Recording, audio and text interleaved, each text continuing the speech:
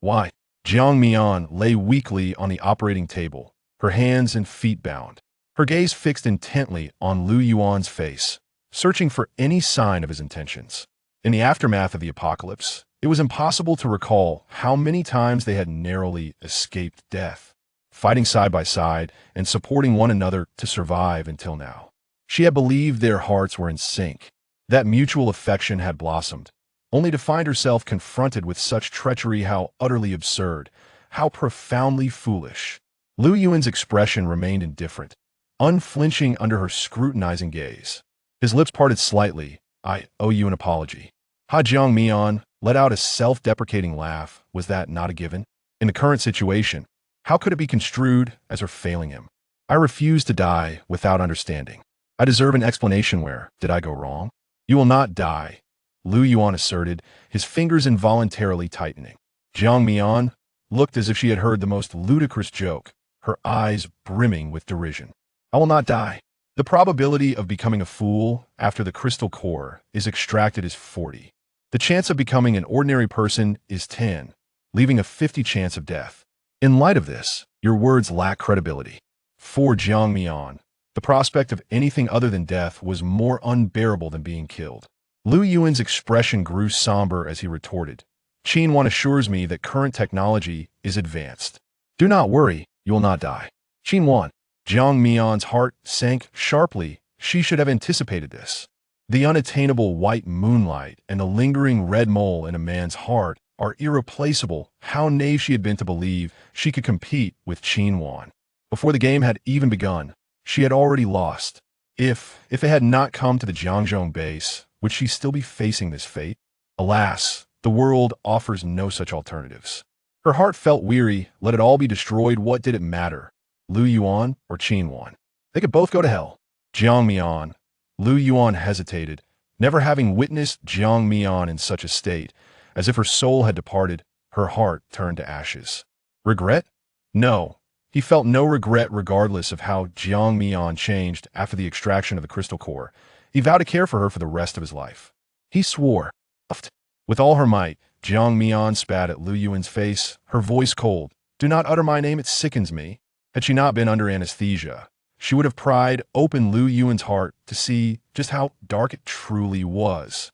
After a year and a half together, how could their shared moments be fabricated? How could love simply vanish upon command? In the end, it was she who had misplaced her affections. Lu Yuan closed his eyes, calmly raising a hand to wipe the saliva from his face. Compared to what he had done to Jiang Mian, this paltry act was rather courteous. "Proceed." When he opened his eyes again, only determination remained, and he did not spare Jiang Mian another glance as he stepped out of the operating room. Outside, leaning against the wall, Lu Yuan heard Jiang Mian's anguished screams intensify. His heart twisted in agony, oblivious to the blood drawn from his nails as they scraped against the wall. Half an hour later, the surgeon handed him a green crystal core, and he eagerly grasped the doctor's arm, inquiring, "How is Jiang Mian?" The doctor replied, "She has passed away." Passed away? Lu Yuan was so astonished that he nearly dropped the crystal core from his grasp. Jiang Mian was dead? No, it was impossible. She had always been fortunate. How could she possibly die? This had to be a lie. That woman, who looked so beautiful when she smiled, that woman to whom he could always entrust his back, she was gone? No, it cannot be. You are deceiving me, aren't you? With his eyes ablaze, Lu Yuan seized the doctor's throat and lifted him with one hand, appearing almost deranged. The doctor was silenced. "Jiang Mian, wake up, drink some water." CSCC held a cup of water in one hand while gently patting Jiang Mian's face with the other, attempting to rouse her. "Don't tell me you've lost your mind from the fever. Hurry. Open your mouth, drink some water to cool down. You've been burning for a day and a night, yet there's no sign of waking." She murmured to herself, "Though I often call you a fool, it would truly sadden me if you became senseless from this fever." With the apocalypse unfolding and zombies rampant, she was studying at university in Chuan City, separated from her family by 1,000 miles, left with only this superficial sister. Now, with Jiang Mian's persistent high fever, she could perish at any moment. CSCC would genuinely be devastated. Cough, cough. Jiang Mian felt utterly dazed, as if water had lodged in her throat, almost choking her. Upon opening her eyes, She was greeted by the sight of CSCC's water-splattered face, glaring at her with an expression of confusion. Hadn't she died? How could she see CSCC? Oh, she nearly forgot CSCC had also perished, and indeed, she had succumbed before Jiang Mian.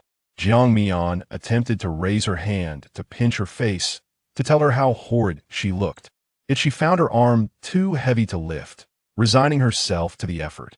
CSCC's cheeks were puffed up, clearly vexed. Jiang Mian, look at the mess you've made, splashing water all over my face, and you still have the audacity to laugh. Jiang Mian. She didn't mean to laugh, it was simply that CSCC's appearance resembled that of a tragic figure, and she couldn't help herself. Just as Jiang Mian was about to salvage their superficial bond, she heard CSCC deflate, mumbling to herself, forget it, I won't hold it against you. Your face is already as red as an apple if you can still laugh. It is indeed remarkable. Get well soon, that is all that matters. Upon hearing this, Jiang Mian finally became aware of her condition. She felt feverish, her mind clouded, as if she were on the verge of evaporating. Struggling to speak, she managed to utter, what has happened to me? You have a fever. A fever. Jiang Mian, somewhat indignant, replied, how is it that as fellow spirits, I am afflicted with illness and fever while you remain unscathed? Is it because you departed this life before I did? CSCC was taken aback, bewildered by her words. She placed her hand on Jiang Mian's forehead, which was burning hot. Had she truly lost her mind? Wu, my Mian, you have truly become a fool. It's all my fault for my careless words. Wu, she embraced Jiang Mian, desperately suppressing her sobs, fearing that her cries would attract zombies. Jiang Mian thought to herself, you are the true fool. CSCC, please cease your weeping. I have a question. Is it just the two of us here? Isn't that rather insufficient? If one could become a ghost, why not gather a horde to torment Lu Yuan, flaying and dismembering him, extracting his heart and liver, and once he becomes a ghost, repeat the process in full? No, it should be done 100 times. How delightful that would be. Woo-woo, you fool, we are not dead yet. What ghost are you talking about? But given the current situation, who knows whether an accident or tomorrow will arrive first? The more CSCC pondered, the more distressed she became, crying even more sorrowfully, and neither of them noticed the approaching figures until one spoke up. Are you mourning? So sorrowful, has she died? At the sound of that voice, Jiang Mian was startled. It was so familiar. Was it Li Mingho, who was often by Lu Yuan's side? She slightly turned her head, freeing herself from CSCC's grasp, and curiously gazed at the speaker. Upon a single glance, she was taken aback. Lu Yuan, along with a few of his sycophants. Seeing Lu Yuan again, Jiang Mian couldn't help but marvel at his striking appearance, perfectly crafted to appeal to her taste. She found him utterly captivating. With his deep-set eyes, high nose, and strong jawline, complemented by a tall and elegant stature, he was nothing short of perfection. Pa, what am I thinking? That scoundrel Lu Yuan does not deserve her affection anymore. Chapter 2.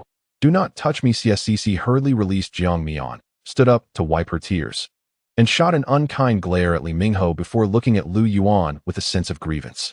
Brother Lu, it seems my roommate has become a bit foolish. Upon hearing this, Lu Yuan furrowed his attractive brows slightly. Is she still feverish? His gaze lingered on Jiang Mian, who was sitting against the wall with flushed cheeks, resembling someone who had indulged in too much drink, inexplicably adorable in her vulnerability. Lu Yuan instinctively associated Jiang Mian's fever with the awakening of her abilities. He and Li Mingho had both experienced similar circumstances, where the fever subsided and powers emerged. Thus far, he had never encountered anyone who became foolish from a fever. Surely that was not the case here. CSCC sighed in exasperation. No, she still has a fever. Upon hearing this, Lu Yuan quickened his pace towards them. Let me take a look. Don't worry. Jiang Mian, hearing the gentleness in his tone, felt her lips twitch, her expression shifting as she suppressed the murderous intent, anger, and resentment swirling within her.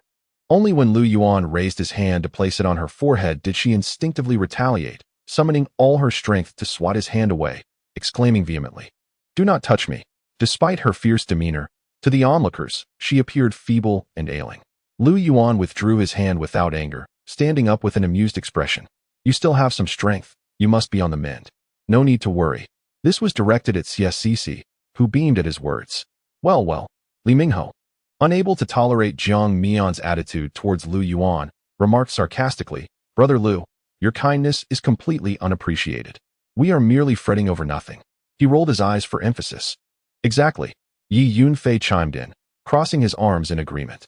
Min Heo, Lu Yuan warned with a stern glance at the group, signaling them to behave and refrain from teasing. He paid little heed to Jiang Mian's attitude, believing her fever had made her uncomfortable and irritable, a small quirk of temperament, quite natural under the circumstances. He did not perceive Jiang Mian as targeting him. After all, it was their first encounter, and he did not believe he had offended her in any way. CSCC, noticing the potential misunderstanding, anxiously interjected, No, it's not that. Mian must be confused due to the fever. Brother Lu, please do not take her words to heart. She is not like this when she is well. She continued, addressing Jiang Mian, Mian, you are unaware of your condition. Yesterday, the people at the supermarket were afraid you would infect them with the zombie virus and wanted to expel you. It was Brother Lu and the others who vouched for you, allowing you to stay. Brother Lu is your savior. You should be more gracious towards him and refrain from throwing tantrums. Do you understand? Jiang Mian thought to herself. Why does this feel so reminiscent of my first meeting with Lu Yuan? Could it be that my fervent desire to drag Lu Yuan to hell before my death has manifested in a second chance at life? How delightful. In this lifetime, she would certainly send Lu Yuan down to hell. As CSCC continued her relentless praise, Jiang Mian chose to close her eyes and feign sleep, contemplating her current predicament. If her memory served her correctly, it was now the second week since the outbreak of the zombie apocalypse. She and CSCC found themselves trapped in the AI Hua supermarket. Within the store, there were currently 26 survivors. And with the addition of Lu Yuan and his 5 companions, the total rose to 31, among whom only Lu Yuan's group possessed any special abilities. Individuals with such powers were exceedingly rare, and it was quite astonishing that Lu Yuan had found himself surrounded by them. In her previous life, she had taken CSCC along with them not merely because Lu Yuan had vouched for her when her powers awakened, but more importantly, due to their formidable strength. The dangers of the apocalypse were numerous, and strength was paramount. Who wouldn't he wish to survive by aligning with the capable? Safety was a luxury that most sought after in such dire times, and she was no exception. Mian, would you like some water?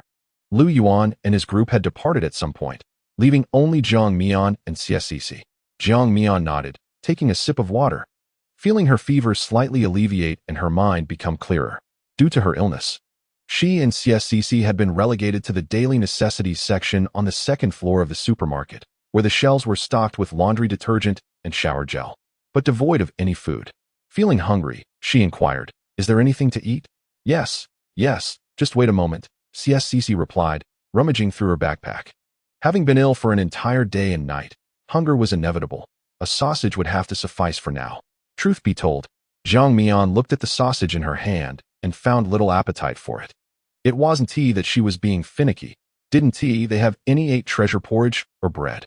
Upon hearing this, CSCC paused in her actions. A hint of awkwardness in her demeanor as she said, We do have some. If you want to eat it, I can think of a way to get it. Jiang Mian pondered for a moment and recalled that the food in the supermarket was under strict management, making it nearly impossible for CSCC to obtain anything. As she saw CSCC rise to leave, she quickly called her back, deciding that the sausage would suffice. Jiang Mian did not wish for her to take unnecessary risks. In this chaotic world, the unpredictability of human nature posed greater threats to women than to men. CSCC had not abandoned her during her fever, but had instead chosen to care for her, enduring expulsion alongside her. This kindness she held close to her heart.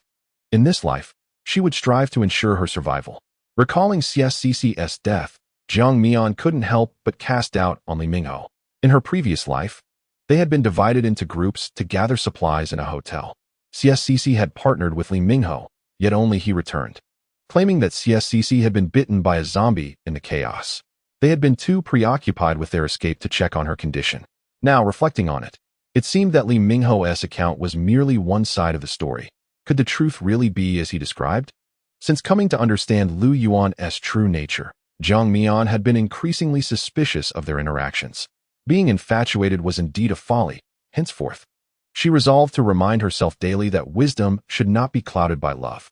Open your mouth, CSCC instructed, peeling back a portion of the sausage's packaging to feed Jiang Mian. Jiang Mian, unreserved, leaned against the wall and allowed her to feed her. She took a few bites of ham sausage, sipped some water, and ultimately indulged in a can of yellow peach preserves. CSCC, concerned, furrowed her brow and exclaimed, "Once you recover, we'll return."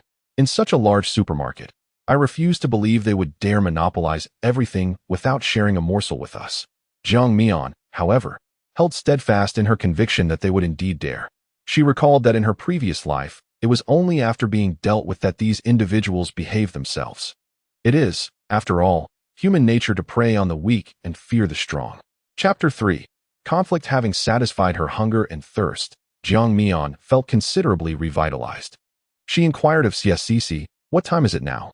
CSCC glanced outside and replied without hesitation, "It's afternoon, around 4 or 5 o'clock. It won't be long before night falls." "Why do you ask?"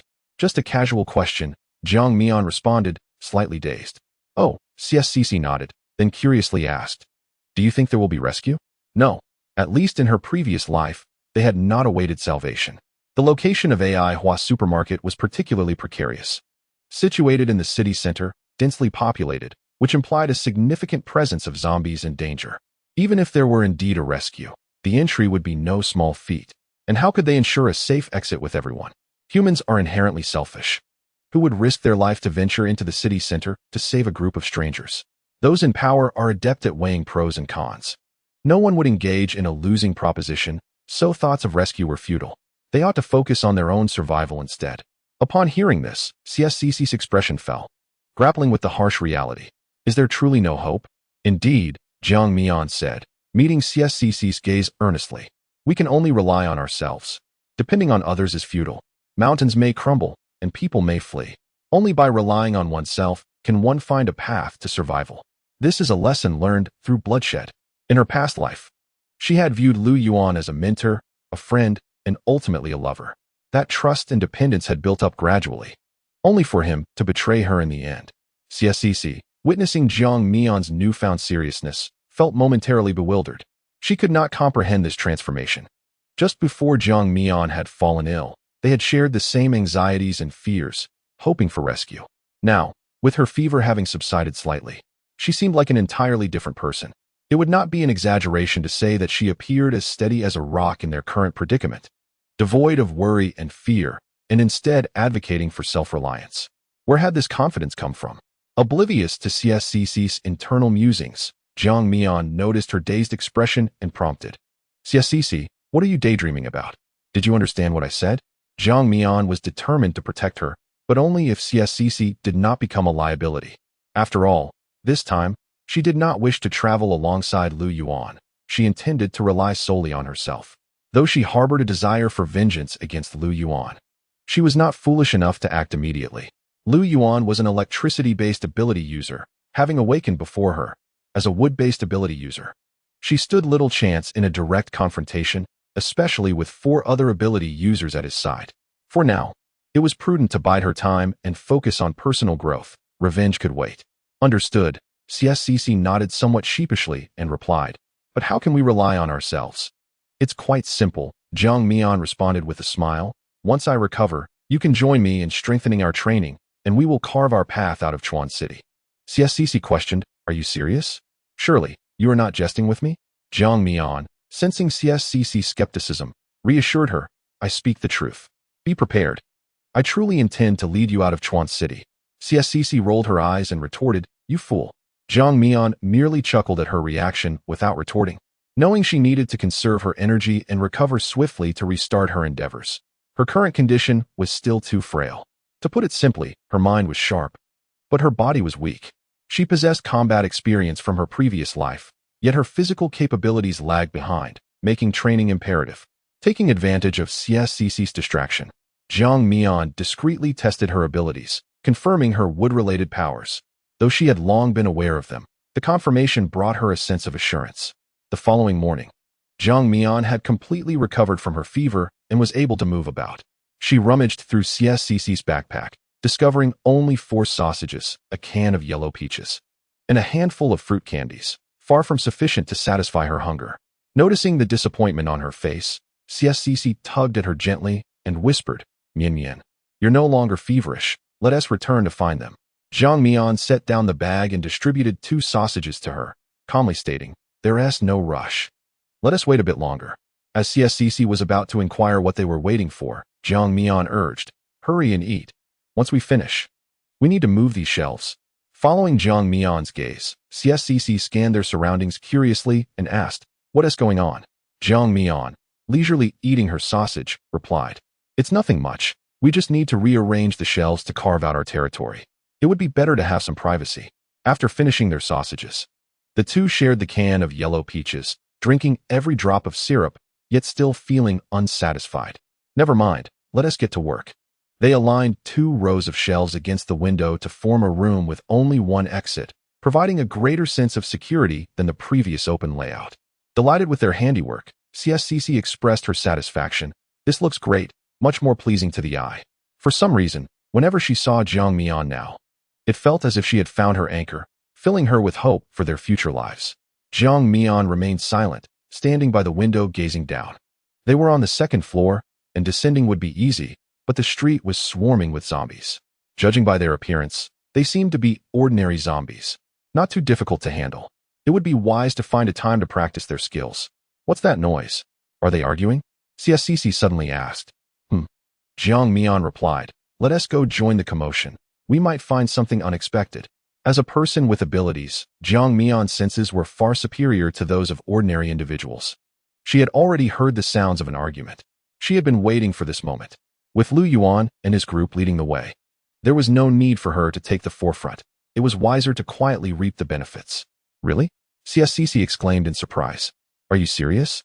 Zhang Mian nodded, smilingly advising, "Just go and enjoy the show. Don't meddle unnecessarily, understood?"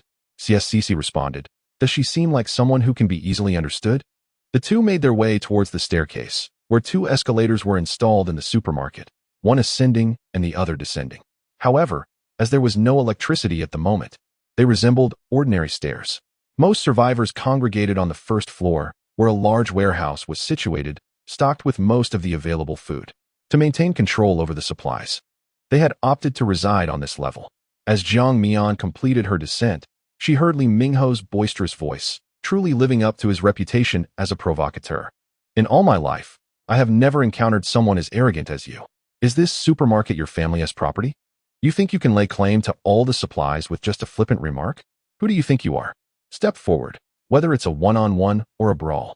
Choose your challenge. Take a step back, and I'll consider it my defeat." Li Mingho stood amidst the crowd, hands on his hips, unwavering and exuding an intimidating aura. Zhang Mian recalled that he was a power-type ability user, immensely strong yet reckless, resembling a fool. The supermarket's survivors were left blushing from his words. Some felt embarrassed while others were enraged. Chapter 4. Do not let it affect your performance. Upon noticing Zhang Mian and CSCC approaching, whispers circulated among certain individuals. "Isn't that the girl who had a fever the other day? She hasn't turned into a zombie yet. Indeed, she seems to be fine now. What a stroke of luck." Zhang Mian interjected, "I appreciate your concern for me." The previously tense atmosphere lightened somewhat with her arrival, and all eyes turned towards her, including Lu Yuan's. His captivating eyes narrowed, and Zhang Mian sensed his scheming intentions, likely plotting against her. Feeling somewhat uneasy under the weight of so many gazes, Zhang Mian waved her hand casually, saying, "Please continue. Do not let my presence disrupt your performance." The crowd murmured in response, while Lu Yuan suppressed a chuckle. Finding her intriguing, Li Mingho exclaimed, "More arrogant than I am?" CSCC remarked, "Goodness.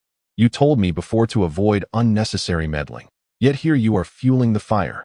Fortunately, with Zhang Mian's reminder, the atmosphere of tension slightly dissipated. "You must not overstep your boundaries. When have we ever monopolized the supplies? It is merely a case of special treatment during these extraordinary times. Brother Chong has stated that either you join us, and we will allocate food to you, or you must leave the supermarket, but you cannot take our supplies with you. We, too, are survivors who need to live. If you refuse to join and ignore management while taking supplies at will, wouldn't that lead to chaos?" Exactly. Without rules, there can be no order. The more difficult the situation, the more united we must be to overcome this challenge and await rescue. It seemed they had found their footing in the debate. As the supermarket survivors felt their image elevated. Look at them. They were indeed weathering the storm together, while those who sought to cause trouble appeared utterly despicable. However, Li Mingho is not one to be trifled with. Can he truly accept such fallacies? Nonsense. Have you listened to the words that have escaped your lips? Do you even believe in what you utter? Brother Chong, step forward. I am eager to ascertain whether you are square, round, or flat. You think you can assimilate us? How dare you? These words irked Wang Chong greatly. Being berated so openly left him no choice but to step up if he wished to maintain his leadership over the crowd. Youngster, you have yet to grow up. I advise you to temper your bravado. Have you even graduated from your 9 years of compulsory education? Such arrogance. I may not have graduated. What concern is it of yours? Call me daddy. With that, he clenched his fists and charged at Wang Chong. Wang Chong, internally scoffing, had not regarded this young lad as a threat. Just as he prepared to absorb the punch, he unexpectedly received a solid blow to his left eye. Hiss. The pain caused him to inhale sharply. He had not anticipated the boy's speed. In a moment of urgency, he was not astonished for long and quickly attempted to subdue his opponent, but alas, he was a step too slow. His face endured several more punches. Blood from his nose gushing forth, swelling rendering his visage unrecognizable. Son, be obedient, call me daddy. Li Mingho showed no sign of relenting, delivering several more punches to Wang Chong's abdomen, and this was still without him exerting his full strength. Onlookers were left dumbfounded, instinctively retreating a few steps. Those who had previously boasted now wore particularly grim expressions, fearful that they might be next in line for a beating. Meanwhile, they secretly regretted their earlier bravado, wondering what would happen if this scourge held a grudge against them. If Jiang Mian were to weigh in, she would deem these individuals cowardly. Their claims of solidarity were mere farce. If they truly possessed the audacity to unite against Li Mingho, would they truly fear him? Of course. This was contingent upon Lu Yuan and his companions refraining from intervening. Stop, please. I concede. Cough, cough. Wang Chong spat out several mouthfuls of blood. Ultimately unable to withstand the onslaught, he suspected that the individual before him was a monster. After all, at a weight of 150 pounds, he felt as if he were but a puppet in this boy's hands. Too uncanny. At that moment, they remained oblivious to the existence of extraordinary abilities, which explained their thoughts. Once they encountered such phenomena more frequently, they would grow accustomed to it. Is there anyone else? Those who remain unconvinced, step forward. Li Mingho's gaze swept across the crowd. Observing their quail-like demeanor, and found it exceedingly dull, he had not yet had his fill of the fight. Lu Yuan discerned his intent and lightly cleared his throat, calling Li Mingho back to reassess the crowd. Gentlemen, we do not seek trouble, yet we are not afraid of it either. With such an abundance of supplies in the supermarket, there is no justification for withholding them from us, is there? His tone was courteous, yet the words carried an undertone of menace. Should they fail to provide a satisfactory reason, it would be deemed an unwarranted provocation. Thus, dealing with them would seem quite justified. The crowd exchanged glances, each hesitant to speak. They had come to understand that this group was composed of formidable fighters, and none dared to provoke them. Wang Chong. Li Mingho interjected once more. My brother Lu is inquiring. If you are still alive, make a sound. The manner in which he remained silent suggested a grim fate for him. Wang Chong felt a deep sense of despair, yet found it difficult to express. Merely covering his swollen cheek and mumbling, go on, take what you want. Ah, you certainly know your place. Li Mingho, with his hands tucked into his pockets, whistled and strode confidently into the food section, commanding, let us gather supplies. Lu Yuan observed his nonchalant demeanor and shook his head in resignation, beckoning the remaining 3 to follow him inside. CSCC watched enviously and quietly asked Jiang Mian, Mian, are we just going to stand by? Her eyes clearly conveyed her eagerness. Jiang Mian, with an assertive tone, replied, standing by is utterly dull. Let us find a few shopping carts and stock up. Absolutely. The two excitedly rushed off to locate shopping carts, their speed remarkable. However, just as they were about to enter the food selection area, they were blocked by a couple of Wang Chong's lackeys. The one with long hair spoke with a menacing tone. What's the situation with you two? Which side are you on? Think carefully before you respond. Upon witnessing his attitude, CSCC felt apprehensive, realizing that entering wouldn't be so simple. Just as she contemplated advising Jiang Mian to retreat, she found herself pulled back by Jiang Mian, who, cracking her knuckles, provocatively remarked, what's the matter? Do you want to call me daddy too?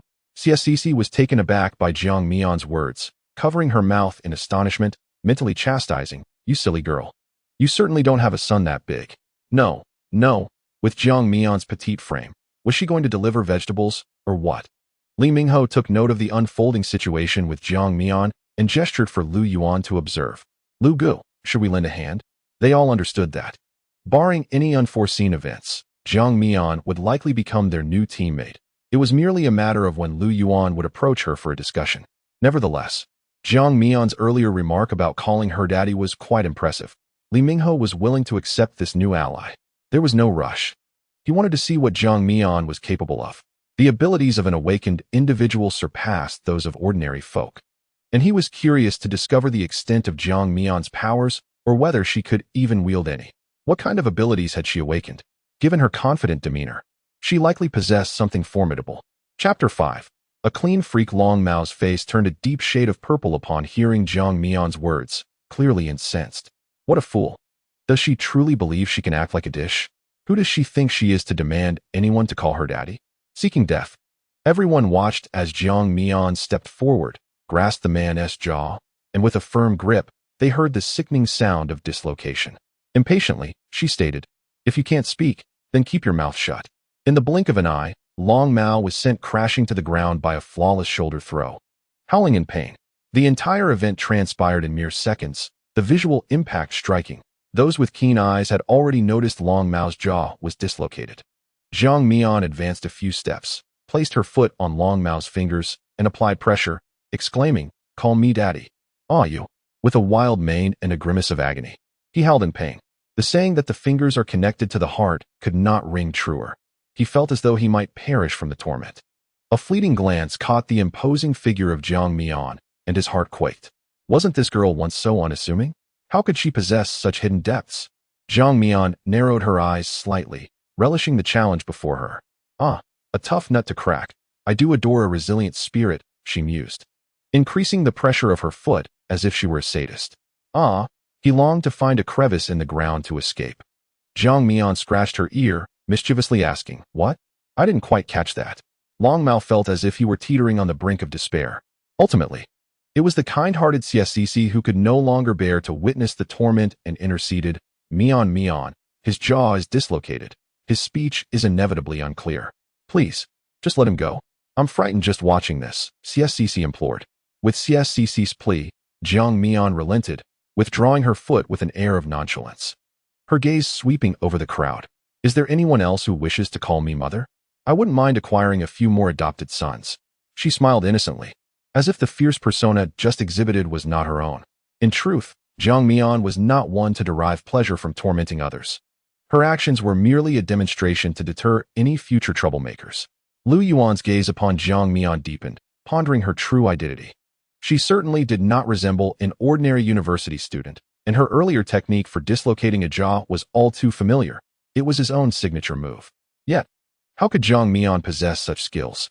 If she were privy to his thoughts, she would respond, "You taught me yourself." Nearly all her abilities were imparted by Lu Yuan. With no secrets kept.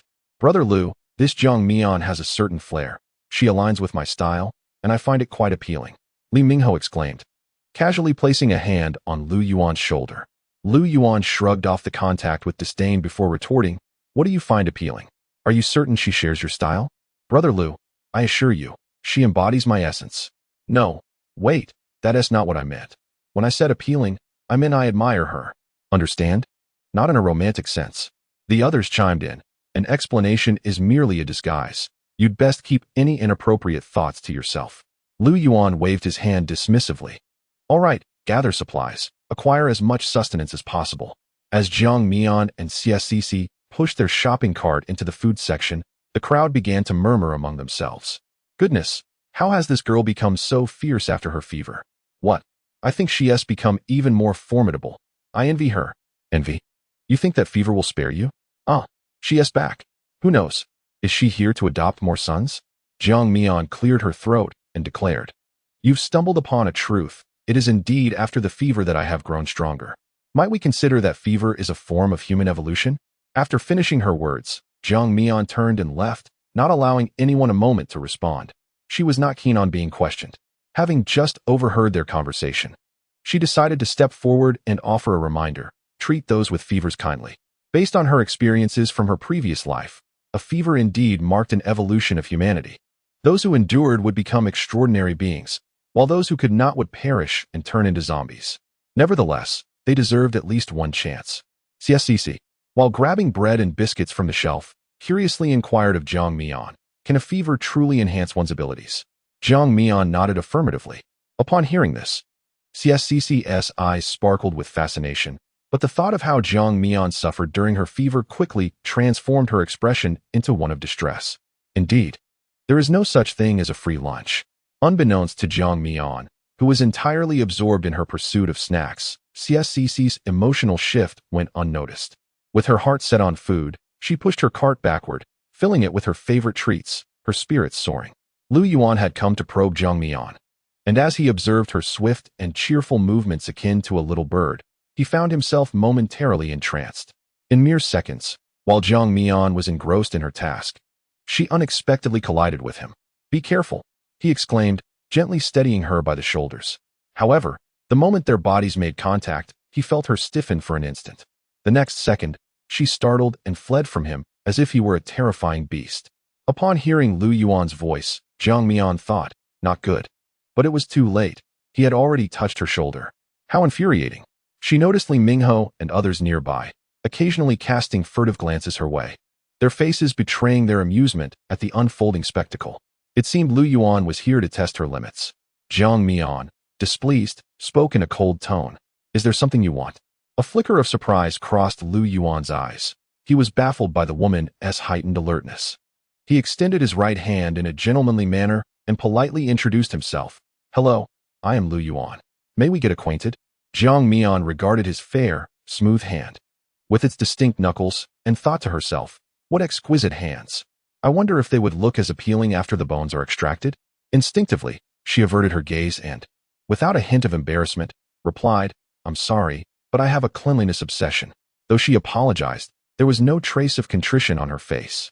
Lu Yuan was nearly petrified by her words, his expression uncontrollably breaking into a grin. A cleanliness obsession, how delightful. Was he deemed filthy in her eyes?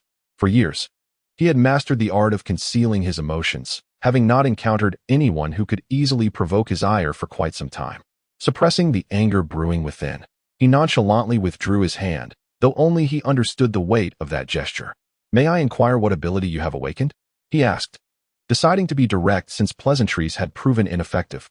At that moment, Jiang Mian found herself somewhat admiring Lu Yuan. Despite the circumstances, he maintained his poise, truly impressive. She remarked with ill intentions, "Do you feel it's presumptuous, yet you still inquire?" Her obstinacy was quite apparent. Lu Yuan, abandoning his indifferent demeanor, smiled with his twinkling eyes and mused, "Asking costs nothing. What if you do respond?" He stepped forward with his long, straight legs, almost simultaneously witnessing Jiang Mian retreat a step. The two maintained the initial distance between them. A heaviness settled in Lu Yuan's heart. It was now abundantly clear that Jiang Mian held a strong disdain for him. But why was that? Chapter 6. A confrontation. "Brother Lu, Mian. What are you discussing?" Before Jiang Mian could utter a word, the cheerful voice of CSCC rang from behind. Turning her head, she saw Cici approaching with a radiant smile, pushing a small cart with lively enthusiasm. The little rabbit-like demeanor was unmistakable. Should she fall into Lu Yuan's voracious jaws, would she not be devoured to the last bone? And Brother Lu? Surely she wasn't bewitched by the gentleness exhibited by that Lu dog? No, she had to devise a way to help her sister see clearly. "I say, you wretched woman, why are you so prickly, like a hedgehog? Can't you speak properly?"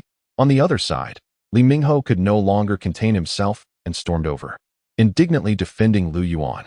Jiang Mian was unperturbed, leaning against the shopping cart, nonchalantly replying, "Oh, did you get hurt by the prickles?" You. Li Mingho raised a finger, nearly leaping in agitation. "Mingho," Lu Yuan interjected with a reprimand, pressing his hand down in exasperation. His brother had many admirable qualities, yet he was like a firecracker, ready to explode at any moment. This was quite unfavorable and could lead to unnecessary trouble. Prevented by Lu Yuan, Li Mingho could only seethe and declare, "If it weren't because you're a woman, I would have struck you already." CSCC was bewildered. What was happening? She had assumed they were engaged in a pleasant conversation, only to find them embroiled in an argument. Nevertheless, she would unconditionally side with Jiang Mian, hands on her hips, stammering, "So what if she's a woman? Isn't your mother a woman too?" Imagining the scene of Li Mingho beating Wang Chong, she felt a peculiar tremor in her legs. But his earlier remark indicated he wouldn't strike a woman, right? She was uncertain if this fellow could uphold his principles. Upon hearing this, Zhang Mingho became furious, breaking free from Lu Yuan's grasp, and shouted, "Do you truly think I wouldn't dare hit a woman? Damn it, then let us have a fight." Zhang Mian shielded CSCC behind her, calmly stating as she faced Li Mingho's fury, her gaze unwavering.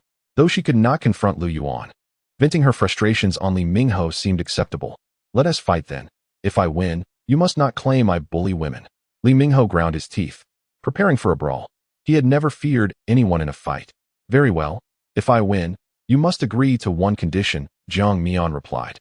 Li Mingho, with an air of bravado, responded, "Agreed." He was utterly oblivious to any underlying issues. Lu Yuan thought to himself, "This is truly painful to witness. This firecracker. Is he lacking in wit? If he wins, no one will accuse him of bullying women, yet if he loses, he must concede to her terms? If he were to stand up and say something now, it would only reveal his pettiness." In the food section, they could not find enough space, so they opted for a more spacious hall. The survivors in the supermarket silently gathered around, hoping that there were no zombies outside. They had already witnessed 3 thrilling spectacles that morning, a rather leisurely and comfortable experience. Some unaware individuals whispered, "What is happening? What is going on?" It seemed as if 2 aspiring fathers were about to engage in a duel. That girl is so brave. I admire her. I hope she emerges victorious. What a coincidence. I feel the same." The murmurs around them had no impact on the emotions of the 2 opponents. Everyone tacitly formed a circle around them, leaving ample space in the center, wary of being inadvertently harmed. Zhang Mian and Li Mingho stood facing each other, one relaxed and composed, the other glaring with fury. Li Mingho glared at Zhang Mian for quite some time, but seeing no signs of her striking, he mustered his courage and swung his fist. Just as his fist was about to make contact with Zhang Mian's body, she tilted back, like a nimble cat, evading his attack. Seizing the opportunity, she grasped Li Mingho's arm, using his momentum to flip herself behind him and struck his nape with a punch. Hiss! Li Mingho winced in pain and instinctively reached to grab her, only to have Zhang Mian easily evade him, swiftly creating distance between them once more. The 2 returned to their initial standoff. However, Zhang Mian's actual condition was not as carefree as she portrayed. She was still slightly lacking in stamina. Her body struggled to keep pace with her mind. Had it not been for Li Mingho not yet having mastered Lu Yuan's true teachings, she would not have fared so well. Again, Li Mingho gritted his teeth, veins bulging, his anger intensifying. He wanted to tear Zhang Mian apart. In the face of absolute strength, he refused to believe he would lose. Yet, every punch he threw felt as though it struck cotton. Always evaded by Zhang Mian with ease, and any force he exerted was swiftly returned against him. This defied logic. The more furious he became, the more opportunities he unwittingly provided for Zhang Mian, and he endured several hits, nearly losing his sanity in the process. In a final move, he was tripped by Zhang Mian, pinned to the ground, and struck several times, his face bruised. Li Mingho roared, once again failing to grasp Zhang Mian. She created distance between them yet again. At that moment, a resounding crash echoed, the sound of shattering glass. Everyone's heart and mind jolted, turning towards the source of the noise, filled with an ominous premonition. Indeed, the next second, a small door on the side of the supermarket suddenly burst open, and zombies charged forth. Hiss! Humans possess a fatal allure for zombies. They lack consciousness, driven solely by primal instincts to feed, ravenous for flesh and blood. Leading the pack was a crooked-necked zombie, saliva dripping from its mouth, its shirt stained a deep crimson, unmistakably a creature that had feasted before. Zombies. The zombies are coming. Run. In the face of danger, no one had the heart to merely spectate. Everyone scattered in search of hiding places. Some of the more timid individuals were already in tears from fright. The scene descended into utter chaos, clearly an unforeseen outcome for all. CSCC stood frozen in terror, wanting to urge Zhang Mian to flee, but was unexpectedly jostled by a person rushing past, nearly losing her balance. This moment was captured in the gaze of Zhang Mian, who turned to her and shouted, "CSCC, why are you still standing there? Run. Head upstairs." "All right," CSCC hesitated, glancing at her, "but what about you? Don't worry about me. Just look after yourself." After saying this, Zhang Mian pushed several shopping carts that were parked nearby, hoping they might serve as a temporary barrier against the zombies. Li Mingho, understanding her intent, immediately joined to assist. I'll go find weapons. Heizi, you all hold on. Yang Jie dashed away like the wind, his abilities granting him a lightness akin to that of a sparrow. Lu Yuan, lift the rack over there to block the way. Understood. He, along with the remaining two, hurriedly lifted a shelf to obstruct the majority of the zombies. Everything transpired so swiftly that a few zombies managed to crawl over the shelf, charging directly toward the survivors in the supermarket. Screams of terror echoed throughout, with tragedies unfolding in every corner. Jiang Mian could only watch helplessly, realizing that if she let go, even more zombies would surge in. The number of zombies was increasing exponentially. Continuing like this was not a viable solution. Jiang Mian struggled to hold the shopping cart in place, her feet forced to slide backward. Li Mingho's situation was similarly dire. What should we do? Chapter 7. She is a wood element ability user. Isn't there someone getting weapons? Have him take people to the second floor to move racks and wait at the staircase. We need to retreat upstairs. As if summoned by her words, Yang Jie returned with an armful of kitchen knives, looking toward Lu Yuan, awaiting his decision. Lu Yuan had little to deliberate. The escalator to the second floor was narrower than their current location, providing a geographical advantage. Blocking the stairs with racks and weighing them down would enhance their defense. He promptly commanded, Yang Jie, follow her instructions, head to the second floor immediately, and bring people to move the racks. Take as many as you can. Understood. With Lu Yuan's directive, Yang Jie had no objections and dashed off, still clutching the knives. Wait, leave the knives. Jiang Mian feared she might call out too late and lose sight of him. The speed of a wind ability user was truly formidable. Yang Jie paused and placed the knives on a nearby shelf along their path, saying, take them yourselves. Then he swiftly ran off. After another minute of holding their ground, Jiang Mian sensed time was running short and called out, get ready. I'll count to 3. Everyone let go and run. All right. Lu Yuan and the others responded. Gritting her teeth, Jiang Mian began to count. 1, 2, 3. With a whoosh, at the moment they released their grip, the shopping carts and racks were overturned by the zombies, and a massive wave of them surged inside. Jiang Mian and her companions were all endowed with extraordinary abilities, moving with remarkable swiftness. As they dashed past a shelf laden with knives, one of them seized a kitchen knife and hurried towards the escalator. Quickly, up the stairs. The group surged forward, taking 2 steps at a time, racing up the staircase. At the top, Yang Jie awaited them, anxiously hoisting a shelf. Midway up the stairs, Lu Yuan inexplicably glanced back and noticed Jiang Mian was missing. Startled, he exclaimed, where's Jiang Mian? Where is she? It was inconceivable that she could have gotten lost in such a short distance. Damn it, she has gone to the food section. Trailing behind, Yi Yunfei caught a glimpse of Jiang Mian through the gaps in the escalator. The girl was incredibly fast, effortlessly dragging several boxes and swiftly dispatching a zombie, making her way towards the staircase. Brother Lu, she is actually a wood-type ability user. At that moment, Yi Yunfei distinctly saw Jiang Mian's other hand transform into 4 tendrils, which were pulling along 4 cardboard boxes. What a remarkable talent. Lu Yuan, unable to see Jiang Mian from above, instructed the others, you all go ahead. I'll go to assist her. He descended a few steps down the staircase and was momentarily speechless upon witnessing Jiang Mian dramatically dragging 4 boxes. Jiang Mian kicked a zombie obstructing her path and sprinted towards the staircase, realizing her greed had hindered her speed. There were simply too many zombies. She couldn't possibly slay them all.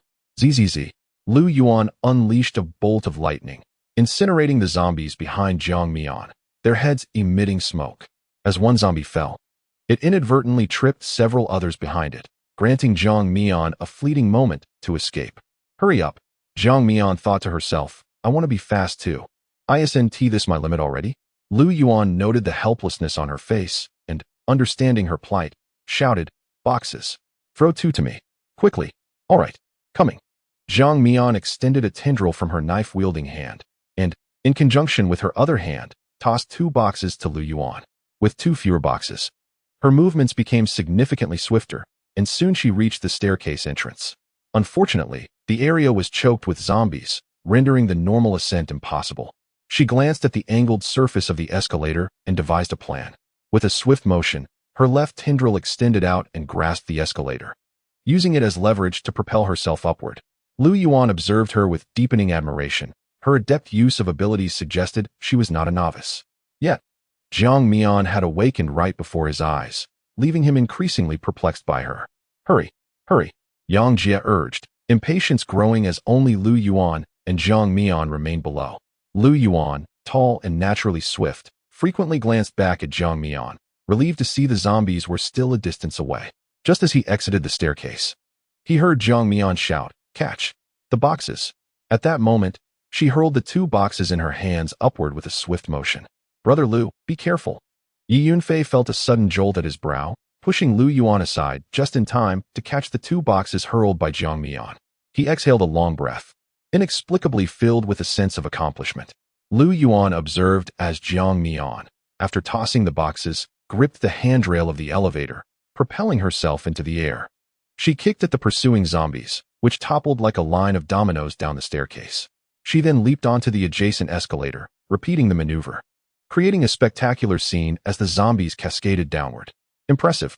Li Mingho, with blood still staining the corners of his mouth, offered his unreserved praise, holding no grudges. Yang Jie, get ready. As the last of the group, Jiang Mian ascended the stairs, shelves began to crash down as if they were free of cost. Some tumbled directly to the ground, while others lodged precariously in the corridor. The shelves collapsed layer by layer until the clawing zombies below were obscured from view, allowing the group to collapse onto the floor. Gasping for breath, a sense of relief washed over their faces, as if they had narrowly escaped death. "Mian Mian, you scare me to death. Are you hurt?" CSCC fretted upon seeing Jiang Mian's clothes stained with blood, her concern palpable, for an injury could spell doom. Turning into a zombie was no trivial matter. Noticing this, the others, aside from Lu Yuan's group, quickly distanced themselves from Jiang Mian. She understood their fear all too well. They were merely wary of her potentially becoming a zombie and biting them. Their caution was justified, as only such individuals could hope to survive in this world. Jiang Mian felt no sorrow over their actions. In fact, she appreciated the space they granted her. "It's fine, this blood isn't mine. I accidentally got splattered while dispatching zombies." CSCC felt relieved upon hearing this explanation. Heaven knows how terrified she was when she heard Brother Lu call out that Jiang Mian was missing. She was acutely aware that among the multitude upstairs, no one cared for her as deeply as Jiang Mian did. If Jiang Mian were to perish, she would truly be alone. What chance would she have of surviving then? "Cici, please retrieve those 2 boxes." Jiang Mian sat on the floor, pointing to the boxes at Yi Yunfei's feet. "All right." Meanwhile, she rose to collect the 2 boxes next to Lu Yuan, having worked tirelessly for half the day and now feeling famished. However, she was taken aback when Lu Yuan, cunning as a fox, clutched the 2 boxes tightly. When she reached out, he showed no inclination to relinquish them. "Darn it." Jiang Mian furrowed her brow, glaring at Lu Yuan, displeased. What is the meaning of this? Chapter 8. Wiping the eyes of sisters with a frosty expression, Lu Yuan met her gaze, unfazed. "We did our part." "Indeed." Li Mingho chimed in. "That last pair of boxes nearly crushed our brother Lu." Lu Yuan's expression darkened. "Fool. There was no need to mention that." Jiang Mian retorted, "I didn't do it on purpose." Yet, she feared that now, no one would believe her. Her gaze shifted between the 2 of them, caught in a dilemma. "Fine, I can share a portion with you." Consider it a stroke of misfortune turned to fortune. However, Lu Yuan remained unyielding, his tone resolute. Half. Why don't you go and seize it?" Jiang Mian retorted, clearly incredulous at his audacity. "Shall I rob it now?" Jiang Mian exclaimed, "Lu dog, you've changed." She distinctly remembered that earlier Lu Yuan had some principles. What had prompted this shift? Was it perhaps the provocation he had received from her that morning? Lu Yuan, unfazed, leisurely observed Jiang Mian, awaiting her response. She had to admit, this sensation was rather delightful. See, the wheel of fortune turns, and heaven spares no one. After she had choked him earlier, karma had now come knocking. Unfortunately, her amusement was short-lived as Li Mingho interjected, assuming the role of mediator. "There's no need to nitpick, Jiang Mian. I admit you are formidable. How about joining our team?" Jiang Mian replied dismissively, "Not a chance. Lu dog wants half, yet you wish to devour it all. How brazen."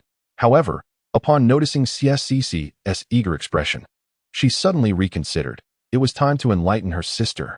Seeing her silence, Li Mingho decided to intensify his persuasion, casting out enticing bait. "Jiang Mian, you are an ability user yourself. You must appreciate the advantages it brings, right? My brother, Lu Yuan, is an electric ability user, Yang Jia, our wind user, Yi Yunfei. The water user, and Xiao Hu, whose unique ability is suited for reconnaissance. I shall refrain from further elaboration. As for myself, I am a strength-type ability user, immensely powerful. With each introduction, the respective individuals offered Jiang Mian a subtle smile, clearly welcoming her. In truth, she was already well aware of their capabilities, having spent a year and a half with them in her previous life, except for Xiao Hu, who would likely perish in 2 or 3 days, a pity indeed. Jiang Mian cast a glance at CSCC, who wore an admiring expression and nodded slightly when their eyes met, as if to say, Mian, hurry and join them. They are so impressive. Yet, it would seem she was destined for disappointment. What do you think? Will you join us? You are aware of the dangers outside. Having more capable teammates increases our chances of survival. Don't hesitate. Li Mingho continued his entreaty. Jiang Mian feigned surprise, giving him a thumbs up. You are all so remarkable. Huh. Li Mingho was momentarily taken aback. Jiang Mian's reaction had caught him off guard. He then humbly replied, Oh, not at all, just average. It was rather embarrassing, he thought. Then he heard Jiang Mian say, Since you all are so exceptional, you only accept ability users, right? Without a moment's hesitation, Li Mingho answered, Of course. Ordinary people only become a burden. I'm not their caretaker after all. CSCC's eyes widened in shock. Oh no, is this plastic sisterhood about to abandon me? Her eyes began to glisten with unshed tears as she tightened her grip on Jiang Mian's hand. Mian, you wouldn't abandon me, would you? In our sophomore year. It was I who provided cover for you when you sneaked out at midnight to meet your online love. You scrubbed the toilet with Hu Jinjin's toothbrush. And I was there to lend you support. You stole Professor Wang's wig. And it was I who Jiang Mian's face darkened as she swiftly covered her mouth. Gritting her teeth, Stop talking.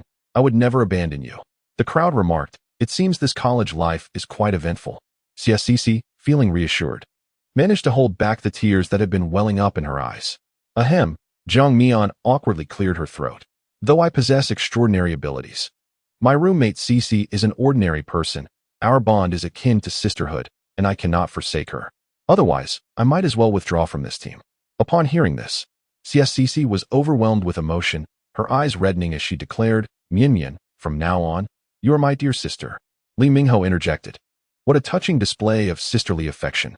Lu Yuan cleared his throat, somewhat awkwardly speaking. If your concern lies in this matter, I can make an exception and allow you to bring your roommate along. Really?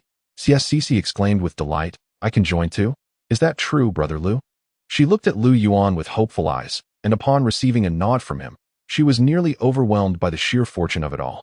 After all, she was an ordinary person. Now she could join the extraordinary team. Though she had little understanding of these abilities, they sounded remarkably impressive. Jiang Mian felt no stir of emotion. Indeed, she had anticipated Lu Yuan's response. She feigned happiness for CSCC, thinking how wonderful it was. But just what was that but? Li Mingho instinctively chimed in. We were all set to celebrate. And yet you introduce a but? However, I do not trust you. Jiang Mian stated with unwavering conviction. The crowd pondered. Was she truly toying with them? Lu Yuan contemplated for a moment before addressing her. Is there some misunderstanding between us? Jiang Mian's excessive wariness towards him seemed somewhat abnormal, leaving him perplexed. Yet, he was certain he had never encountered her before. From whence did this hostility arise? With a polite smile, Jiang Mian replied, No, of course not. How disingenuous. The atmosphere grew tense. CSCC approached Jiang Mian, whispering, Mian. Brother Lu and the others are not bad people. When you had a fever, he vouched for you and saved your life. I haven't forgotten. I should indeed express my gratitude, Jiang Mian replied, somewhat pained. Let us split the contents of the box with them. CSCC remarked. Jiang Mian noticed her elbow sticking out and playfully flicked her forehead. CSCC, taken aback by the sudden gesture, exclaimed, Ouch. That hurt. Good. It's supposed to hurt. I've noticed you reading apocalyptic novels, yet you seem to lack common sense. Some extraordinary individuals do bring along their non-ability holding relatives into these teams. With the dangers we face, they wouldn't even need to lift a finger. A mere accident could justify their disappearance. CSCC's face instantly turned pale. Indeed, such a disappearance seemed both reasonable and plausible. She had encountered similar chapters before. What right does a burden have to survive? Jiang Mian, has your mind become entranced? That is merely a novel. What relevance does it hold for us? Moreover, We are not like that. Do not look down upon others with such contempt. Li Minghe was utterly infuriated. She had even resorted to veiled insults. How detestable. Yet, Jiang Mian paid him no mind and continued to address Cece. Cece, in the future, do not trust others so easily. One cannot discern the true nature of a person merely by their exterior. Cece shook her head in disappointment, unable to do so. Li Minghe interjected, "Where's the ease in this? We have just survived a life-and-death ordeal. Do not misguide others." It was unfortunate that a perfectly innocent girl had been led astray. Jiang Mian sighed, wondering why some individuals were so inclined to take offense. It was painfully obvious who she referred to. Just as Li Minghe was about to retort, Lu Yuan intervened in a timely manner. "Enough, let's divide the provisions. We shall take half." He admired Jiang Mian's composure and her ability to navigate situations with grace. He genuinely wished to recruit her, but a reluctant fruit is never sweet. Since she was unwilling, he would not press the issue. With Jiang Mian's current disposition, should she join his team, it might lead to greater headaches. It was perhaps for the best that she did not join. Chapter 9. The corner. This was the most favorable outcome. Jiang Mian opened 4 cardboard boxes. One contained bags of braised beef instant noodles, another held 5 spiced chicken legs, a third was filled with original Oreos, and the last housed sweet potato-flavored sandwich bread. She meticulously counted the quantities and divided them, smiling as she said, "Now, you choose." Yang Jie, somewhat embarrassed, scratched his head and replied, "No need, I trust you." "Very well, then, keep your shares safe." "Thank you," Jiang Mian said. Yang Jie reflected that although Jiang Mian's words were not particularly pleasant, it was undeniable that she spoke the stark truth from her perspective. Thus, he held no strong feelings for her, neither positive nor negative. He merely maintained a calm demeanor, treating her as he would anyone else. Meanwhile, the other survivors in the supermarket were in an uproar. In just a brief moment, their understanding had been completely upended. Abilities? They had witnessed Lu Yuan conjure lightning and seen Jiang Mian transform her hands into vines. And they could hardly contain their excitement as they boasted about their encounters to those who had not witnessed them. Once their boasting subsided, they turned to see the others dividing the food, then glanced at their own stomachs, realizing with dismay that they were quite hungry. However, all the provisions had been moved to the first floor under Wang Chang's orders, and now that floor was teeming with zombies, with the stairway blocked securely. Retrieving the food was impossible. Among them, there were no individuals with abilities, rendering them incapable of demanding provisions from Jiang Mian, as Lu Yuan and the others had done. Someone inquired, "Where's Wang Chang?" "I know. He is downstairs. I saw him bitten by a red-haired zombie." At this moment, a middle-aged man with golden-rimmed glasses proposed, "Since Wang Chang has met his demise, let us elect a new representative. Those who remain must carry on." "I concur." Agreed. Ultimately, they chose Zhang Lan as their representative, who was the very man who had initiated the proposal. They recounted their numbers anew, and only 16 survivors remained. 10 had perished in this unfortunate incident. "Shall we consider bringing Jiang Mian into our fold? She has been with us all along." "Let us not. Though, look at her. She even joined the ability team. Does she truly regard us? Furthermore, during her feverish state earlier, you all insisted she leave. Can we expect her to forget such grievances?" You make a valid point. However, with so many of us and not a morsel of food in sight, how are we to survive? Ironically, they were confined within a supermarket brimming with supplies, yet faced the grim prospect of starvation. Some began to lay blame on Wang Chang, lamenting, "If it weren't for Wang Chang's insistence on centralizing food on the first floor, would we be starving now?" I recall there was a snacks section on the second floor, filled with chips and treats, which we painstakingly moved downstairs, only for it to be in vain. Indeed. But Wang Chang is no longer with us. Discussing this now serves no purpose. Zhang Lan raised his hand to adjust his glasses and spoke gently, "Everyone, do not lose heart. I noticed those few individuals with abilities seem quite resourceful. I shall speak with them later to see if they have any solutions." He was confident that those individuals would not forsake the resources on the lower level. After all, it constituted the entirety of the supermarket's supplies. "You are right. They must have a plan." With this thought, the group felt somewhat reassured. Unbeknownst to them, a short-haired woman at the back appeared distracted, while her son, concealed behind her, wore a flushed face and seemed drowsy. After the meeting of the supermarket survivors was adjourned, a slightly stout man stealthily approached the short-haired woman from behind, covering her mouth with one hand, pulling her into a corner. His voice was low and heavy with breath. Ah Fong, don't move. It's me. I've missed you, my darling. At first, Chen Fong was taken aback, wanting to scream, but her mouth was muffled, and she could only emit muffled sounds of distress. Every fiber of her being screamed in rebellion, yet the disparity in strength between the sexes rendered her powerless against Li Dafu. He whispered in her ear, "My dear, be obedient. You're the best, so good." Just for a moment Chen Fong felt despair wash over her. This humiliation was not a first. Li Dafu leaned against her soft waist. "Be good and obedient. You wouldn't want your son to see you in this state, would you?" Before long, Li Dafu exhaustedly leaned on Chen Fong's shoulder, a look of satisfaction on his face. Dafu. Zhang Lan, searching for people outside, turned his head and stumbled upon the peculiar position of the two. Li Dafu pressed against Chen Fong, his hand seemingly covering her mouth.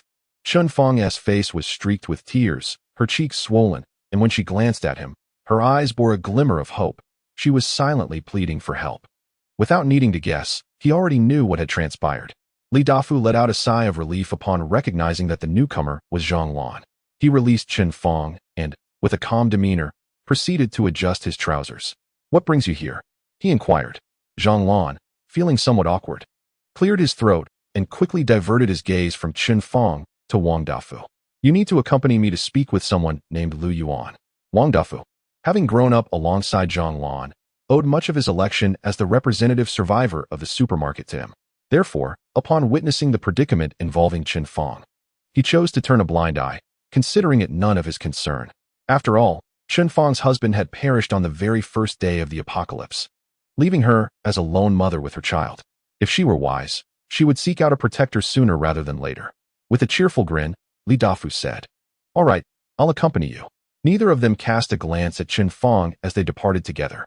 Leaning against the wall, Chen Fong sank to the ground in despair. Her fists clenched in anger. She pounded her chest in anguish, gasping for breath. What kind of world is this? What is the meaning of my existence? Glancing at her feverish son, she resolutely rose and approached him, softly whispering, "I'm sorry, it's Mother's inadequacy. You must survive." As she began to depart, someone suddenly grasped her left hand, the grip alarmingly warm. "Mom, don't go." Ling Yi weakly opened his eyes, feeling unwell. It wasn't his mother's fault. It was his own for failing to protect her. He recalled his 15th birthday when his father had smiled and declared him a man, promising to safeguard the family's only woman alongside him. Now, with his father gone, he had become the sole man in the household. Yet he had failed to fulfill that promise and protect his mother. Xiao Yi, Chen Fong turned her head, not wanting her son to witness her tears. "Live well." With little effort, she shook off Ling Yi's grasp. "No, don't leave." Tears streamed down Ling Yi's cheeks, blurring his vision until he could no longer see his mother's familiar silhouette, and he fainted. Chapter 10. Chen Fong takes action. Lu Yuan, Zhang Lan, and others gathered to discuss how to retrieve the supplies from the first floor. Li Mingho noticed the absence of Jiang Mian and CSCC, his gaze shifting to Zhang Lan. "Did you not summon Jiang Mian and the others?" Feeling slightly embarrassed by the question, Zhang Lan replied, "I did call her, but she expressed disinterest." The group, sensing the awkwardness, tactfully changed the subject, noting that the zombies must have entered through the eyewear store. Those familiar with Aihua Supermarket knew there was an eyewear shop at the entrance, connected to the supermarket. They had heard the sound of glass shattering, indicating that the zombies had broken through the eyewear store's window, leading to a flood of the undead into the supermarket. Zhang Lan wholeheartedly agreed. "Yes, we know where the breach is. The issue lies in how to lure the zombies out." The group then engaged in a discussion. Meanwhile, Jiang Mian was instructing CSCC in a few simple movements to help her train, while she herself, wielding a kitchen knife, climbed down from the window using the recently tied curtains. She needed to find a vehicle. The supermarket was no longer safe, and preparations for their departure were essential. Jiang Mian distinctly remembers that in her previous life, no zombies stormed the supermarket. She and CSCC left with food right after Li Mingho dealt with Wang Chong. This unexpected incident may well be linked to her, as their commotion attracted a zombie outbreak and resulted in casualties. To claim that she feels no guilt would be disingenuous. However, after enduring the apocalypse for so long, that modicum of guilt is insufficient to sway her resolve. For even without her, the survivors in the supermarket would eventually have to confront the zombies. This world is inherently cruel, governed by the law of the jungle where the weak are devoured by the strong, and only the fittest survive. As soon as Jiang Mian touched down, a zombie missing an arm staggered toward her, emitting a series of guttural sounds. With a swift stroke, she severed its head, disappearing at the end of the road before more zombies could converge. Several hours later, Jiang Mian returned to the supermarket without incident. CSCC was not practicing in the territory they had designated. It was evident that she had gone to witness the commotion. Indeed, where there are people, there exists a world of intrigue. This adage rings true. From the moment she ascended the stairs, the clamor resonated in her ears. Curiosity piqued, she thought to investigate. After all, seeking out excitement was perhaps the sole form of entertainment in this desolate world. A resounding slap echoed as it struck Chen Fang's face, drawing blood from the corner of her mouth. "How dare you stab me with a knife? Are you seeking death?" Li Dafu, bearing a wound on his face, was now bleeding profusely, the crimson liquid trickling down his chin and staining his shirt.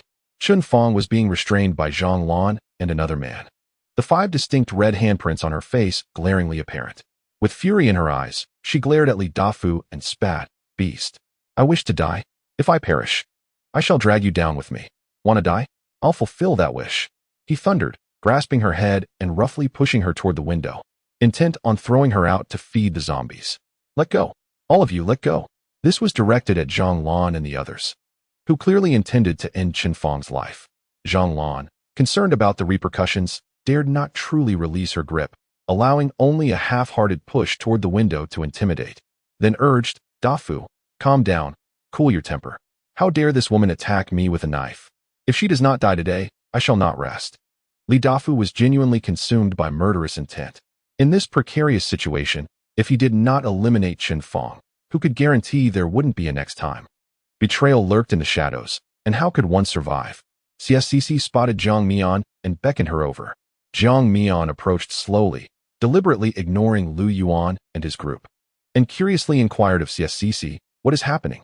The ugliness of humanity is akin to a seed, long sown, awaiting the rains of the apocalypse to nourish it, take root, and sprout forth, growing wildly. The deluge of the apocalypse would undoubtedly bring forth many villains, a reality Jiang Mian had long since become accustomed to. "I heard that Aunt Chen attacked that fat man with a knife," CSCC said, her gaze fixed on the struggling figures by the window, her expression clouded with concern. Mian, could you help Aunt Chen, please?" Jiang Mian, feeling helpless, was on the verge of refusing, wanting to convey that in this apocalyptic world, to survive for long, one must not allow compassion to overflow. Interfering casually in the affairs of others often leads to one's own detriment. However, CSCC, with her pleading eyes, implored, "Considering the 2 cans of peach preserves you previously consumed, please assist Aunt Chen." Jiang Mian was taken aback. Previously, when they were expelled, not a morsel of food was offered to them. It was Aunt Chen who, seeing their plight, secretly provided her with 2 cans of peaches. She was a kind soul, and this incident involving a knife must surely have an underlying cause. CSCC had always viewed Aunt Chen as a sincere and decent person, believing that her violent act was born of desperation. After all, even a cornered rabbit may bite, let alone a human. Thus, she hoped Jiang Mian would speak a few kind words on Aunt Chen's behalf.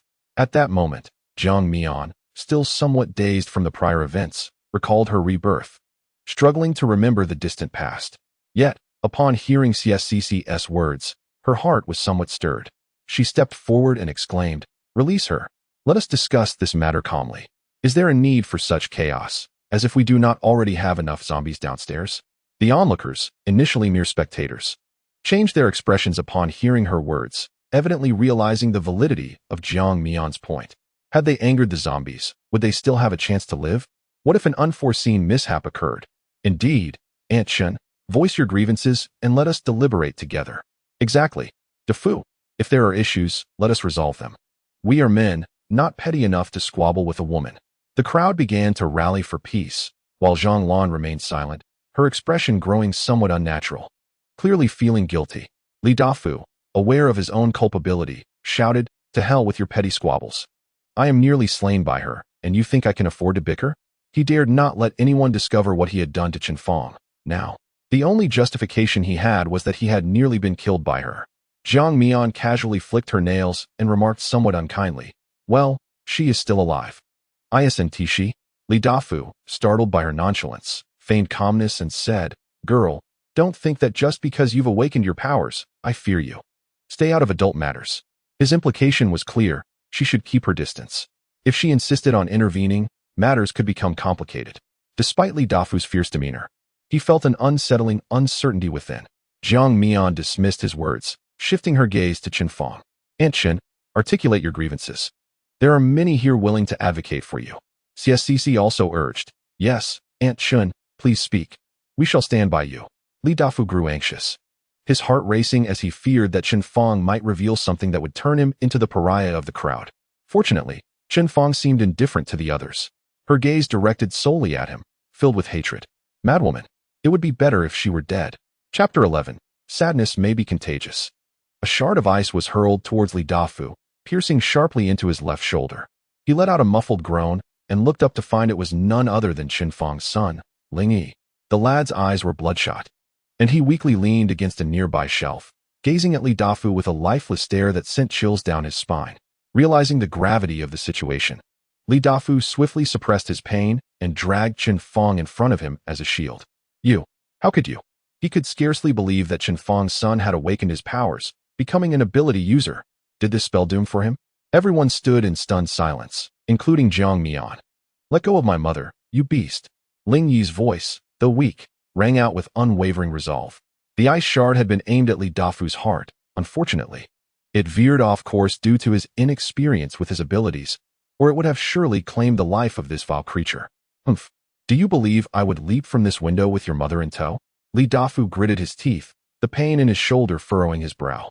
You dare.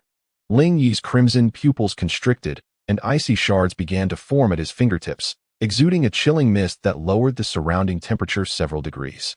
At the sight of her son, Chen Fang's expression shifted, filled with relief, peace, longing, and guilt. She wished fervently that she had been the one to perish, so that her child's father could have stayed by his side in this apocalyptic world. Yet, fate had dealt her a cruel hand. However, it mattered not. Her son was now an ability user, capable of self-defense, allowing her the solace to seek out his father. Living had become unbearably exhausting. Suddenly, Ling Yi's pupils widened in panic. No. None foresaw that Chen Fang would muster her strength, colliding with Li Dafu and sending both tumbling backwards. As they stood precariously by the window's edge, terrified screams erupted from the crowd. Yet, Jiang Mian, quick of reflex, transformed her right hand into a vine, swiftly reaching out to grasp Chen Fang at a crucial moment. However, Li Dafu clung tightly to Chen Fang, rendering Jiang Mian's efforts a significant struggle. In despair, Ling Yi stumbled to the window's edge, his heart racing as he saw his mother suspended in midair. He held his breath, fearful that any sudden movement might cause her to plummet into the throng of zombies below. Sister Jiang, I would trade my life for my mother's safety. The 15 or 16-year-old boy cried, grasping at what felt like his last lifeline. Jiang Mian retorted, what would I do with your life? Why aren't you helping? Can't you see there's already a burden hanging below? Realizing that Li Dafu still held on to his mother, Ling Yi shouted in fury, beast, let go. I spit on that. If I die, you'll not live to see another day. Li Dafu was no fool. In this dire predicament, he saw no escape. Why not take someone down with him? It was all that madwoman's fault. Then let them perish together. He would not relinquish his grip. Ling Yi was filled with an overwhelming desire to descend the vine entwined around Jiang Mian and eliminate that wretched creature. Yet, observing Jiang Mian's strained condition, it was evident that she could not withstand the weight of a third individual. He leaned perilously out of the windowsill, the ice spikes at his fingertips coalescing and dissipating in an endless cycle, leaving him at a loss for action. Any angle he considered could inadvertently harm Chen Fang. A thought he could not bear. Xiao Yi, Mommy is tired. I wish to find your father. Let go. Chen Fang's voice was tender, and despite the hordes of zombies below, she felt no fear. Ling Yi, in a fit of desperation, wept, shaking his head vigorously. No, Mom, listen to me. I cannot survive without you. You cannot abandon me. Why, despite having awakened my powers, can I not protect the one I cherish most? At that moment, the young boy was truly terrified. His entire world had crumbled. He would forsake everything, but he could not lose his mother. Large tears fell upon Chen Fang's face. Carrying a slight chill, she looked up at her sobbing son and the vine that held her, her eyes filled with gratitude. Jiang Mian, you are a good girl, she said softly, attempting to pry apart the vines. Xiao Yi is a good child. I entrust him to you. Jiang Mian was unmoved by the notion of a dying mother's last wish, coldly responding, if even his own mother can abandon him, how can you expect others to treat him well? Chen Fong was momentarily taken aback, but soon found solace, smiling as she fell. She had faith in her judgment of people. Ling Yi fell into utter despair. Beyond screams, he knew not what else to do. The mournful cries mingled with the grotesque sounds of zombies feeding below, creating a chilling atmosphere. Zhang Lan and the other survivors quietly departed, concerned that Ling Yi might seek retribution later, especially after he had just awakened his powers and lost his mother. It was only natural for him to direct his anger at them. It was wise to maintain a distance. Lu Yuan and the others exchanged glances with Jiang Mian, but said nothing before leaving as well. Seeing Ling Yi in such anguish, CSCC was infected by his sorrow.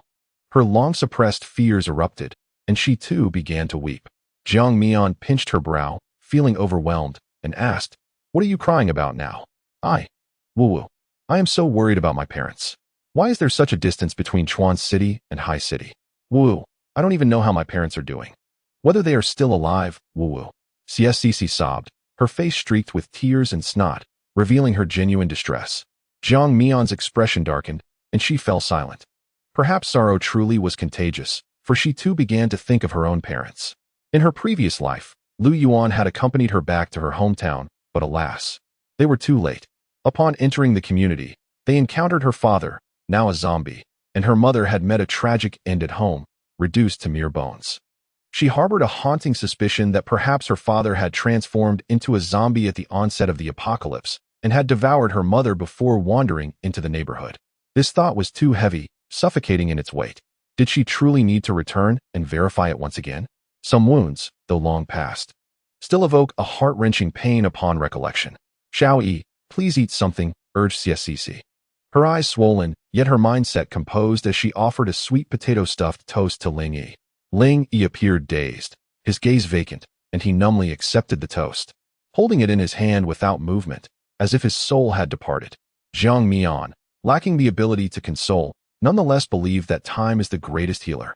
She chose to leave everything to its passage. For some, the apocalypse might render existence more agonizing than death itself. Take Chen Fong, for instance, who preferred to abandon her son rather than face survival. Each individual has their own way of living, and she refrained from judgment. However, for Jiang Mian, no matter how arduous life became, she would never voluntarily tread the path towards demise. Living alone embodies hope and infinite possibilities. Chapter 12. A burden the following morning. The survivors on the second floor stirred restlessly. Jiang Mian was unaware of the agreement reached with Lu Yuan, yet she observed their organized efforts. Mian, good morning. CSCC mumbled, rubbing her eyes. Jiang Mian casually replied, morning, leaning against the window, eating her toast while watching the activities below. Leading the charge was the wind element user, Yang Jie, who, light as a feather, leaped down and shouted to attract a horde of zombies, then sprinted away. The zombies below diminished at a visible rate, all pursuing Yang Jie, though a few remained oblivious and lagged behind. At that moment, a young man from the supermarket jumped down, his face pale, likely terrified by the zombies. Zombies! Come chase me! He shouted, his teeth chattering as he stumbled away. His expression was more pitiful than tears, yet the effect was evident. The zombies had completely vanished from sight below.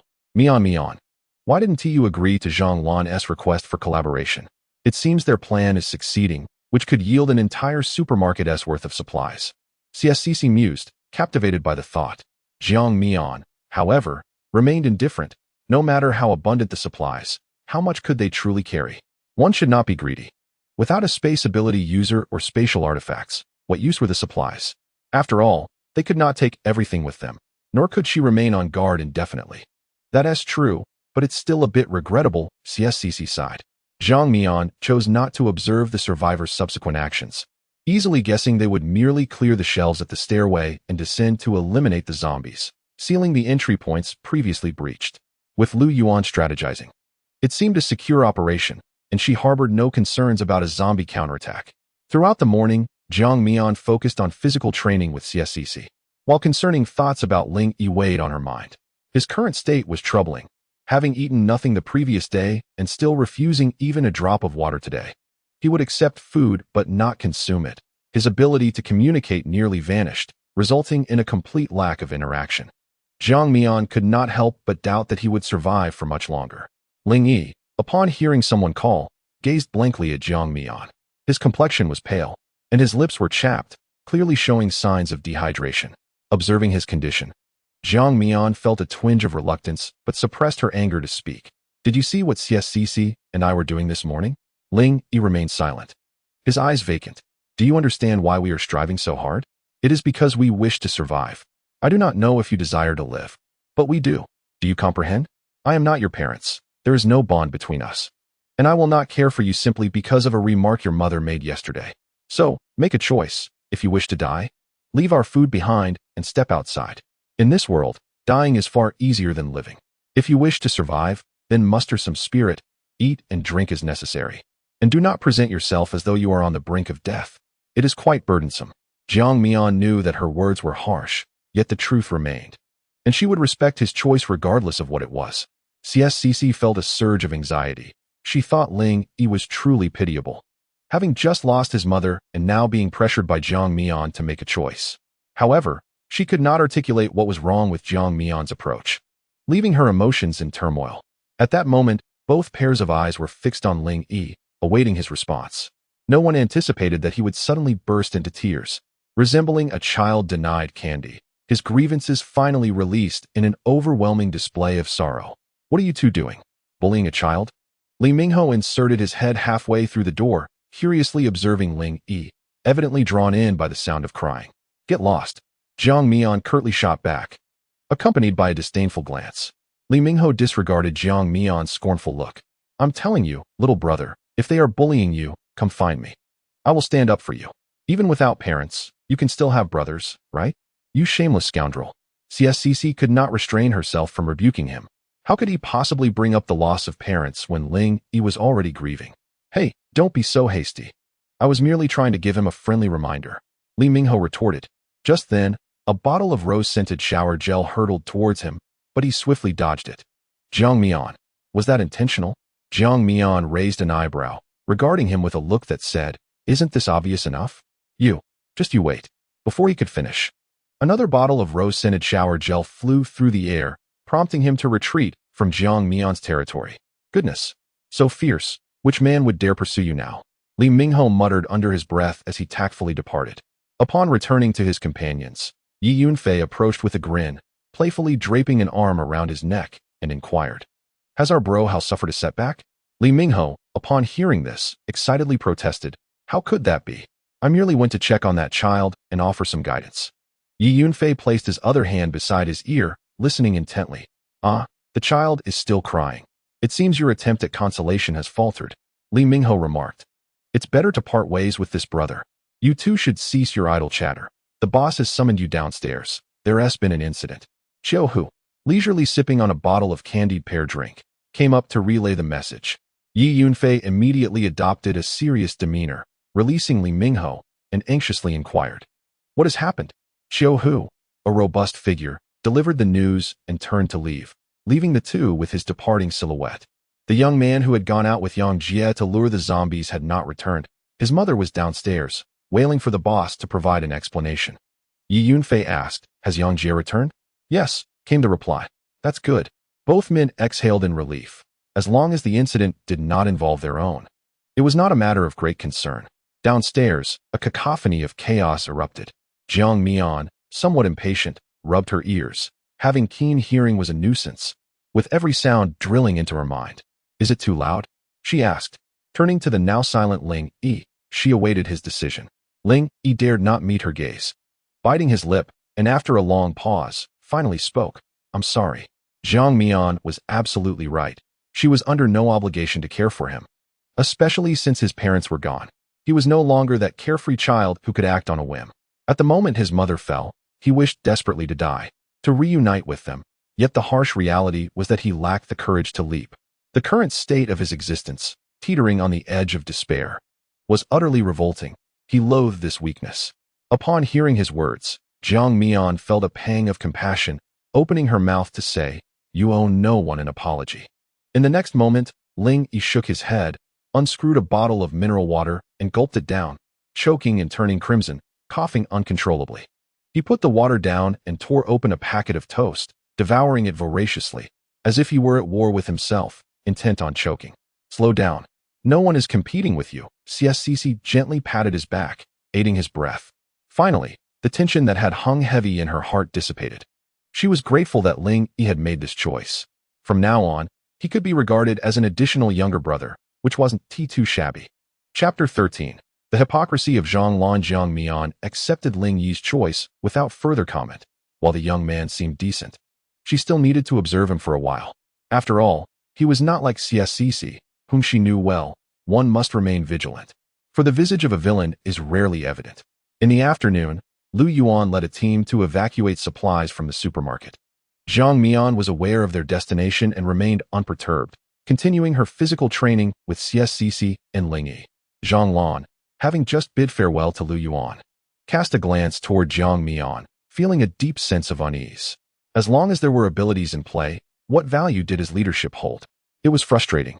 He could only hope that Jiang Mian would not create any complications that would embarrass him. Brother Zhang, what troubles you? A junior asked, noticing him lost in thought, puzzled.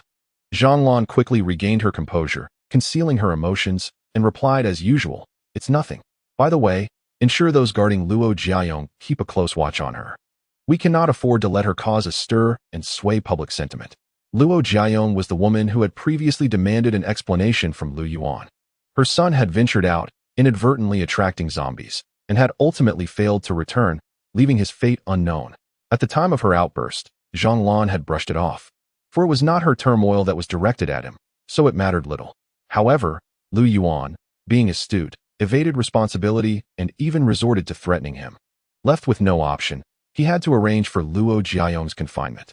His subordinate, believing Zhang Lan's worry was for this matter, promptly assured, "Brother Zhang, do not worry. I have instructed them thoroughly. They will keep a vigilant eye." 2 hours later, a disheveled Luo Jiayong burst into Jiang Mian's territory, shouting for Ling Yi. "Ling Yi, Ling Yi, do you know how your mother was murdered?" It was Zhang Lan. "That beast. He clearly witnessed Li Dafu mistreating your mother, yet he helped cover it up. He is no human being. He is a scoundrel. He even forced my son to lure zombies. My innocent and kind-hearted child went out and never returned. Woe betide Zhang Lan, that brute. He fears my revelation and had me locked away, presumably intending to silence me to prevent you from learning the truth. Poor child. You too have been deceived by him." With tears streaming down her face, Luo Jiayong sought to incite Ling Yi against Zhang Lan. Upon hearing her words, Ling Yi's expression turned icy, an aura of coldness enveloping him as he inquired in a measured tone. "So you are aware, yet you feign ignorance, reveling in your heart." No doubt, this feeling is unbearable. It becomes evident that they all knew, yet not a single one extended a hand, for the pain did not befall them. Thus, they remained indifferent, pretending not to see. I cannot fathom how desperate my beloved mother must have felt in that moment. Jiang Mian regarded her for a moment, remaining silent. Having returned from rebirth after a considerable time, she held no impression of the sordid affairs among the supermarket survivors. Should the truth align with Luo Jiayong's claims, Ling Yi's desire for vengeance against Zhang Lan would not be something she would impede. Personal grievances should be settled personally, and such matters were entirely normal. What? I did not. Luo Jiayong, caught off guard by his accusation, appeared flustered, stammering her explanation. I happened upon it by chance. I am but a powerless woman. I could not contend with Zhang Lan or Li Dafu. The fault lies with them. They harmed your mother. Child, believe me, it truly has nothing to do with me." CSCC, observing Ling Yi as he struggled to regain his composure only to descend once more into despair, found herself overwhelmed with disdain for Luo Jiayong. With a sharp tone, she retorted, "Your son's failure to return is of no concern to us. Kindly leave our presence." Luo Jiayong, taken aback by their coldness, found it disheartening that not only would they not assist in confronting Zhang Lan, but they also sought to drive her away, as if pushing her toward despair. Scanning the group with a defiant gaze, she refused to believe she could not handle these 3 young individuals, and without dignity, she collapsed onto the ground, throwing a tantrum. "I shall not depart. Zhang Lan will kill me. My only son has already fallen victim to his schemes. Have pity on me and do not cast me away. All the misdeeds are the result of that beast, Zhang Lan. How can you blame me and drive me out? How can you be so heartless?" as to force me toward death? Upon discovering that Luo Jiarong had vanished, Zhang Lan rushed over in a state of panic, only to witness her throwing a tantrum and maligning him. He could only muster a forced smile, addressing Zhang Mian and Ling Yi with feigned innocence. It's a misunderstanding, a misunderstanding. Do not heed the ramblings of this madwoman. She has just lost her son and harbors resentment against me, attempting to tarnish my name. Luo Jiarong loathed this hypocritical man, and with a fierce voice, she retorted, Bah, you beast! Dare you swear to heaven that you did not enable Li Dafu to bully Qin Fang? That you did not drive Qin Fang to her demise? You dare not, right? I dare. I swear that every word I speak is true. If any of it is false, may thunder strike me down and may I die a wretched death. At that moment, a murderous intent arose within Zhang Lan, who regretted his own leniency that had afforded her the opportunity to lash out. As he noticed Ling Yi's increasingly frigid gaze, a thin layer of sweat broke out on his back, and he nervously swallowed. Mad woman, you lunatic! I shall take you back at once. Cease your torment here. You're merely rubbing salt into wounds. Act like a human being. Feigning calm, Zhang Lan reached out to pull Luo Jiarong from the ground, but before his hand could touch her, he was struck by a shard of ice that grazed his arm. He glared menacingly at the assailant, Ling Yi, believing him to harbor murderous intentions. The taut strings of his mind snapped. So what if he was an ability user? He had already humbled himself before the men of Lu Yuan. Now even a young punk dared to insult him. Did they truly believe Zhang Lan was a pushover? After being suppressed for too long, he felt an urge to eliminate an ability user to relieve his frustration. He sought to demonstrate that ability users were not so formidable after all. Boy, you seek death. Zhang Lan unsheathed a dagger from his waist, viciously lunging at Ling Yi, the blade slicing through the air, aimed directly at Ling Yi's eyes. As the blade drew nearer, Ling Yi's mind momentarily blanked. By the time he realized he should conjure an ice barrier for defense, it was too late. Be careful, CSCC cried out in alarm. Fortunately, in that critical moment, Zhang Mian transformed her right hand into vines, yanking Ling Yi aside just in time to evade Zhang Lan's dagger. She scolded fiercely, What were you thinking? Do you wish to die? Since you chose to make the first move, dropping your guard is a grave mistake. If I had been a moment later, how would this lad have fared? Ling Yi cast a wary glance at Zhang Mian, still unable to voice his thoughts when Zhang Lan's dagger lunged at him once more. Never had he been so close to death, and he could not afford to be careless again. Recalling the voice of Zhang Lan he had heard while delirious with fever, a wave of furious flames engulfed him. Ling Yi roared, summoning an ice shield to block the dagger. The two forces collided, causing Zhang Lan's dagger to clatter to the ground. Chapter 14. A murderous act under normal circumstances. A youth like Ling Yi would possess considerably less strength than a middle-aged man like Zhang Lan. However, Ling Yi, being an extraordinary individual, had undergone physical enhancement, allowing him to overpower Zhang Lan effortlessly. After several exchanges, Zhang Lan's initial confidence had dissipated entirely. A deep-seated resentment brewed within Ling Yi. Why had he not been the one to evolve? Despite the world descending into chaos, it remained the same unjust realm. Ling Yi pummeled Zhang Lan relentlessly for a time. But as his grip loosened, his rage began to wane, leaving him fatigued. In that moment of impulsiveness, he had harbored thoughts of killing Zhang Lan, questioning why he had not intervened during the times when Ling Yi's mother was bullied. Alas, it was too late. Even if he were to take Zhang Lan's life, his mother would not return. Zhang Lan's subordinates stood by, unable to bear the sight of their leader's plight. Yet they felt a flicker of relief that Ling Yi had spared him, at least preserving his life. To their astonishment, just as Ling Yi turned away, Zhang Lan swiftly retrieved a dagger from the ground, his eyes gleaming with malice. Before he could strike, a vine pierced through his brow, blood spraying forth. Murder. Zhang Lan's eyes widened in disbelief as he gazed at Ling Yi's back, until they were stained red with blood, rendering him lifeless, collapsing alongside the dagger. To expose one's back to an enemy is the height of folly. The vine, now retracting, dripped with blood as Zhang Mian turned her icy glare toward Zhang Lan's subordinates, coldly commanding, Why are you still here? Do you wish to collect his body? The terrified group shook their heads, retreating in haste, casting wary glances back at Zhang Mian, fearful that a mere turn might lead to their own demise. The memory of Zhang Lan's gruesome end haunted them, instilling profound fear. Luo Jiarong, initially reluctant to leave, found herself unable to withstand Zhang Mian's piercing gaze and fled. This was no ordinary university student who had merely suffered societal injustices. This was a merciless harbinger of death. In the end, Ling Yi and CSCC stood frozen, afraid to breathe, their minds paralyzed, struggling to comprehend Jiang Mian's act of murder. Even as they understood it was done to protect Ling Yi, Jiang Mian had no time to ponder their thoughts. She calmly lifted Zhang Lan's lifeless body and deftly discarded it from the window, then rinsed her hands with a bottle of mineral water. After completing her tasks, she inquired with a composed demeanor, "Are you afraid?" She was no longer the Jiang Mian of the early apocalypse, incapable of feigning mercy. A year and a half of survival in this ruthless world had forged her own set of survival principles. Those who crossed her boundaries deserved death. The two remained silent, uncertain how to respond to her query. Fear was futile. This was the apocalypse. Reality was far more brutal than today, and in this world, especially against those who harbored murderous intent, one could not afford to spare them. The final words spoken by Jiang Mian were directed at Ling Yi, expressing her hope that he would learn from this experience. For those who are soft-hearted in the apocalypse do not endure long. Ling Yi met her gaze, his resolve gradually solidifying. He understood that he would no longer be so.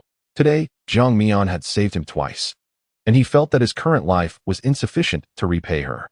He yearned for the day when he could become as composed and formidable as Jiang Mian. Mian, I am no longer afraid. I know you are still you, unchanged. CSCC underwent a significant transformation in her thoughts today.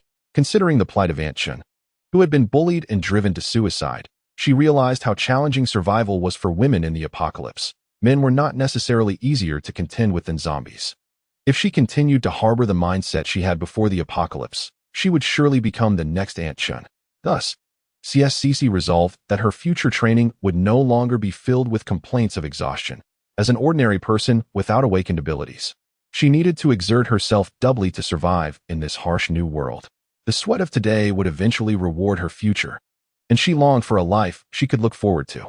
Upon learning of Zhang Lan's death, the survivors on the first floor exchanged glances, each harboring diverse thoughts. Some suggested, "Shall we elect a new leader?" I think not. Our luck seems to be bad. Every leader we choose ends up dead. Sigh. With so many of us, why is there not a single one among us with a fever? If we had an ability user, we wouldn't have to fear that blonde girl upstairs. Shoo. Keep your voice down. I'm afraid too. You haven't seen how she killed Zhang Lan. That vine pierced through his head as easily as if it were tofu. It's terrifying. I will surely have nightmares tonight. What a sin. Yet, that doesn't seem quite right, does it? Those two ability users upstairs seemed to have come from our group. The crowd felt a pang of regret. As they continued their fervent discussion, they were oblivious to the three who had already descended until Jiang Mian cleared her throat a few times. The supermarket survivors seemed frozen in place, slowly turning their heads to look. Just one glance made their faces change in unison, fear rendering them mute. Jiang Mian was the first to break the silence, asking, "So, has the new leader been chosen?" The crowd shook their heads in unison, harboring suspicions that this girl had come to eliminate the next leader who would dare to take on that role. "Is that so?" Jiang Mian mused thoughtfully. "We are leaving tomorrow and would like to request some supplies from your leader. Would it be too much to wait for you to make your selection?" Upon hearing that she intended to leave, the group thought this was fortuitous. "Sister, take whatever supplies you need. No need to be modest." "Yes, take as much as you want. We have plenty." They felt quite at ease. After all, there were merely 3 of them. And how much could they possibly carry from such a vast supermarket? It was hardly worth risking their lives to offend Jiang Mian. Jiang Mian smiled knowingly. "Very well. I shall not hold back." With that, she led CSCC and Ling Yi into the store to select their desired supplies: bread, instant noodles, chocolate bars, chicken and duck legs, bottled water, and more, loading them in both large and small boxes towards the supermarket entrance. Before long, a small mountain of supplies amassed at the entrance. However, everyone was acutely aware that this meager contribution was but a drop in the ocean for the entire supermarket. "I'll drive. You two handle the entrance and load the vehicle shortly," Jiang Mian instructed, wielding a kitchen knife. Ling Yi nodded, while CSCC, also gripping a knife, felt a twinge of anxiety. "Mian, please be careful. Don't worry. There's no need to be tense. As long as you follow my instructions and aim for the zombies' heads. Dispatching them will be quite straightforward." This also served as an opportunity for both of them to hone their skills while loading the supplies, ready to depart the following day. Thanks to Lu Yuan's foresight, a clear space had already been established at the entrance for loading. Chapter 15. The Liquors. As the sliding door was pulled open, It emitted a sharp sound, prompting the surrounding zombies to turn collectively and converge toward the supermarket entrance. Fortunately, the number of zombies was limited to a mere dozen or so. Jiang Mian demonstrated first, swiftly severing a head with a single clean stroke. See, these are all low-level zombies, slow in their movements and easy to kill. The two nodded, gripping their knives tightly, eager to try their hands at the task. The motions appeared deceptively simple, reinforced by Jiang Mian's thorough prior instruction, which they had memorized. Ling Yi aimed at a zombie, positioning his knife at the right angle. And with a forceful strike, the zombie's head rolled to the ground, its body collapsing shortly thereafter. Jiang Mian gave him a thumbs up, generously praising, "Well done." After all, Ling Yi was still a child, and providing encouragement was undoubtedly beneficial. It could even enhance his enthusiasm. Hearing the praise, Ling Yi's ears flushed with embarrassment, and he shyly averted his gaze, moving on to slay the next zombie. Seeing him successfully dispatch a zombie, CSCC felt a surge of confidence as she raised her knife toward an approaching elderly female zombie. With a crack, the blade lodged itself in the zombie's neck, and no matter how she pulled or struck, it remained stuck. The sight of CSCC grappling with the zombie nearly elicited laughter from Jiang Mian. "Ah, my knife. I can't get it out." "Mian." Jiang Mian stifled her laughter, offering a serious critique. "Cici, your strength is a bit lacking. You should focus on strength training in the future." She took CSCC's knife, twisted it with force, and shattered the zombie's neck, successfully retrieving the weapon and returning it to her. Feeling somewhat disheartened, yet unwilling to concede, CSCC grit her teeth, declaring, "I refuse to believe their necks are harder than my knife." Spotting her next target, she no longer hesitated as she had the first time. Instead, she committed fully, and with a swift motion, the blade met bone, sending a jolt through her hand. At last, the zombie's head fell away. "Did I succeed?"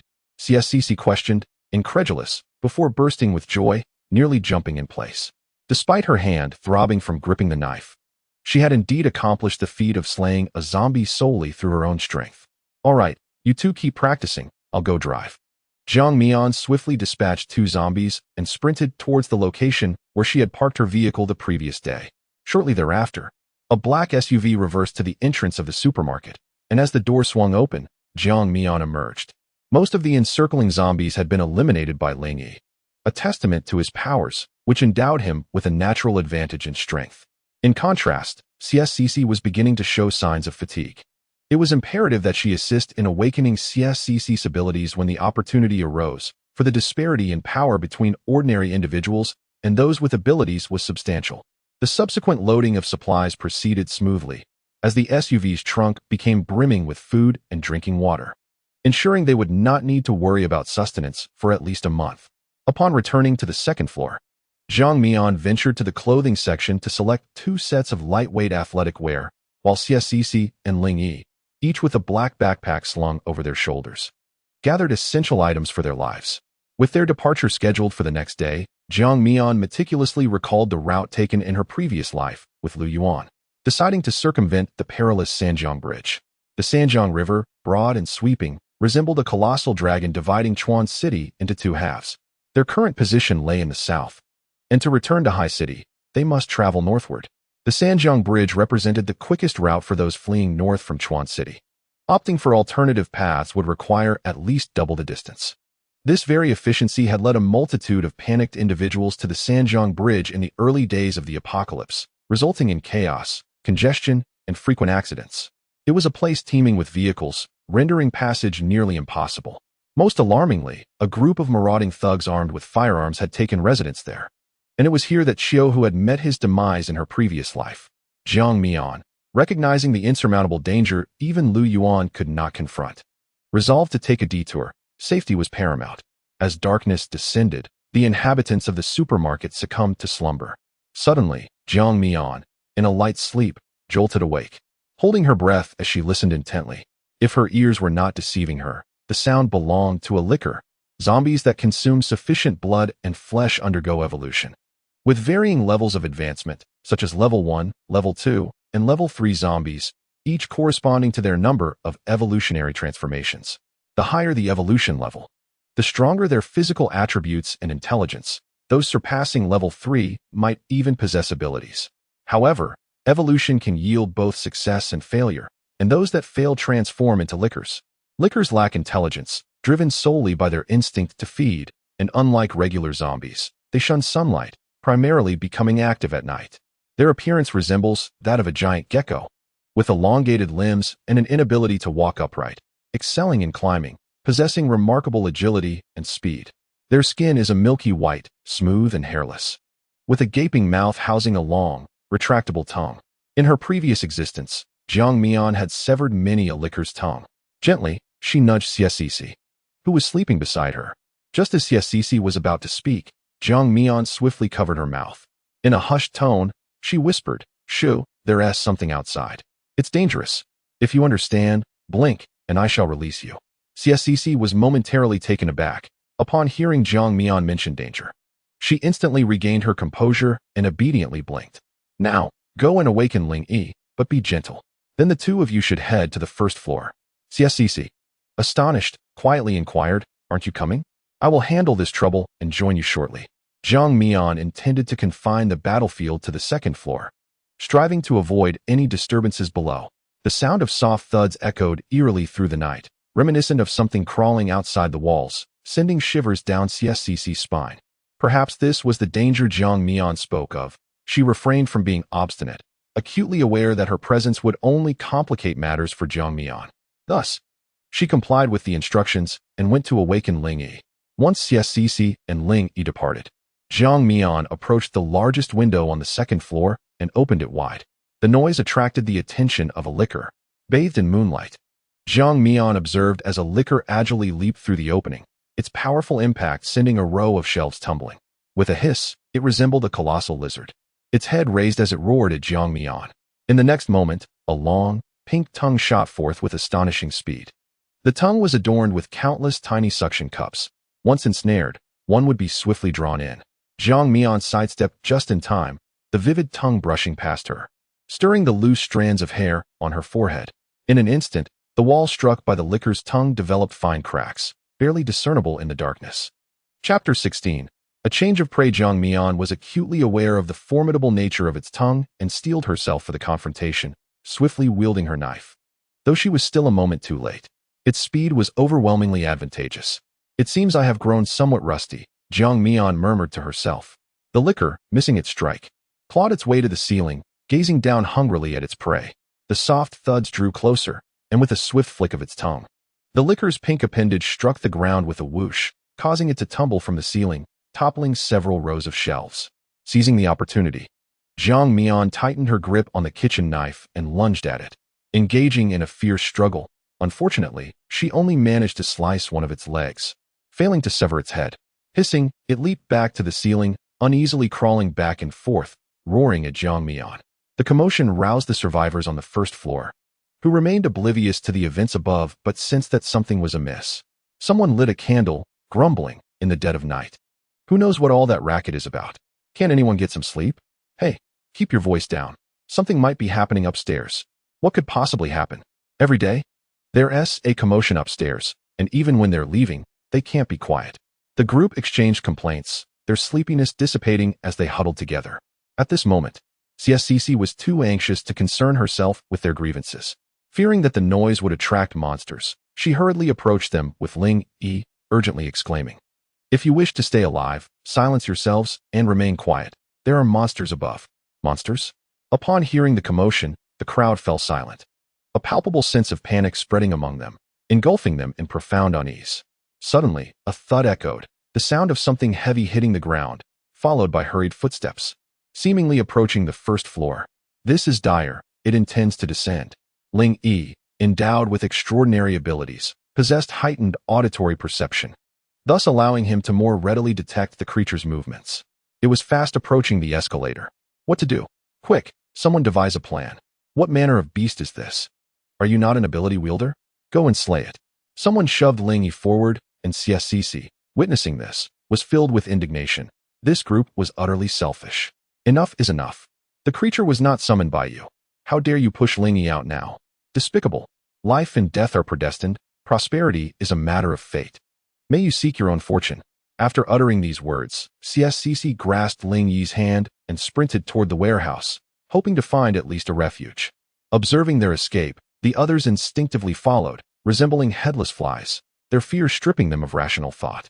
Jiang Mian had not anticipated that the liquor would retreat downstairs, perhaps sensing that this prey was formidable and opting to change its target. Despite Jiang Mian having severed its tongue and a leg, it did not impede the creature's speed.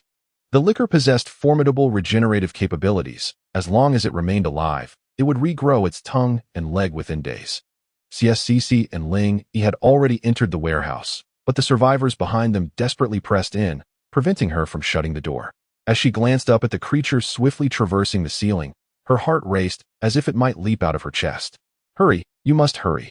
The others, equally terrified, could scarcely bear to witness the creature gliding along the ceiling. It was utterly horrifying. Ling Yi, seeing the situation, raised his hand and unleashed 3 ice spikes toward the creature, all of which it deftly evaded, showcasing its remarkable speed. With a resounding crash, the creature leapt down from the ceiling, landing on the ground with a roar, its webbed feet coiling with power before it lunged at the last man in line, sinking its teeth into him and beginning to feast. Save me, I don't want to die. Its razor-sharp teeth pierced the man's flesh, crimson blood splattering onto a nearby survivor. Witnessing this, the remaining survivors were overwhelmed with terror, resulting in a stampede, their screams and cries echoing through the tranquil night, rendering it hauntingly eerie. CSCC was paralyzed with fear, her mind racing with thoughts of Jiang Mian. Was she also devoured by this monster? Ling Yi, not pondering for long, seized the moment while the creature was preoccupied with its meal, launching 3 more ice spikes, 2 of which found their mark in the creature's skin. At that moment, he spotted Jiang Mian leaping forward with her blade, severing one of the creature's hind legs, then rolling and instantaneously appearing in front, skillfully decapitating the beast. At last, the danger had subsided. The liquor clung to its prey even in death. Help me, I don't want to die, the man weakly pleaded. I have yet to marry, to bear a son, to carry on the lineage. I cannot accept this fate. The man was nearly bitten in half, his lower body devoid of sensation. Yet he still clung to the hope of survival. Many survivors wept, covering their faces, unable to bear the sight of his grim fate. Deep down, they all understood that there were no doctors or medicines here. No one could save this unfortunate soul, who could only await death. Indeed, it was not long before he took his last breath, quietly lying on the ground as if he had merely fallen asleep. It's you. You are the one who caused his demise. You could have killed the monster. Why did you allow it to escape downstairs? You nearly endangered us all, shouted the man in the checked shirt, accusing Jiang Mian. Don't speak such nonsense. Did you not see how fast that monster was? To kill it, one must first be able to catch it. CSCC had begun to see the true nature of this group. Cowardly, selfish, and quick to shift blame. Moreover, weren't you the ones who spoke so loudly that you attracted the monster? If it weren't for Mian Mian, you would likely all be dead by now. What face do you have to blame her? When the monster charged to devour him, why didn't you leap out to save him? The man in the checked shirt trembled with rage. You. CSCC, uninterested in his bluster, walked over to Jiang Mian with concern. Mian, you've worked hard. Are you injured? Why does it smell so foul? Jiang Mian replied. The blood of the devourer is indeed quite pungent. When I slaughtered it earlier, quite a bit of blood splattered onto me. Perhaps I have grown accustomed to it, unlike you. CSCC could only retreat a few steps, tears in her eyes, saying, Mian, I'll fetch you some water. Washing it off will help. Jiang Mian, without a choice, picked up the devourer's head and called after her retreating figure. You might as well bring me a change of clothes. All right. Jiang Mian lifted the head and walked away, not sparing a glance at the survivors. They could think whatever they wished, as long as they kept their distance and did not associate her with their plight. Ling Yi hurriedly followed. Sister Jiang, let me help you with that. His greatest realization at that moment was the unpredictability of life. The apocalypse was perilous, with life constantly at risk. There was little time for sorrow in this new world, as one had to fight with all their strength to survive amidst the grief. Jiang Mian evaded his hand and smiled, saying, No, I wouldn't want you to change clothes too. Chapter 17. The crystal core of the devourer on the second floor. Mian, why are you keeping the monster's head? CSCC asked, perplexed, covering her nose. Jiang Mian placed the devourer's head on the counter and replied leisurely, This is a valuable item. Ling Yi, you provide the light while I allow you to witness a miracle. No, it should be to broaden your horizons. Ling Yi raised the flashlight high, obediently replying, Understood, sister. The 3 gathered around the head on the counter. Jiang Mian wielded the knife. Ling Yi provided illumination, and CSCC covered her mouth and nose. Jiang Mian sliced the devourer's head in half, then set down the knife and reached into the brain matter, soon retrieving a black crystal. What is this? A crystal core? CSCC, in disbelief, covered her mouth. The novel had indeed not deceived her. Goodness, this is a crystal core. How could I have not realized it before? I even asked such foolish questions. Ling Yi remarked that before the apocalypse, she must have read numerous novels about it. Jiang Mian found her vexed expression amusing. Surely she could not fathom that she was a reincarnated soul. Fetch some water to wash it, Jiang Mian instructed. Once the crystal core was thoroughly cleansed, she handed it over to the two for further examination. I shall change into some fresh clothes. Keep an eye on it. Do not misplace it, for it is exceedingly precious. The crystal core of a liquor had always been highly valued in the apocalypse due to its significant applications. CSCC cheerfully accepted the crystal core, assuring them, "Do not worry, we are not children." 20 minutes later, Jiang Mian emerged in a set of gray athletic wear, having washed her hair and dried it partially with a towel. Mian, how did you come to the idea of dissecting this monster's head? It is simply brilliant." Ling Yi's gaze was equally fixated upon her, clearly intrigued. Jiang Mian had already prepared her response and calmly stated, "I had a fever and dreamt of many apocalyptic scenarios." "What about you, Ling Yi? Did you have any dreams?" Ling Yi shook his head honestly. "No. When I had a fever, I was completely dazed and felt utterly miserable. I had no dreams to speak of." CSCC, astonished, asked, "So you saw this monster with a crystal core in your dream?" Jiang Mian nodded. "Indeed. This monster is called a licker. It excels in climbing and jumping with remarkable speed, and it possesses a long tongue, which I have severed. It should be nearby the window. If you are interested, you may search for it once dawn breaks." CSCC replied, "Thank you for the invitation, but I shall pass." Ling Yi, however, appeared quite intrigued, nodding thoughtfully. Jiang Mian then turned to CSCC and said, "This crystal core is known as the Awakening Crystal Core. It is perfect for you. I saw its purpose in my dream. It can assist ordinary individuals in awakening their abilities, with a success rate of up to 40%. CSCC's eyes widened in excitement, her hands trembling. "Can it really help me awaken my abilities? I have longed for such a thing in my dreams, wishing to grow stronger, to return and find my parents, to protect them. But as an ordinary person, I could never achieve that. Now, you say this black crystal core can help me awaken my powers. How could she not be thrilled?" "Yes, but you cannot try it now. We must leave at dawn, and there is no time for you to fall ill. A fever can last a full day and night. We will allow you to use it safely once we find a base to rest," Jiang Mian explained. Mian, CSCC said, nearly in tears from gratitude. Her eyes red as she embraced Jiang Mian. "You are too kind to me. I do not know how to repay you. If I were a man, I would surely dedicate my life to you, loving you alone for eternity." Jiang Mian, speechless, quickly pushed her away, exclaiming in distaste, "Please, think of something more sensible." CSCC, though she faced disdain, her heart brimmed with joy at having such an extraordinary roommate by her side in the apocalypse. She felt incredibly fortunate. Suddenly, a grave thought struck her, and she promptly seized Ling Yi's arm, saying, "Ling Yi, we must keep Mian's dreams a secret. We cannot disclose this to anyone. In the apocalyptic novels I've read, the more unique a person is, the more they attract attention. We must protect her." Ling Yi, caught off guard by her sudden mention, paused for a moment before solemnly raising his hand and declaring, "I swear, I will not tell a soul about this. My life was saved by Sister Jiang, and from now on, I will forever protect her and never betray her." Having heard the words "never betray," Jiang Mian, who had experienced betrayal before, felt indifferent. As long as he did not take it seriously, she would remain unharmed. Only children would cling to such promises. CSCC rolled her eyes at his earnestness, thinking, this boy truly knows how to pledge loyalty. She had merely asked him to keep a secret, yet it escalated to declarations of eternity. If his future wife were to hear this, she would surely be jealous. Ling Yi scratched his head, somewhat embarrassed. "CCG, I'm only 15. What wife are you talking about? You're overthinking it. Haha, are you actually shy? Just be honest with your sister. Is there a girl you like?" CSCC pressed him. Ling Yi looked down, exasperated, and replied, "No." Before CSCC could continue, Jiang Mian interrupted, "All right. Let me enlighten you both on the habits of lick feeders and zombies, and then we should take a quick nap. We need to set off at dawn." In unison, the two replied, "Okay." The following morning, as dawn broke, Jiang Mian roused CSCC and Ling Yi. After a simple breakfast, they descended to embark on their journey. The black SUV chosen by Jiang Mian had a high chassis and appeared nearly new. Quite impressive indeed. Once inside, Jiang Mian took the wheel. CSCC occupied the passenger seat, while Ling Yi claimed the back seat, surrounded by 3 black backpacks filled with their personal belongings. Their destination was Haishur, the hometown of both Jiang Mian and CSCC, the city where their parents resided.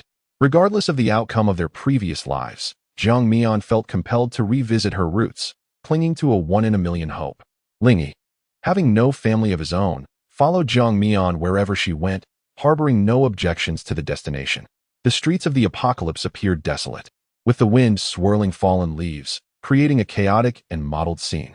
This was CSCC and Ling Yi's first departure from the supermarket, and gazing at the outside world stirred an unsettling feeling within them. It was disheartening to witness a city left untended, filled with debris and scrap metal, with wrecked cars scattered around, bearing witness to the fierce accidents that had transpired. The roads were marked with dried blood, and the occasional fly buzzed by, each sight a grim reminder to the living that this city was no longer safe. The 3 occupants in the vehicle fell into silence as the SUV entered the commercial street, only to be halted after traveling 200 to 300 meters. CSCC sighed. Another car accident had rendered the roads impassable, occupied by these forsaken vehicles. What to do? Such scenarios had become commonplace in the apocalypse, and Jiang Mian had long since acclimated. With an air of calm, she announced, "I shall descend and take a look. You remain in the vehicle." Chapter 18. Refusing companionship. The SUV's engine fell silent as Jiang Mian exited, leaping onto the hood of a white sedan with a few agile strides. Gazing ahead, she noted at least 7 or 8 cars involved in a chain collision, including a bus. It was safe to abandon any hope of passage. In moments like these, she found herself reminiscent of Li Mingho. In the past, during such predicaments, they would simply send him forth to charge through. Now, however, it was prudent to take the long way around. Just as Jiang Mian prepared to leap down from the car's hood, a blue sedan approached from the distance, drawing nearer. In this desolate world, she would prefer to confront zombies rather than engage with fellow humans, for human hearts are fraught with guile. The blue sedan came to a slow halt behind their vehicle, and a man clad in a black suit emerged. He appeared to be in his 30s, with a well-proportioned visage and standing approximately 6 feet tall, a clear indication of his pre-apocalyptic status as a business elite. He cast a glance at Jiang Mian before peering behind her, expressing mild disappointment. Is this route also impassable? Jiang Mian had no desire for dialogue. She nimbly jumped down and made her way towards her vehicle. "I come from Danning Street," he continued, "to inform you that it too is blocked, as is Binjiang Road, which is also congested." While speaking, the man discreetly assessed the situation within Jiang Mian's vehicle. Having already observed the occupants from the hood of the sedan, she noted a man in the front passenger seat and 2 women in the back. Since he was willing to share information, Jiang Mian felt it inappropriate to remain silent and calmly replied, "Thank you for the warning." The man chuckled lightly. "It's nothing, merely a small gesture." As Jiang Mian prepared to enter her car, he quickly interjected, "Wait a moment. May I ask where you are headed? I'm unsure if our paths align, but if they do, it would be beneficial for us to travel together for mutual support." Without a moment's hesitation, Jiang Mian rejected his offer. "Thank you, but we will not be joining you." Upon returning to the car, CSCC eagerly inquired, Mian, what did they want?" Perhaps influenced by Jiang Mian's constant reminders to remain wary of every survivor, even children, pregnant women, and the elderly. She now found herself more anxious upon encountering the living than when facing zombies, her mind unwittingly concocting elaborate scenarios of wits and warfare. Unaware of her thoughts, Jiang Mian casually remarked, "There are 4 of them, 2 men and 2 women, who wished to invite us to join them, but I declined." CSCC nodded affirmatively. "Good call on the refusal. I see everyone as a potential threat now," Jiang Mian added with a hint of significance. He also mentioned that Danning Street and Binjiang Road are both blocked. "That man is still outside, watching us," Ling Yi observed from the window, meticulously scrutinizing the stranger's movements. "He is purposefully honing his vigilance. The world has changed, and he must adapt accordingly." He is approaching. Sister." CSCC turned her head and calmly said, "Do not be anxious. With you, Sister Jiang, here, what is there to fear? Given the ferocity of her family, Mian, incapacitating this man would be but a trivial task." The man knocked on Jiang Mian's car window, signaling her to lower it. Jiang Mian, somewhat impatient, only lowered it a quarter and remarked with displeasure, "Is there something you need? Your sister is quite on guard, isn't she? I am Zhou Mo. Let us become acquainted. Rest assured, we are not villains. There are two older sisters in the car who would surely have common interests with you, without concern for offending anyone." CSCC boldly remarked that in this apocalyptic world, who had the leisure for idle chatter? Zhou Mo, Jiang Mian. Indeed. May I pass? Their vehicle halted behind Jiang Mian's, blocking her escape. Zhou Mo glanced around. A few zombies were drawn by the scent, and he had no choice but to concede, saying, "Very well. I will back out first." Having already stated his intentions, it would appear overly determined to persist. As Zhou Mo returned to the vehicle, Lin Lu in the passenger seat eagerly spoke up. "Mo Gu, that girl is quite exceptional. She has the essence of a university student. The boss will surely take a liking to her. But she seems so cold, difficult to win over. There is also a decent-looking girl in the car, and a lad in the back who is not too shabby. Her calm demeanor, is it genuine or merely a facade?" Zhou Mo analyzed while starting the engine. Lin Lu scoffed at the notion, just two girls and a boy. What could they possibly rely on? "I suspect it is all an act." Noticing Zhou Mo was reversing, Lin Lu questioned, "Hey, Mo Gu, what are you doing? If you back out, you will let them escape. Can a cooked duck simply fly away? Why the hurry? Who knows the nearby routes better than us? Besides, I've claimed all the paths are blocked. It would indeed be strange if they managed to escape." Lin Lu gave him a thumbs up. "That's my Mo Gu. With that gentlemanly facade, you could easily deceive those young ladies." Suddenly, Lin Lu turned, gesturing with his hands. "Hey you, stop crying already. Do you want me to slap you?" Xiao Xiang quickly wiped her tears, pleading with a quivering voice, "Big brother, I beg you, please go back. Don't you have a doctor over there? Save my brother first. I will do anything, truly. Please, save my brother." Lin Lu snorted disdainfully. "Isn't it better if your brother dies? No one will care for you, and you will be free to do as you please." "No, that is not it." Xiao Xiang couldn't help but sob. "In this world, he is my only remaining family. I implore you, save him. I am willing to do anything. I don't have any relatives either, but I live quite freely." Lin Lu dismissed the notion of family. He had been abandoned at an orphanage since childhood. Thus, what value did family hold for him? Xiao Xiang was at a loss for words, her shoulders trembling slightly as tears streamed uncontrollably down her face. She felt so foolish, so helpless. "Still crying? Do you dare to throw my brother onto the street?" "No, I won't cry, I won't cry." Xiao Xiang could only tilt her head back, take a deep breath, and suppress her tears. Another woman, feeling a tinge of sympathy for Xiao Xiang's plight, timidly shrank into the corner, striving to diminish her presence.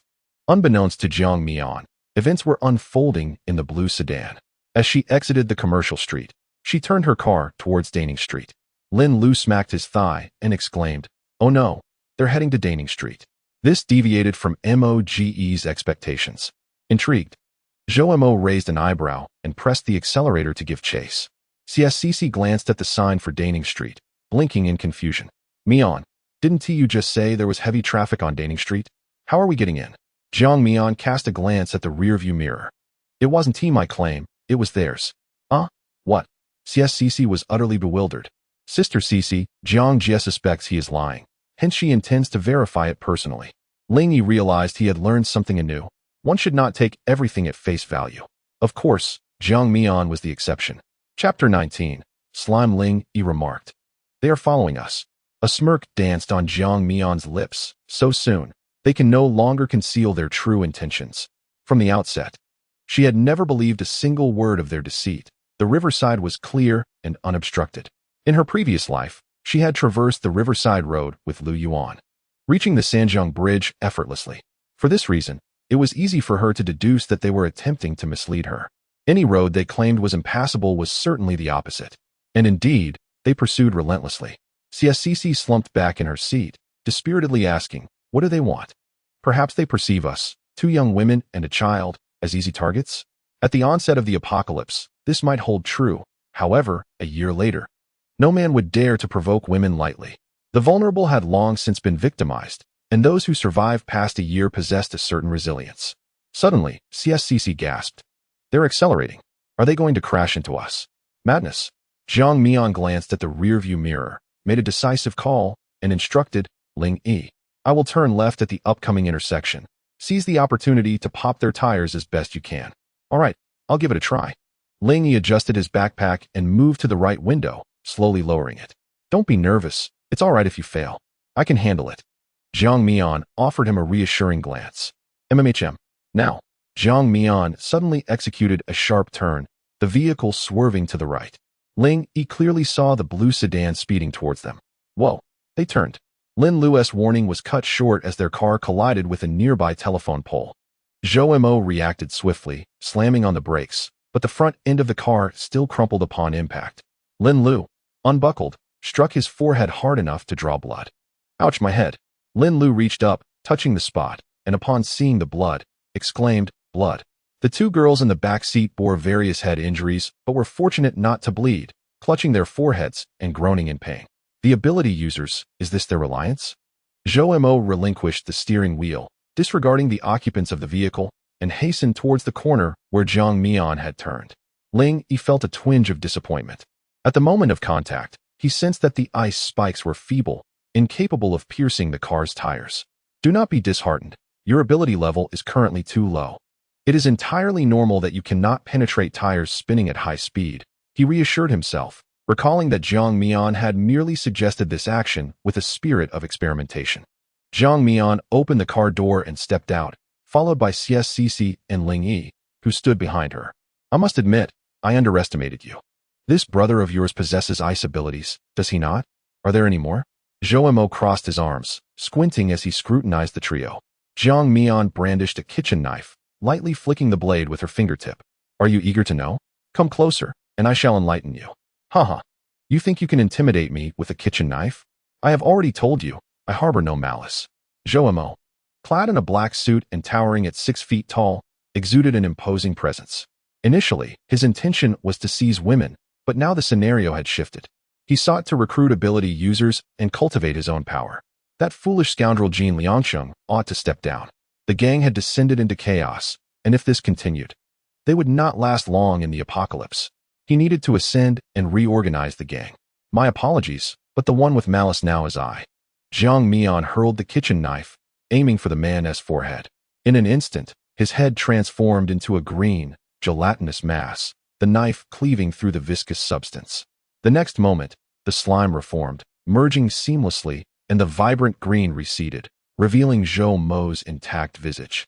He grinned triumphantly. How impulsive of you. You cannot kill me. I advise you to conserve your energy, haha.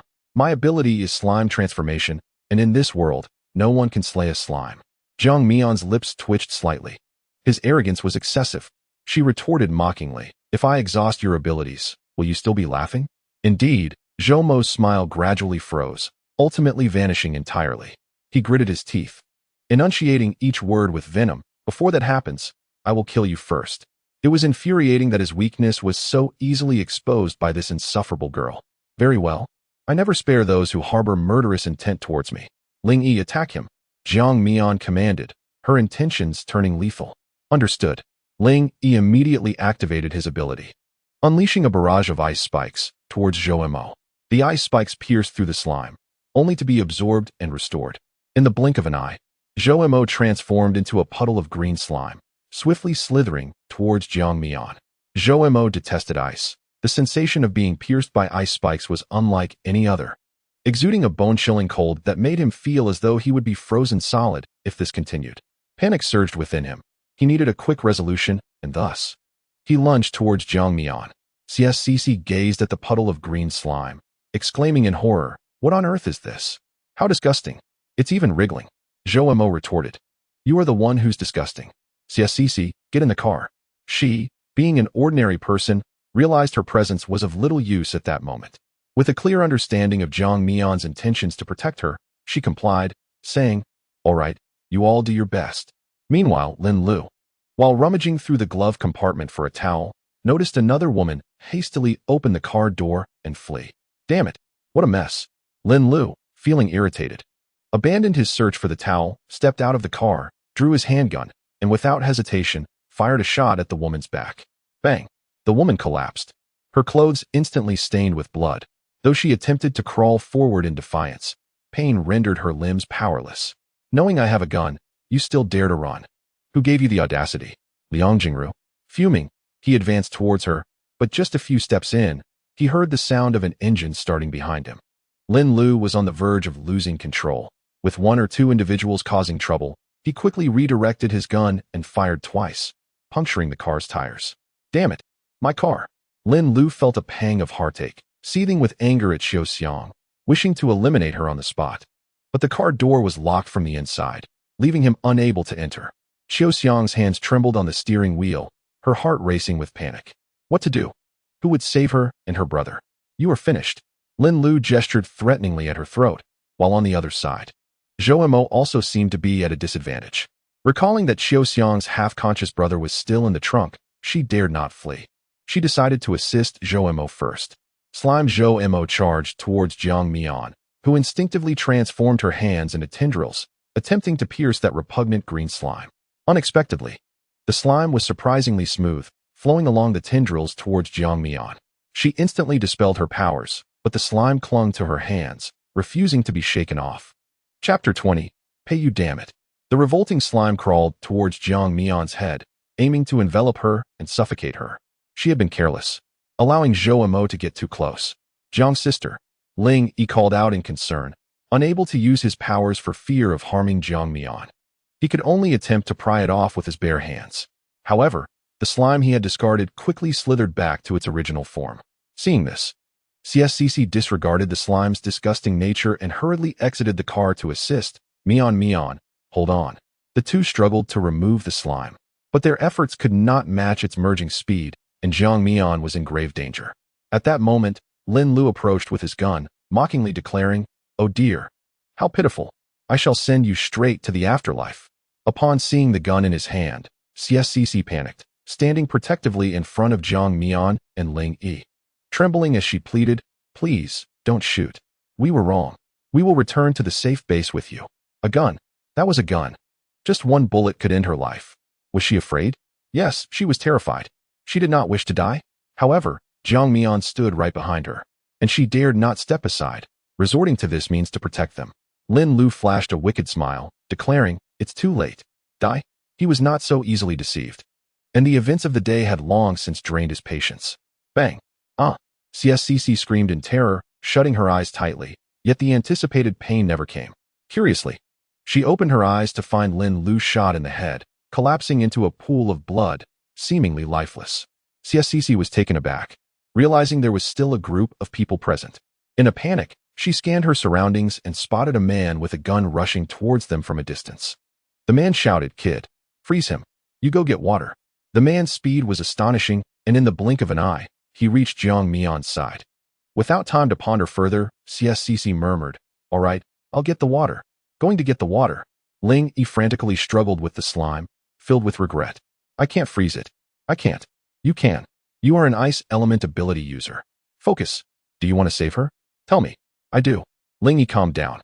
Recalling how Jiang Mian had saved him twice and remembering his vow to protect her, he did not wish to break his promise. He placed his hands on the slime, clearing his mind, concentrating his energy, and soon a layer of frost rapidly spread across the surface of the green slime. CSCC returned from the car with bottled water and, upon witnessing this scene, felt a surge of joy. "We did it. Water, give it to me." The man, cradling Jiang Mian, twisted the bottle cap and poured the water over her head. The bottle quickly emptied. Another one. CSCC had already opened another bottle and handed it to the man.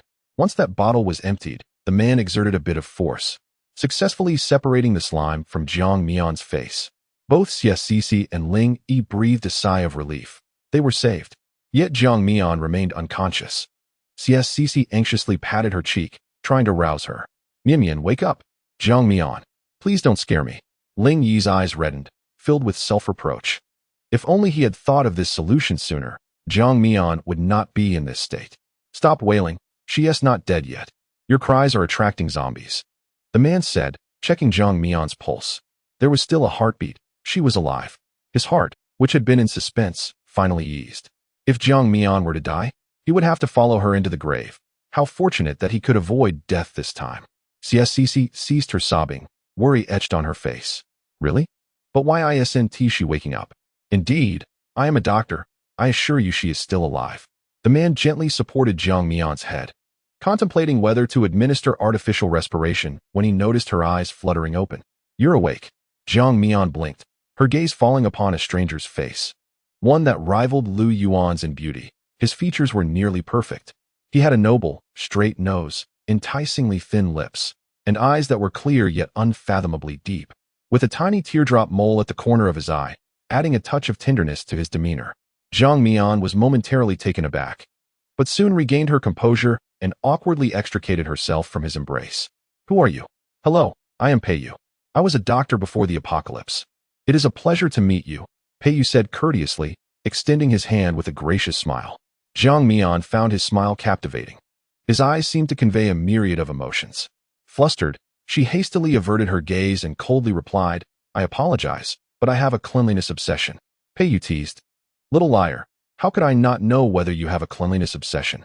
Jiang Mian snapped back to reality. CSCC was delighted, but sensing the awkward atmosphere, she felt compelled to mediate, acknowledging that their lives had been saved by these individuals, and such an attitude was inappropriate. "Thank you for rescuing us. I am CSCC, and this is Jiang Mian. It is a pleasure to meet you." Ling Yi followed suit, expressing, "Thank you, I am Ling Yi." "You're too polite," Pei Yu replied, glancing into the distance. "We need to evacuate. The stench of blood is overwhelming." Zombies were already feasting on the corpse of the woman who had been shot while attempting to escape, and soon Lin Lu's body would attract more of the undead. "Sister Jiang, how should we deal with this person?" Ling Yi inquired, pointing at the frozen green slime on the ground. Jiang Mian's gaze fell upon the sizable mass of slime, and she pursed her lips, saying, "Find a bag to contain it. This person cannot be left behind. We shall eliminate him once his powers are exhausted and he can no longer transform." "Understood." Ling Yi promptly set off to find a sack. Pei Yu approached the corpse, retrieved Lin Lu's handgun, and tossed it to Jiang Mian with a flourish, declaring, "This is for you." Jiang Mian instinctively caught the handgun and quickly unloaded the magazine, discovering it still contained 3 rounds. Having learned to use firearms from Lu Yuan in her previous life, she was quite familiar with handguns.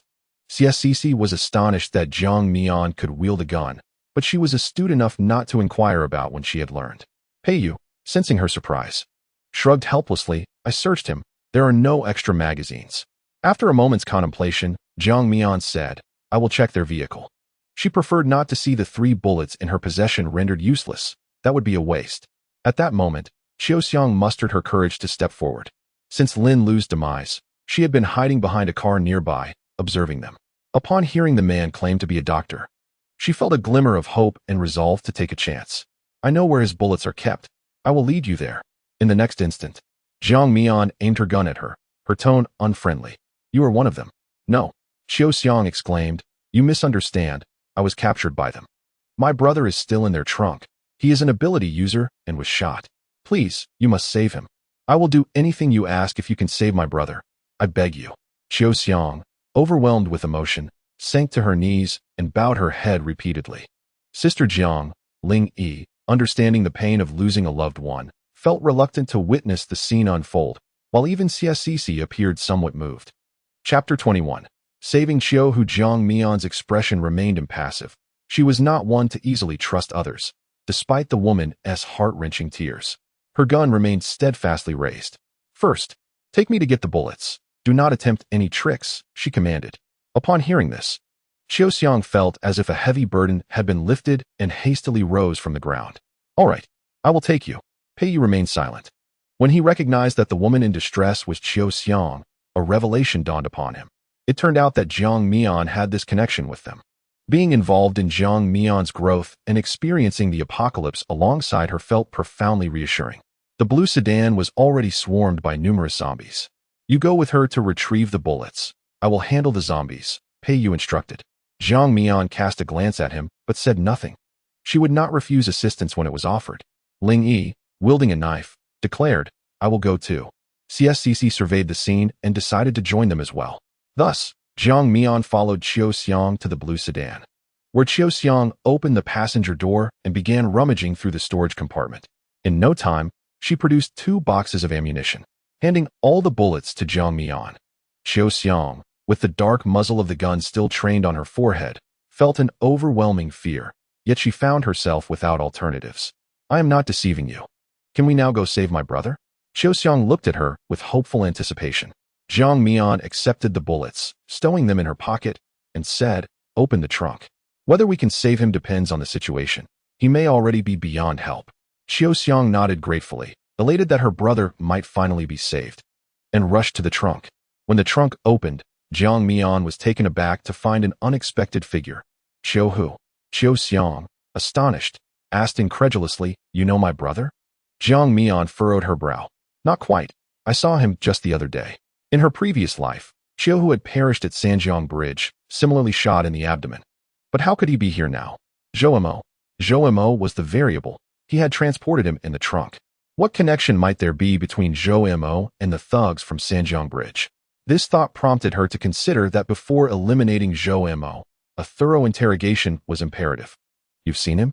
That is wonderful. It's not entirely a stranger. Please help us. I will do anything," Qiu Xiang implored. Jiang Mian regarded her with a composed demeanor. "Are you truly willing to do anything?" "Yes, anything." Jiang Mian then inquired, "Can you make decisions for your brother?" It was not that she sought to exploit her, but rather, saving him was fraught with challenges. She couldn't rescue him only for him to abandon her for Lu Yuan, complicating her quest for vengeance.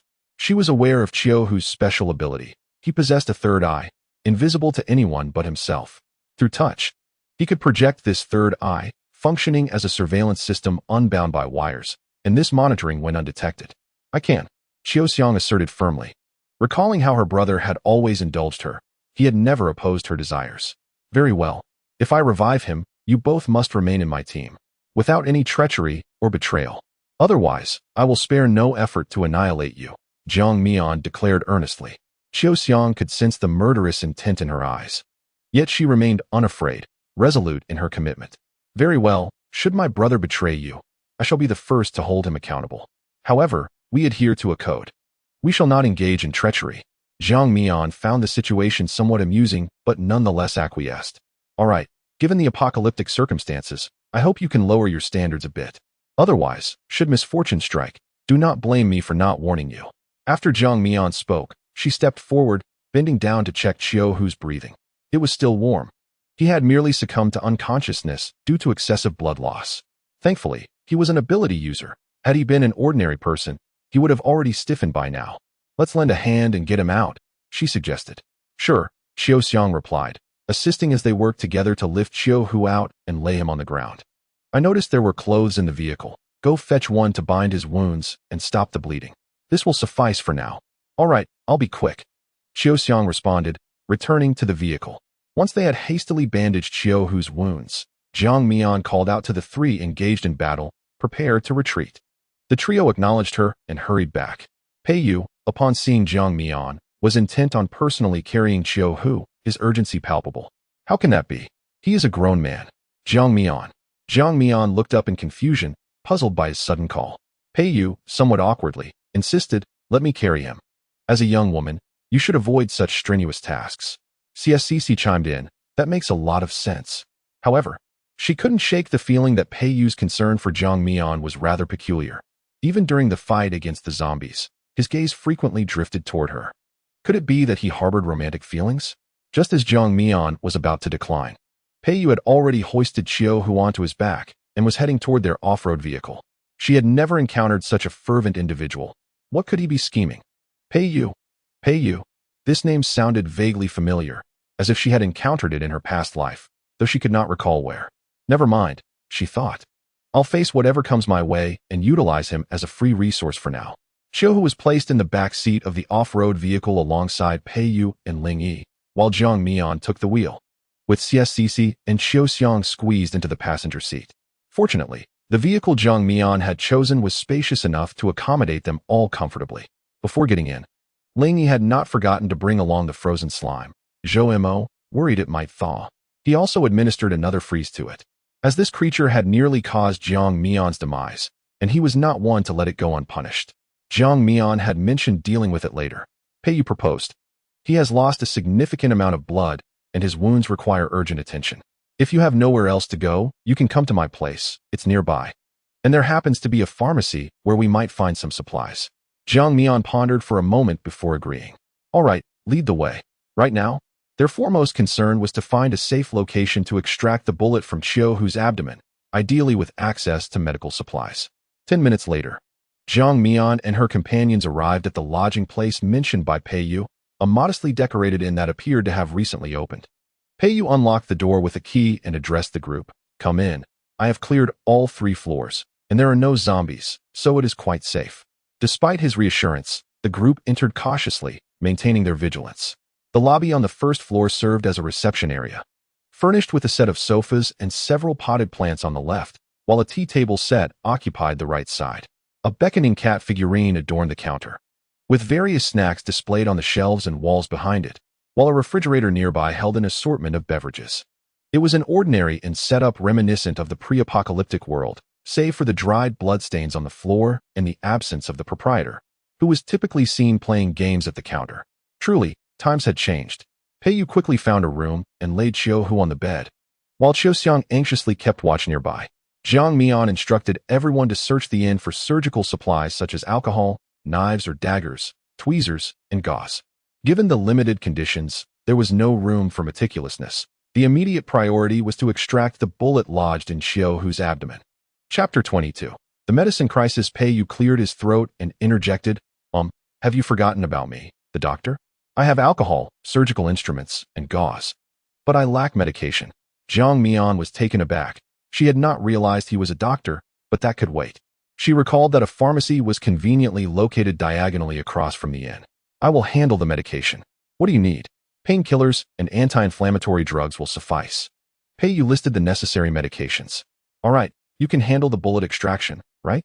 Jiang Mian hesitated. Although she was not a doctor, she had lived through the apocalypse for a year and a half and had some experience in bullet removal. Pei Yu, displeased by her doubt, found himself at a loss, especially since the one questioning him was Jiang Mian. He had to remain patient and assure her, "No problem, you can trust me." He was, after all, the youngest medical prodigy of the 21st century, acclaimed as a surgical virtuoso, having received the Lasker Award at 18 and the Nobel Prize in Medicine at 20. Extracting a bullet was well within his capabilities. Jiang Mian replied, "Then I will leave it to you. I will return as quickly as possible with the medications you need." Pei Yu nodded. "Be careful." Ling Yi set down his bag and suddenly spoke, "Sister Jiang, I'll accompany you." "All right, let's go together."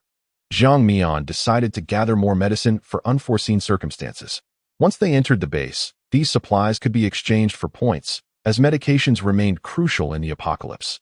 After Jiang Mian and Ling Yi left, Pei Yu prepared for the surgery, assisted by Xie Cixi and Qiu Xiang. Both teams operated simultaneously, their coordination proving quite harmonious. Meanwhile, Jiang Mian effortlessly entered the pharmacy, dispatching the zombie proprietor before splitting up with Ling Yi to scour for supplies. Regardless of the efficacy of the medicines, they indiscriminately gathered them into their bags. Just as Jiang Mian and Ling Yi were engrossed in their task, she suddenly heard footsteps approaching the pharmacy. To ensure their safety, she instructed Ling Yi to conceal the collected medications behind the cash register. In the next moment, a young man and woman armed with weapons burst into the store. Initially startled by Jiang Mian and Ling Yi, they soon steeled themselves and declared, "We need some medicines." Jiang Mian calmly replied, "Indeed, so do we." The duo, seemingly siblings given their youthful appearance and shared features, exhibited a palpable tension. The boy, visibly anxious, attempted to maintain composure as he stated, "We'll take what we need and leave." His insistence reflected his apprehension that Jiang Mian might pose a threat, testing their demeanor first. The girl, hiding behind her brother, cast several glances at Ling Yi, perhaps due to their similar ages. "Very well, you may take whatever medicines you require," Jiang Mian offered, not wishing to intimidate them. Their innocent eyes betrayed a naivety that made them appear quite vulnerable. Tragically, such individuals struggle to survive in a post-apocalyptic world. The boy, relieved by her response, expressed gratitude. "Thank you," before leading his sister to the shelves in search of medicines, all the while covertly observing the pair with a hint of vigilance, albeit minimal. Jiang Mian overheard the girl exclaim, "Brother, this detoxifying medicine must be able to rid our mother of the poison and restore her to normal, right?" The boy pondered briefly before replying, "Let us take it. We won't know unless we try." The girl then enthusiastically pointed out another remedy, exclaiming, "And this one also detoxifies." Unable to contain his curiosity, Ling Yi interjected, What poison has your mother been afflicted with? Is it the zombie virus? If they intended to use these medicines to counteract the zombie toxin, their efforts would be futile. Their innocence was disheartening. Upon hearing Ling Yi's question, the boy anxiously retorted, "No, it's not that." Yet his expression betrayed him. Jiang Mian shook her head at Ling Yi, signaling him to remain silent and feign ignorance. After a brief wait, the siblings selected their medicines and exited the pharmacy. Only then did Ling Yi turn to Jiang Mian, asking, "Sister Jiang, was he lying when she mentioned detoxification and restoration? Wasn't that indicative of the zombie virus?" With a resigned pat on his head, Jiang Mian replied earnestly, "Some individuals merely survive through self-deception. There is no need for us to shatter their illusions." Ling Yi nodded, partially grasping her words. "Now, let us continue our task." Jiang Mian handed him another large bag, and they resumed their collection of medicines. When Pei Yu observed several bags filled with pharmaceuticals being brought back, he sighed in disbelief. "Are you two attempting to relocate the entire pharmacy?" Ling Yi chuckled sheepishly. No, this is merely a portion. All right, let me see what you have acquired," Pei Yu said, casually dumping one bag onto the floor and inspecting its contents. "Kidney tonic? Calcium tablets for middle-aged and elderly? Breath freshener? Foot powder?" Jiang Mian remarked. "This bag must belong to Ling Yi. I cannot fathom her collecting such items." Pei Yu felt a slight headache as he turned to Jiang Mian and inquired, "Where are the medications I need?" Jiang Mian, uncharacteristically hesitant, stammered, "They're all in these few bags." In her haste to gather them, she had neglected to categorize them. And now, with several bulging sacks piled together, it was indeed quite overwhelming. Pei Yu gazed silently at the numerous bags. Jiang Mian, not particularly skilled at offering comfort, felt a twinge of guilt and remarked, "Aren't you a doctor? Finding them should be easy for you." Pei Yu responded, "Thank you." Subsequently, he began to meticulously organize the contents of each bag, categorizing them and labeling them with a marker, revealing a hint of his obsessive-compulsive nature. Jiang Mian stayed behind to assist him, while CSCC and Xiao Xiang ventured to the kitchen to prepare a meal, with Ling Yi following suit. Fortunately, the hotel owner had some supplies on hand. Essentials like rice, potatoes, onions, and carrots were plentiful, and the freezer contained several large chunks of frozen beef, weighing around 20 to 30 pounds.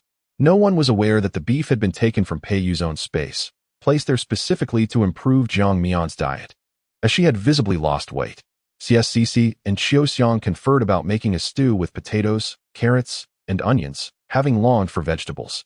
Xiao Xiang had no objections, feeling astonished that they even had beef, a rare luxury in this post-apocalyptic world where a proper meal was a rare treat. Moreover, her brother had emerged from a life-threatening situation, leaving her with a profound sense of relief. "Cici, once the meal is prepared, could you spare a bit of beef for my kanji? Just in case my brother wakes up," Xiao Xiang began, but before she could finish, CSCC nodded in agreement. Xiao, who was not a complete stranger to her, having crossed paths a few times at the supermarket. Though they had never spoken, he appeared quite dependable, and she hoped for his swift recovery. At that moment, Xiao Xiang felt particularly moved, her eyes glistening with unshed tears. The more time she spent with them, the more she realized her previous worries had been unfounded. Clearly, they were all genuinely good individuals. Chapter 23. Pei Yu's abilities. You are a doctor. Which department do you specialize in? Jiang Mian inquired, casually examining a box of medication while subtly probing for information. Surgery. Pei Yu paused, lifting his gaze to her, a teasing glint in his eyes. Why? Are you quite interested in me? He indeed exuded an extraordinary aura, debonair and charming, possessing both looks and prowess that would undoubtedly overshadow Lu Yuan by several streets. Contemplating this, he wondered whether Jiang Mian had encountered Lu Yuan yet, hoping that no deep-seated enmity had formed between them. This time, he was determined to erase Lu Yuan's name from Jiang Mian's thoughts. Her obsession with him would forever cloud her perception of her own worth. Jiang Mian had never encountered such brazen audacity, yet she refused to be outdone. Responding with a smile, "Indeed, I take great interest in anyone who approaches me with ulterior motives." Pei Yu queried, "Am I that transparent?" Jiang Mian, suppressing her smile, asked earnestly, "Can we speak seriously now?" Pei Yu replied, "I speak freely without reservation. Why did you appear where you did today?" Pei Yu, "It pertains to my extraordinary ability." Jiang Mian, intrigued, inquired, "What is your extraordinary ability? You haven't even thought to invite me to join you, yet you ask about my powers? Are you hoping to take advantage of me?" Pei Yu felt a twinge of jealousy. He had rescued Jiang Mian and CSCC, even bravely confronted the zombies, displaying considerable prowess. Why then did Jiang Mian extend an invitation to Chiu Hu first, treating her savior with indifference while harboring suspicion? It was disheartening. Jiang Mian's hands itched. She had yet to experience the thrill of striking a handsome man. However, she knew that impulsiveness was unwarranted, so she calmly asked, "If you don't disclose your extraordinary ability, how can I ascertain whether you are worthy of an invitation?" Precognition. My ability is precognition. Peiyu, reluctant to engage in a contest of wills, realized he would only end up feeling worse. He felt no shame in recalling that Jiang Mian hadn't questioned Chiu Hu about his powers when she invited him. Feeling dejected, he was disheartened by the disparity in treatment. Jiang Mian, unaware of his thoughts, furrowed her brow slightly. "Is that how you knew we were in danger, leading you to intervene?" Peiyu nodded. "Yes, so what do you think? Am I worthy of an invitation?" Jiang Mian suddenly recalled the adage that charlatans are untrustworthy. This ability seemed rather mystical. She scrutinized Peiyu closely. "What exactly is your intention?" Peiyu feigned innocence, while Jiang Mian's vigilance was commendable, directed towards him. It felt somewhat uncomfortable. He blinked his large eyes earnestly and said, "I can see the future. We will become excellent partners." In the presence of such striking features, Jiang Mian found herself momentarily distracted. Just moments ago, she had seen her own reflection in his enigmatic eyes, almost ensnared by their depth. She quickly averted her gaze and casually remarked, "Let us not discuss the distant future. How about a prediction that aligns with the present?" Peiyu pondered for a moment. This posed no challenge for him. With confidence, he declared, "CSCC will awaken her water-based ability." Water-based ability? Jiang Mian mused, finding it quite promising. In truth, after entering the hotel, she had secretly resolved to help CSCC awaken her powers that night, while also allowing Chiu Hu's gunshot wound to heal over a day or two, a twofold benefit. Now that Peiyu predicted CSCC would awaken a water-based ability, it would be interesting to see if this so-called seer was credible. Peiyu, feeling a sense of pride, nodded silently. "My ability truly is remarkable." Jiang Mian coolly corrected him. "I said the water-based ability is impressive." Peiyu replied, "I will check to see if dinner is ready. Dr. Jiang, I leave this to you." Jiang Mian stood, dusted off her hands, and departed. She had gleaned what she needed to know. The mere sight of medication instructions now gave her a headache. Such professional matters were best left to the experts. In the kitchen, Ling Yi was assisting with the dishes. Qiu Xiang was chopping meat, and CSCC was wiping the table. Upon seeing Jiang Mian enter, they smiled and asked, "Did you come in because of the aroma?" The enticing scent of meat filled the air, and she had lost count of how many times she had swallowed. Jiang Mian inhaled deeply, complimenting. "Chef Xia's culinary skills are quite impressive, aren't they?" CSCC raised an eyebrow, slightly embarrassed. "Actually, today's masterpiece is by Chef Qiu Mian. Your flattery has landed on the wrong target." Qiu Xiang shyly shook her head. "I am not worthy of such praise. I merely enjoy cooking for myself, though I am uncertain if my dishes suit everyone's palate." CSCC reassured her, "It's perfectly fine. None of us are picky eaters. In this post-apocalyptic world, having food to eat is already a blessing. Anyone who dares to be choosy will be the first to hear my wrath. How long until we can eat?" "I'm starving," Jiang Mian said as she pulled a chair to sit at the table, the aroma of the meat tantalizing her senses. CSCC replied, "It won't be long now. We're just waiting for Ling Yi to finish washing the dishes." 5 minutes later, everyone gathered around the table, where a cast-iron basin held a hearty stew of beef, potatoes, carrots, and onions. "Why is everyone just staring? Dig in." Jiang Mian was the first to take a piece of beef, savoring its tender, flavorful essence, rich yet not overwhelming, simply delightful. She then sampled the potatoes, which had turned a luscious golden hue from the stew.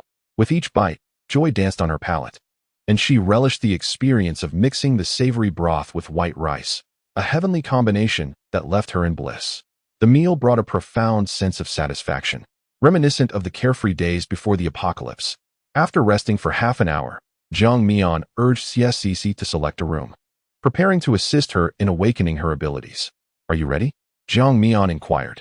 CSCC sat on the bed, her heart racing as she nervously asked, "What if I fail?" "Then we'll keep searching for lick eaters until you succeed," Jiang Mian replied nonchalantly. "Those creatures are plentiful in the apocalypse. It merely requires a bit of effort." CSCC's eyes widened in surprise. "It can be done this way?" She had always believed that if one tried a crystal core for awakening and failed, it meant a lack of innate talent, and awakening would be impossible. Now, Jiang Mian suggested that persistence could lead to success, a rather bold assertion. Yet, she found it encouraging. Why not? It's simply a matter of probability. If this crystal doesn't work for you, it merely means it's not the right fit. We just need to find one that suits you, Jiang Mian explained. Her words grounded in the reality of their harsh world. She recalled a powerful figure from a base whose son had tried 58 awakening crystals before finally succeeding. However, CSCC pondered if her luck would be as dire as that. Defeating 58 Lick Eaters would require an immense effort. Nevertheless, with that in mind, there was little to fear. CSCC's expression turned resolute, and she declared, "Then let us proceed. Give me your hand, and brace yourself, it might sting a bit." "All right," she replied. Chapter 24. CSCC falls ill. Jiang Mian grasped CSCC's hand, and, with a dagger, made a 4-centimeter incision in her palm, blood gushing forth instantly. She pressed the awakening crystal against the wound and instructed, "Clench your fist tightly around it. Don't let it slip. In a few minutes, we shall see the results." "Okay," CSCC responded, gripping the awakening crystal tightly, her heart racing with trepidation yet filled with curiosity about what the outcome might be. Upon her inquiry, she felt a searing warmth in her palms, as if something were burrowing into her body through the wound. CSCC gasped, It's melting." Jiang Mian elucidated. "Yes, it must integrate with your body to facilitate your transformation." "Does this mean I have succeeded?" CSCC asked. Jiang Mian shook her head. "Not yet. We must wait until it has completely dissolved." After a brief interval, the crystal core in CSCC's hand vanished, fully absorbed into her being. "It's so hot. Mian, do you not sense the sudden rise in temperature in this room?" CSCC fanned herself, struggling to breathe. Jiang Mian smiled and shook her head. "Congratulations, Cici. You have succeeded." It was indeed a fever that caused her discomfort, and the heat would only intensify. She hoped Cici could endure it. "Huh, I succeeded?" CSCC exclaimed, her excitement rendering her somewhat incoherent. "Yes, I'm feverish. She had never anticipated feeling joy over a fever, and tears of happiness welled in her eyes. Jiang Mian encouraged her, "Hang in there, sister. What would you like to eat or drink? Shall I fetch something for you?" "Yes, please bring me some mineral water, 8 treasures porridge, and tea eggs. I need to rest now. I feel quite dizzy." Mian. The rapid pace overwhelmed CSCC, prompting her to lie down on the bed. Jiang Mian exited the room and made her way to the hall, eager to share the good news. To her dismay, she found the area deserted. Upon listening closely, she realized everyone had gathered in Qiu Hu's room. Qiu Hu had awakened from his stupor, and Xiao Xiang was feeding him a bowl of minced meat porridge. Upon seeing Jiang Mian, he endured the pain in his abdomen to express his gratitude. "Jiang Mian, thank you for saving me and my sister." Jiang Mian nodded slightly, aware that there is no such thing as a free lunch. He likely remained oblivious to the agreement between him and his sister. It would not be too late to express his thanks once he was informed. "Are you feeling better? Will resting for a day or two allow you to travel?" Jiang Mian inquired. Qiu Hu pondered momentarily before replying, "It should be fine. I apologize for the trouble I've caused everyone." He recognized the value of their time. While accompanying Lu Yuan, Lu Yuan intended to return to Deep City to find his brother, and Jiang Mian certainly had her own family to locate. His injuries had already caused a significant delay. "No worries. I happen to have good news to share. CSCC has a fever and is awakening her abilities," Jiang Mian announced, discreetly glancing at Pei Yu. Pei Yu was momentarily taken aback. How coincidental. He had just predicted that CSCC was a water abilities user, and now she was awakening due to a fever? "Is that true? I must go see Sister Cici." Ling Yi exclaimed, overjoyed, knowing that CSCC had undoubtedly utilized the awakening crystal core. Jiang Mian was indeed astute. While Qiu Hu recuperated, Sister Cici awakened her abilities, allowing both matters to proceed without hindrance. As Ling Yi prepared to leave, Jiang Mian quickly cautioned, "Wait. Please grab some mineral water, 8 treasures porridge, and tea eggs from the counter to take to her." "Sure thing, sister." After Ling Yi departed, Xiao Xiang murmured, "That sounds splendid. I shall inquire if she would like some meat porridge shortly. There remains a considerable amount in the pot. Far too much for my brother to consume alone." Xiao Xiang felt a twinge of envy towards CSCC, pondering whether she too might one day awaken her latent abilities. Jiang Mian, with her arms crossed, gazed at Pei Yu and inquired, "Dr. Pei, Do you have unfinished business? Pei Yu, his expression dark, replied, come assist me. No. I have matters to attend to. Jiang Mian declined, suddenly changing her expression as a realization struck her. Oh no, Zhou. Earlier, as she passed through the living room, she sensed something was amiss. The bag containing Zhou was missing. Do not fret. I shall accompany you in the search. Pei Yu quickly followed her. Qiu Hu, perplexed, asked, who is Zhou? Qiu Xiang felt a surge of anger at the mention of his name. A scoundrel. Exceedingly wicked. He captured me and previously deceived me into believing that their base had doctors who could save you. However, upon encountering Jiang Mian and the others, they intended to capture her as well. I suspect he lied to me all along. Hearing this, Qiu Hu felt guilt wash over him. Little Xiang, I am sorry. It is my failing for not protecting you. It is all right, brother. It is all in the past, Qiu Xiang replied, shaking her head. She then added softly, however, Jiang Mian agreed to help you under certain conditions, and I have consented to those. What conditions? Qiu Hu was not particularly surprised. He had sensed that Jiang Mian was not one to show unwarranted kindness, as evidenced during their interaction at the supermarket. Qiu Xiang then recounted the events to him. After listening, Qiu Hu reassured her, do not worry, little Xiang, I will ensure your safety. Once my injuries have healed, I will find a way to take you away. No, I do not wish to leave. Brother, although my time with Jiang Mian and the others has been brief, it has been the happiest I have experienced since the apocalypse began. They are easy to get along with, without any airs of superiority. Jiang Mian may appear cold, but in the end, she helped us. Qiu Hu sighed, silly girl. Meanwhile, Jiang Mian searched the entire living room, but found no trace of Zhou. She then scoured nearby rooms, yet he was still nowhere to be found. Had he managed to escape? This could pose a significant problem. He had a secret safe base, and once he returned, their hideout would surely be compromised. We must relocate at once. This place is no longer safe, Jiang Mian said to Pei Yu. You go inform Qiu Hu and the others. I will tend to CSCC and gather our belongings. We need to leave swiftly. Understood. Pei Yu agreed without hesitation and promptly headed to Qiu Hu's room. Jiang Mian entered CSCC's room, where Ling Yi was vigilantly by her bedside, applying a cool, damp cloth to her forehead. Ling Yi, gather your belongings. We must depart immediately. What? So sudden? Ling Yi exclaimed, taken aback, unsure of the unfolding situation, especially with Cici still running a fever. Jiang Mian felt equally exasperated. Zhou had escaped, and once he returned to his secure base, their location would be exposed. Is that possible? I distinctly placed him in the freezer. How could he have escaped? Ling Yi furrowed his brow, recalling the freezer's low temperature. The freezer? Jiang Mian asked. You placed him in the freezer? Seeing Ling Yi nod, she immediately turned and went to the kitchen to check. Upon opening the freezer, she found Zhou quietly frozen inside, much to her relief. Jiang Mian instructed Ling Yi, go tell Pei Yu and the others that Zhou has been found. All right. It was only when Ling Yi saw Zhou still there that he realized they had been mistaken. Chapter 25. The forces behind Zhou Jiang Mian fetched a large basin and placed Zhou inside to thaw. It was time to settle matters with him. It would be ideal to extract some information about his secret base, but if that proved impossible, it mattered little. Zhou had to die regardless. Before long, Pei Yu, Ling Yi, and Qiu Xiang arrived.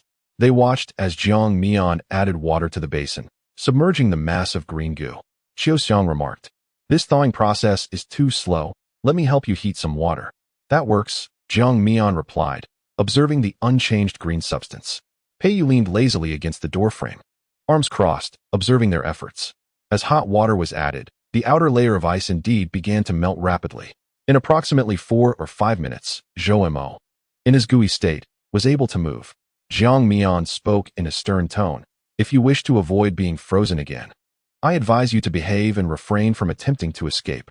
Upon hearing this, Zhou complied, ceasing his movements in the water, though he struggled to maintain his form, nearly transforming back into a human. Suddenly, a naked man appeared before them, leaving everyone taken aback. Qiu Xiang gasped, her face flushed with embarrassment. Having never even had a boyfriend, she quickly turned away, her ears burning. In contrast, Jiang Mian remained remarkably composed, her expression unchanged. While Pei Yu swiftly positioned himself in front of her. Are you still not turning around? Pei Yu thought, noting how unlike Qiu Xiang, who showed no shame in her straightforward gaze at another man. He felt a twinge of jealousy. Jiang Mian mused. I suddenly feel like Pei Yu is quite tall. I can't see anything. She wasn't particularly keen on looking. Her main concern was that if they all turned away, what if he escaped? Pei Yu's expression darkened as he manually turned Jiang Mian away, then addressed Ling. Ling Yi, keep an eye on him. If he dares to escape, freeze him again while I fetch him some clothes. Got it, Ling Yi assured. Sister Jiang, I will watch him closely. He won't get away. Jiang Mian remained speechless, turning her back to them as she awaited Pei Yu's return with clothing, while Qiu Xiang had already retreated to her room to be with her brother. Once Zhou Mo was dressed, he continued to tremble, likely due to prolonged exposure to the cold, making it difficult for his body temperature to recover. Jiang Mian, indifferent to his discomfort, directly inquired, Tell me about the safe base you mentioned. Where is it located? How many people are there? How many of them possess abilities? And how many firearms do they have? Zhou Mo shivered. Do you think I'm a fool? Revealing all that would likely mean my swift demise. If we are to converse, show me some sincerity. Jiang Mian found his demand both amusing and infuriating. He wanted sincerity? Very well, she would grant him a measure. Ling Yi, present him with 3 ice picks, aimed directly at his heart. Upon hearing this, Zhou Mo's complexion turned a ghastly white. What have I done? Is this small token of sincerity insufficient? How about 6 ice picks instead? Jiang Mian mused, adopting a demeanor that suggested negotiations were still possible. Zhou Mo recognized that he had relinquished control and, with a weary sigh, conceded, Fine, being in your hands is my misfortune. However, it truly was a misunderstanding. I was coerced. If I fail to bring back women, I will be dismembered by my boss. I am willing to divulge everything. But I have but one request. Allow me to leave afterwards, and I promise never to appear before you again. Jiang Mian contemplated. That is not possible. Pei Yu interjected. Brother, where do you think you can go if you leave? Why not consider joining us instead? Jiang Mian thought. He himself is still an outsider, and he dares to recruit others? Zhou Mo pondered, unsure of his sincerity. If the invitation were genuine, joining could be advantageous, yet he feared it might be a trap. Are you serious? Zhou Mo fixed his gaze intently on Pei Yu. I am serious. Your abilities are quite remarkable. If utilized effectively, they can catch the opponent off guard. Zhou Mo felt a flicker of joy at this acknowledgement, regaining a modicum of confidence from his recent defeat. He replied slowly, but I still cannot trust you. Jiang Mian contemplated flipping the table in frustration. It would be better to eliminate him, as keeping him alive was a waste of time. She would rather return and catch up on sleep. Zhou Mo understood that she was not one to adhere to conventional logic. A typical person would at this juncture offer more sincerity to persuade him to surrender. He felt both anger and helplessness. Wait, Zhou Mo ground his teeth. I say, I am willing to truly join you, hoping you are sincere as well. In the end, it is death either way, so I can only gamble on your character. Jiang Mian impatiently urged, then speak quickly. Zhou Mo calmly stated, Our gang's stronghold is at the Four Seasons Pearl Hotel on Jifu Road. The boss is the head of the underworld in Chuan City, named Jin Liangchun, a fire-type ability user. So all the members of your gang are just street thugs? Jiang Mian inquired curiously. Zhou Mo's expression soured upon being referred to so bluntly. I suppose so. How many are there? How many ability users? Zhou Mo contemplated, approximately 30. With no more than 8 possessing abilities. Jiang Mian furrowed her brow. Does that number not include those you deceived? Zhou Mo replied, No. He refrained from mentioning that those were all women, fearing to provoke the woman before him. Fortunately, she did not press further. Where did you obtain your firearms? How many do you have? A friend of Jin Liangchun specializes in underground transport. I heard they were acquired from him. As for how many, I'm uncertain. Only Jin Liangchun himself would know. The handguns he distributed number only 10. Do you desire that batch of heavy weaponry? I can assist you. Zhou Mo hastily pledged his loyalty. One last question. Are the people at the Sanjiang Bridge affiliated with you? No. However, he is the associate of Jin Liangchun, who is engaged in clandestine transportation. They are not to be trifled with. Should you dare to confront them, it would be tantamount to courting death. They are a cadre of genuine madmen, mercilessly taking lives without a second thought. Oh, Pei Yu, rarely curious, inquired. How so? Half of their members have escaped from death row amid the apocalypse, having borne the burden of lives lost even before the world fell into chaos. Now unshackled, they act with reckless abandon. Most crucially, they possess an abundance of firearms. Pei Yu pondered, indeed formidable foes. But your gang is somewhat easier to handle, is it not? Zhou Mo nodded. Yes, I can help you infiltrate, and I have several trusted confidants, making our tasks quite manageable. Once we reach his territory, whatever is said or done will ultimately be at his discretion. Upon hearing this, Peiyu extended his right hand, a broad smile gracing his face. Then let us collaborate harmoniously. Zhou Mo was momentarily taken aback, but soon returned the smile, shaking his hand, a pleasant collaboration. Suddenly, no one noticed when Peiyu's left hand produced a surgical knife, swiftly plunging it into Zhou Mo's heart with remarkable precision during their handshake. Zhou Mo coughed blood, devoid of strength to unleash his powers, and in his despair, he murmured, "Why?" Peiyu maintained his grip, whispering coldly into his ear, "When you decide to take a life, you must be prepared to meet your own demise." Zhou Mo, with eyes wide open in disbelief, cast one last glance at Jiang Mian, wondering if it was truly for her sake. Chapter 26. The future you see. Zhou Mo was dead. Ling Yi was momentarily astonished. Though not as frightened as before, he furtively glanced at Jiang Mian, feeling a twinge of inadequacy. Peiyu calmly addressed Jiang Mian, "I shall take care of the body." Jiang Mian, displeased that the individual she wished to kill had been usurped, challenged Peiyu, "Why did you do that?" Peiyu retorted, "I have seen the future. You would have killed him anyway. I merely wish to spare you from tainting your hands, considering your obsession with cleanliness." Jiang Mian scoffed, "You charlatan."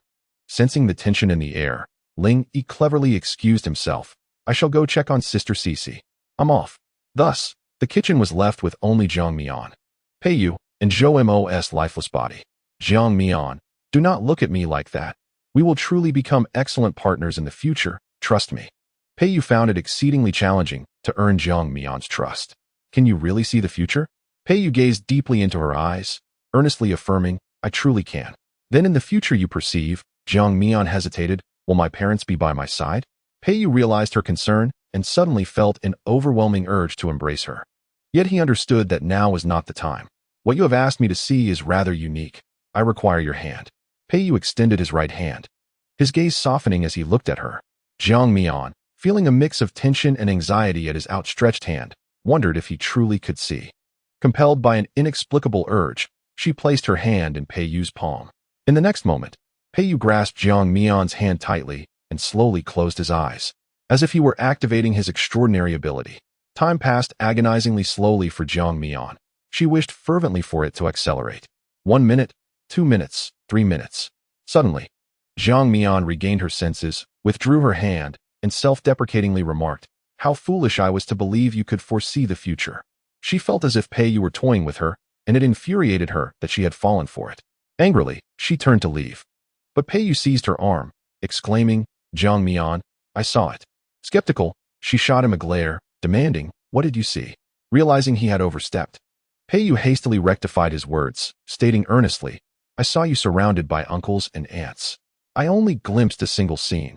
It was winter, the ground covered in snow, with an aunt sewing clothes for you inside, while an uncle returned from outside, carrying a bag of chestnuts. He said you adored the candied chestnuts made by the aunt, and recounted how you once cried and clung to the neighbor Dandan's clothes, refusing to let go until she compensated you with a chestnut made by your mother." Jiang Mian was taken aback, for Peiyu's description resonated too closely with her reality. Her mother, Lin Xia, was a fashion designer who crafted 2 sets of clothing for her each year. Moreover, her father often recalled that embarrassing childhood incident whenever they indulged in candied chestnuts. Despite her repeated protests, tears welled in Jiang Mian's eyes as she fervently grasped Peiyu's collar, asking, "Did you truly see it? Is it real?" "Yes, I genuinely saw it," Peiyu assured her, promising that her future would indeed include her parents by her side. He recounted those memories as authentic experiences from before his reset, expressing his fondness for listening to Uncle Zhang's tales of Jiang Mian's childhood, as if he could never tire of them. "Peiyu." Jiang Mian glared at him, her eyes ablaze with intensity. "From this moment forth, you must remain by my side. Nowhere else. We are returning to Haishur together. If anything happens to my parents, I swear I will end you." She intended to make him aware of the consequences of deceit. Peiyu met her gaze unwaveringly and nodded without hesitation. All right. He could not have wished for anything more. He longed to remain with Jiang Mian for eternity. Calming down, Jiang Mian released Peiyu, and in that instant, she was genuinely willing to place her faith in him and the future he envisioned, one she had long dreamed of. "Jiang Mian, you look utterly exhausted. Perhaps you should rest in your room. Pei Yu observed, noticing the dark circles beneath her eyes, feeling a pang of sympathy. Indeed, Jiang Mian felt drained. She had hardly slept the previous night, while confronting the liquor, and the early morning departure had taken its toll. She wholeheartedly agreed with Pei Yu's suggestion and was about to head to her room when a thought struck her. She turned to him and said, "Once you finish dealing with the body, remember to clean the floor." She gestured toward the bloodstains, not wanting them to spoil her appetite at dinner. All right. I'll remember," he replied. "After all, you do have a penchant for cleanliness." Jiang Mian mused, "My hands feel so itchy. What should I do?" In the evening, Xiao Xiang prepared a sumptuous dish of braised beef with carrots and a spicy sour shredded potato salad, along with a nourishing meat porridge for her brother and CSCC. Xiao Xiang's culinary skills were truly commendable, and everyone relished her creations, showering her with praise that made her quite bashful. After satisfying her appetite, she excused herself, stating she would deliver food to Cici and her brother, and discreetly slipped away. At the dining table, only Jiang Mian, Pei Yu, and Ling Yi remained. Pei Yu turned to Jiang Mian and inquired about her thoughts on the two factions mentioned by Zhou Mo. Jiang Mian, lacking a concrete opinion, decided to listen to Pei Yu's perspective. "What are your thoughts? Do share," she prompted. Pei Yu replied, "He merely seeks to express his loyalty. Regardless of Jiang Mian's views, he is supportive. As for the current situation," Jiang Mian set down her chopsticks and spoke candidly. "Have you foreseen something again?" Pei Yu pondered for a moment, recalling Zhou Mo's assertion that his faction was easier to conquer, while the forces across the Sanjiang Bridge were formidable adversaries. Given CSCC and Xiao Hu's current condition, they would need to remain here for another day. "Since we have time to spare, why not visit the Four Seasons Pearl Hotel?" Ling Yi interjected suddenly. "Can I join?" "Absolutely not." Jiang Mian was the first to refuse. "If we all leave, who will protect CSCC and Xiao Hu? If an unforeseen event arises, with Cici having a fever and Xiao Hu injured, while Xiao Xiang is just an ordinary person lacking self-defense capabilities, it would be a recipe for disaster." "All right," Ling Yi conceded, realizing the gravity of the situation. "If you go, I will stay back to safeguard them." Though he yearned to join them, the safety of Cici and the others took precedence. "Moreover, you should practice the techniques I've taught you. Proficiency comes with repetition," Jiang Mian encouraged, hoping he would not squander the advantageous abilities of an ability user. As an ice-type ability user, he was akin to a mage in a game. The energy reserves would eventually deplete, and having adept skills would be crucial for victory. Pei Yu concluded, "Then it's settled. Let us rest well tonight, and tomorrow morning we shall topple their stronghold. Discreetly, of course. It is hoped we can procure that batch of firearms from Jin Lianchun, as firearms are quite valuable in the early days of the apocalypse." After dinner, Jiang Mian visited CSCC once more, holding her hand and utilizing her healing abilities to alleviate Cici's discomfort. Jiang Mian's wood-type abilities were unique, possessing healing effects, which likely explained why Qin once sought to seize her core. In this lifetime, she would take the initiative, catching Qin Wan off guard. Chapter 27. My girlfriend is timid. Stop the car. Who are you? What do you want? A man adorned with a large gold chain around his neck and wielding a golf club questioned Jiang Mian and Pei Yu with an unfriendly tone. Another man, clad in a black jacket, remained silent, merely watching the two occupants of the vehicle with a leisurely demeanor as though he were enjoying a performance. Pei Yu lowered the car window and casually remarked, "Brother, do you know Zhou Mo? We were introduced by him. He mentioned that this place is quite secure. Have you encountered Brother Mo?" The man adorned with a gold chain inquired. "Where is he?" "He didn't return yesterday," and it left the brothers worried. Pei Yu, maintaining an impassive demeanor, fabricated a lie. "I met him last night. He said he was off to rescue a group of survivors and provided me with the address." "Brother, could you let us in?" Zhou Mo was an ability user, and Lin Lu was armed, so the gold chain man had no suspicion of them being in trouble.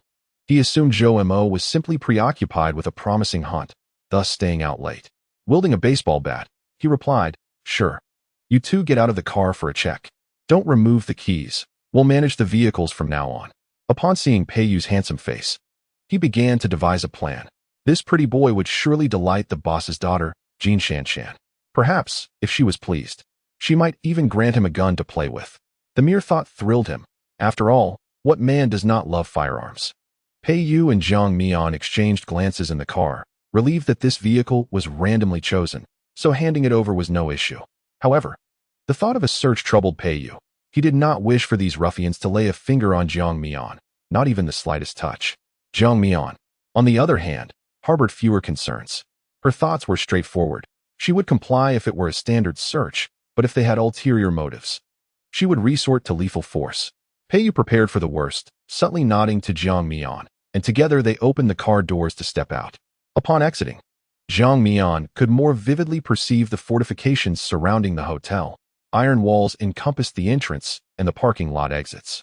It was indeed an impregnable fortress, appearing exceptionally robust.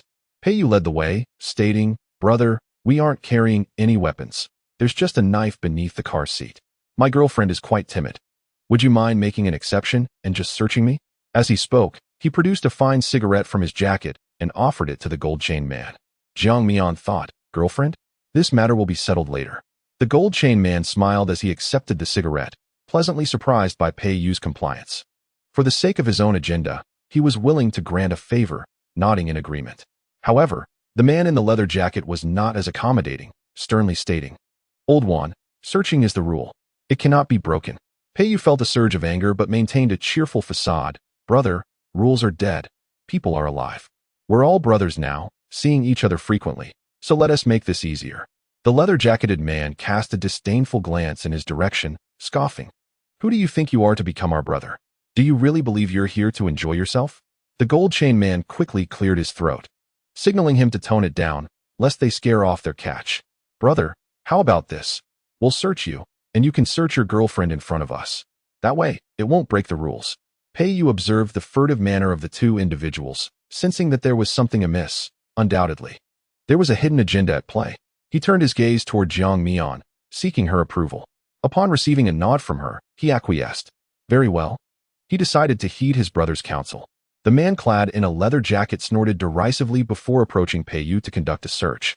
He first patted down his clothing, then moved on to his trousers, thoroughly checking every inch of the pant legs. Finding no discrepancies, he stepped aside. Next, it was Pei Yu's turn to search Jiang Mian. A flicker of excitement coursing through him. However, he dared not provoke her ire. He merely rummaged through a few pockets of her garments, revealing their emptiness. While his actions seemed somewhat perfunctory, neither of the two men raised any objections. They opened the iron gate and exchanged a few words with the individuals inside. "This is a newcomer. Take her for registration," one of them instructed. The man with a long ponytail lifted his gaze to scan Jiang Mian and Pei Yu, then casually remarked, "Follow me." Thus, Jiang Mian and Pei Yu infiltrated the premises, trailing behind the ponytailed man, their eyes wandering about. The decor of the Four Seasons Pearl Hotel exuded an impressive grandeur. Even in this apocalyptic era, the floor was impeccably clean, devoid of any traces of blood. As they walked, the man inquired, "Do you possess any special abilities?" "Special abilities? What sort of abilities?" Pei Yu feigned interest.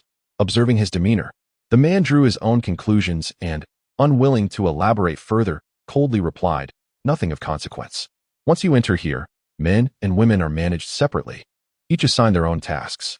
Failure to complete them results in no meals. I hope you adapt swiftly." Jiang Mian scoffed internally at the grandiloquence of his words, fully aware of the insidious tasks assigned to women behind the scenes. Dispatching sycophants like Zhou Mo to capture women was truly repugnant. Now that they had infiltrated, why should they heed his instructions?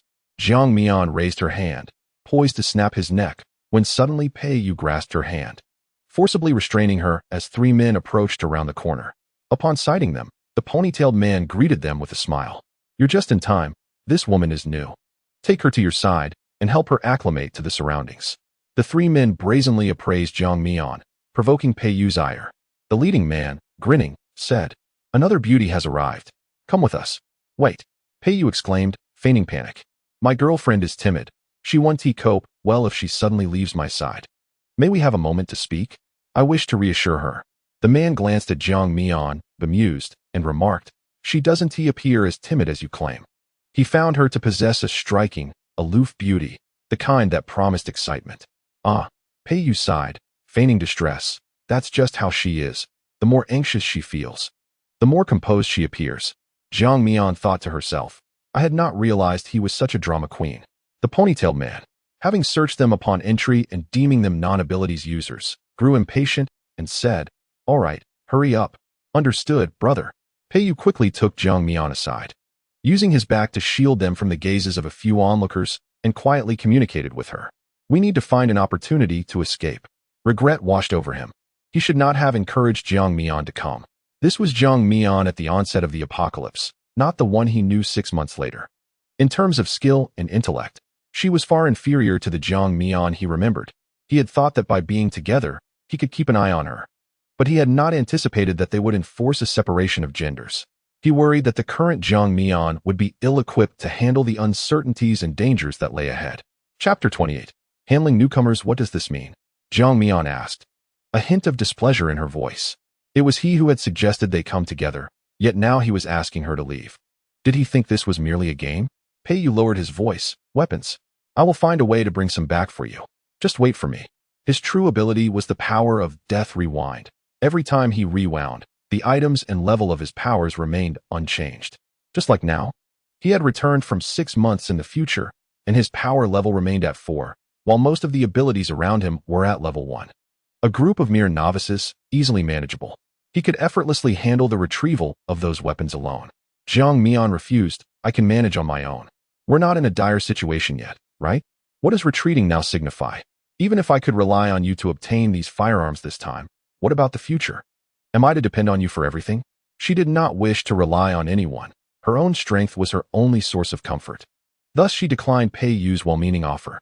Pei Yu felt a surge of frustration. Why was she so stubborn? Would it not be easier to enjoy the benefits without the risk? He gritted his teeth. Do you even know where they intend to take you? Yes, she replied. Then why go? If something unexpected happens and I cannot reach you in time, what will you do? The thought horrified him. He could not bear the idea of Jiang Mian experiencing something terrible. Jiang Mian, exasperated, retorted, do I look like an easy target? You should worry about yourself instead. As a surgeon, what are your chances against 10? How do you plan to find me with those weapons? Relying on your looks? Pei Yu thought to himself. Jiang Mian possessed an uncanny ability to infuriate him, whether at the beginning of the apocalypse or 6 months later. Hey, are you two done yet?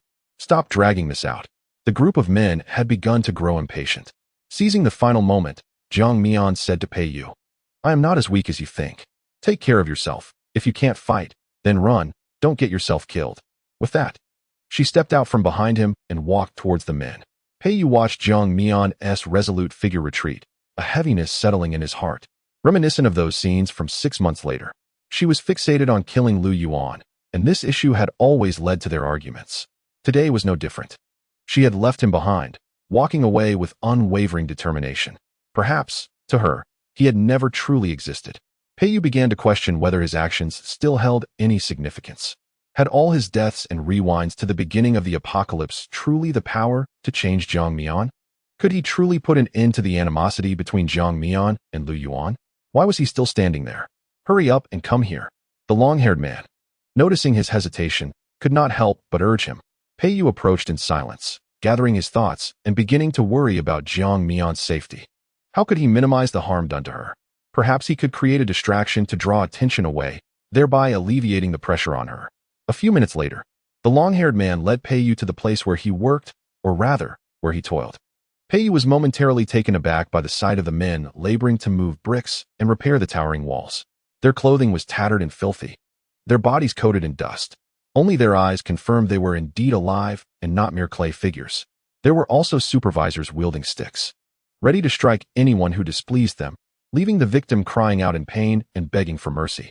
Pei Yu felt this was truly no place for a person to remain.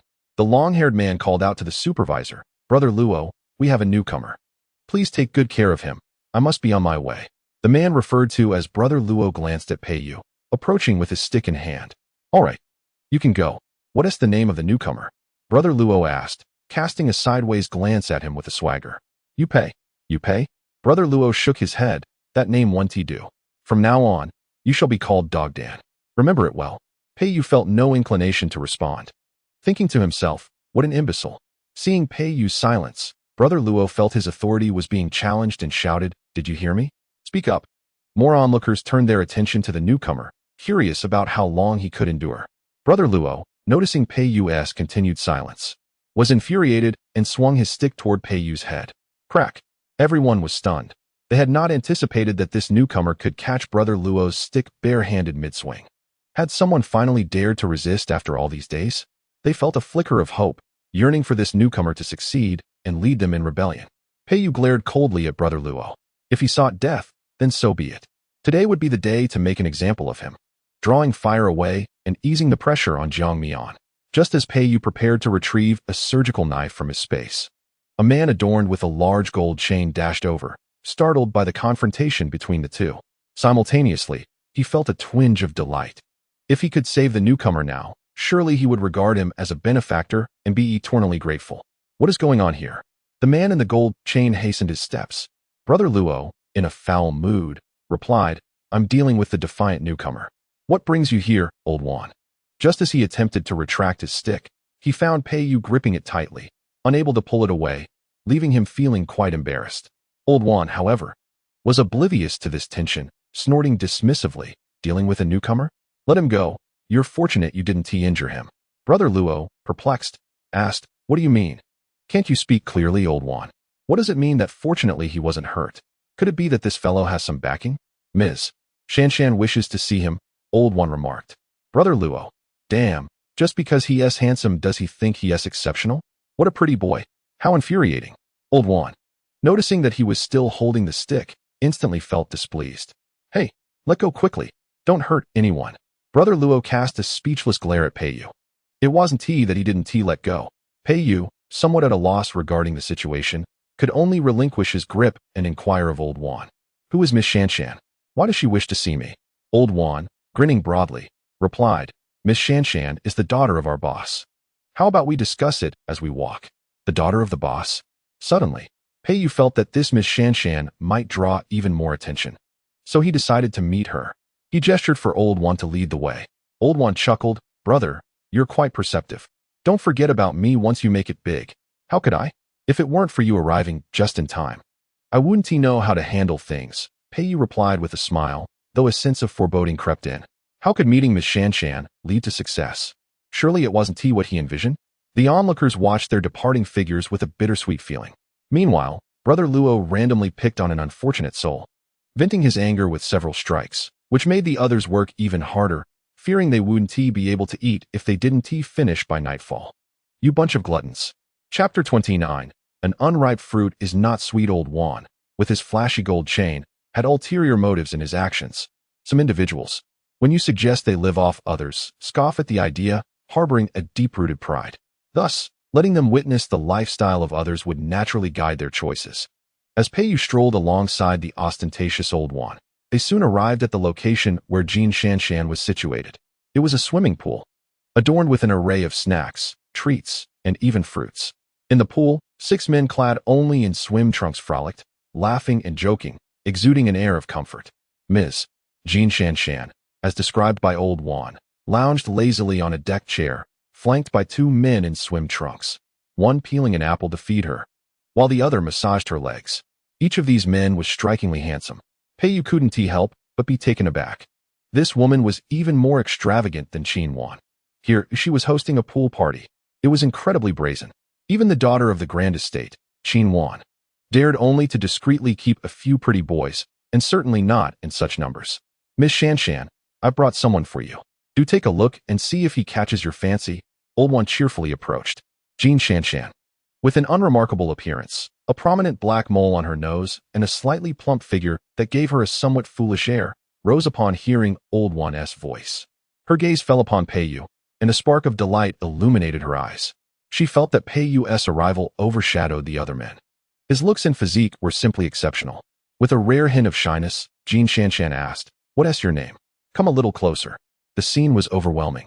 Too intense for Peiyu to bear. He could only lower his head and murmur, You pay. You pay?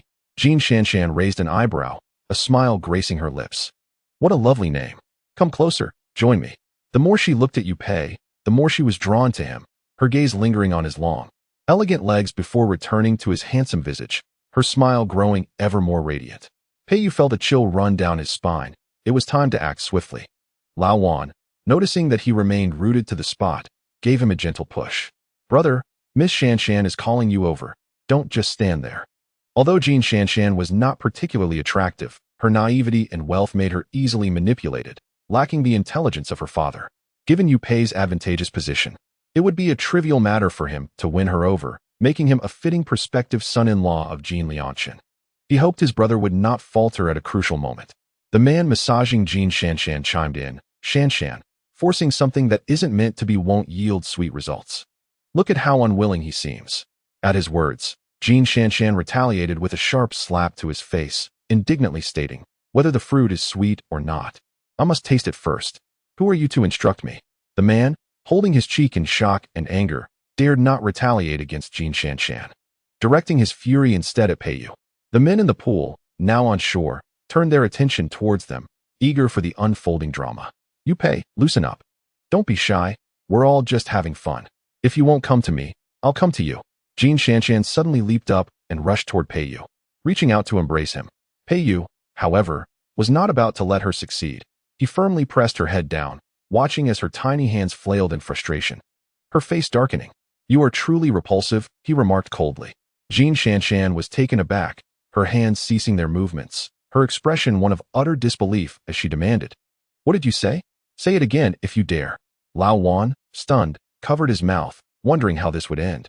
He feared that if Jin Shanshan retaliated against Peiyu, she would soon come to settle the score with him. Panic surged within him as he quickly sought a way to remedy the situation. Peiyu's icy voice cut through the air once more. "I said, you are truly repulsive." He had not anticipated that this young woman would possess poor hearing. Jin Shanshan, deeply provoked, nearly lost her mind, shouting furiously, "I will kill you."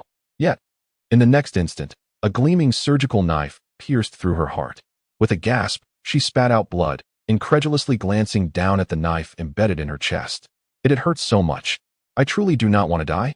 The handsome men around her panicked, having never imagined that this newcomer would dare to harm Jin Shanshan, their benefactor.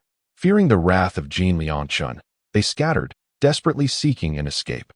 "This is impossible," Lao Wan stammered in shock. "We searched him before entering." "How did he have a knife?" "You are doomed. You have killed Jin Shanshan, and Jin Lianshan will certainly not spare you. He is an ability user." Peiyu drew the scalpel, his gaze shifting calmly to Old Wan as he said, "Brother, go fetch her father. I shall wait here." Old Wan was taken aback by the implication that he would not be killed. He turned back repeatedly, stuttering, You just wait. If you have the guts, don't run." Fearful of a sneak attack from Peiyu, he was trembling with anxiety. Finally escaping through the door, Old Wan shouted, "It's bad. Someone named Yu Pei has killed Jin Shanshan. Hurry and inform the boss." "What? Someone has killed Jin Shanshan. Quickly, inform the boss. Inform the boss." Outside, others surrounded the pool area, none daring to recklessly enter and face certain death. Meanwhile, Jin Lianshan was on the bed entangled with a beautiful woman, who was playfully clinging to his neck. "Brother Jin, I also desire a handgun for self-defense." Jin Lianshan smirked lewdly. "All right, rower, do you find this gun satisfactory?" Just as she was about to respond affirmatively, there was a loud knock at the door. Bang, bang, bang. "Boss, something terrible has happened." Bang, bang, bang. Jin Lianshan felt his mood sour, hurling a pillow at the door in annoyance. "Damn it, did I not instruct you all not to disturb me? You better have an urgent matter."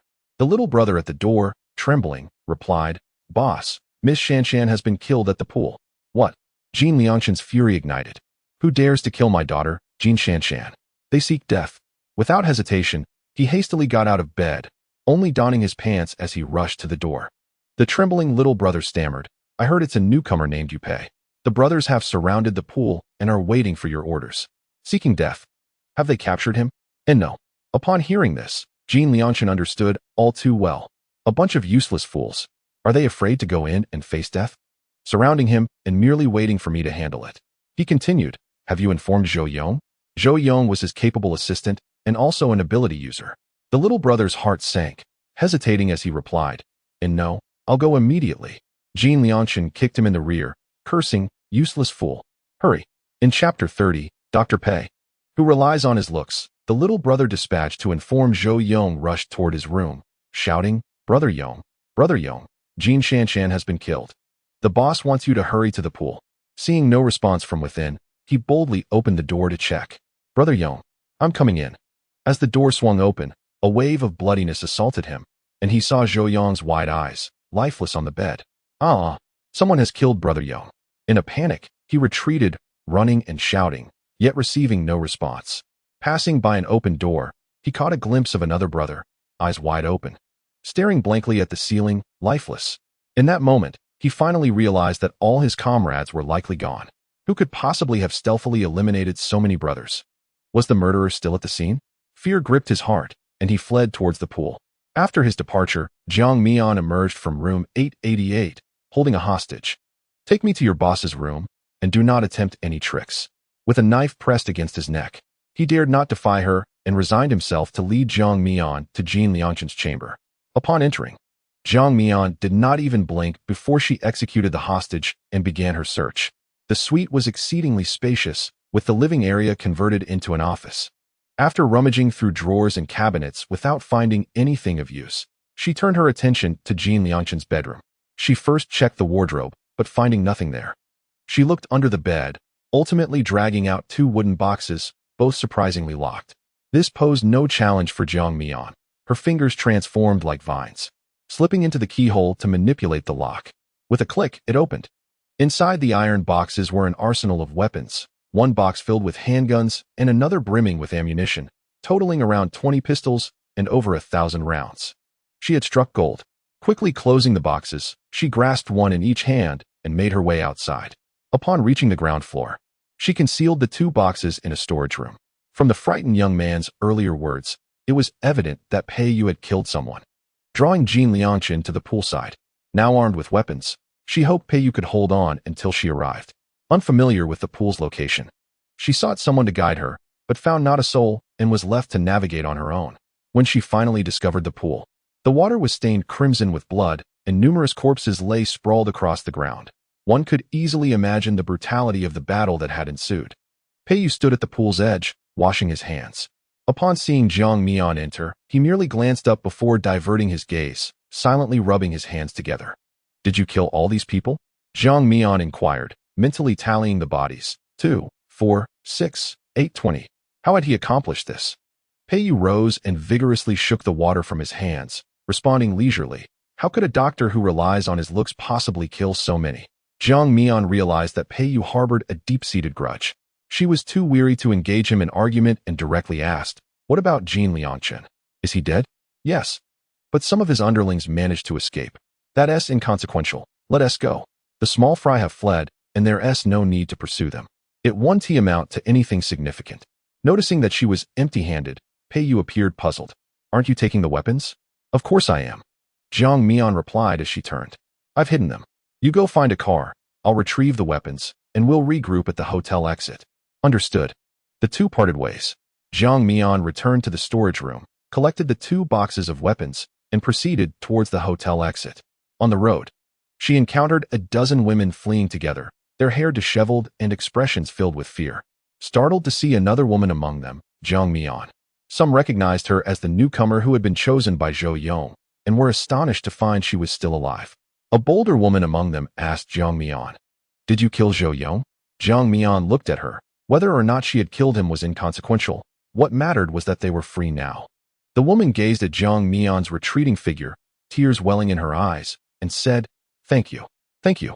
It turned out that her husband had been brutally beaten to death by Zhou Yong 2 days prior while trying to save her, and now that Zhou Yong was dead, she felt her husband could finally rest in peace. When Jiang Mian and Pei Yu returned to the hotel, it was already past 3 in the afternoon. Qiu Xiang prepared for them a bowl of authentic beef noodles. Although it lacked the essence of spring onions, Jiang Mian found great satisfaction in her meal. Meanwhile, Pei Yu seemed disinterested, his mind preoccupied with the scene of Jiang Mian, that heartless woman, abandoning him. Noticing his demeanor, Qiu Xiang cautiously inquired, "Dr. Pei, is there something wrong with the noodles?" "No," Pei Yu replied, glancing at Jiang Mian across the table, his words betraying his heart. "Perhaps my stomach hasn't been well lately." Qiu Xiang felt relieved. She had feared the noodles might not be to his liking. Suddenly, Ling Yi remembered something and dashed out, exclaiming, "Brother Pei, I'll go find you some digestive tablets." Pei Yu thought, what sudden display of kindness was this? "I'm full. I'm going to check on CSCC first." As Jiang Mian set down her chopsticks and rose from the table, Pei Yu's appetite waned further. The sight of her both irritated and distressed him, a true torment. Dr. Pei, could you please check on my brother later?" Qiu Xiang asked. In the afternoon, Qiu, who had expressed a desire to get out of bed, But Xiao Xiang insisted on waiting for Pei Yu to assess the situation before making any decisions. Pei Yu slumped over the table and nodded slightly. All right. It's no trouble. I will check on him shortly. Is he feeling unwell? Not really. He just wants to get out of bed. I'm worried he hasn't fully recovered. So I thought you could assess his injuries and see if he is fit to rise. Despite her brother's insistence that he was a superhuman and would heal quickly, a gunshot wound was no trivial matter. She was unwilling to take any risks. Before long, Ling Yi returned with the hard-to-find digestive tablets, placing them in front of Pei Yu with a grin, saying, Brother Pei, give these a try and see if they work. Thank you, Pei Yu replied. Ling Yi waved his hand dismissively. It's nothing, really, just what? Pei Yu sensed he had an ulterior motive. Could you perhaps teach me how to use a handgun? Ling Yi asked eagerly. Zhang Mian had brought back many handguns and mentioned she would distribute one to each of them, encouraging everyone to practice shooting. Ling Yi recalled how he had blown Lin Lu's head off with one shot yesterday, which he found incredibly cool, hence his desire to learn from Pei Yu. Pei Yu glanced at the digestive tablets on the table and then at Ling Yi, realizing the young man was quite astute in his calculations. If things became too troublesome, perhaps it would be best to seek out Sister Jiang. However, he abruptly seized Ling Yi's arm, assuring him, no need to be concerned. I shall teach you. Chapter 31. Qiuhu's memories. Zhang Mian reached out to touch CSCC's forehead, noting a slight decrease in temperature since her departure. By tomorrow, the fever should completely subside, allowing for their departure. She intended to check on Qiuhu shortly. If his condition remained stable, they would set off the next day. Sensing a presence, CSCC stirred awake, struggling to open her eyes. Upon recognizing Zhang Mian, she managed a faint smile. Mian, you're back. Zhang Mian nodded, asking, are you hungry? Would you like me to fetch you something to eat? No, I just want some water, CSCC replied, feeling no hunger, merely a dryness in her lips. Zhang Mian provided her with water and stayed to chat for a while until CSCC drifted back to sleep, at which point she quietly exited the room. Upon arriving at Qiuhu's room, Pei Yu was attending to his wounds, with Qiu Xiang and Ling Yi observing nearby. Your recovery is progressing well. You can get out of bed and move about, but be cautious to avoid heavy labor, Pei Yu advised after applying the medication. The physical resilience of a supernatural being indeed surpassed that of an ordinary person, with recovery capabilities 2 or 3 times faster. I told you it would be fine. Yet you insisted on having Dr. Pei check, Qiuhu boasted, feeling quite smug. It's merely an afterthought. Qiu Xiang shook her head in exasperation. Dr. Pei did say to refrain from heavy physical activity. I know, Qiuhu replied, already satisfied to be able to move about. If I lay in bed any longer, I might as well start growing mold. Since your recovery is satisfactory, we shall not linger.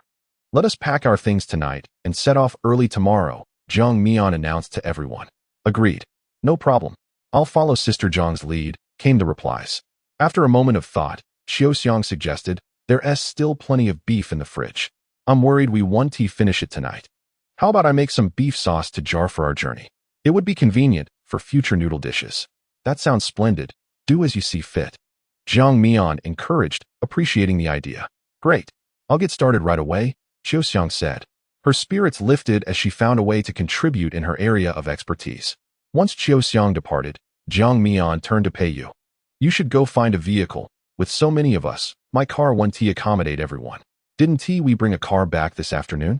Pei Yu inquired. Referring to the one from the CG Mingzhu Hotel. That one won't do. Its chassis is too low and struggles with rough terrain, Zhang Mian explained. With so many zombies on the road, no matter how much we try to evade them, we will inevitably encounter some. In such circumstances, a higher chassis proves advantageous. Pei Yu pondered her words and nodded in agreement. All right, I shall go now. Ling Yi quickly interjected, Brother Pei, I'll accompany you. Having spent a day at the hotel, he finally saw an opportunity to stretch his legs.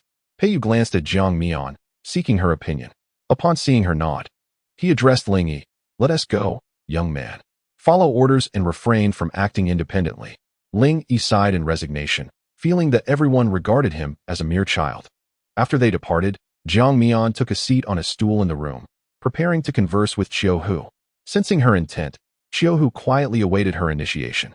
First and foremost, I extend my warm welcome to you and Qiu Xiang, Zhang Mian stated, allowing them ample time, trusting that Qiu Xiang had conveyed the situation to him. Thank you, Qiuhu replied, somewhat inarticulate. What is your destination? This was the matter of greatest concern to him at present. Hi City, Jiang Mian responded candidly. My parents are there, and I wish to reunite with them. It was also the place where she had spent her childhood. Had she not enrolled in university in Chuan City, she would not have ventured so far. Xiaohu nodded slightly. Hi City, I have been there. It is over 1,800 kilometers away, rather distant. He had visited the city on a business trip last year, and the bustling port trade in the scenic island left a profound impression on him. Indeed, it is somewhat distant, yet we shall ultimately arrive, Jiang Mian reassured herself. Bolstered by Peiyu's prophecy. You are from where? Do you have relatives to seek? If circumstances permit, we could adjust our route.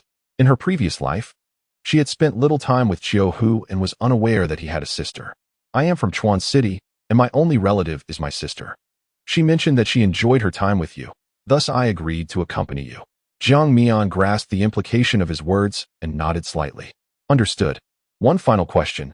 Did you encounter anything while with Lu Yuan and the others? Although she was reassured, knowing that Lu Yuan would not easily meet his demise, she could not help but harbor a flicker of hope for the unexpected. Xiaohu paused, recollecting his thoughts. We were traveling along Binjiang Road, intending to access the Sanjiang Bridge from there. However, the bridge was littered with wrecked vehicles, rendering passage impossible. Just as we were about to turn back, a group of individuals suddenly assaulted us. They were armed and fired with ferocity.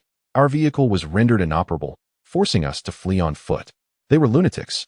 Bullets rained down upon us like a torrential downpour. We became separated, and unfortunately, I was shot and lost consciousness. Yet, it was fortunate that my sister found me. She had just escaped from the stadium with another girl and was deceived by someone named Zhou Mo, who promised to take them to a safe base. Perhaps alerted by the gunfire, Zhou Mo was driving nearby, and that was when my sister spotted me. She pleaded with Zhou Mo to save me. You are likely aware of what transpired thereafter. Listening to his account, Jiang Mian quickly identified a discrepancy. The timeline seems misaligned. You left a day before me. You should not have reached the Sanjiang Bridge until the following day, should you? Perhaps the passage of time had blurred her memory. Or Lu Yuan had ventured elsewhere after leaving the supermarket. Xiaohu remarked, indeed, many roads were impassable, and it took some time to navigate. Later, I also made a trip to Aunt Yang Jia's house, which delayed me for a day. I see. Jiang Mian thought to herself that the unfolding of events bore subtle differences from her previous life, perhaps from the moment of her rebirth. The wings of the butterfly had begun to flutter. Suddenly, Xiaohu spoke up, Jiang Mian. I recall that when Lu Yuan extended an invitation to you, you declined, citing that CSCC was an ordinary person and expressing your distrust. Jiang Mian nodded, uncertain of his intent, and awaited his further remarks. Xiaohu continued. My sister is an ordinary person. Can I trust you all? If I say yes, will you believe me? I can only assure you that I will do my utmost to protect every member of our team. Simultaneously, I hope that each individual within this team shares the same sentiment. Jiang Mian affirmed. If a team relies solely on one or two individuals, it cannot endure. Each person possesses their own strengths. I hope we can come together to complement one another, forging an unbreakable family. Understood. Xiaohu subconsciously gazed at Jiang Mian a few more times. He merely wished for her assurance to safeguard his sister, yet Jiang Mian spoke of protecting the entire team, subtly reminding him of his own responsibilities. Chapter 32. Mutual understanding. Moreover, who says that ordinary people will always remain ordinary? Hasn't TCSCC awakened? Jiang Mian stated meaningfully. In the apocalypse, there is no shortage of scavengers. If necessary, we can eliminate a few more. Xiaohu stared at her in astonishment, ultimately uttering a simple thank you. The risk of awakening was daunting. He preferred his sister to remain an ordinary person, as he would protect her regardless. After concluding her conversation with Xiaohu, Jiang Mian ascended to the rooftop, gazing down at the desolation of the city. Where would humanity ultimately find its path? Could civilization be rebuilt? Regrettably, she had lived too briefly in her previous life, her knowledge limited, and the future remained shrouded in uncertainty. Suddenly, a flock of playful sparrows flitted through the sky, occasionally landing on power lines, chirping away, oblivious to the meaning of their chatter. An idea sparked in Jiang Mian's mind. She extended her left hand, allowing the vine to stretch across and rest on the rooftop of the adjacent building, patiently awaiting its arrival. Before long, several sparrows approached, alighting on the nearby rooftop, curiously observing the vine in the center. They hesitated to land, inching closer, inspecting, then taking flight again, only to return shortly after. Patience was a virtue Jiang Mian possessed. She remained still, waiting. At last, one sparrow landed on the vine, walking back and forth a few steps, followed by two more. Unbeknownst to her, 5 or 6 sparrows had now perched upon her vine, flitting back and forth, chirping excitedly. Feeling that the moment had arrived, Jiang Mian curled her fingers, causing 4 of them to fly away while she captured 2. Just then, the sound of a car engine echoed from below. She looked down to see Pei Yu and Ling Yi returning. Jiang Mian, in a delightful mood, descended the stairs with 2 sparrows in her hands. "Oh, Sister Jiang, why have you caught 2 sparrows?" Ling Yi inquired with curiosity. The others turned their attention to her as well, and indeed, they saw Jiang Mian holding the 2 sparrows. Qiuhu remarked, "Sparrows have little meat. They are not worth eating." Jiang Mian replied, "Perhaps you are a foodie, but these 2 sparrows are intended for you, Qiuhu, albeit not for consumption. Ling Yi, please find a container to hold them. They are not for your feast, but their purpose will become evident later." Jiang Mian teased, keeping them in suspense. All right, Ling Yi obediently went to search for a vessel. Once the sparrows were secured, Jiang Mian fed them a few grains of rice. With everyone present, she proceeded to outline the itinerary for the following day, stating, "My plan is to leave Chuan City tomorrow. There are 6 of us in total in 2 vehicles. I, CSCC, and Ling Yi will share 1 car, while Pei Yu will take Qiuhu and Qiu Xiang in the other. Does anyone have any objections?" Jiang Mian looked around at the group. There were no dissenting voices. Everyone generally agreed. Pei Yu, however, wished to ride with Jiang Mian, but circumstances did not permit, leaving him to sigh in resignation. Qiu Xiang had prepared beef sauce and began to prepare dinner, as the apocalypse had led to power outages, rendering electric lights useless. It was wise to have an early dinner to avoid eating in darkness. Jiang Mian took the others to organize supplies in the vehicles, dividing the food and medicines equally between the 2 cars. She hoped that no mishaps would occur, should the unfortunate happen and the 2 vehicles become separated. They would still have resources. By the time dinner was ready, CSCC had considerably recovered and was able to get out of bed. She brought a wash basin and eagerly demonstrated her ability to Jiang Mian, exclaiming, "Mian Mian, look." She immersed her hand into the basin, and water flowed from her fingers as though she were a faucet, filling the basin in no time. "Wow, that's amazing," Qiu Xiang praised, then inquired, "Is this a water-based ability?" She was quite curious, not being well-versed in such powers. Qiuhu answered her, "Indeed, we need not worry about water any longer." He thought of Yi Yunfei, who also possessed a water-based ability, wondering how they were faring and if they had escaped danger. Jiang Mian discreetly observed Pei Yu, realizing he had accurately deduced that CSCC was indeed a water ability user. Although she could trust him now, Jiang Mian felt an underlying hesitation, sensing something amiss yet unable to articulate it. "Let us take it one step at a time," she decided. Dinner was lively, with everyone present, engaging in conversation and laughter.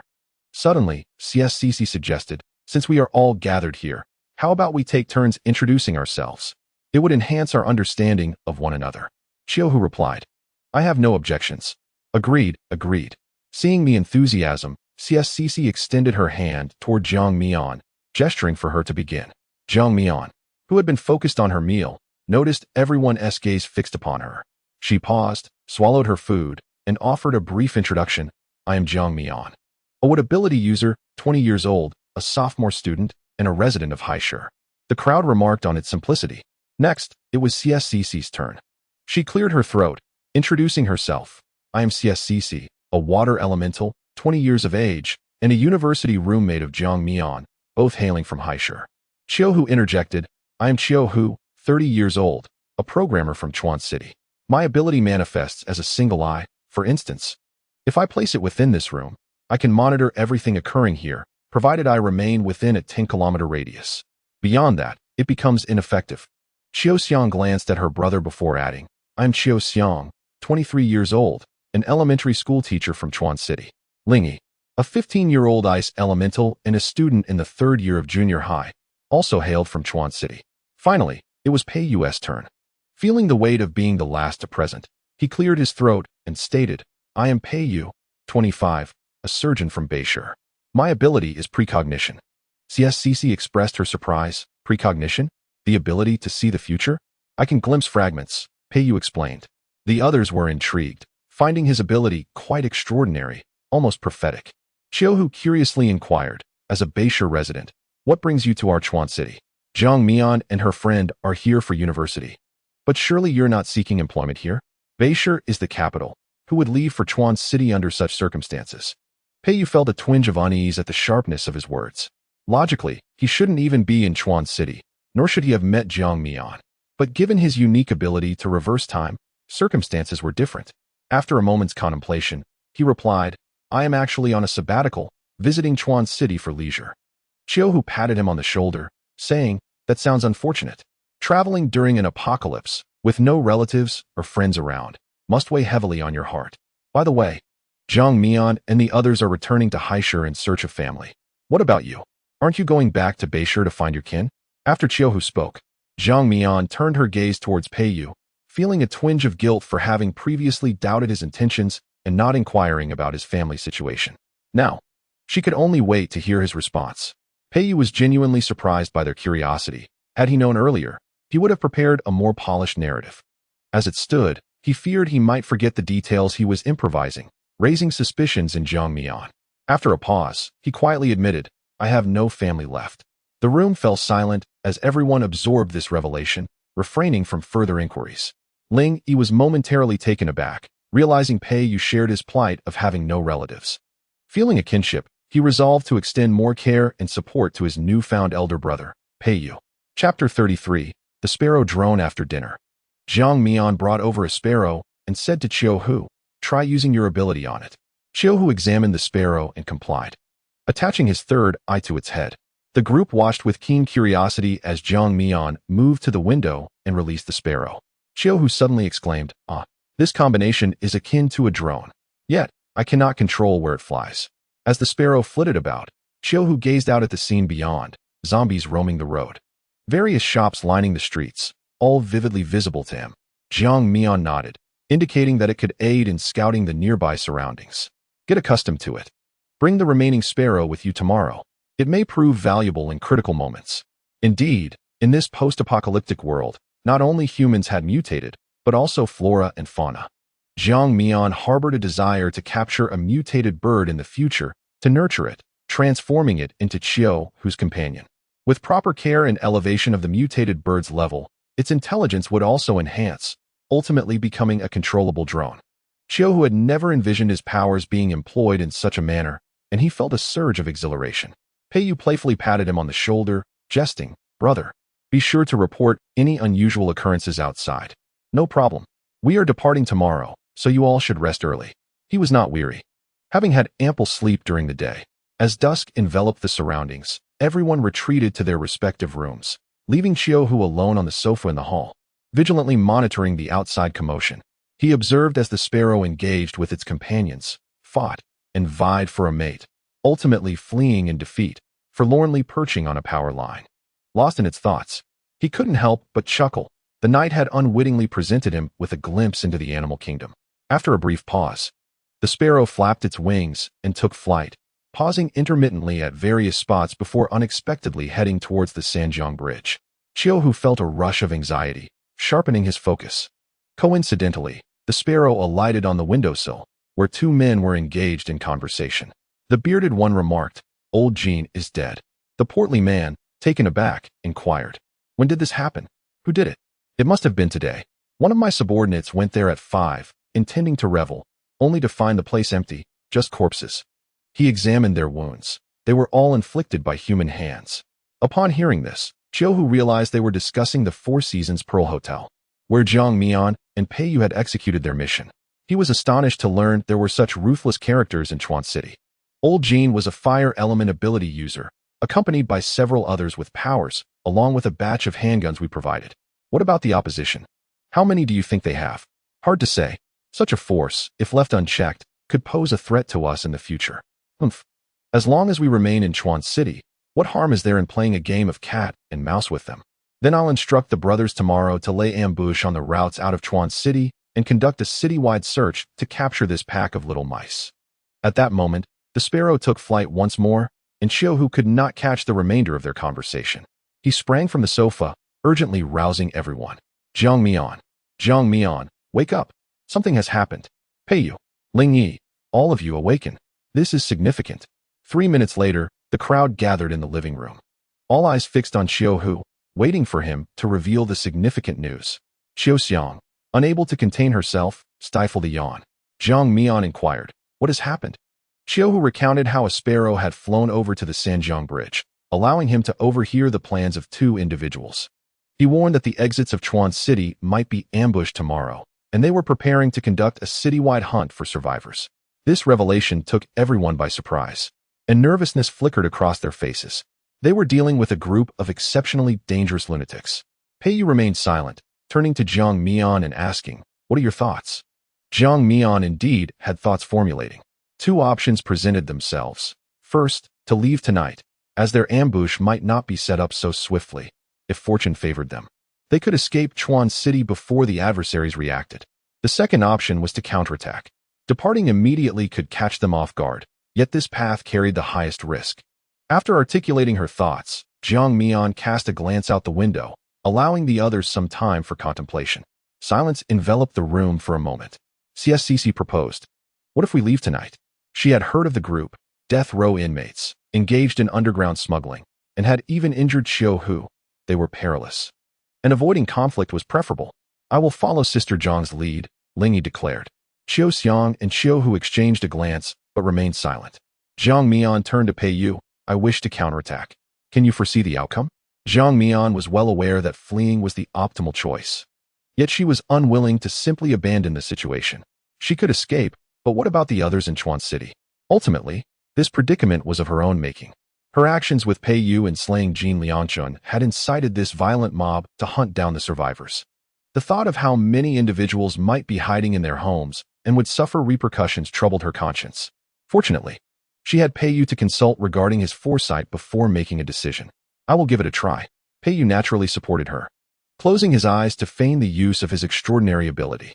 After 2 minutes, he opened his eyes and confidently asserted, "It is feasible." Whatever Zhang Mian set her mind to accomplish, he would risk his life to see it through. "Did you truly foresee it?" Xiao Hu questioned, finding it hard to believe such a mystical power could exist.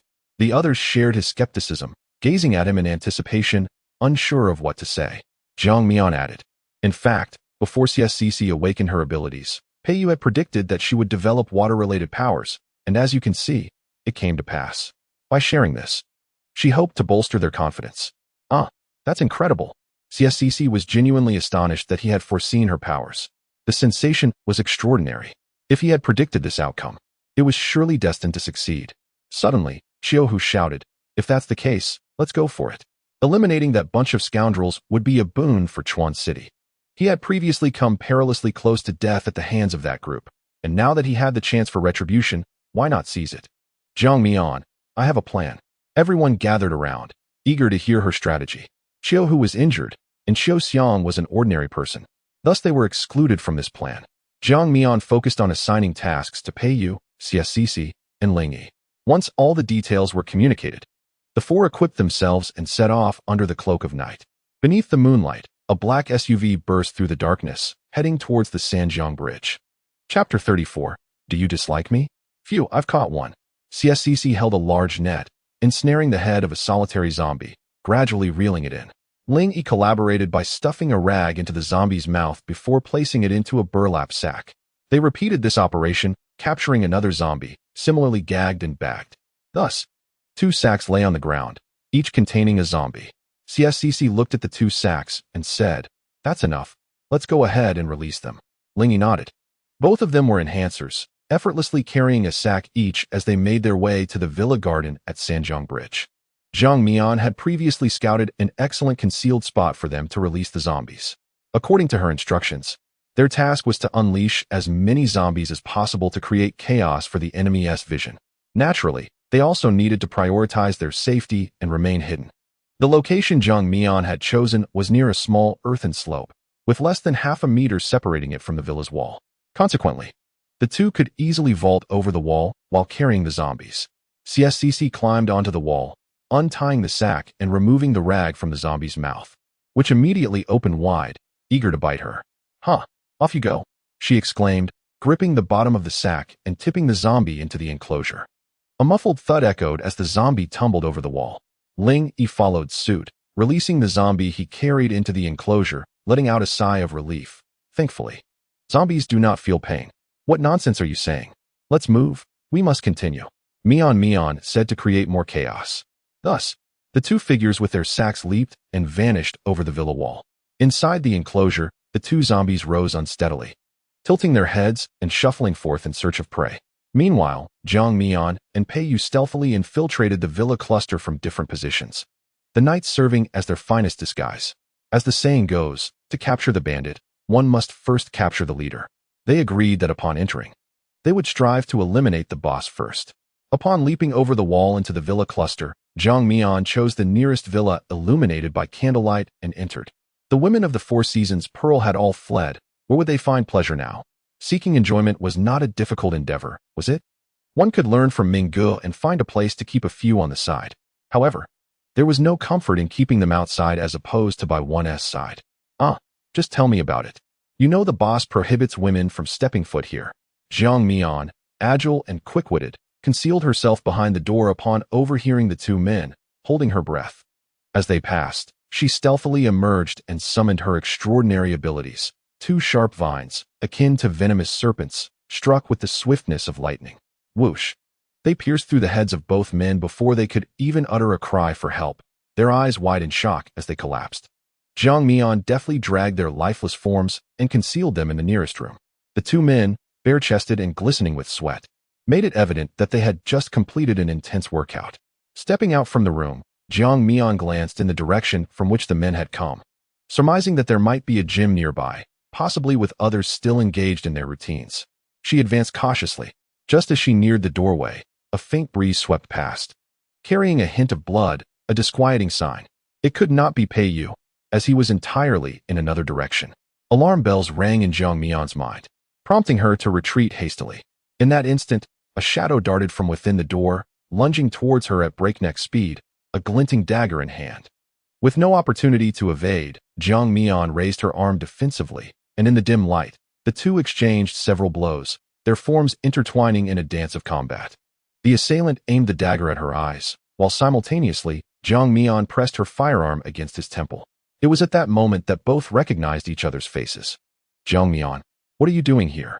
Lu Yuan exclaimed in astonishment, halting his assault. Jiang Mian, equally surprised to see Lu Yuan, struggled to maintain her composure and inquired, "What brings you here?" It was perplexing, as he had not returned in her previous life. The situation had grown increasingly bizarre. After a moment of hesitation, Lu Yuan replied, "Xiaohu has gone missing, and we haven't even found his body. We came here at night, hoping to uncover some clues." Jiang Mian pondered whether she could divulge that Xiaohu was now under her command. However, what was Lu Yuan's true motive? In her previous life, Xiaohu had also been shot, and Lu Yuan had led their escape without a thought of returning to save him. This time, Jiang Mian had not allied with him. Yet he had returned to rescue his comrade? Was he finally learning to value his teammates? Unaware of her thoughts, Lu Yuan sheathed his dagger, only to notice Jiang Mian's gun still pressed against his forehead, showing no sign of relinquishing it. His chest heaved, heart racing, as uncertainty clouded his mind. At that moment, Jiang Mian felt an overwhelming urge to pull the trigger. She could foresee the consequences, avenging her deep-seated grudge, yet it would also alert the enemy.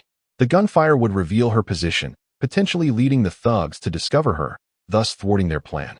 But did that truly matter? Was vengeance not of greater importance? A voice echoed in her mind, urging her to kill him. Kill him. Was this not what she had always desired? End him. Jiang Mian felt fortunate that hatred had not clouded her judgment. Slowly, she lowered her handgun and casually remarked, "So, you've all arrived?" Lu Yuan, relieved to see her disarm, exhaled softly, yet his dagger remained expertly poised at her. Jiang Mian harbored a desire to kill him. That fleeting moment was certainly not a mere illusion. But why? Was there some profound enmity between them that he was unaware of? Had his dagger not been positioned so uniquely, he was certain that Jiang Mian would not have hesitated to act. Lu Yuan inquired, "Do you harbor a dislike for me?" "Huh." Jiang Mian feigned shock. "How could you think that? I simply take time to warm up to people. Please don't misunderstand." Nevertheless, she internally lamented, "Oh no. Have I startled the snake in the grass? If I wish to eliminate Lu Yuan in the future, he will surely be more vigilant." Lu Yuan remained inscrutable, pondering her words. Misunderstanding? This woman spoke not but falsehoods. "You still haven't explained how you ended up here." After a moment's contemplation, Jiang Mian replied, I killed one of his friends, and he sought revenge. Thus, I had to act preemptively. Since we are adversaries, let us resolve this swiftly, shall we? Lu Yuan's emotions were a tangled web. How did she ascertain their mutual enmity? He was concerned that he was the mantis, while Jiang Mian was the cicada, leaving him uncertain of how to handle her. Should he kill her? He hesitated, still unclear about her true intentions. Should he spare her? He sensed the danger loomed large.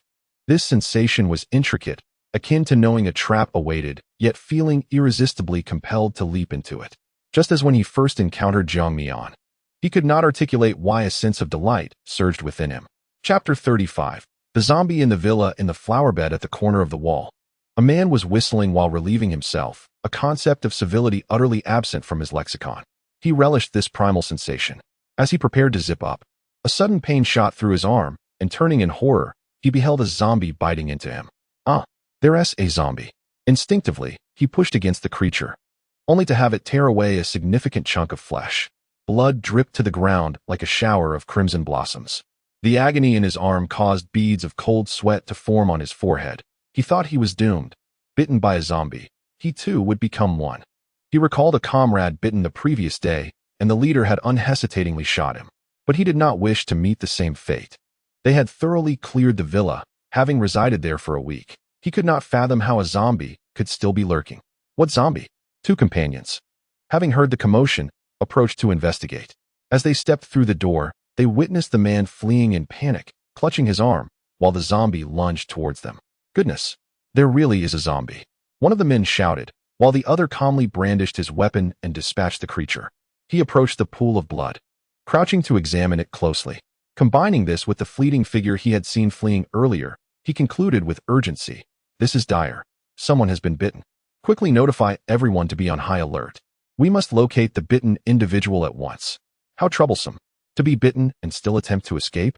Is this not setting a time bomb for us? Perhaps they are simply afraid of death. Before the two could relay this alarming news, screams erupted from all directions. Zombies? Where did these zombies come from? Damn it. Oh, I've been bitten. Help me. Don't kill me. It's a zombie. Everyone, wake up. Arm yourselves. Amidst this chaos, the entire villa complex erupted like boiling water. Quick, notify the boss. Someone shouted. Their leader, Fedor, had already been roused by the commotion and emerged from his room, fully dressed. Encountering his flustered subordinates, he calmly stated, I am already aware. First, organize everyone to eliminate the zombies and locate the point of entry. Upon hearing this, his subordinates nodded in agreement. Understood, I will do so at once. They began methodically clearing the zombies and searching for the breach. Torches, flashlights, and large solar-powered lamps illuminated the entire villa complex. Fedor stood on the concrete ground, awaiting reports from his various subordinates. Jiang Mian hid on the second floor of one of the villas, successfully identifying their leader, Fedor, by observing the actions of his group.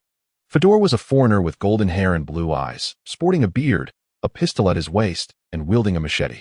At that moment, he was conversing with his subordinates, completely unaware that a dark gun barrel was aimed at him from the second floor not far away. Bang! As Jiang Mian pulled the trigger, a bullet sliced through the air, hurtling toward Fedor. Perhaps luck was on her side, for at that instant, Fedor turned, and the bullet grazed half of his ear. Instinctively, he brought his hand to his ear, feeling the warm blood trickling down his arm. This is bad. We are under attack. Everyone be cautious. A group of young men shielded Fedor, while some fired in the direction from which the bullet had come. Bang, bang, bang. Unfortunately, the area was devoid of any target. Jiang Mian had already shifted her position the moment the bullet was fired, knowing they were armed. She was wise enough not to remain stationary and await their counterattack. Fedor's face darkened as he hid behind his protective subordinates, roaring in anger. Who dares to wreak havoc on my territory? You filthy rat hiding in the shadows. I shall capture you and tear you limb from limb. No sooner had he finished speaking than bullets flew in from another direction. Bang, bang, bang, bang. Peiyu swiftly fired off a round, immediately taking cover while reloading his handgun. Daring to insult Jiang Mian, he was determined to shoot this scoundrel a few times. If he couldn't kill him, he would at least instill some fear. Beside Fedor, 5 of his protectors were shot, 3 of whom perished, while the other 2 writhed on the ground in agony. Enraged, a bloodthirsty man bellowed, When I was out there killing, you were still in your diapers. I'll take you on.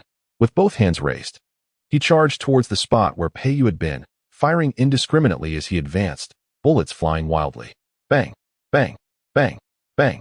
Lu Yuan picked up a firearm from a fallen thug and, with a single shot, obliterated the man's head. His marksmanship had always ranked first in the military, and his precision was unmatched. Fidoi realized that this time the bullets were coming from different directions and shouted, "There's more than one of them. Everyone be cautious. Retreat into the villa." Their current position offered no cover, leaving them completely exposed to the enemy's line of sight, akin to living targets. How could Jiang Mian allow them such an opportunity? Bang, bang, bang. After expending a round of ammunition, she swiftly relocated to conceal herself, reloading her pistol in preparation for the next assault. In the early days of the apocalypse, the low level of powers among the ability users made the advantage of firearms particularly pronounced. Peiyu coordinated with her, firing a round before changing positions to hide. Their teamwork remarkably seamless. Just as he marveled at the synergy between himself and Jiang Mian, Fidoi suddenly faced an onslaught of lightning attacks. Zzz. A group of individuals was left disoriented, their faces charred. Peiyu sensed impending doom. Was there another faction present? Or was it an ability related to lightning? The name Lu Yuan flashed through his mind, and he gritted his teeth. This person was truly relentless. At that moment, he remained unaware that Jiang Mian had already crossed paths with Lu Yuan, and he was determined to prevent any acquaintance between them. This way, they would not harbor enmity in the future, and Jiang Mian would not possess such deep-seated obsessions. Meanwhile, on CSCC and Ling Yi's side, having just unleashed 2 zombies, they had not yet retreated when 3 men approached, drawn by the noise. For a moment, panic seized them. This was their first encounter with such a situation, leaving them somewhat bewildered. There are 2 people. The zombies were released by them. Someone come. One of them shouted, while the other 2 aimed their firearms at them. Bang, bang, bang. Bullets struck the surrounding wall, sending dust flying. Ling Yi realized they were targeting him and CSCC, and immediately urged, "CC, run." As he faced the 2 men, he unleashed several ice spikes, disarming one of them. Unconsciously, he wondered how Jiang Mian would handle the situation if she were here. She would undoubtedly leap down and eliminate those men, preventing them from summoning more enemies. With that thought in mind, Ling Yi jumped down, his powers surging as ice spikes relentlessly pierced toward them, inadvertently killing 1 man. Ling Yi, upon noticing a man aiming a gun at him from behind, CSCC cried out in terror, abandoning all thoughts of escape as she leapt down. At that moment, Ling Yi also spotted the assailant and swiftly rolled to the side, narrowly evading the bullet. Just then, the man was struck violently in the temple, his skull fracturing under the force of a punch, sending shards of bone into his brain, resulting in instantaneous death. CSCC, taken aback by the arrival of the newcomer, exclaimed, "Li Mingho, what is he doing here?" Chapter 36. Incompatible Forces. However, Li Mingho spoke first. "What are you doing here?" Having just arrived in the vicinity, he had heard gunfire and assumed his companions were in peril, rushing over to assist, only to find it was CSCC and Ling Yi. Taking advantage of their momentary distraction, another man hastily slipped away. By the time the trio noticed, it was too late. Li Mingho swiftly dispatched 2 zombies that were still gnawing on a corpse, then turned his gaze back to the pair, his fury igniting. "Do you have any idea where you are? Do you dare to come here? Those are real guns. A bullet can kill." He was incensed that these 2, utterly oblivious to the danger, had the audacity to risk their lives in such a perilous place. In just 2 days' absence, CSCC, an ordinary person, and Ling Yi, a mere child, were foolish enough to provoke this band of merciless killers. Truly, they were like newborn calves unafraid of tigers. One could only wonder how Jiang Mian managed them. CSCC, stung by his outburst, retorted indignantly, "We are here. So how could we be unaware of where this place is? Do not underestimate us. Then you must earn my respect.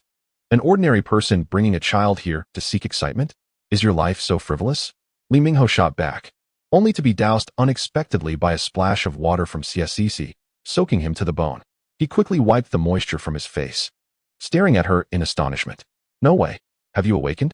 Do you possess water-based abilities?" To his surprise, she had manifested powers akin to Yi Yunfei's water abilities. CSCC felt a sense of pride at his shocked expression. It served him right for looking down on ordinary individuals. At that moment, they heard a more intense exchange of gunfire in the distance, and Ling Yi voiced his concern. Could it be that Sister Jiang has been exposed? The sound clearly indicated that a fierce battle was underway. "Let us go take a look," Li Mingho suggested. Uncertain whether it was Jiang Mian or Lu Yuan's group who had been compromised, the three hurried toward the source of the gunfire. Yang Jie and Yi Yunfei shared the same thoughts and arrived before them, quickly joining the fray. Under the combined assault of Jiang Mian, Pei Yu, and Lu Yuan, Fei Dui and his men were in disarray, with casualties mounting and others fleeing in chaos. Yang Jie unleashed his wind-based powers, wielding his blade with deadly precision. Resembling a human reaper as blood mist enveloped the area, his speed was astounding.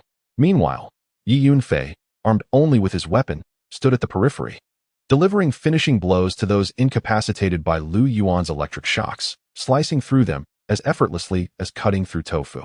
Jiang Mian, Pei Yu, and Lu Yuan surrounded the villa from different angles. Fei Dui, accompanied by a handful of his men, retreated into the villa, hastily shutting the doors and preventing Jiang Mian and her companions from entering. In the grand hall, Fei Dui, in a fit of rage, exclaimed, "Despicable! You Chinese are utterly shameless, resorting to such underhanded tactics. Had it been a straightforward confrontation, armed as we are, we would never have faced defeat." Reflecting on the events of the night, his heart sank. The treacherous Chinese had utilized zombies to obscure their vision, then launched a surprise attack from the shadows, leaving them powerless to retaliate. The most infuriating aspect was the lack of weaponry in the villa where he found himself. The few who had fled with him overheard his outburst, their expressions revealing their astonishment. After all, they too were Chinese. Their leader's tirade inadvertently included them, leaving them speechless. Outside, CSCC and Ling Yi spotted Jiang Mian and joyfully rushed toward her. "Mian, Sister Jiang." Jiang Mian looked up and immediately cautioned them, "Stay back." Although those inside the villa had retreated, they were armed, and any careless approach could lead to disaster. Upon hearing her warning, the two halted, maintaining a safe distance from the villa. Unfamiliar with the situation, Li Mingho cast several glances at Pei Yu and inquired of Yi Yunfei, "What is happening now?" Yi Yunfei replied, "A few have been cornered inside the villa. It's not a major issue. They are essentially trapped." Yang Jie, having removed his bloodstained clothing, approached the two and asked, "Have you found Xiuhu?" Li Mingho and Yi Yunfei shook their heads in unison, indicating they had no leads. "You're searching for Xiuhu?" CSCC exclaimed, then recalled that Xiuhu was originally part of their team, making their search entirely reasonable. However, a complication arose. Xiuhu had joined Jiang Mian's group with his sister Qiu Xiang, intending to return to Haishur with them. This created an awkward predicament. Li Mingho turned his gaze towards CSCC, scrutinizing her as he asked, "What's wrong? Have you seen Xiuhu? The tall, robust one who was with us before. Does he ring a bell?" CSCC, now acutely aware of the situation, felt compelled to be honest about Xiuhu's condition. "He was shot, but we saved him, and he is now out of danger." "Really?" Li Mingho stared at her in disbelief. "You saved him? Where is he now?" "He's not here. He's in a very safe place," CSCC replied. "Oh, and he has found his sister." Upon hearing this, Yi Yunfei expressed his happiness for Xiuhu, saying with a smile, "That's wonderful. I once saw him in the dead of night, secretly wiping away tears, lamenting his sister. Now, he has finally found her. He has no reason to shed tears anymore," Yang Jie added playfully. The conversation reached Lu Yuan's ears verbatim, and he turned his gaze towards Jiang Mian, striding over. This woman had known from the outset that he was searching for Qiu, who yet had said nothing. What could her intentions be? Upon seeing him move, Pei Yu immediately sprang into action, reaching Jiang Mian first and positioning himself protectively in front of her. He feigned urgency, asking, "Jiang Mian, what shall we do now? Should we force open the door?" Lu Yuan inquired, "Who is this person? Could he be Jiang Mian's newly acquired ally?" Upon scrutinizing his appearance, Lu Yuan felt a twinge of discomfort, inexplicably as if their energies were misaligned and repelling each other. Jiang Mian, noting his deliberate obstruction, inwardly appreciated him but maintained a calm faade as she replied, "It's unwise to break down the door. Perhaps we should try the window instead?" "Yes, I shall follow your lead." They disregarded Lu Yuan as though he were non-existent. Jiang Mian pointed to the window on the left, and Pei Yu nodded in agreement as they both hurried towards it, weapons drawn. When they were still a dozen meters away, Pei Yu fired twice, shattering the glass. The occupants inside, believing they were about to be assaulted through the window, retaliated with a barrage of gunfire. Bang, bang, bang. Another volley erupted. Jiang Mian and Pei Yu took cover on either side of the window, biding their time for the gunfire to cease before launching their own offensive. Chapter 37. The basement indeed, It wasn't too long before the gunfire from within subsided. Jiang Mian casually wrapped a potted plant with vines and tossed it inside as bait. Taking advantage of their distraction, she and Pei Yu swiftly fired off several rounds, eliminating 5 adversaries. 3 remain, Pei Yu stated. The remaining 3 had taken refuge behind a sofa, among them Fei Dui, who, having exhausted his ammunition, stealthily retrieved a fallen comrade's handgun. He called out to the attackers. What do you seek? Weapons? Gold.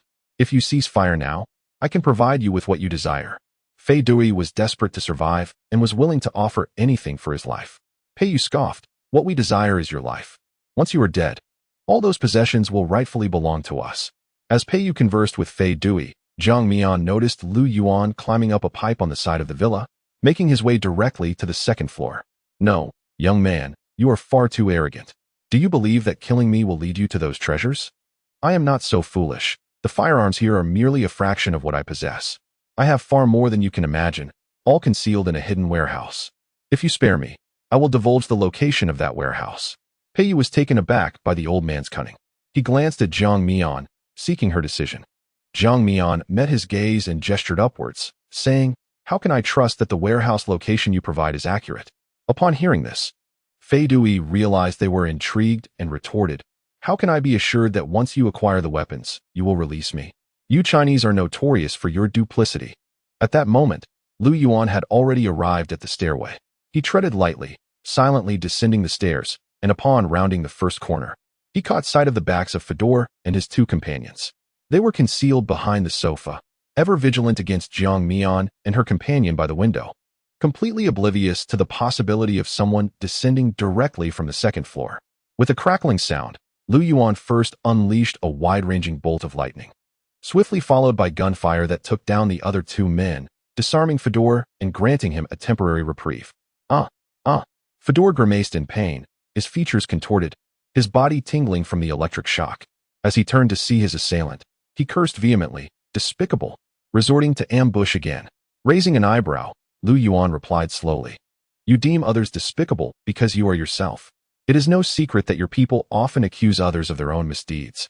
You, Fedor, growing increasingly agitated, turned again to see that the 2 from outside had already entered, leaving him outnumbered 3-1.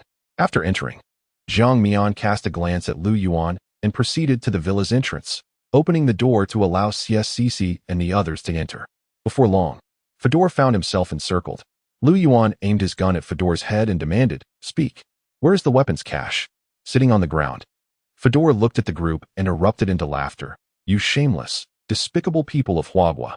You shall never learn the location of the weapons cache. He understood clearly that their reluctance to kill him stemmed from the cache's whereabouts, revealing it would only hasten his demise. You hold such disdain for the people of Huagua, yet you forget you stand on their territory. How laughable. CSCC mocked. Jiang Mian remarked, Since you are unwilling to speak, I commend your resolve to die for your beliefs. Bang. Before anyone could react, Jiang Mian shot Fedor in the head. Even in death, Fedor could not believe that she had no interest in the weapons cache, his lifeless gaze fixed on the ceiling as he drew his last breath. Jiang Mian, are you out of your mind? Li Mingho scolded, That is a cache of live weapons. If you don't want it, we certainly do. He was genuinely exasperated. Jiang Mian chuckled, retorting, Am I foolish, or are you? Do not forget his status. He has reached this position for a reason. Do you think it is merely due to brute strength? The implication was clear. Fedor's words were not easily extracted, and keeping him alive merely afforded him time to devise tricks and countermeasures. If your ears are not deaf, you should have heard him say he would never divulge the location of the weapons cache. If you are not deaf, you should also be aware of the situation outside. While it might be an exaggeration to say the city was surrounded by zombies, the reality was that many were indeed approaching. The longer they delayed, the more unfavorable the situation became for them. Pei Yu, CSCC, Ling Yi, we must split up, gather as many weapons as we can. Move swiftly. Understood. After Jiang Mian's instructions, the group set to work. Li Mingho stood in a daze, watching their departing figures. Lu Gu, he murmured, She's right. We should act swiftly and gather anything useful. Fei Yi was already dead. There was no time to dwell on right or wrong. Lu Yuan was acutely aware that if they did not move soon, they would be left empty-handed. Yi Yunfei patted Li Mingho on the shoulder, offering silent support. Come on, brother, let us find some weapons. As Jiang Mian emerged, Pei Yu took her by the hand, and led her towards the central villa. Follow me. I want to show you something. Jiang Mian turned to CSCC and Ling Yi. You two pair up, watch out for each other, and stay safe. CSCC nodded in understanding. Got it. Mian, you two be careful as well. Thus, Jiang Mian followed Pei Yu, their pace brisk as they soon entered the villa. Pei Yu expertly guided her to a door leading to the basement. He flipped a switch at the top of the stairs, illuminating the space with a soft yellow glow. As they descended, Jiang Mian was taken aback by the sight before her. The basement spanned approximately 60 to 70 square meters, lined with a multitude of wooden crates, over 100 by her estimation. Let us open them and see what's inside, Pei Yu suggested. Jiang Mian glanced at him before approaching the nearest crate, which contained a stash of grenades. When she opened another, it too was filled with grenades. Shifting her direction, she opened a different box to find a collection of shotguns, her astonishment evident. My goodness, how did you discover this place? Leaning casually against a crate, Pei Yu replied with a hint of pride. I happened to see them carrying boxes out, so I guessed this was a storage area. I took out a couple of guards and came to take a look. Jiang Mian couldn't help but admire his luck. There's so much here. We can't possibly take it all. Choose a few practical items that are easy to carry, and I'll call CSCC and the others for assistance. Wait. Pei Yu interrupted, a hint of awkwardness in his demeanor. I have something to confess. Jiang Mian raised an eyebrow, puzzled. What could possibly be so important at a time like this? We're in a rush. Chapter 38. Spatial Artifacts. Unsure of how to articulate his thoughts, Pei Yu simply gathered all the weapon crates into his spatial inventory under Jiang Mian's watchful gaze. In an instant, the once crowded basement was left empty. Jiang Mian stared in astonishment for a couple of seconds before asking, You possess spatial abilities? No, it's a spatial artifact, he responded, extending his hand to reveal a ring. It's a family heirloom. Jiang Mian had noticed the ring on his finger during their first encounter. Initially assuming it was merely a decorative piece, not realizing it bore such extraordinary significance. How enviable. Pei Yu, noticing her intense gaze, cleared his throat. This ring is actually part of a pair. I have another one. If you don't mind, I could give it to you. Jiang Mian thought she misheard him. Lifting her gaze to meet his, incredulously asking, Are you certain you want to gift it to me? Truth be told, what could she possibly mind? It was a spatial artifact, a priceless treasure. Jiang Mian recalled in her previous life a misfortunate soul who was discovered to possess a spatial artifact and was relentlessly pursued for an extended period. Pei Yu nodded earnestly. Weaving a small fib, this ring can only be used by one person. Since I have it, I might as well offer it to you. As he spoke, he retrieved another ring from the spatial realm and handed it to Jiang Mian. The space was modest, about 100 square meters, if you don't mind. Please accept it. Jiang Mian gazed at the brass ring being presented to her, hesitant to accept. She yearned for it, yet understood that nothing in this world comes without a price. What do you wish to obtain from me? She inquired coolly. Pei Yu, well aware of her apprehensions, responded with a resigned tone, protection. In this apocalyptic world, I simply wish to survive. Can you vow not to abandon me? Jiang Mian was momentarily at a loss for words. There was something peculiar about his request. Do you truly require protection? Surely. Dealing with the likes of Jin Lianshan should be mere warm-up for you? She found Pei Yu to be an intricate individual. He claimed to be a surgeon, yet exhibited no hesitation in taking lives. How had he acquired such lethal skills? Surely he couldn't be a reincarnated soul like herself? These questions were unanswerable, but thankfully, he harbored no malicious intent at present and remained within her control. Pei Yu felt a wave of embarrassment as Jiang Mian's doubts resurfaced. Affecting a despondent demeanor, he lowered his gaze and said, I have no family left. I simply wish to avoid solitude. It is often said that women are creatures of emotion, and Pei Yu hoped to move Jiang Mian, even if just a little. Jiang Mian scrutinized him, reflecting upon her own past in her previous life. She too had been devoid of family, understanding that profound sense of loneliness. She had once feared being abandoned by Lu Yuan, which compelled her to never falter, to avoid mistakes, and to prove her worth. Tragically, Lu Yuan did not abandon her. He merely extracted her crystal core and took her life. Confronted with these memories, Jiang Mian felt a pang of suffocation.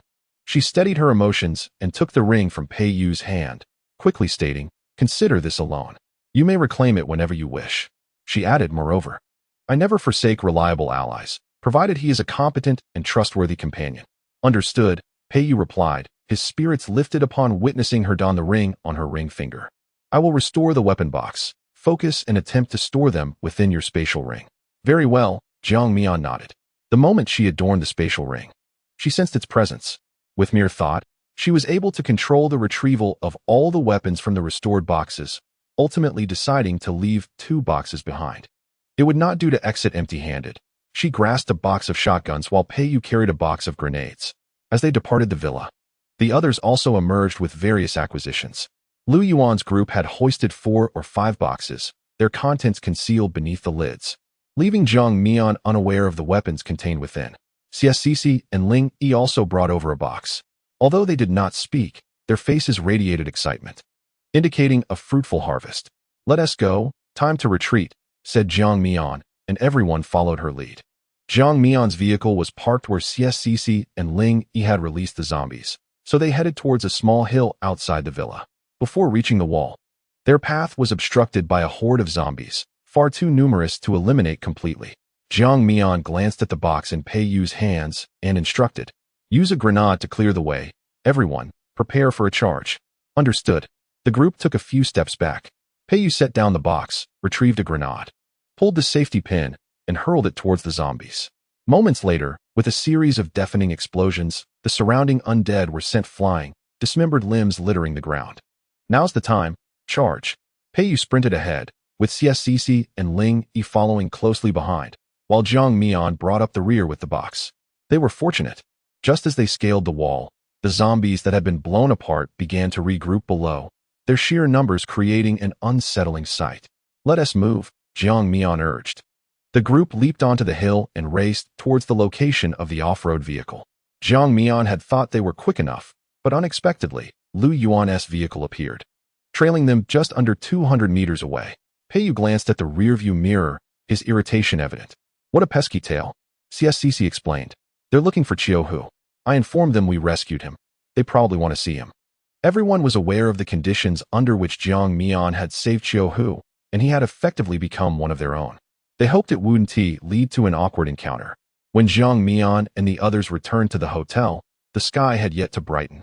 Around 3 in the morning, Lu Yuan and his companions exited their vehicle, intending to follow Jiang Mian inside. Perhaps feeling a bit awkward, Lu Yuan expressed, "Thank you for saving Qiu Hu." Just then, Qiu Hu and Qiu Xiang opened the hotel door. They had been unable to sleep, worried about Jiang Mian and the others, and came to investigate the commotion. Upon seeing Lu Yuan and the others, Qiu Hu was overjoyed. "Brother Lu, Minghao, Yang Jia Yinfei, you're all safe. That is wonderful." He had been anxious about their safety, so seeing them unharmed brought him immense relief. Li Mingho chuckled, "We're all fine. I heard you were shot. It seems you're recovering quite well." Yi Yunfei chimed in, "Brother Hu, what doesn't he kill you makes you stronger." "Indeed.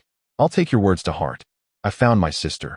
So it seems this misfortune has brought me unexpected fortune," Qiu Hu reflected, feeling as if all his luck had culminated in this moment. Qiu Xiang glanced outside and urged, "Brother, come inside to talk. It's not safe out here." While Jiang Mian and her group had already entered the hotel, the remaining few were still lingering at the door, attracting several zombies.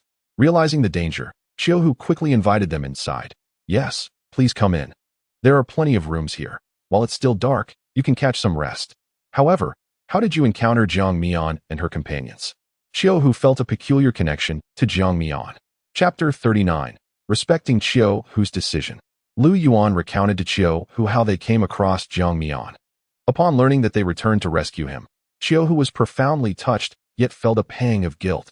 He could no longer rejoin the team. Unsure of how to express himself, he simply stated, "Everyone has had a long night. Let us rest for now. We shall discuss matters in the morning." "Indeed. I am utterly exhausted," Li Mingho replied. Once they were out of danger, the tension in their nerves relaxed, and fatigue washed over them. Lu Yuan voiced no objections, and the 4 of them chose separate rooms to rest. Jiang Mian awoke at 9 in the morning. After she got up, others gradually began to rise as well. Qiu Xiang prepared noodles for everyone, generously draping a layer of homemade beef sauce over them, which was visually appetizing. Due to the crowd, the kitchen was too cramped. Those in front instinctively took their bowls to the dining hall to eat. After a few bites, Li Mingho gave a thumbs up to Qiu Hu, exclaiming, "Your sister is quite the chef. We are in for a treat from now on." The thought of having a sister who cooked so well in their team filled him with delight.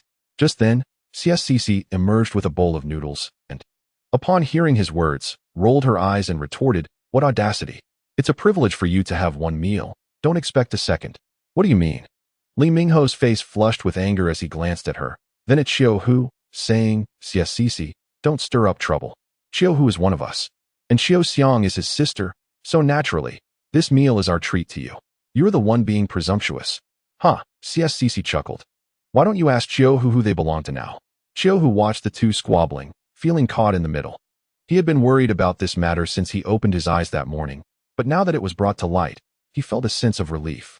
He contemplated how to console the volatile Li Mingho. Li Mingho, perplexed, fixed a piercing gaze on Xiao Hu and demanded, "What is going on? Have you betrayed us?"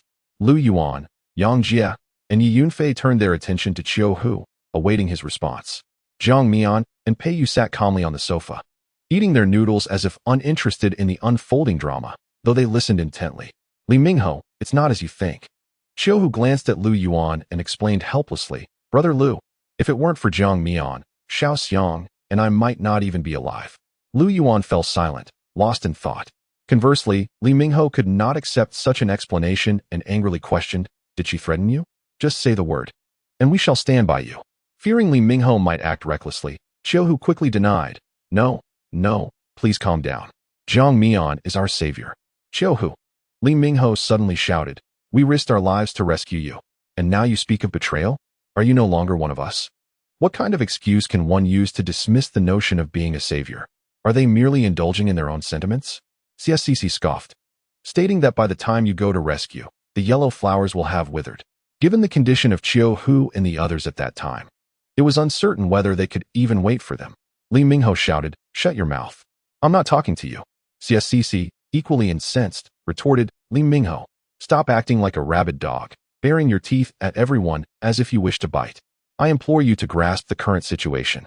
Is accepting reality truly that difficult? And yet you dare to issue threats." Hearing the commotion outside, Xiao Xiang hurriedly emerged, standing between the two. Her demeanor fraught with anxiety as she said, "Please stop arguing. This is all my fault. I insisted on staying here, and my brother was compelled by me. If you must place blame, direct it at me." She took all the blame upon herself. CSCC remarked, "You are indeed quite domineering. They merely teamed up with you for a short while, not bound by any contract, and now you still expect to be treated with respect?" Upon hearing this, Lu Yuan, Yang Jie, and Yi Yunfei exchanged glances, feeling somewhat uncomfortable. While her point was valid, it also evoked a sense of betrayal. Li Mingho, further incensed, was about to speak again but was halted by Lu Yuan. "Enough, Mingho. Your emotions are easily stirred. Rein them in. We must respect Xiao Hu's choice in this matter." Allowing Li Mingho to continue his outburst would only worsen their expressions. Xiao Hu cast a grateful glance at him, sincerely stating, "Lu Gu, Li Mingho, Yang Jie, Yi Yunfei, I, Xiao Hu, will forever regard you as my brothers." Yang Jie was the first to step forward, patting him on the shoulder, declaring, "Good brother, good brother." This farce finally came to an end. After their meal, Jiang Mian and the others reorganized their supplies, preparing to depart. Lu Yuan approached Jiang Mian, inquiring, "Where are you planning to go?" Without looking up, Jiang Mian replied, Haishur. Haishur? Lu Yuan pondered, suggesting, "We are heading to Shenshur. At least there are over 1,000 kilometers we can travel together. What do you say?" "That is fine." "No way." Jiang Mian and Pei Yu responded almost simultaneously. But their answers differed. Jiang Mian agreed while Pei Yu declined. Lu Yuan disregarded Pei Yu's refusal, continuing, "All right, I'll go prepare as well, and we can set off together shortly." His intuition proved correct. He and Pei Yu seemed to inherently clash, and it appeared Pei Yu was quite averse to him.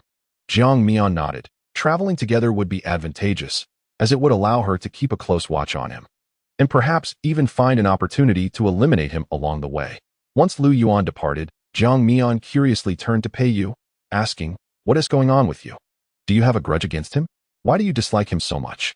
Initially believing that Pei Yu's obstruction of Lu Yuan at the villa was an isolated incident, it now seemed evident that Pei Yu harbored a strong aversion towards Lu Yuan.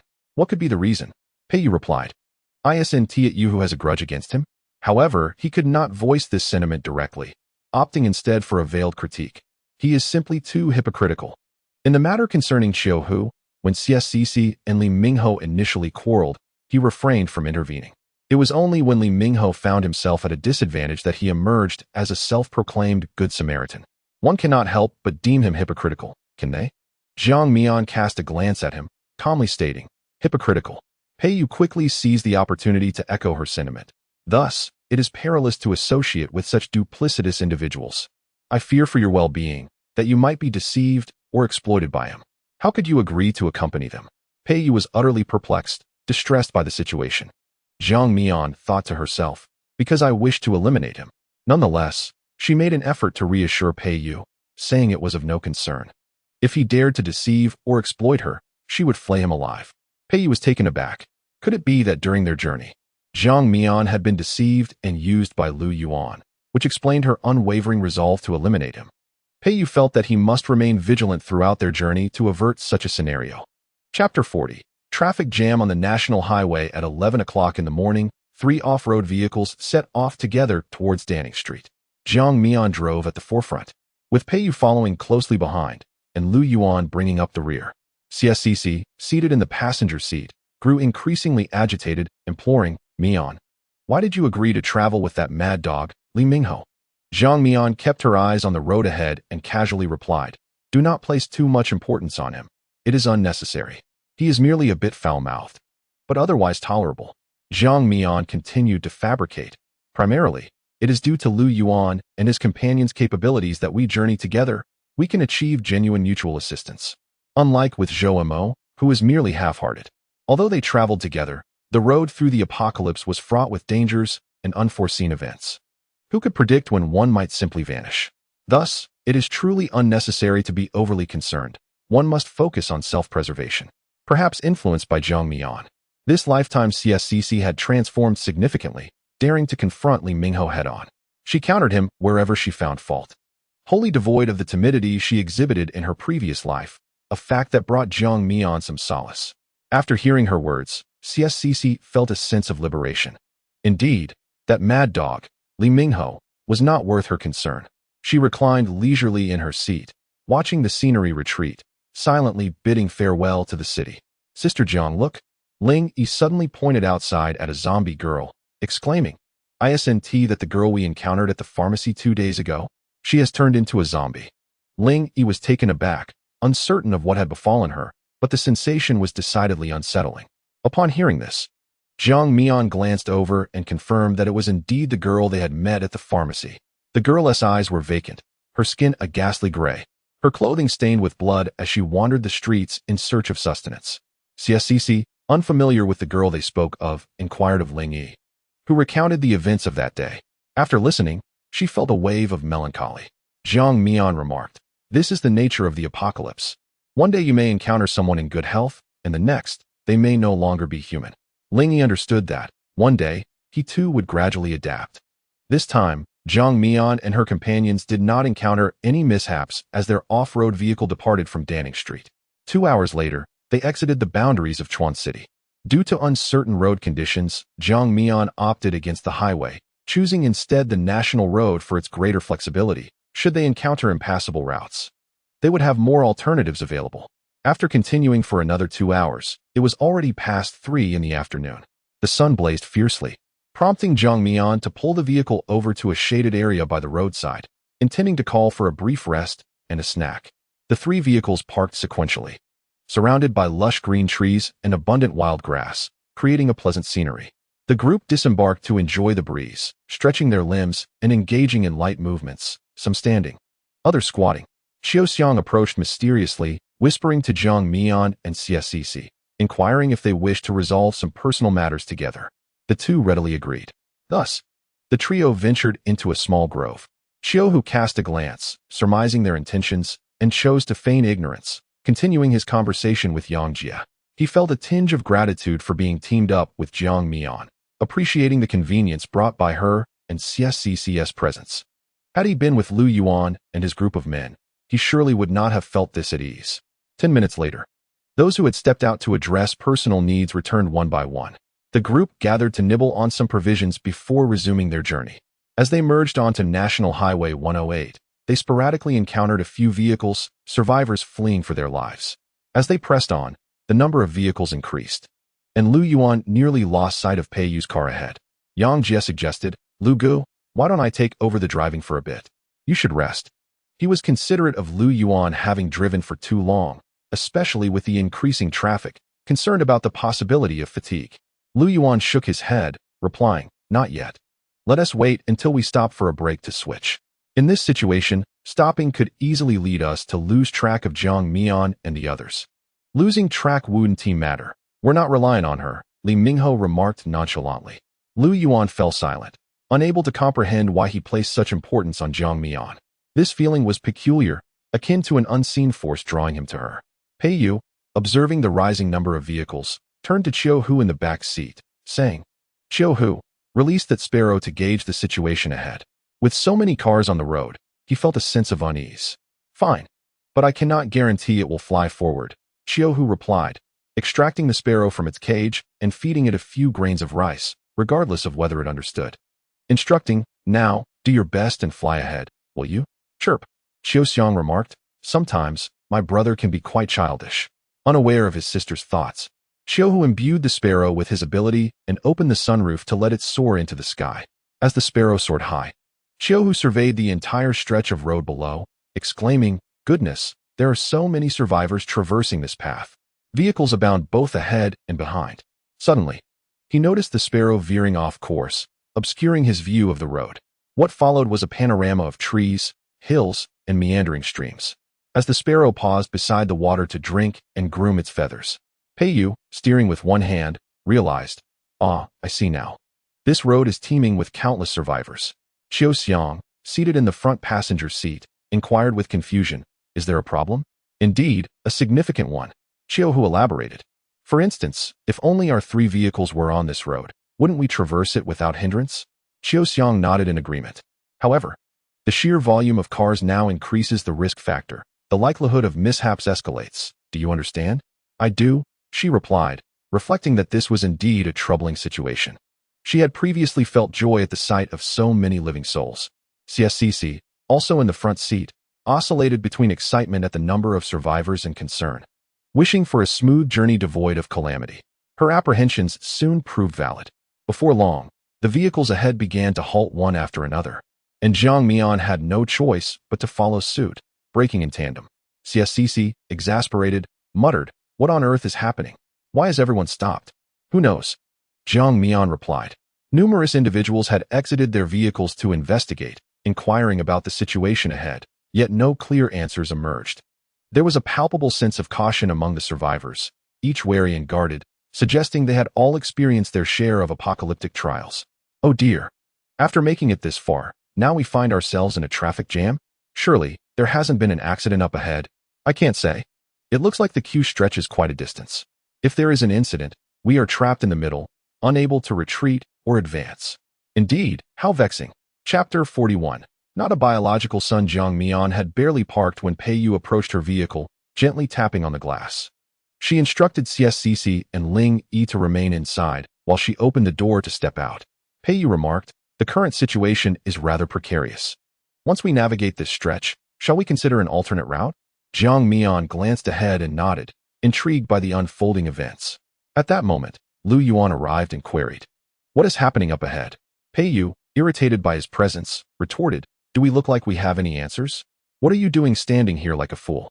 Blocking the wind for others?" Lu Yuan defiantly shot back, unwilling to back down. As tensions flared between the two, Jiang Mian swiftly intervened, suggesting, "Shall we go take a look? Remaining stuck here is hardly a viable solution. Just as that person mentioned, we can neither retreat nor advance, such a source of distress."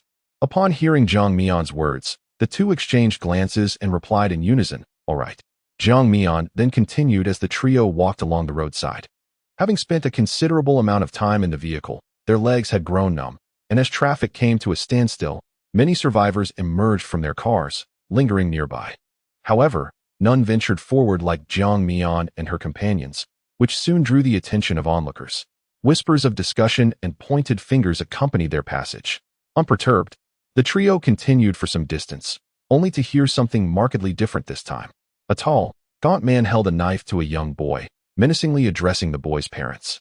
"Hand over half of the food from your vehicle, and I assure you, your son will remain unharmed." Otherwise, the boy's mother, in a state of panic, pleaded, "Please, do not harm Xiao Hao." Her eyes beseeched her husband, urging, "Let us give them half the food. We must save Xiao Hao first." The father hesitated, scrutinizing the lean man and attempting to negotiate. "We don't have much food ourselves. Asking for half is excessive." "Bah! Do not presume I am oblivious to the supplies in your vehicle," the tall man retorted angrily. "Then let your son perish." Xiao Hao, terrified, cried out, "Mama, save me. Papa, I don't want to die. I'm so scared. Help me." The mother, heartbroken by her son's terror, urged him to remain calm. "Do not fear, my darling. I will find a way to save you." "Then hurry." No one anticipated that the mother would suddenly kneel before the father, crying out, "What matters more? Xiao Hao or our supplies? How can you bear to watch him die?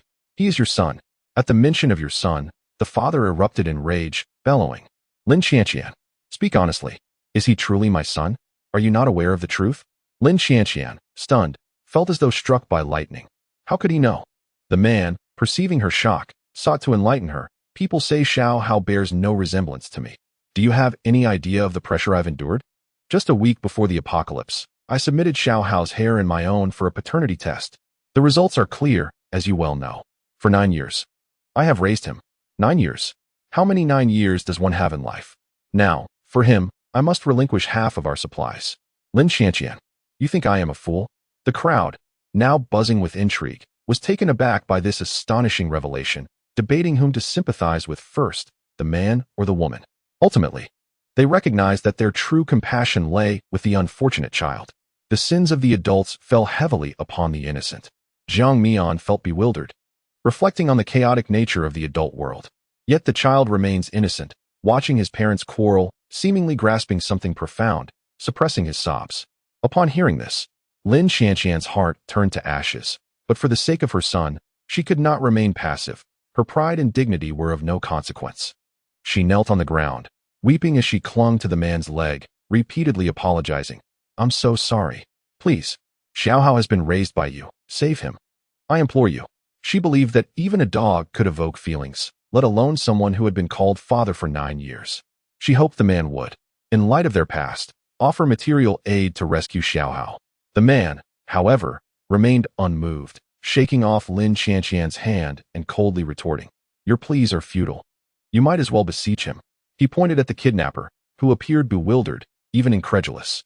After all, having gone through the trouble of abducting a child for ransom, how could he believe that the boy was not his? "Stop your theatrics. If I don't receive what I demand, I will kill your son." The knife was pressed almost against Xiao Hao's neck as a grim threat. "No, please. Spare my poor child. We are not acting." Lin Qianqian bowed before the kidnapper, terrified of being misunderstood. The onlookers laughed. This man was truly foolish. Xiao Hao bore an uncanny resemblance to his father. How could he not be his son? Exactly. And questioning their sincerity? Is this how one performs? The kidnapper's face flushed with a mix of anger and shame, unwilling to accept this truth. He felt cheated. Having seized the child during a moment of carelessness, releasing him now would yield nothing, and he would have to worry about being beaten by the crowd. For his actions were undeniably vile. "I don't care. If you don't provide me with what I want, I will kill him. Go ahead, hurry. Just looking at his face makes me sick." Xiao Hao's visage incessantly reminded him of Lin Qianqian's betrayal. The kidnapper lamented, "You truly believe I lack the courage to kill?" Lu Yuan leaned closer to Jiang Mian, whispering, "Shall we intervene?" Jiang Mian glanced at him, slightly nodding. After all, the child was blameless. And since Lu Yuan was willing to act, he should proceed. Besides, drawing ire would only fall upon him. Why not seize the opportunity? Just as Lu Yuan was about to move, Pei Yu swiftly hurled a scalpel, accurately striking the hand of the kidnapper holding the knife. "Ah!" The kidnapper winced in pain, dropping the knife. Seizing the moment, Xiao Hao, with a rare flash of cleverness, dashed towards his mother. Lin Qianqian enveloped her child in her arms, weeping profusely. The kidnapper, hunched over in agony, glared fiercely at the crowd, unable to discern who had attacked him. Pei Yu held his head high, disdainfully casting a glance at Lu Yuan. Then urged the onlookers, "He has dropped his weapon. What are you waiting for? Beat him." Chapter 42. The encounter. Pei Yu raised his head disdainfully, casting a glance at Lu Yuan before reminding the crowd, "He has lost his knife. What are you waiting for? Beat him." It was only then that the crowd reacted, rushing forward with fists and feet, hurling insults, "Scum! Beast! Taking advantage of others." not even sparing children. This was merely a minor incident on the road, as Jiang Mian and her companions continued their journey to uncover the cause of the traffic jam. As for the unfortunate mother and child, Jiang Mian felt no obligation to concern herself with the hardships that lay ahead for them. It could only be said that one reaps what they sow.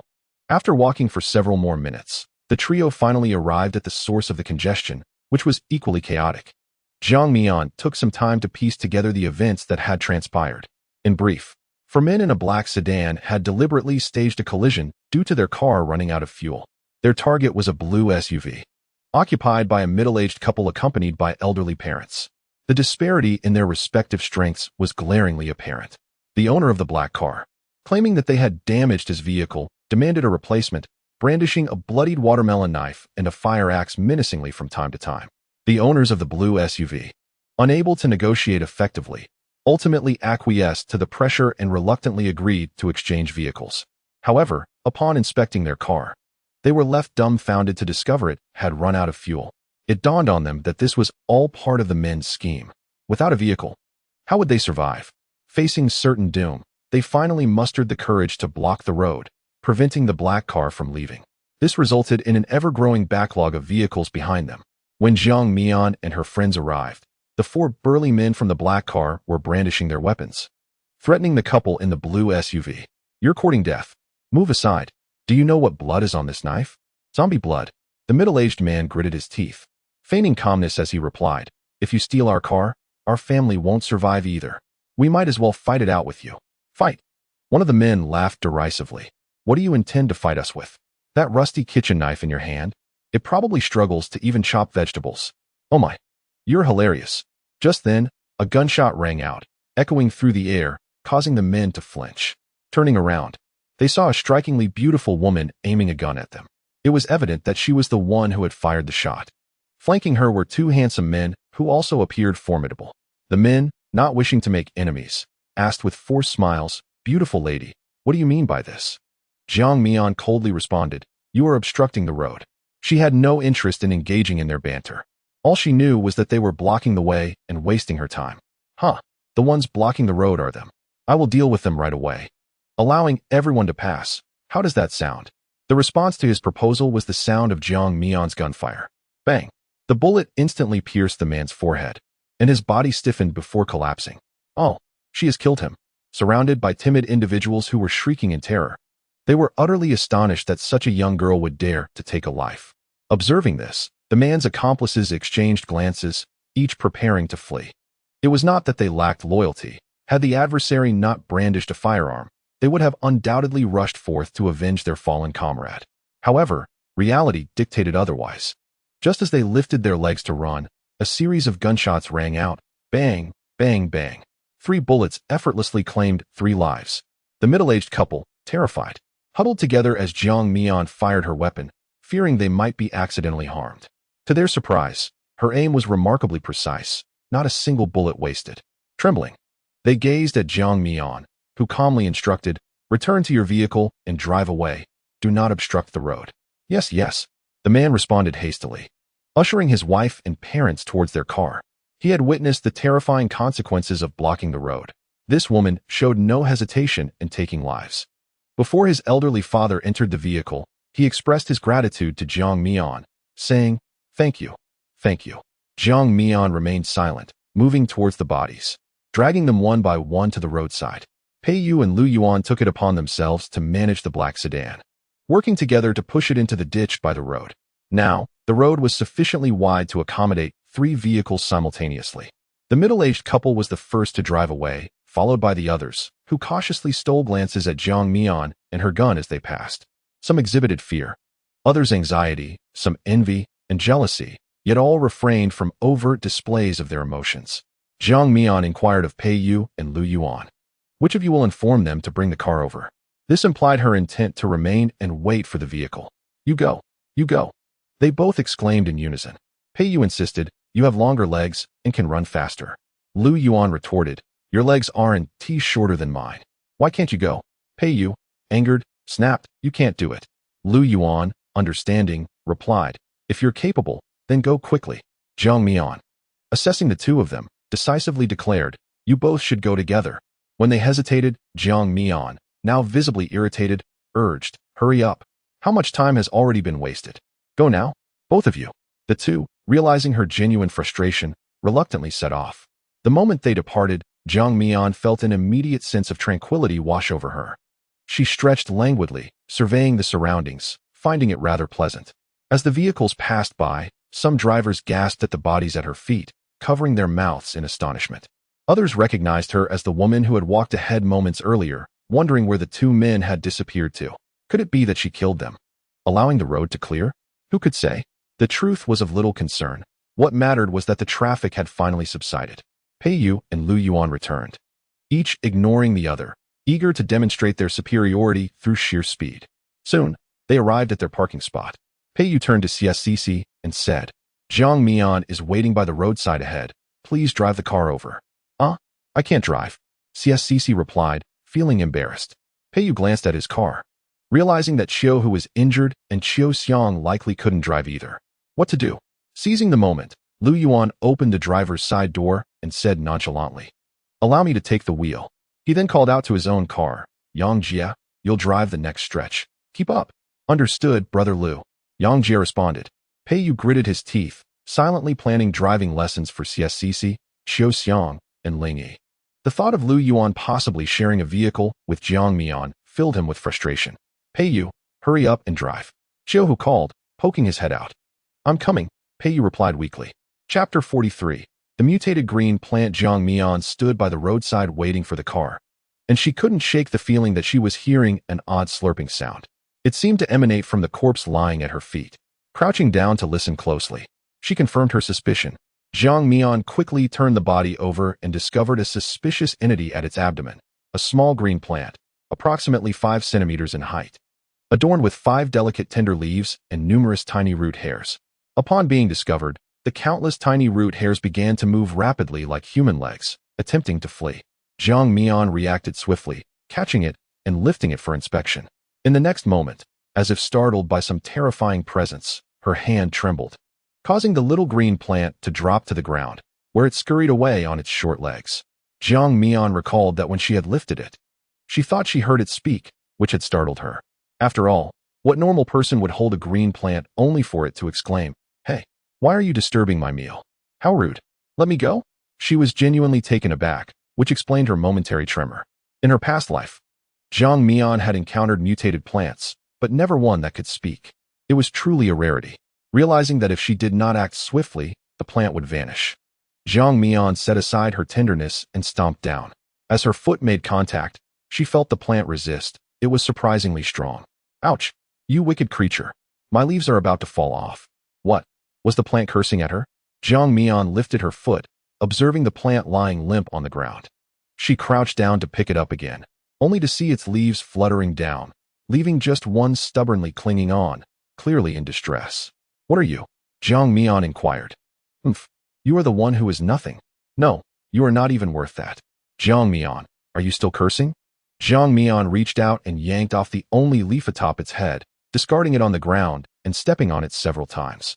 Suddenly, she heard a piercing scream from the plant. You can actually hear me speaking." "Jiang Mian, I've always been able to hear you." She then noticed the plant drooping limply in her hand, utterly motionless, as if it had perished. Jiang Mian shook it, exclaiming, "Hey, don't pretend to be dead. Speak." The plant remained unresponsive. Surely it couldn't have been frightened to death? She placed its roots on the corpse, enticingly saying, "Stop pretending. Hurry up, it's time to eat." Was it really so disinterested in food? It couldn't possibly be truly dead, could it? In her memory, mutated plants were not this fragile. Just then, Lu Yuan drove up, honking the horn, catching Jiang Mian's attention. He lowered the car window and called out to her, "Get in." Jiang Mian paused for a moment before realizing why it was him driving his own car. Neither CSCC nor Ling Yi could. In this post-apocalyptic world, one had to acquire driving skills, so she and Pei Yu planned to arrange driving lessons. Jiang Mian opened the back door and climbed inside, still toying with the plant. Ling Yi was thrilled to see her. "Sister Jiang." Jiang Mian replied. Noticing the plant in her hand, he curiously asked, "What do you have there?" "I'm not sure, just some wild grass," Jiang Mian replied, then seriously told them, "I just heard it speak." This served as an early warning. preventing the plant from startling them with an unexpected utterance. "What?" CSCC exclaimed, turning her head in disbelief. "No way, Mian Mian. Are you sure you're not mistaken? How could grass possibly talk? Don't scare me." Even the mature and composed Lu Yuan found it hard to believe and asked her, "Where did you find this grass?" "On one of the corpses." CSCC. Lu Yuan nodded, finding Jiang Mian's earnestness somewhat endearing, and inquired, "Oh, what did it say to you?" "It said I disturbed its meal," and Jiang Mian suddenly paused, deciding against revealing the plant's insulting remarks about her. She amended, "It also complimented me, saying I am gentle, beautiful, gracious, and lovely." Uft. CSCC burst out laughing, supporting her. "Yes, yes, it has good taste. Our Mian Mian is indeed gentle and beautiful, gracious, and lovely." Lu Yuan chuckled helplessly but chose not to spoil the mood, appreciating the atmosphere. Just then, the plant in Jiang Mian's hand sprang back to life. "You twisted the truth. You wicked being. Disturbing my meal and plucking off my precious leaves. Do you think I can praise you? Dream on." Jiang Mian, infuriated, began to squeeze it, exclaiming, "Eat, eat, eat. I had no idea you wanted to eat." Inside the car, the three of them were bewildered. "Who wants to eat?" CSCC whispered. It spoke again. Jiang Mian raised her head. Did you not hear?" The three of them nodded in unison, having only heard Jiang Mian exclaim, "Eat, eat, eat. I had no idea you wanted to eat farts." Jiang Mian was now utterly convinced that she could hear the green plant speak. Ling Yi, with wide, curious eyes fixed on the plant, inquired, "Sister Jiang, what did it say?" Without hesitation, Jiang Mian replied, "It said it wants to eat farts." Upon realizing how uncivilized her words were, she awkwardly cleared her throat. "Fart? No, you are wronging me. It is you who wants to eat farts." "What do I eat?" Jiang Mian leaned closer, giving it a death glare. "Do you believe I will pluck all your little tendrils? Ah, you dare. Do you see if I dare?" Jiang Mian reached out, waving a tendril before it, threateningly stating, "Behave yourself, or I will indeed pluck them all. Please, please, don't bully even a plant, woo-woo." The green plant finally surrendered. Although Lu Yuan could not hear, he glimpsed through the rearview mirror that the plant was wriggling as if it were alive. It was hard to believe, yet he had indeed witnessed it. He speculated, this might be a mutated plant. The fact that you can hear it while we cannot. Could it be related to your wood-based abilities? CSCC suddenly comprehended, right. How could I forget that Mian Mian is a wood-type ability user? No wonder she can hear it speak. Jiang Mian herself was unsure, perhaps. She noticed the plant seemed to be twitching and asked, "What are you doing?" "I'm in pain," the plant replied. Jiang Mian thought to herself, how fragile it is. Could it be a failed mutation? You're the one who failed. I am a highly intelligent mutated plant. Do you understand? Jiang Mian was astonished. It could actually hear her thoughts? How terrifying. Thankfully, no one else could hear it speak. Whatever it gleaned from her thoughts would just have to be accepted. Woman. From then on, Jiang Mian conversed with it through her mind. You truly know how to flatter yourself. What high intelligence. I see more like a fool. Even a fool is still here. It's because I know too much. Woo, Jiang Mian remarked. It seems that knowing too much can sometimes be a curse. Chapter 44. You still want to kill him. Why are you crying? Stop howling. I'm the only one who can hear you. Are you intentionally trying to disturb me? That's not true. I'm genuinely in pain. With such a demeanor, you still claim to be a highly intelligent mutated plant? Jiang Mian found it rather dim-witted, yet its pain seemed genuine as it twitched again. She quietly channeled a bit of her healing abilities into it, and it exclaimed, "Wow, so warm, so comfortable." After a while, Jiang Mian asked, "Does it still hurt?" "My body is fine, but my heart hurts." Jiang Mian thought, "I really want to smack it. Is it truly that aware? What manner of being are you? What species?" I shan't tell you." Jiang Mian seized a small tendril, clearly agitated. "I'm a vine. A climbing plant." "A vine? Do you bloom? Do you consume blood?" Suddenly, Jiang Mian realized the potential danger of this creature. What if it were to siphon her blood? Perhaps incineration would be the best course of action? "I won't drink your blood, I assure you. I swear. Please don't burn me." The woman's decisiveness filled it with dread, causing it to tremble. "I'm not picky. I can consume zombie blood, animal blood, crystal cores, and the essence of ordinary plants. I do not solely require human blood." Lu Yuan's voice unexpectedly interrupted the exchange between the vine and Jiang Mian. "Jiang Mian, the scenery in Haishur is quite beautiful. I assent it." Jiang Mian paused, thinking he was merely trying to make conversation, interrupting her interaction with the vine. which she found rather bothersome. She replied nonchalantly, "It's passable." Lu Yuan cast a glance at Jiang Mian in the rearview mirror and continued, "If I return to Shunshi and find my brother, may I come to Haishu to see you?" Jiang Mian replied eagerly, "Of course." She thought to herself, "If you don't come, I would worry about where to find you. Your visit would put my mind at ease." Jiang Mian recalled that in her previous life, he had indeed gone back to Shunshi in search of his brother, only to find nothing. A year later, Lu Yuan received news that his brother was at the Jiangzhong base. He, along with Jiang Mian and others, headed there, leading her into a nightmare. "What the hell? You still want to kill him? You have a past life. You're a reincarnator." Jiang Mian thought, "This secret is exposed." Given its ability to hear her thoughts, this vine cannot be allowed to live. The vine was taken aback. "Cannot be spared? I won't tell anyone. I can keep a secret. Besides, others cannot hear me speaking, so rest easy. I can stay." Only a dead vine would give her peace of mind. "Oh, you still contemplate silencing me?" Now that it had fallen into Jiang Mian's hands, the green vine ceased its struggles. Recalling a phrase once uttered, "If you are powerless against the current situation, then simply go with the flow," it resolved to do just that. Jiang Mian asked, "Do you have a reason for me not to silence you?" "Of course. However, all reasons are mere excuses, and you may find it hard to believe." "Then tell me, perhaps I shall believe you. When I grow, I will become quite formidable. I should have stifled you in your cradle." On Lu Yuan's side, having received an affirmative response from Jiang Mian, he felt a sense of relief, as though the very breeze was infused with sweetness. Toot! Lu Yuan glanced at the rearview mirror to find Pei Yu honking the horn, seemingly signaling for something. He decided to find a suitable spot ahead to pull over and ascertain what was the matter. Jiang Mian also turned to look back. Upon reaching a more spacious road, Lu Yuan steered the vehicle to the side, and Pei Yu, along with Yang Jie, joined them. Everyone exited the car. "What is the matter?" Jiang Mian approached Pei Yu. Pei Yu pointed at Qiu Hu, saying, "Let him explain." All eyes turned to Qiu Hu, whose expression was fraught with urgency. "We cannot proceed any further." "What is ahead?" Lu Yuan inquired. "During the traffic jam, I released a sparrow, and through it, I saw a mass of zombies gathered about 5 kilometers ahead. There are far too many to count. It might be a horde." Qiu Hu relayed the information to Pei Yu as soon as he saw it. He added, "I can't be certain. I can only vaguely sense the location, and the zombies are still in motion. They may be closer than 5 kilometers. Upon hearing this, everyone displayed varying degrees of concern. CSCC asked, "What should we do? Many survivors have already driven past us. We don't know if they managed to escape." Li Mingho said, "There's nothing we can do. We can't possibly chase after them to call them back. Besides, would they even believe you?" CSCC glared at him, but knew he spoke the truth. Lu Yuan gazed into the distance and commanded, "Yang Jie, position the car in the middle of the road. We can't assist those ahead, but we must stop those behind us. We'll explain to them, and those who believe will take a different route. Those who don't can continue on. We cannot simply watch so many people march to their demise. Every life saved counts." "Understood," Yang Jie nodded and added, "Mingho Yunfei, come with me. I fear I may not be able to explain everything alone."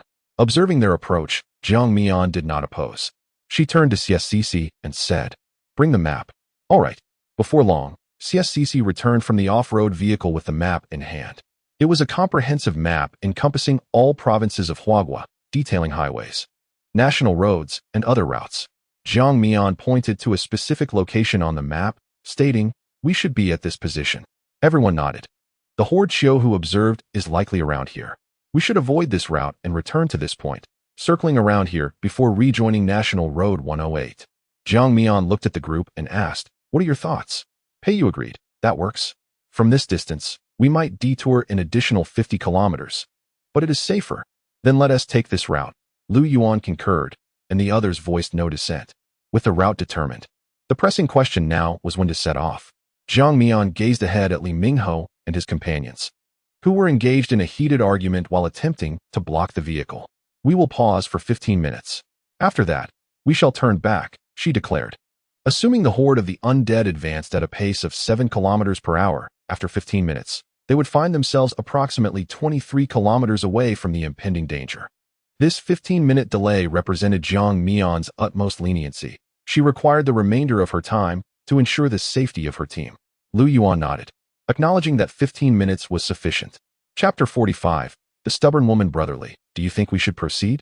Zhang Xiang inquired, halting the vehicle at the roadside and glancing back at Li Quan, who lay in the rear seat. The men had warned of a zombie horde ahead, advising a return to seek an alternate route.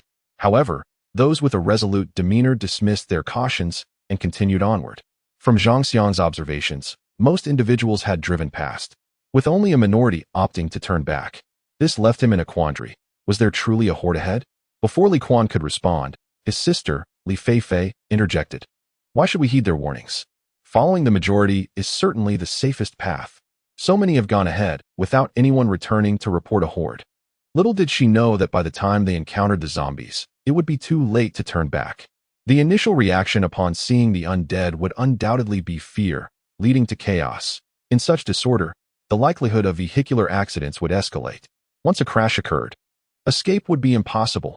Neither advancing nor retreating would be feasible, as vehicles would continuously be arriving from behind.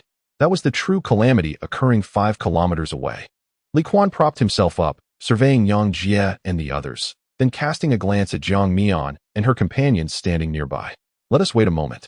These individuals appear formidable and unlikely to engage in such fruitless endeavors. Fine, Zhang Xiang conceded. Li Quan, a fire elemental ability user, speculated that there might be others among them with special powers, which could explain their awareness of the horde's presence. After a brief wait, Zhang Xiang observed, brotherly. They have stopped blocking traffic and are getting into their vehicles. Understood. Let us see where they are headed and follow them, Li Quan responded. Got it. Meanwhile, Jiang Mian's 15 minutes had elapsed. Everyone returned to their vehicles in preparation for a retreat. Lu Yuan, however, did not return to his own car, but instead climbed into Jiang Mian's off-road vehicle, prompting Pei Yu to grit his teeth in frustration. He couldn't help but marvel at Lu Yuan's audacity. Jiang Mian remained silent. If Lu Yuan wished to drive, so be it. She could use the opportunity to rest. Earlier, when she had pointed a gun at him in the villa, she had already aroused his suspicion. If she were to continue resisting him now, it would only complicate matters further. At that moment, the first batch of those who had disregarded warnings witnessed the horrific scene ahead. A dark mass of zombies surged forth, with wrecked vehicles, explosions, and flames creating a cacophony of cries and pleas for help. The scene was nothing short of a catastrophic nightmare. Oh my goodness, they were not deceiving me. There truly is a horde. We must turn back. Turn back. It's too late. Bang. As the truth remains elusive, another vehicle collided with them, and the tragedy repeated itself. At this moment, no amount of regret could transport them back to the moment of their original choice. One might wonder why Lu Gu continues to assist Jiang Mian in driving. Li Mingho, seated in the passenger seat, wore a troubled expression. Yang Jie remained silent, focused on driving, while Yi Yunfei, occupying the back seat, remarked, could it be that Lu Gu has taken a liking to Jiang Mian? Impossible. Don't scare me like that. Lao Yi, Li Mingho shivered. How could anyone possibly be fond of a woman as fierce and unreasonable as Jiang Mian? Yang Jie, rarely speaking in defense of Jiang Mian, interjected, Mingho, don't make unfounded assumptions. Jiang Mian merely appears fierce. It's her protective faade. As a woman, if she doesn't exhibit toughness, how can she survive in this apocalypse? Just wait and see. You will understand in time. Li Mingho questioned, do you all hold such a favorable impression of Jiang Mian? Yi Yunfei pondered briefly before responding, she's not bad. I feel she possesses more strength than the average man. Sometimes, when I see her, I inexplicably feel a sense of security. Li Mingho countered, stop speculating. None of us can fathom Lu Ji's thoughts as if we were parasites in his mind. Yang Jie added. Just then, Pei Yu's vehicle made a left turn, following their predetermined route, prompting Yang Jie to follow suit. After a while, he noticed a car trailing behind them and urged Li Mingho and Yi Yunfei to investigate. It seems to be following us, Yang Jie exclaimed. But this is the only road. Perhaps they are merely taking a detour. He glanced at the rearview mirror again, inquiring, are you sure there's only one vehicle? Yes. Just one, Yi Yunfei confirmed. Then let us not concern ourselves with it. Li Mingho reclined in his seat. With our 3 vehicles, do we need to fear just one? Yang Jie fell silent, beginning to understand why Li Mingho had awakened his power-oriented abilities. After more than an hour of travel, the clock approached 6 in the evening. As darkness loomed, Jiang Mian perused a map, seeking an overnight refuge. Surrounded by desolate mountains and wilderness, they still required 2 hours to reach the nearest village, Dea. Lu Yuan proposed, then let us drive for another 2 hours and rest upon reaching Dea. Agreed. Upon their arrival at Day, CSCC and Ling Yi had fallen asleep, prompting Jiang Mian to rouse them. CSCC, Ling Yi, wake up. We have arrived. Lu Yuan parked beside a newly constructed 3-story building at the entrance of Day Village. Huh, have we arrived? CSCC rubbed her eyes and surveyed the pitch-black surroundings. One by one, they exited the vehicle. Those with flashlights switched them on, illuminating their surroundings to familiarize themselves. I have an ominous premonition. Should I voice it or not? As Jiang Mian stepped out of the car, her small vine spoke up. She responded inwardly, "Oh, you have a premonition? Pray tell. Hey, who do you think you're looking down on? My premonition is innate. It helps me avoid danger. It's my survival instinct." What danger? Jiang Mian was more intrigued by this revelation. I can sense the presence of someone more formidable than myself in this village. I advise you to leave while you still can, said Jiang Mian disdainfully. Is there truly someone stronger than you in this village? Perhaps you should reflect on your own weaknesses, she retorted. How irritating. Ah, a stubborn woman. Xiao Teng had already perceived her thoughts, while he verbally expressed his disdain. His body was alert, heightened to the maximum. Jiang Mian disregarded Xiao Teng's remarks and addressed the group. Everyone, please exercise caution. The others acknowledged her warning. The beam of the flashlight illuminated the entrance of a self-built house, where the door stood ajar, streaked with dried blood. Zhang Xiang parked their vehicle behind theirs, and the three of them disembarked, approaching the group. Yang Jie, hearing the commotion, turned, directing his flashlight at the trio, and shouted, "Halt! Who are you? Do not advance." Li Quan and the others froze momentarily, and he awkwardly explained, "We encountered each other this afternoon when you were flagging down cars on the highway. Warning of a horde of zombies." Jiang Mian turned her gaze toward them, her displeasure evident. "You followed us here. We have claimed this place. If you wish to stay the night, seek other accommodations." Chapter 46. Do you have a say in this? Li Quan, feeling embarrassed, suggested, "Sister, let us negotiate. We are all survivors. It's safer to band together, wouldn't you agree?" Jiang Mian resolutely rejected him. "No, leave immediately." Her firm stance incensed Li Feifei, who pushed her way to the front and stated curtly, "Do you even have a say in this? Let those who can make decisions speak." Her implication was clear. She looked down upon Jiang Mian, believing she held no authority among the men. Hearing this, CSCC became incensed, exclaiming, "What are you? To dictate terms here? You." Li Feifei's retort was cut short as a beam of flashlight shone directly into her eyes, blinding her momentarily. Shielding her eyes, she angrily shouted, "What are you doing? Are you insane?" Pei Yu, intrigued, remarked, "I thought you were blind, just testing. Did you not realize she is the one in charge here? Clearly, you are mistaken." "What?" Li Feifei, incredulous, turned to Jiang Mian. "You're saying she? You men are actually heeding a woman's words?" She was convinced that they were mocking her. Li Mingho clenched his fists and stated, "Whom we listen to is none of your concern. Leave quickly, or we will make you regret it." He felt a twinge of eagerness to act. Hearing this, Li Quan pulled his sister behind him, apologizing softly, "I'm sorry, everyone. My sister doesn't know how to express herself. I apologize on her behalf." CSCC crossed her arms, scoffing, "We do not accept your apology. Just leave." How brazen to try and encroach upon their territory. Zhang Xiang quietly suggested to Li Quan, "Brotherly, perhaps we should withdraw. Look at their numbers. If a fight breaks out, we won't gain any advantage." Li Quan was acutely aware of his predicament. He hesitated over whether to reveal his extraordinary abilities, contemplating the possibility that they might allow him to stay simply because he was an extraordinary individual. Yet, there was an inherent risk in exposing his trump card. Once revealed, he would have none left to play. Ultimately, he resolved to keep his abilities hidden and departed with the others. CSCC muttered, "Honestly, what a nuisance. Following us all the way and still wanting to enter the house." Jiang Mian, accustomed to the tenacity of such persistent individuals, dismissed her concerns, wrapping an arm around CSCC and suggesting, "Come, let us enter the house." They divided themselves to inspect the rooms, prioritizing safety.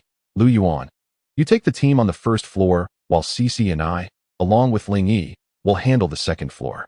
Pei Yu, you shall be responsible for the third floor. What? Pei Yu protested. You all have several people, yet I am left alone? Jiang Mian replied. Because you are more than capable on your own, I trust you. Pei Yu wore a gloomy expression, thinking, you truly believe in me. Ling Yi, feeling sympathetic, interjected. Sister Jiang, perhaps I should accompany Brother Pei on the third floor? As soon as he finished his sentence, Pei Yu draped an arm around his shoulder and headed towards the front door, proclaiming, "At least Xiao Yi cares for me. Let's go to the third floor." "I shan't play with you, Sister Jiang." "How biased." Jiang Mian remarked. The Dr. Pei, who could eliminate 20 foes in one breath, is now indulging in such trivialities. "Oh, what trivialities? You simply fail to grasp a man's heart. What he desires is your attitude," Xiao Teng began to say. But Jiang Mian swiftly silenced her with a sharp command to be quiet. Lu Yuan observed their dynamic with a tinge of envy, clearing his throat before leading Li Mingho and the others to inspect the first floor. "Qiu Hu, you and Qiu Xiang rest in the main hall. Lu Yuan and the others will be on the first floor. Call out if you need anything." The two nodded in agreement. Having given her instructions, Jiang Mian ascended to the second floor with CSCC. The second floor featured a living room and 4 rooms, all remarkably clean, a cleanliness defined by the absence of bloodshed or tragedy. The furnishings were somewhat antiquated, composed of solid wood with a hint of peeling paint, hinting at their age. Jiang Mian and CSCC conducted a thorough inspection, finding no issues, and then descended to rejoin the others. Before long, Pei Yu and Ling Yi also returned. Pei Yu pulled up a chair and stated, "The third floor shows no anomalies. It is safe." Jiang Mian surveyed the group, confirming, "The second floor is also free of irregularities. It is secure." Lu Yuan nodded. "On the first floor, we discovered multiple bloodstains, but found no bodies. It remains safe for now." Qiu Xiang suddenly pondered aloud. Could it be that the corpses transformed into zombies and wandered off on their own? It is a possibility. Li Ming mused, stroking his chin, finding her reasoning plausible. The group tacitly accepted this theory. Jiang Mian recalled Xiao Teng's mention of formidable beings existing in this village. Wondering what they could be, she placed Xiao Teng on the table and beckoned everyone over. "This is a peculiar mutated plant I stumbled upon." "A mutated plant?" Everyone was immediately intrigued, quickly noticing the distinct characteristics of the bare little stalk. If it were an ordinary plant, standing upright like this, it would undoubtedly topple over due to an unstable center of gravity. Yet, this mutated plant's tiny roots were as steadfast as human feet, firmly planted on the table. It was my first encounter with a mutated plant. Why was it so bare? Li Mingho reached out, eager to touch it, only for it to nimbly evade his grasp. The small vine, observing the eager hands reaching for it, scurried across the tabletop, exclaiming, "Jiang Mian, help. Don't touch me." It preferred to remain in Jiang Mian's hands rather than be subjected to the curiosity of so many onlookers. Jiang Mian assessed the expressions of those around her and confirmed that no one else could hear the vine's voice. So she replied in her mind, "Help what? They won't eat you." The others stared in astonishment as the mutated plant darted across the table, their eyes wide with wonder. It was simply adorable. CSCC reached out, attempting to capture it, while Ling Yi also moved his hand. "Oh, so many hands. Don't leave me to my fate, Jiang Mian." Jiang Mian. Jiang Mian began to suspect that if she did not make contact with the vine, it could not hear her thoughts. She tried scolding the vine silently, only to discover that it indeed couldn't hear her, busily avoiding the outstretched hands without any sign of awareness. "All right, you've frightened it enough." Jiang Mian intervened, placing her hand on the table. Upon seeing this, the little vine hurriedly scampered towards her. "How infuriating, you've watched this for so long. This is excessive." It felt as if, were it human, it would be drenched in sweat and gasping for breath. Jiang Mian ignored the vine's complaints and addressed the group. "Perhaps I am a wood-type ability user, capable of communicating with it. Earlier, when we entered the village, it informed me that there are dangerous entities here." "Huh? What dangerous entities?" "Zombies?" Qiu Hu inquired. The group was already astonished to hear that Jiang Mian could communicate with the mutated plant, and now she was claiming that there were dangerous beings in the village. Their attention shifted entirely to the notion of these perilous entities. Chapter 47. Danger approaches. What are these dangerous entities? Jiang Mian herself was uncertain. She looked towards the vine, which seemed to understand her inquiry. "I don't know exactly what it is. I can only sense a wave of peril, but it is more dangerous than ordinary zombies." Jiang Mian relayed the vine's words to the others, who all displayed expressions of concern. Lu Yuan stated, "The guns are still in the vehicle. Mingho, you and Yang Jie go retrieve the box." Considering the threat was more formidable than typical zombies, it was prudent to prepare for a potential fierce battle tonight. Understood. The two men promptly departed. Pei Yu glanced at Ling Yi and invited him to assist in transporting the weapon box as well. Qiu Xiang watched the departing figures, puzzled, and asked, "If there is danger, why don't we leave?" Jiang Mian explained to her companions that if they were to leave, they might have to spend the night in the wilderness, which would be far more perilous. Without even a roof to shield them from the elements, it was better to remain where they were.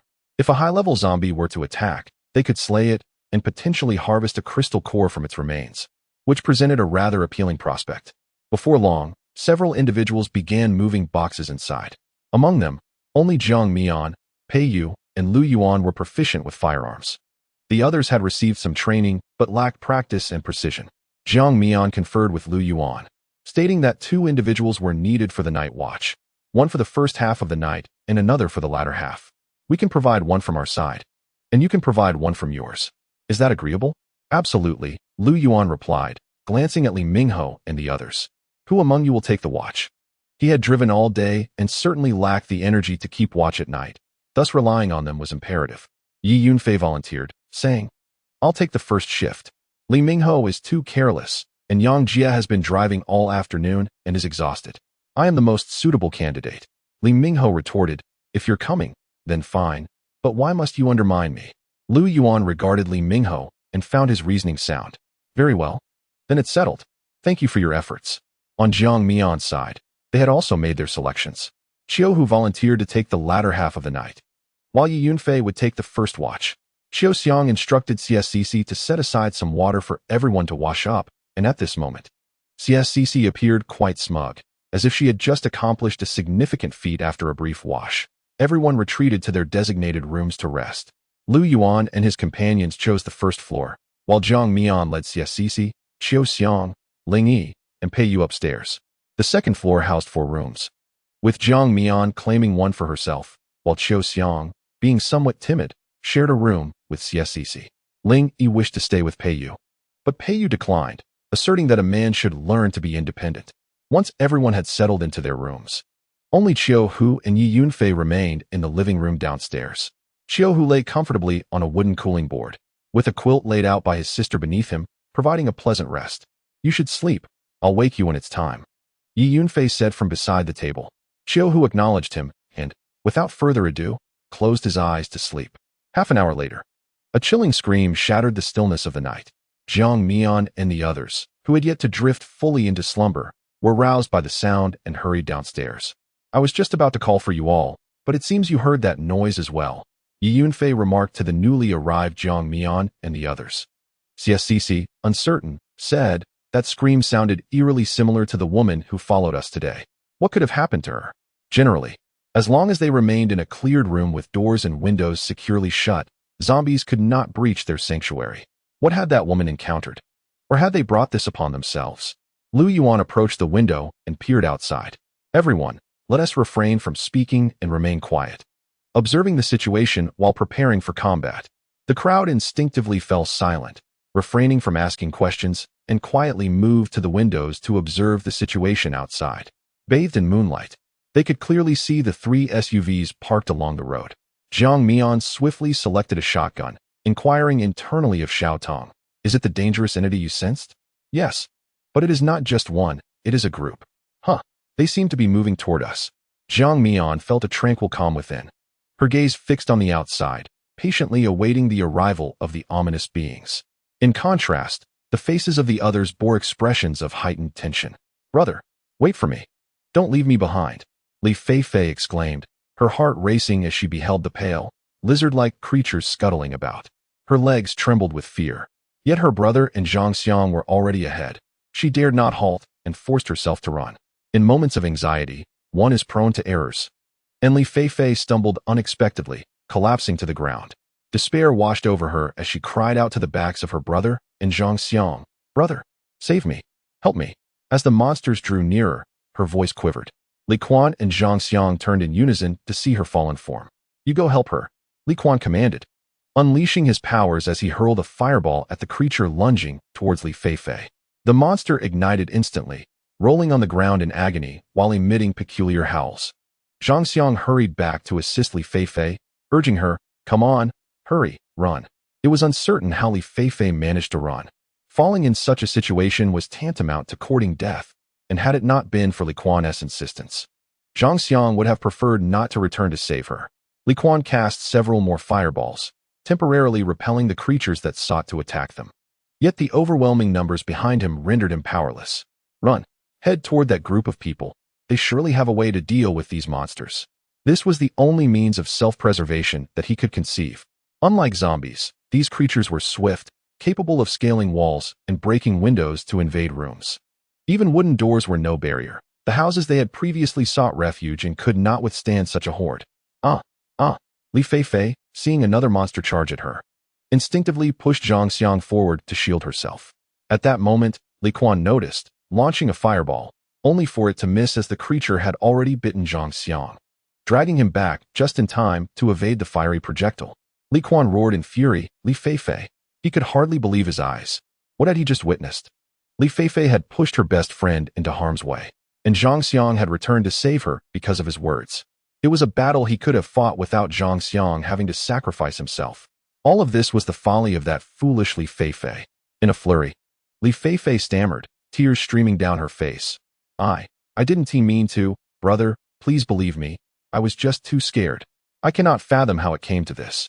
Zhang Xiang never imagined that upon returning to rescue her, he would be thrust aside, only to experience excruciating pain as the monsters seized him. Before he could utter a few choice words to Li Feifei, he was besieged by more of these creatures, agony radiating from his hands, abdomen, and legs. In the next instant, his body was torn asunder, blood spilling across the ground, accompanied by a few of his intestines and entrails. Li Feifei was paralyzed with fear, gripped by sheer terror. Chapter 48. Internal strife. Li Quan was equally horrified by the scene, yet he regained his composure before Li Feifei, scolding her with frustration. Run. What are you waiting for? Zhang Xiang was beyond salvation. All he could do now was strive to protect Li Feifei. Li Quan hurled several fireballs at the approaching monsters, acutely aware that his remaining powers were dwindling. Brother, I'm scared. I think I twisted my ankle. What should I do?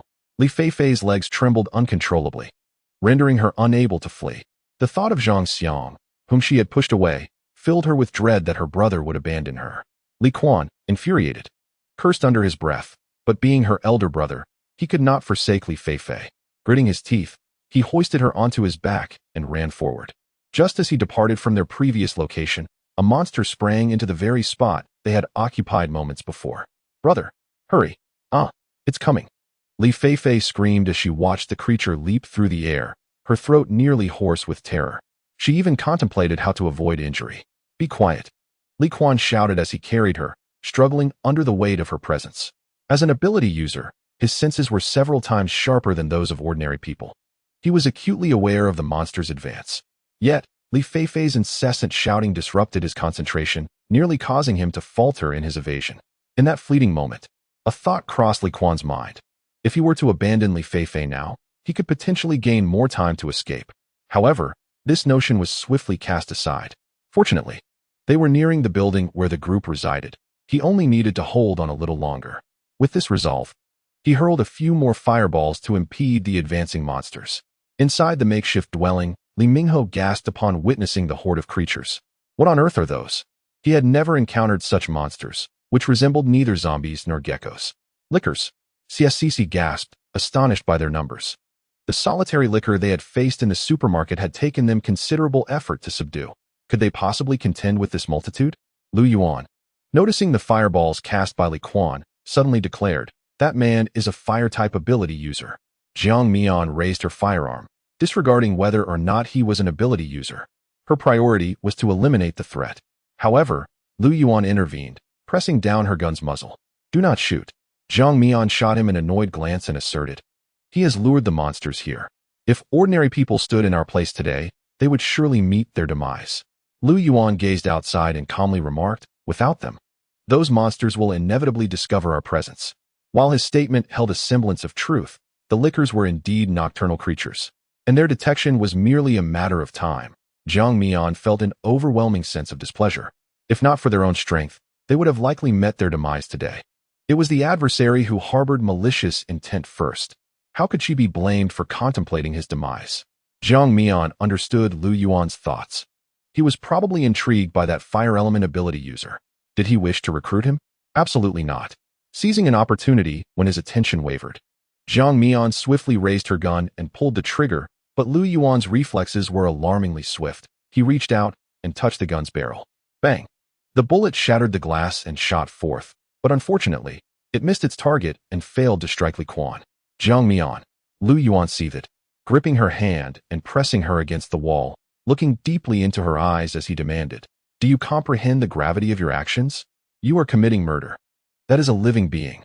Back on the national highway, when Jiang Mian had coldly gunned down those 4 troublemakers, he had felt a twinge of discomfort. He recalled that CSCC had mentioned that both she and Jiang Mian were second-year students, yet now, barely a month into the apocalypse, how could Jiang Mian be so ruthlessly callous? Was this truly the demeanor of a mere second-year student? A sense of inexplicable sorrow filled Lu Yuan's heart. Upon witnessing his expression, Jiang Mian let out a self-deprecating laugh. He actually recognized that it was a living person, had he considered, at the moment he placed himself on the operating table, that she too was a living being? How ironic. "Release her." Peiyu swung his fist toward Lu Yuan's face. Caught off guard, Lu Yuan was struck squarely, causing a trickle of blood to escape from the corner of his left mouth. Taking advantage of the moment, Jiang Mian extricated herself from Lu Yuan's grasp and positioned herself behind Peiyu, fixing her gaze upon him. The onlookers were rendered speechless, stunned by the sudden turn of events, unsure of how to react. "Peiyu, do you dare to harm my brother Lu? You seek death." Li Mingho, witnessing Lu Yuan's injury, could no longer contain his rage and likewise swung his fist at Peiyu, channeling 90% of his strength. He was taken aback when Peiyu caught his punch with one hand, crushing his fist with a fierce grip. Pain seared through Li Mingho, causing him to grimace as he felt as though his knuckle bones might shatter. Astonishment flooded his mind. What kind of ability user was Peiyu? His strength surpassed his own. This was utterly illogical. Little did he know, he, a level 1 power user, was competing in strength against a level 4 ability user. Had he been aware, he would have been utterly infuriated. Qiu Hu, witnessing the unfolding chaos, felt a pounding headache.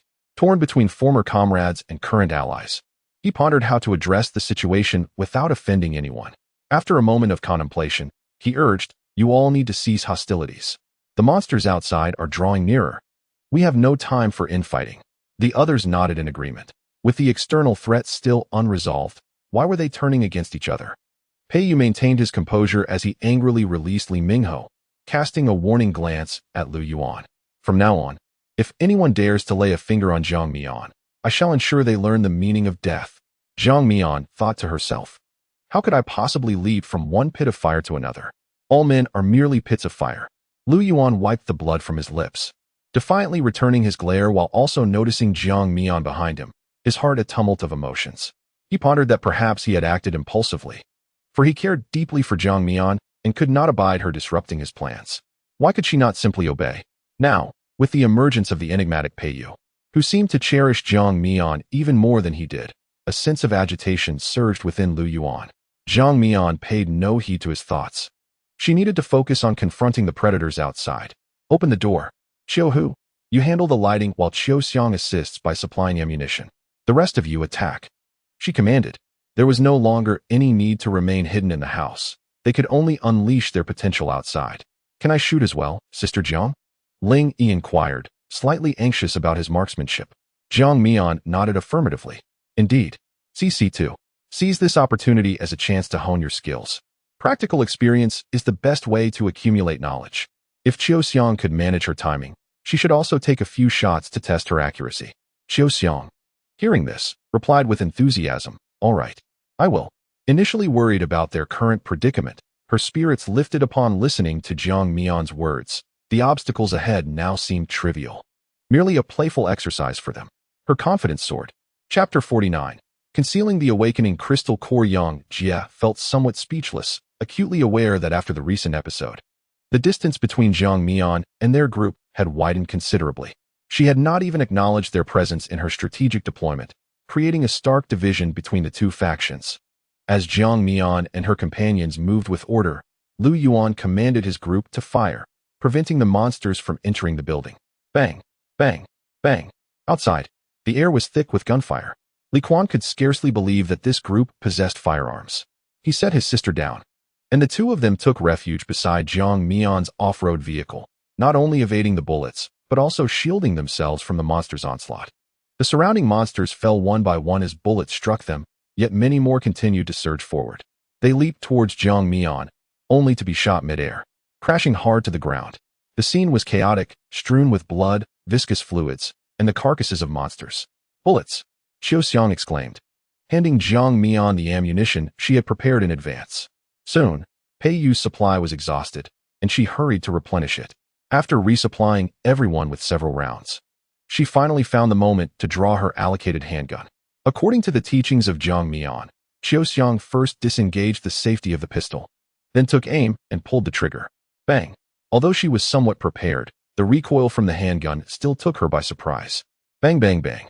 Qiu Xiang fired several rounds. The scene was chaotic, and she could not ascertain how many bullets had found their mark on the creature. All she knew was that she relished this sensation. This was a sense of security. Several newcomers, wielding firearms for the first time, gradually found their rhythm. Though they could not match the precision of Jiang Mian, Pei Yu, and Lu Yuan, with a few more attempts, they still managed to hit their targets. Li Mingho, while shooting, remarked, "These creatures are truly repulsive. Blood mixed with slime, resembling a puddle of mucus." Haha. Yi Yunfei chuckled, "Your marksmanship needs work. You should learn more from Brother Lu." At that moment, a licker, targeted by Ling Yi, dodged multiple bullets and lunged toward him. Ling Yi, CSCC and the others exclaimed in alarm, wishing to assist, but unable to free their hands, only able to feel anxious in their hearts. "Ice Spike," Jiang Mian urged him. Fortunately, the young man reacted swiftly. His proficiency with the Ice Spike skill had surpassed previous levels. Whoosh!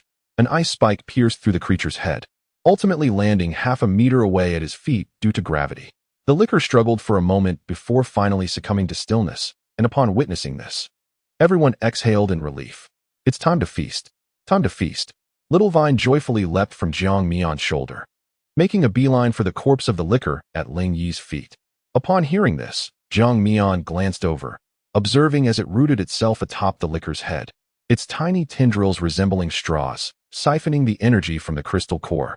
Then, at a visibly rapid pace, 5 tender green leaves sprouted anew from the top of Little Vine. It jubilantly shook a few times before hopping off the corpse and scampering back toward Jiang Mian. The moment she made contact with Little Vine, Jiang Mian inquired, "Aren't you going to drink blood? Such a waste." She recalled when she first encountered Little Vine, it was consuming blood. "Oh, with all these crystal cores around, why would I drink blood?" Little Vine responded nonchalantly. The crystal cores were a delectable delicacy, while blood merely served to fill the stomach. In such circumstances, only a fool would choose blood. However, Jiang Mian's next words shattered its defenses. "The crystal cores are mine. Dare to steal even one, and you shall meet your demise." Little Vine felt a wave of sorrow. Awakening crystal cores were too precious. Each one represented the hope of ordinary people, and Jiang Mian would never allow it to consume a second. She had grand plans for this batch of crystal cores. "Brother, do you think once they finish off these creatures, they will come after us?" Li Feifei, hiding behind the off-road vehicle, felt a tinge of fear since this group of monsters had been drawn by them. "We'll take it one step at a time," Li Quan replied. Feeling uncertain but relieved to be alive, he believed facing these people was far easier than confronting a horde of monsters. 20 minutes later, the scene was littered with the corpses of the devourers, a veritable mountain of bodies. Apart from a few who managed to flee, nearly all remained. Jiang Mian and her companions had expended a substantial amount of ammunition, and their supplies were nearly depleted, which pained CSCC deeply. Yet, upon contemplating the multitude of awakened crystal cores scattered about, their value far exceeded that of the consumed bullets, and she felt a sense of relief. Among the throng present, only Jiang Mian, Pei Yu, CSCC, and Ling Yi knew of the crystal cores nestled within the devourers' heads. They tacitly chose not to divulge this knowledge, each contemplating how to discreetly extract the cores from beneath the watchful eyes of Lu Yuan and his companions. Had it not been for the altercation between Jiang Mian and Lu Yuan prior to the battle, CSCC and Ling Yi would not have been so preoccupied with these thoughts. Observing Jiang Mian's demeanor, they discerned that she had no intention of sharing the news about the cores, so they decided to bide their time. Li Quan emerged from the off-road vehicle with his sister, his expression one of profound gratitude as he expressed his thanks to the group. "Thank you all for saving my life. I, Li Quan, vow today that this life is no longer mine. I shall use it to repay your kindness." Beside him, Li Feifei echoed his sentiment. "Me too. If anyone needs assistance in the future, I, Li Feifei, will certainly not hesitate to help." Having conferred with her brother, she resolved to join this group, motivated by their strength and armament, which made them worthy allies. Jiang Mian, disinterested in their theatrics, simply collected her weapon and turned to return indoors, prompting Pei Yu, CSCC, and the others to follow suit. This left Lu Yuan and his entourage standing outside, with Yang Jie scratching his nose, feeling somewhat at a loss. He then heard Lu Yuan inquire of the man, "Are you a fire-type ability user?" Initially disheartened by Jiang Mian and the others' silence as they retreated indoors, Li Quan's spirits lifted at Lu Yuan's question. "Indeed, I am rather unremarkable, having awakened my fire-type ability on the very first day of the apocalypse." Li Mingho scoffed at this, retorting as if to say that Li Quan was the only one who had awakened on the first day. He found Li Quan's modest words to be insincere, masking a profound pride that irked him greatly. No, I didn't mean it that way. You've misunderstood me, brother," Li Quan apologized awkwardly, yet harbored resentment towards him. What was this person's problem? Nitpicking over trifles? What harm was there in stating a simple truth? Such pettiness. Yi Yunfei grasped Lu Yuan's intent, likely seeking to recruit allies, and hastily intervened to smooth things over. Haha, don't mind him. He often speaks without thinking. Those of us who know him are accustomed to it. Li Mingho shot Yi Yunfei a glare, dismissing further conversation. In the following chapter, Lu Yuan inquired about their backgrounds. Learning that Li Quan was 28 years old and had been a chef at a 5-star hotel before the apocalypse. His sister, Li Feifei, 23, worked as a waitress in the same establishment, and the two had been escaping together since the onset of the disaster. They had heard of a military presence not far from Lichuan City in Yun Province and sought to seek refuge under their protection. Upon embarking on National Highway 108, they encountered one another. Ultimately, Lu Yuan extended an invitation for them to join, prompting Yang Jie to reflect internally. One Xiu who departs, and in his place arrives Li Quan, both accompanied by their sisters. Yet, he personally favored Xiu Hu and Xiu Xiang. Suddenly, Yang Jie recalled something and inquired, "I remember you had another companion, right? Where is he?" The mention of Zhang Xiang sent a shiver down Li Feifei's spine, her face instantly paling at the horrifying memories of his demise. Li Quan shifted slightly, positioning himself in front of Li Feifei, and sorrowfully remarked, "He met with an unfortunate fate." The sorrow emanating from Li Quan was genuine, a heartfelt expression of his grief for Zhang Xiang, whom he truly considered a brother. Regret, however, was futile. Death was irreversible. The others refrained from further questioning, which alleviated some of Li Feifei's anxiety. Meanwhile, upstairs, Jiang Mian and the others gathered as night deepened, illuminating only a solitary candle. As soon as CSCC began to speak, Jiang Mian gestured for silence, indicating she wished to hold her tongue for the moment. She whispered, "Please wait a moment." Aware that Lu Yuan and the others possessed extraordinary hearing, Jiang Mian hesitated to gamble on whether they could overhear her. Yet she was determined to keep the existence of the crystal cores from Lu Yuan. She would rather forego them entirely than share them with him. Shouting, sensing her thoughts, rejoiced, exclaiming, "This is simple. Just leave them all to me. I assure you, no one will be the wiser as I consume them all." "Get lost," Jiang Mian retorted, dismissing Shouting's chatter. She swiftly returned to her room, rummaging through her belongings until she finally unearthed a pen and a notebook. Xiu Hu observed in bemusement as Jiang Mian furiously scribbled on the paper. Was this a precaution against Lu Yuan? Did it truly warrant such measures? Upon deciphering the words in the notebook, his eyes widened in astonishment. Jiang Mian had written, "Do not touch the crystal cores, nor mention them. Tomorrow, we will part ways with Lu Yuan and the others. After they leave, we shall retrieve the cores." Pei Yu, equally astonished, understood the existence of the crystal cores, having reverted time to an earlier point. Yet, how did Jiang Mian possess such knowledge? Given that this was the onset of the apocalypse, how could she be aware of the crystal cores? Seizing the pen, Pei Yu hastily wrote, "How do you know that group of monsters possesses crystal cores?" CSCC shot him a glance and snatched the pen, inscribing, "Isn't it written in novels? Where there are superhumans, can crystal cores be absent? We previously killed a licker in the supermarket and discovered one within its brain." Jiang Mian regarded her with admiration, impressed by her clever fabrication. Nevertheless, Pei Yu seized upon her inconsistency, writing, "But how do you know it's called a licker?" This time, Ling Yi interjected, claiming the pen to write, "Haven't you seen Resident Evil? The creature known as the licker bore a striking resemblance to the monster, which is why it was aptly named." Jiang Mian internally commended its cleverness, realizing that each of them had grown increasingly astute. Pei Yu suddenly felt a twinge of foolishness. Wait, no. They had encountered the licker in the supermarket and had obtained an awakening crystal core, while CSCC's powers awakened with astonishing swiftness. This indicated they had utilized the awakening crystal core. But how did they know its methods and applications? Pei Yu abruptly recognized that the current Jiang Mian posed a perplexing conundrum. Was she truly the same Jiang Mian from the onset of the apocalypse? Numerous questions he had previously overlooked began to surface in his mind. Jiang Mian's marksmanship, her skills, her approach to situations. She bore an uncanny resemblance to the Jiang Mian he had come to know 6 months later. It was nearly conclusive that they were indeed the same person. Yet the present Jiang Mian did not recognize him. He was certain she was not pretending. She genuinely did not know him. Everything was utterly baffling. Jiang Mian harbored too many secrets. Qiu Xiang, noticing the lengthy discourse among them, gestured for Ling Yi to pass her the pen, and she wrote, "What is the purpose of this crystal core?" Qiu, who shared her concern, eagerly awaiting their response. Jiang Mian, Pei Yu, CSCC, and Ling Yi were all aware of its uses, but how could they articulate it without arousing suspicion? The pressure mounted as they struggled to fabricate a plausible explanation.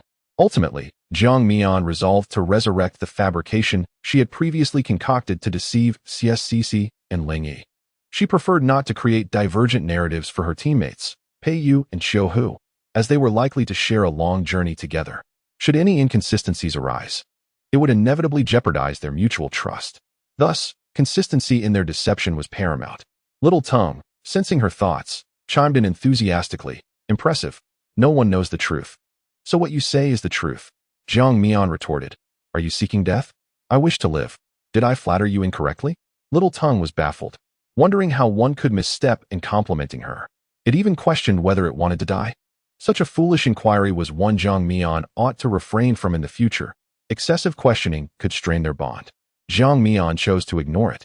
Seizing the pen to write, "I had a lengthy dream while I was feverish, filled with numerous fragments of the apocalypse. The liquor's crystal core can awaken ordinary people, and I saw its method in the dream." Qiu Xiang was most astonished. She was the sole ordinary person in the team, and Jiang Mian claimed that the external crystal cores could assist her in awakening powers. It felt surreal, akin to a dream. Unable to contain her curiosity, Qiu Xiang whispered, "Is this true?" She was eager to ascertain whether this crystal core could genuinely aid ordinary individuals in awakening. CSCC took the pen, wrote a response, and handed it to Qiu Xiang, fully understanding her feelings, having experienced it herself. Qiu Xiang gazed at the words inscribed in her notebook. "I awakened my extraordinary abilities through that crystal core from the supermarket. I believe you can too." At that moment, she found it difficult to articulate her emotions, excitement, joy, and even a desire to weep. Qiu Hu gently patted her shoulder in a gesture of consolation, unaware of how deeply his sister yearned to become an extraordinary being. Perhaps he had been overly negligent, or perhaps she had concealed her aspirations too well.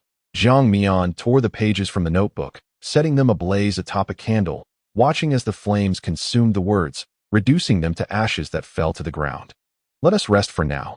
It is getting late," she suggested, and the others nodded in agreement. Qiu Hu declared, "You all should sleep. I will keep watch." "No need. You all rest, and let it keep watch," Jiang Mian replied, placing Xiao Tong on the table. Xiao Tong, sensing Jiang Mian's thoughts, understood that nothing comes without a price. Having consumed a crystal core, it was only right to contribute in some manner. What could Xiao Tong say? It could only agree to awaken Jiang Mian should any unforeseen circumstances arise. Chapter 51. The Devourer. The next morning, "Why not leave?" he inquired. "If you were troubled by last night's events, I apologize. I acknowledge my impulsiveness." Lu Yuan cast a nervous glance at Jiang Mian, realizing that their relationship had finally begun to thaw, only to regress due to his own impetuosity. Did he regret it? A little, for Jiang Mian had distanced herself again, stating her intention to remain in the village for a day. Lu Yuan understood this as a veiled indication that they would not be departing together. Jiang Mian, somewhat helpless, replied, "You need not apologize. The fault of last night does not lie solely with you. I was impulsive as well. The primary reason for my stay is that my vehicle has broken down." Following her gaze, Lu Yuan observed that indeed, Jiang Mian's SUV had encountered issues. The windshield was riddled with bullet holes, resembling a spider's web, rendering it impossible to see the road ahead. Furthermore, the front left tire was flat, causing the vehicle to tilt to one side. Since Jiang Mian's vehicle was at the forefront, it had been affected by the skirmish from the previous night, while his and Pei Yu's vehicles remained unscathed further back. although Jiang Mian attributed her delay to the vehicle's problems. Lu Yuan's instincts told him that this was merely an excuse. With 6 individuals crammed into one vehicle on his side and the same number on hers, they could have easily departed together if they truly wished to. Lu Yuan stood in silence for a moment, contemplating whether to accompany her in the village for a day. Yet, faced with Jiang Mian's calm and somewhat frosty gaze, his pride would not allow it. Ultimately, Lu Yuan boarded the vehicle with his companions and drove away. Watching the SUV disappear into the distance, Jiang Mian felt a subtle sense of relief. She had feared that Lu Yuan might linger. "Let us commence," Jiang Mian exclaimed, drawing her knife and slicing open the head of one of the devourers, demonstrating how to extract the crystal core. The onlookers observed intently as she fumbled for a while before successfully retrieving a core from the mass of red and white matter. "Bring some water," she instructed. "All right." With a smile, CSCC responded, directly pouring water to wash away the viscous substance on the surface of the crystal core, revealing a black crystal within. The awakening crystal core is indeed black. This process is quite simple, isn't it? You all should give it a try. Place the excavated crystal cores into the bucket first, and clean them all together at the end. Excellent. Understood. Several individuals replied, each taking a knife to dig for the crystal cores.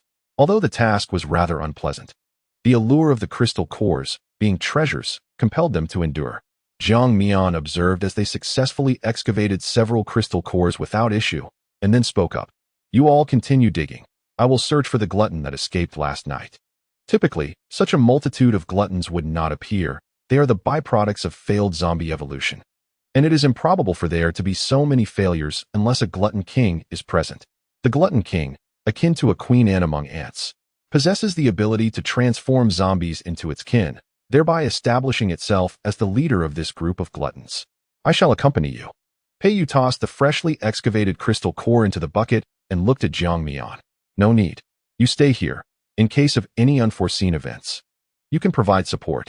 Jiang Mian preferred solitude, as the crystal core of the glutton king could enhance her abilities, and she prioritized her own needs. Thus, her refusal was unequivocal. Pei Yu had no choice but to acquiesce, realizing that Jiang Mian intended to seek the glutton king, leaving him reluctantly behind to toil alongside the others in digging for crystal cores. After meandering through the village for a little over 10 minutes, Jiang Mian inquired of Xiao Tong, "Can you sense the location of the glutton king?" "Indeed. So, you just watched me wander aimlessly without a word?" Jiang Mian felt a surge of irritation. "Haven't you always maintained that there is no such thing as a free lunch? If you want my assistance, it will cost you 10 crystal cores." Xiao Tong remembered the incident from the previous night when Jiang Mian had compelled herself to keep watch after consuming one of her crystal cores. One must reciprocate. 3 cores. No more than 3, Jiang Mian thought. If it refuses to cooperate, then it shall be burned. Xiao Tong, capable of reading her thoughts, replied, "Agreed." With Xiao Teng's assistance, Jiang Mian swiftly located the lair of the glutton king. It was a long, unfinished tunnel, with soil scattered all around. Outside, the sun shone brightly, yet within the tunnel, an impenetrable darkness loomed, resembling a monstrous black hole poised to consume. "That creature is inside. How confident are you?" Jiang Mian replied with calm assurance. 10 out of 10. Humph. As they approached the tunnel entrance, a chill wafted outward, prompting Xiao Teng to burrow into the pocket of Jiang Mian's garment. Jiang Mian, curious, asked, "Are you still afraid of the cold?" "Not at all. I merely worry that during the ensuing conflict, you might inadvertently damage the delicate little leaves I have painstakingly grown." It turned out to be a precautionary measure. Jiang Mian paid it no further mind, retrieving her flashlight, turning on the light, and stepping cautiously deeper into the tunnel. The faint sound of footsteps echoed distinctly within the cavernous space.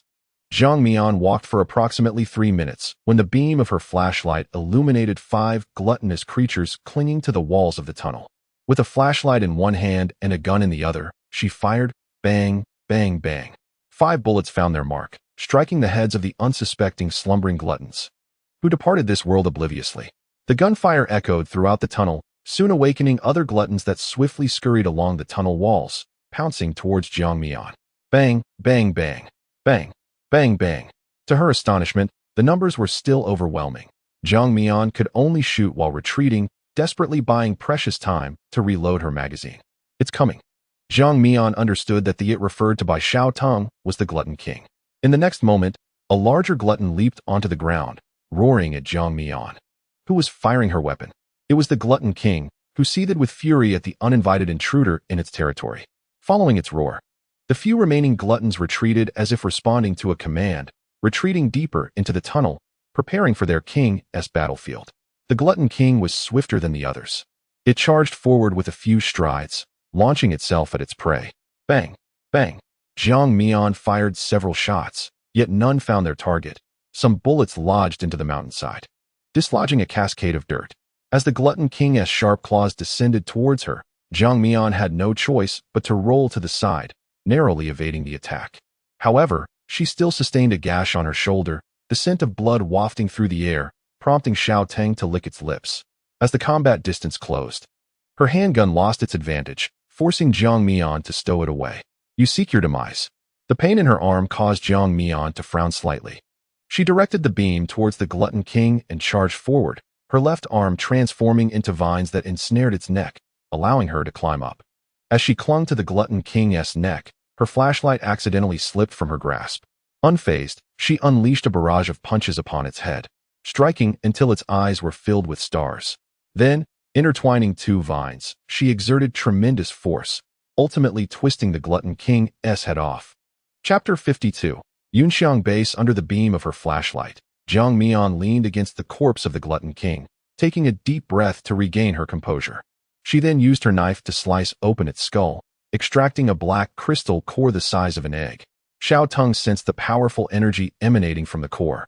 Swallowing hard, yet aware of its place, it could only watch in awe, refraining from any inappropriate thoughts. Time to feast. Time to feast. I'll have the first bite out of respect. Xiao Teng leaped from Jiang Mian's side and dashed toward the Glutton King's carcass. Unable to access the core, it Wu-Ti let the blood go to waste.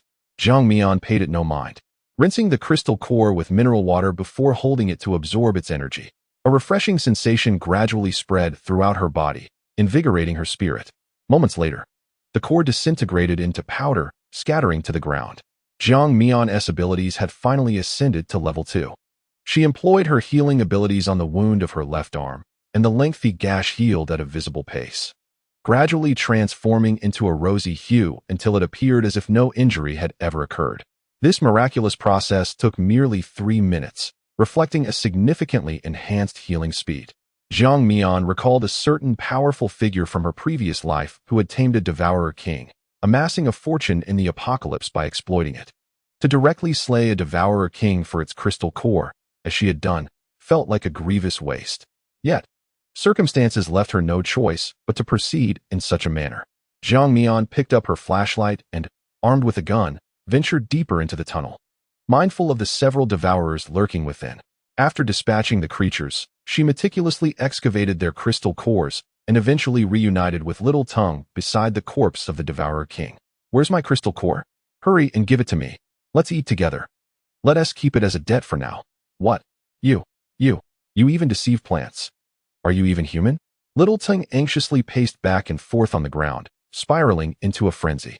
Jiang Mian, maintaining her composure, remarked, "Awakening crystal cores are exceedingly precious. Consuming them would be wasteful. I will owe you 3 cores, and I assure I will not default." Humph. If you had mentioned it was a debt earlier, do you think I would agree? Woo-woo, you're bullying Tongue. Jiang Mian was well aware that it would never consent, hence her timing.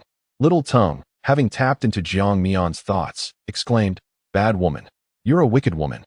Jiang Mian scratched her ear, feigning ignorance, and exited the cave while carrying over 20 unwashed awakening crystal cores. By the time she returned to her self-built abode, it was nearly noon, and Pei Yu and the others had also concluded their tasks, having more hands made for swift efficiency. Jiang Mian handed the retrieved crystal cores to CSCC for cleaning, and together they counted a total of 169 awakening crystal cores. Seizing the opportunity, both she and Pei Yu disclosed the existence of spatial tools to the group, eliciting shock followed by joy. Possessing a space meant they could carry away numerous items. Chiu, who even suggested heading to the next city to gather supplies, including food, daily necessities, and gasoline. CSCC scrutinized the rings on the fingers of the two, pondering how they resembled couples' rings, albeit with a somewhat outdated design. Qiu Xiang gleefully urged Jiang Mian to take some pots and pans, as the previous load in the vehicle had been excessive, leaving no room for cooking utensils. Now, with Jiang Mian's spatial capabilities, she could collect additional buckets and basins for future use. After a simple meal of dry rations, the 6 of them squeezed into Pei Yu's off-road vehicle. Pei Yu took the wheel, while Xie and Qiu Xiang occupied the passenger seat, and Ling Yi, Qiu Hu, and Jiang Mian settled in the back. Considering the time, they had departed one morning later than Lu Yuan. If the journey went smoothly, they might yet catch up with him. Jiang Mian studied the map, reminiscing about the road from her previous life, selecting the most optimal route. If all goes smoothly, tonight they shall arrive at the Yunxiang base in Yun province, a stronghold established by the station military, whose might should not be underestimated. When Jiang Mian perished in her past life, the Yunxiang base remained unscathed, sheltering tens of thousands of survivors, which attests to its high level of security. Unbeknownst to Jiang Mian, at this very moment, Lu Yuan and the others have already reached the Yunxiang base. This marks their inaugural entry into the base, where information is scarce in the apocalypse. Their purpose is to gather news. The 6 stood in the square, observing the bustling crowd around them, the cacophony of shouts and vendors creating an extraordinary atmosphere. This place is enormous, Yi Yunfei exclaimed. What is this compared to what I just heard? Li Mingho replied. I overheard someone mention that they even have electricity and water here. Yang Jie, touching his nose, interjected, yes, they do provide electricity and water, but you must exchange points for them. This meant that one should not harbor overly optimistic expectations, as these amenities are not offered for free. Lu Yuan glanced around and called over a shouting young boy, offering him a piece of bread. Show us around the Yunxiang base. Sure. The boy took the bread, quickly tucked it into his inner pocket, and after some adjustment, smiled at them. Is this your first visit? Are you planning to stay long, or just temporarily? Lu Yuan replied directly, a short stay. He was merely passing through to check for any official updates from the base, and, most importantly, to return to Deep City to find his brother. A prolonged stay was out of the question. I see. I guess you haven't been to the mission hall yet? Let's talk as we walk. It is the most important place in our base. The boy continued as they walked. Tasks can be accepted here, points can be exchanged, supplies can be obtained, and accommodations arranged. All related matters are handled at the mission hall. Hearing this, the group followed him closely. As they walked, the boy explained that the Yunxiang base is divided into 5 sections, with the mission hall being the most significant, followed by the trading market, accommodation building, cafeteria, and medical department. By the time he finished his introduction, Lu Yuan and the others had arrived at the mission hall. Wow, it's so lively. I want to explore, Li Mingho eagerly announced, ready to see what the mission hall had to offer. The others' faces mirrored his excitement, prompting Lu Yuan to propose, let us have some free time. Let us convene at the entrance in half an hour. All right. The group dispersed, heading towards their areas of interest. Lu Yuan approached the mission desk, where 2 large screens displayed a plethora of densely packed red text. There were both official and privately posted missions, each accompanied by relevant rewards, making it clear and comprehensible. Lu Yuan casually scanned the official mission listings, one of which indicated a task to collect the crystal cores of liquors, rewarding 1,000 points for each core. Liquors? He recalled that when CSCC encountered that group of monsters, she had mentioned this name. Could those monsters indeed be liquors? And what exactly are their crystal cores? A nearby staff member noticed him staring blankly at the task and approached him with a gentle inquiry. Excuse me, do you possess the core of a liquor? She was particularly attentive, as the instructions emphasized the importance of collecting liquor cores, and she feared missing out. Upon hearing this, Lu Yuan directed his gaze towards the staff member and replied nonchalantly, I have encountered a creature, but I am uncertain if it is what you refer to as a liquor. Chapter 53. More trouble arises. This is simple, the staff member said with a smile as she opened the task regarding the collection of liquor cores. A photograph of the liquor appeared on the screen. Lu Yuan stared at the image, recognizing it as the very monster he had slain the previous night. They had killed many. He watched as the staff member swiped her hand across the screen, revealing a new image, a black crystal. She explained, this is the core of a liquor, found within their brains. Bang! Something exploded in Lu Yuan's mind in that instant. He was overwhelmed with thoughts. Did Jiang Mian know about the liquor's core? Had she intentionally sent him away? His feelings were tumultuous, as he harbored a strong intuition that all answers pointed to affirmation. However, returning to confirm now seemed impractical, leaving him with an unsettling sensation.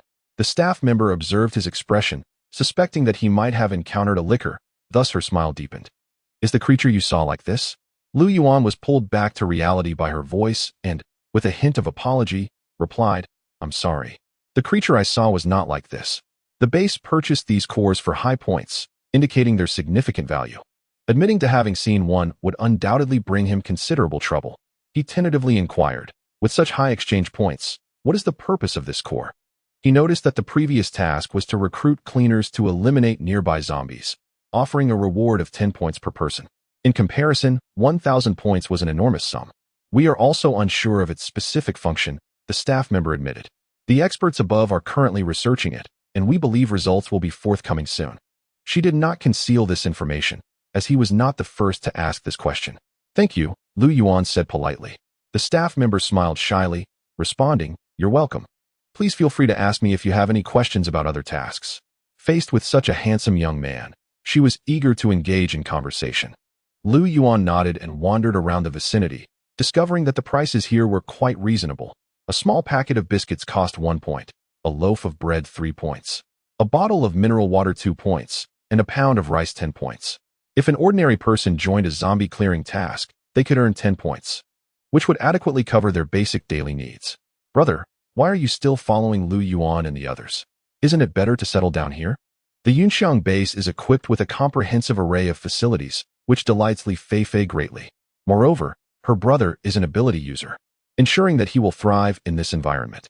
Upon entering the base and filling out forms, she learned that ability users are entitled to numerous benefits, including free meals and accommodations, along with the option to bring family members. Is this not far more comfortable than the arduous journey alongside Lu Yuan and his companions? What do you know? Li Quan shot her a glare, urging her to adopt a broader perspective. After all, who can predict what the future holds? Lu Yuan and his companions exude an air of sophistication. If her brother were to remain by Lu Yuan's side, he would undoubtedly attain a status akin to that of an elder, which is far superior to being relegated to a subordinate role at the base. Li Feifei had not anticipated her brother's deep regard for Lu Yuan, and thus began to devise her own plans. Lu Yuan is tall and handsome, yet his aloof demeanor makes him difficult to approach. However, as the saying goes, a woman pursuing a man is like a thin veil between them. If she humbles herself and makes an effort, perhaps she could win him over. With this intention in mind, Li Feifei began to search for Lu Yuan's figure among the crowd. Make way! Make way! A gruff voice called out. At his command, the surrounding individuals quickly parted, for he was not someone to be trifled with. Hey, what has Yuan Jishu brought this time for exchange? A whole sack. He must have ventured deep into East City again. Where else could he procure such goods? The crowd murmured in hushed tones, their eyes filled with envy directed at Yuan Jishu. Suddenly, Li Feifei was jostled by someone, losing her balance and leaning dangerously to one side, almost falling to the ground. Instinctively, she reached for anything nearby to steady herself, her hand grasping at the pocket on Yuan Jishu's back. With a swift tug, the pocket burst open, spilling its contents onto the ground. Bags containing flour, mung beans, and peanuts were torn open, scattering everywhere and mingling together. The onlookers gasped in astonishment. Heavens! Flour and peanuts. Fried peanuts are delicious. Mung bean soup is delightful. Who is this? Can't you see where you're going? Yuan Jishu exclaimed angrily, hands on his hips. Li Feifei scrambled to her feet, catching a glimpse of his menacing glare, and quickly apologized. I'm so sorry. I didn't mean to. I was bumped into. Had she not been jostled, she would not have felt compelled to grasp his bag, but his fierce appearance was intimidating. Yuan Jishu, still fuming, had yet to fully assess the culprit behind the mishap and snapped, You were bumped into, so you decided to pull my bag? Look at this mess. As he finally took a good look at her, words escaped him in astonishment. Beneath her flowing black hair lay a delicately shaped oval face, and her curvaceous figure suggested she would be a fruitful partner. His mother had always emphasized that one should marry a woman with ample proportions, and this lady met every criterion. Li Quan, noticing the commotion surrounding Li Feifei, furrowed his brow and hurried over. With a hint of regret, she said, Brother, I apologize. My sister did not mean to. Upon seeing her brother, Li Feifei felt a wave of relief wash over her and leaned closer to him, seeking refuge from the man's hostile gaze. Yuan Jishu was nearly amused to the point of laughter by the man's words, placing his hands on his hips in mockery. Does an apology suffice? Look at this mess I've got here. Do you truly believe that a mere sari can restore everything to its original state? Li Quan. Those familiar with Yuan Jishu echoed in agreement, Absolutely not. These bags of flour, peanuts, and mung beans are rare commodities in this apocalypse. Indeed, they are quite precious. They could be exchanged for numerous points. Li Quan's face turned crimson as he grasped the implication that the man sought compensation. Yet they had nothing to offer in return. He felt utterly drained. His irritation towards Li Feifei grew. First, she caused Zhang Xiang's demise. And now this trouble had arisen. She was a constant source of distress. Brother, my sister and I have just escaped to the base and possess little in terms of supplies. Before he could finish his sentence, he was cut off by Yuan Jishu. All right, I won't make it difficult for you. To be frank, I have taken a liking to your sister. If she agrees to be my wife, then this matter will be settled. Yuan Jishu hoped they would consider this carefully. Not just anyone could be his brother-in-law. Li Quan's expression grew even more troubled upon hearing this. Meanwhile, Li Feifei looked at Yuan Jishu with disgust. He was stout, with a rugged appearance, exuding an air of foolishness. She exclaimed passionately, "Impossible! How can your heart be so black? Are you attempting to extort us? You think you can marry me? A toad wishing to eat swan meat." The very thought of marrying him was absurd. If she were to wed, it would be someone akin to Lu Yuan, not this grotesque individual. Chapter 54. Should such a person be saved? What did you say? Have the audacity to repeat that. Yuan Jishu was genuinely enraged, veins bulging on his forehead. Those around exchanged worried glances at Li Feifei, shaking their heads inwardly. Lamenting her ignorance of the gravity of the situation, she dared to insult Yuan Jishu. He was none other than Yuan Zhushi, one of the most formidable supernatural beings at Yunxiang Base and the younger brother of the esteemed team leader, Yuan Zhili. However, Li Feifei, a newcomer to the base, knew little of these matters. All she perceived was that this ugly brute was extorting her. It was utterly revolting. I ask you, does your family lack mirrors? You wish to marry me? A toad wishing to eat swan meat. Li Feifei. Li Quan shot her a disapproving glare. This foolish girl had yet to comprehend the current situation. They had severely offended a local tyrant. As newcomers, what good fortune could they expect after such a grave insult? Yuan Jishu seized Li Feifei by her hair, dragging her towards the exit, declaring, "I will have you today." To have someone declare that he was akin to a toad wishing to eat swan meat before such a crowd was akin to trampling his dignity into the ground. Yuan Jishu's actions were rough and devoid of any tenderness, causing Li Feifei pain to the point of tears. She cried out, "Let go of me. You toad. You must release me. Brother, save me." Li Quan yearned to assist, imploring his brother to speak calmly and refrain from rashness. Yet Yuan Jishu dismissed him with a mere glance, and immediately, members of the nearby Fei Yuan squad positioned themselves on either side, rendering him immobile. "What is the matter? Behave yourself. Our brother Yuan has taken a liking to your sister. It is a blessing for her, so don't be ungrateful." The two spoke with an air of arrogance, inciting an increasingly curious crowd. Concealed among the throng, Yang Jie gradually retreated. Moments later, Li Mingho exclaimed in astonishment, "Is it true that Li Feifei was taken away?" "I witnessed it with my own eyes," Yang Jie affirmed. "Li Feifei damaged the belongings of a certain individual who appears to be an ability user. Instead of seeking compensation, he seems to have developed an interest in her. She insulted him, likening him to a toad yearning for a swan, which provoked his ire, resulting in her forcible abduction." "Brother Lu, what should we do? What can we do?" Lu Yuan pondered, feeling a headache coming on. Why must they be so troublesome? Can't they conduct themselves more discreetly? What about Li Quan? Lu Yuan inquired. Yang Jie contemplated briefly before responding. It seems he followed them. Lu Yuan surveyed the surroundings. "Let us find him and hear what he has to say. Yang Jie, take some food and inquire about that individual's circumstances. It is better to be prepared." Understood. Apart from Yang Jie, Li Mingho and Yi Yunfei accompanied Lu Yuan in search of Li Quan. From a distance, they spotted Li Quan in a heated argument with a soldier clad in uniform. "Can't you do something about this? In broad daylight, they dare to abduct my sister. What does this mean? This is utterly outrageous." The soldier, without even glancing at Li Quan, responded dismissively, "What can I do? Do you not understand the kind of people you are dealing with? Do you think society is still as it once was? When patrolling the base, we turn a blind eye. As long as it doesn't lead to fatalities, there's no need to offend those in power. Life is already arduous enough. Who would cling to outdated notions of righteousness and morality? Are you seeking to prolong your suffering? My advice is to align yourself with the powerful. Being the brother-in-law of Yuan Jishu is advantageous. Their influence within the base warrants such a relationship." The soldier gave him a thumbs up. Li Quan wore a pained expression, lamenting, who would want to be his brother-in-law? Conscience dictates that Yuan Jishu is unworthy of my sister. Just as despair threatened to engulf him, he spotted Lu Yuan and the others approaching, and he rushed over. Brother Lu, you must save my sister. Those people are simply brutes, daring to snatch her away in broad daylight. Lu Yuan frowned slightly. Had he not previously heard Yang Jie recount the situation, he might have been swayed by Li Quan's emotional appeal. It was evident that Li Quan's character was far from commendable. What transpired? Lu Yuan inquired deliberately.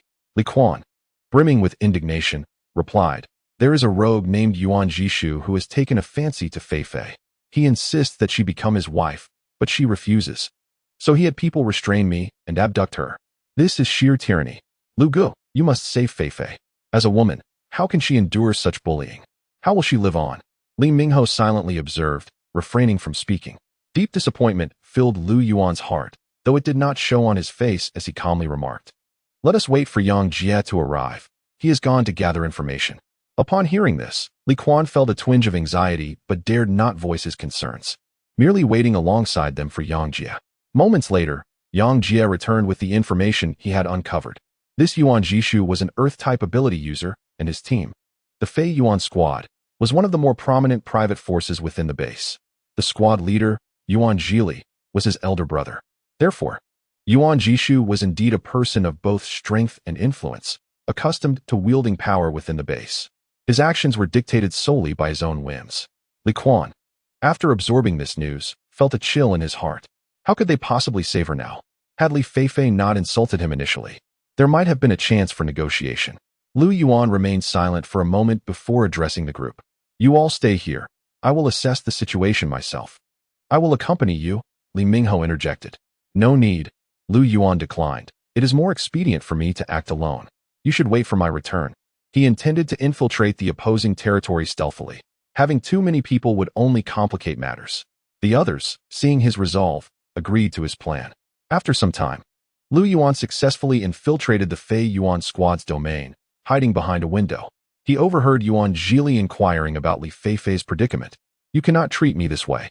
My brother is an ability user, and everyone in our team possesses abilities as well. If they discover what you have done to me, they will surely not let you go. Li Feifei was still desperately struggling, unwilling to engage with this ugly creature. She brought up Lu Yuan and the others, hoping it would instill some caution in her captors. Outside, Lu Yuan cursed silently, thinking, what a fool. To think she could betray them for a glimmer of hope. Is such a person worth saving? What happens afterward? Should I constantly watch my back for her potential treachery? Reflecting on the past, he mused it would have been better to allow Jiang Mian to end them all with a single shot. Yuan Zhili, upon hearing her words, smiled. His interest piqued as he scrutinized her. Oh, all ability users, you say? Then we certainly cannot treat you carelessly. Li Feifei believed she had placed her bet wisely, feeling somewhat reassured and sighing in relief, only to hear Yuan Jishu retort, brother, why do you believe her? She is nothing but a liar. I intend to have her today, without any formal recognition. I want to see just how lofty she thinks she is. To dare insult me, claiming a toad wishes to eat a swan's flesh, how preposterous. I shall make her aware that she is even inferior to a toad. Chapter 55, Qiuhu's Wuan Jishu.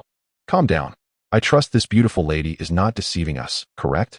Yuan Zhili said, turning his gaze toward Li Feifei. Li Feifei felt the intensity of his stare and grew anxious. Yes, I am not lying to you. Everything I said is the truth. Yuan Zhili cautiously inquired. And how many of you are there? Li Feifei hesitated momentarily, only to hear Yuan Jishu remark. Look at her.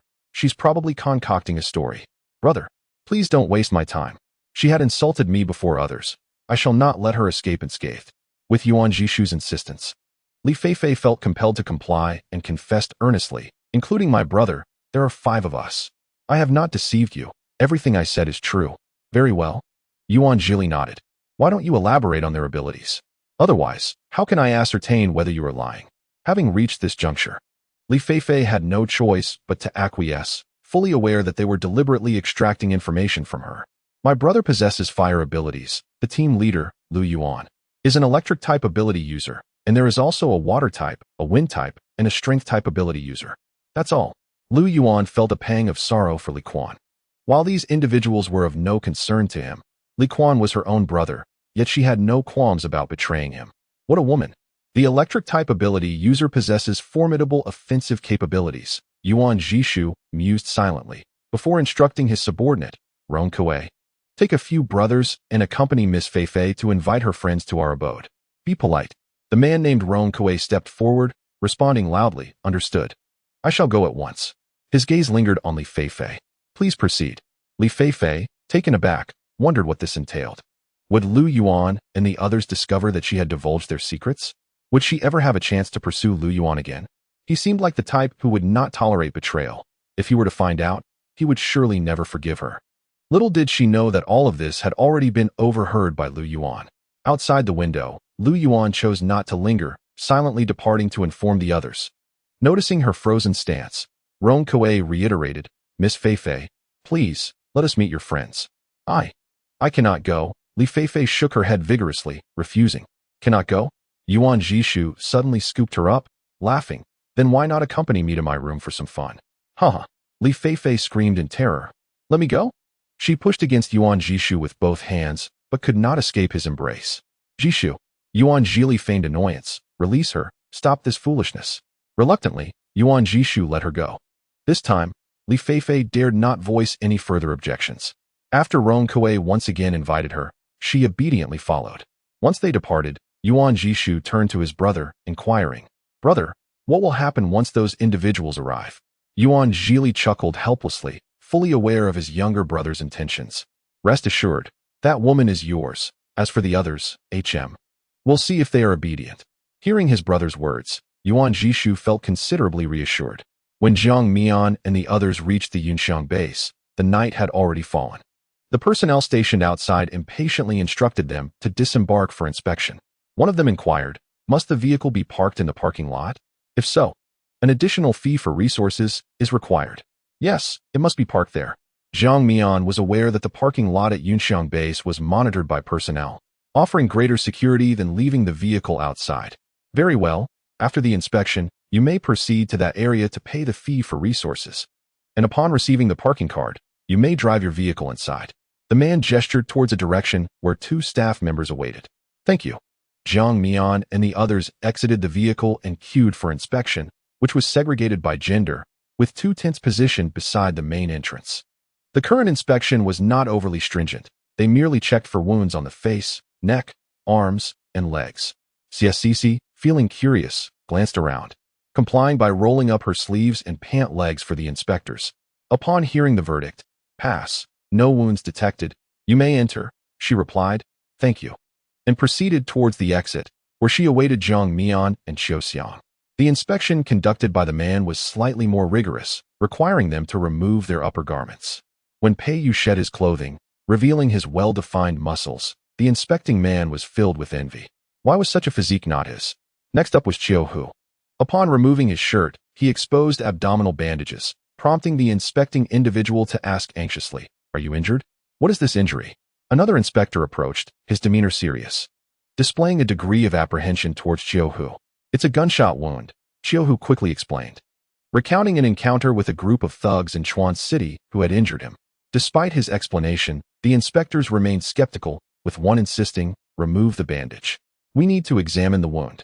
Reluctantly, Qiu Hu complied, unwrapping the bandage to reveal a stitched wound that had already begun to scab over. Your recovery seems promising. Are you an ability user? Qiu Hu nodded affirmatively. Please provide your name for our records. This wound requires further evaluation, and follow-up may be necessary. The man scribbled notes in his notebook. With no other choice, Qiu Hu stated his name, Qiu Hu. Very well.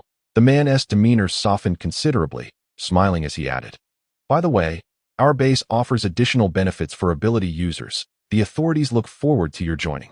Qiu Hu suddenly realized, is the injury a concern? Perhaps that is the true issue. Before long, all had successfully completed their inspections, and Qiu Hu informed Jiang Mian of being noted. Observing his troubled expression, Jiang Mian reassured him, do not worry. The authorities also value their reputation and will not coerce you into joining. They will only entice you with benefits. Then I must remain true to my convictions. Qiu Hu reflected. If he faltered, Jiang Mian would not show mercy. Pei Yu glanced around as the crowd dwindled, saying, You all go ahead. I will handle the supplies and get a parking pass. The others nodded in agreement. By the way, Shaoyi, Come with me to help carry the supplies. We need to bring something along. Although most of their belongings were stored in their spatial rings, it was prudent not to appear empty-handed. Ling Yi responded cheerfully, sure. Jiang Mian and the others proceeded towards the base, waiting for them in the plaza. Jiang Mian was no stranger to Yunxiang Base, having spent several days there in her previous life with Pei Yu and the group. This visit felt somewhat nostalgic. Chapter 56. Qiuxiang awakens. When Pei Yu and Ling Yi arrived with the supplies, they all gathered at the entrance to fill out the registration forms. The required information included name, age, occupation, and technical skills, with one particularly crucial question at the end. Are you an ability user? Jiang Mian instructed everyone to fill out the initial sections normally, but to leave the last question blank for now. After careful consideration, she concluded that since Qiu Hu's identity as an ability user had been exposed, he could check the box, while the others, whose identities remained concealed, should mark it with a cross. There were many intricacies involved. Information among major bases was often shared, and while ability users enjoyed certain advantages, they were not without cost. Jiang Mian wished to avoid prematurely revealing everyone's identities as ability users, as it currently posed more danger than benefit. She pondered why she had been targeted for her crystal core in her previous life, suggesting that the live experiments on ability users had reached maturity by that time. When had these experiments begun? Jiang Mian had reason to believe that those madmen had started as early as the onset of the apocalypse.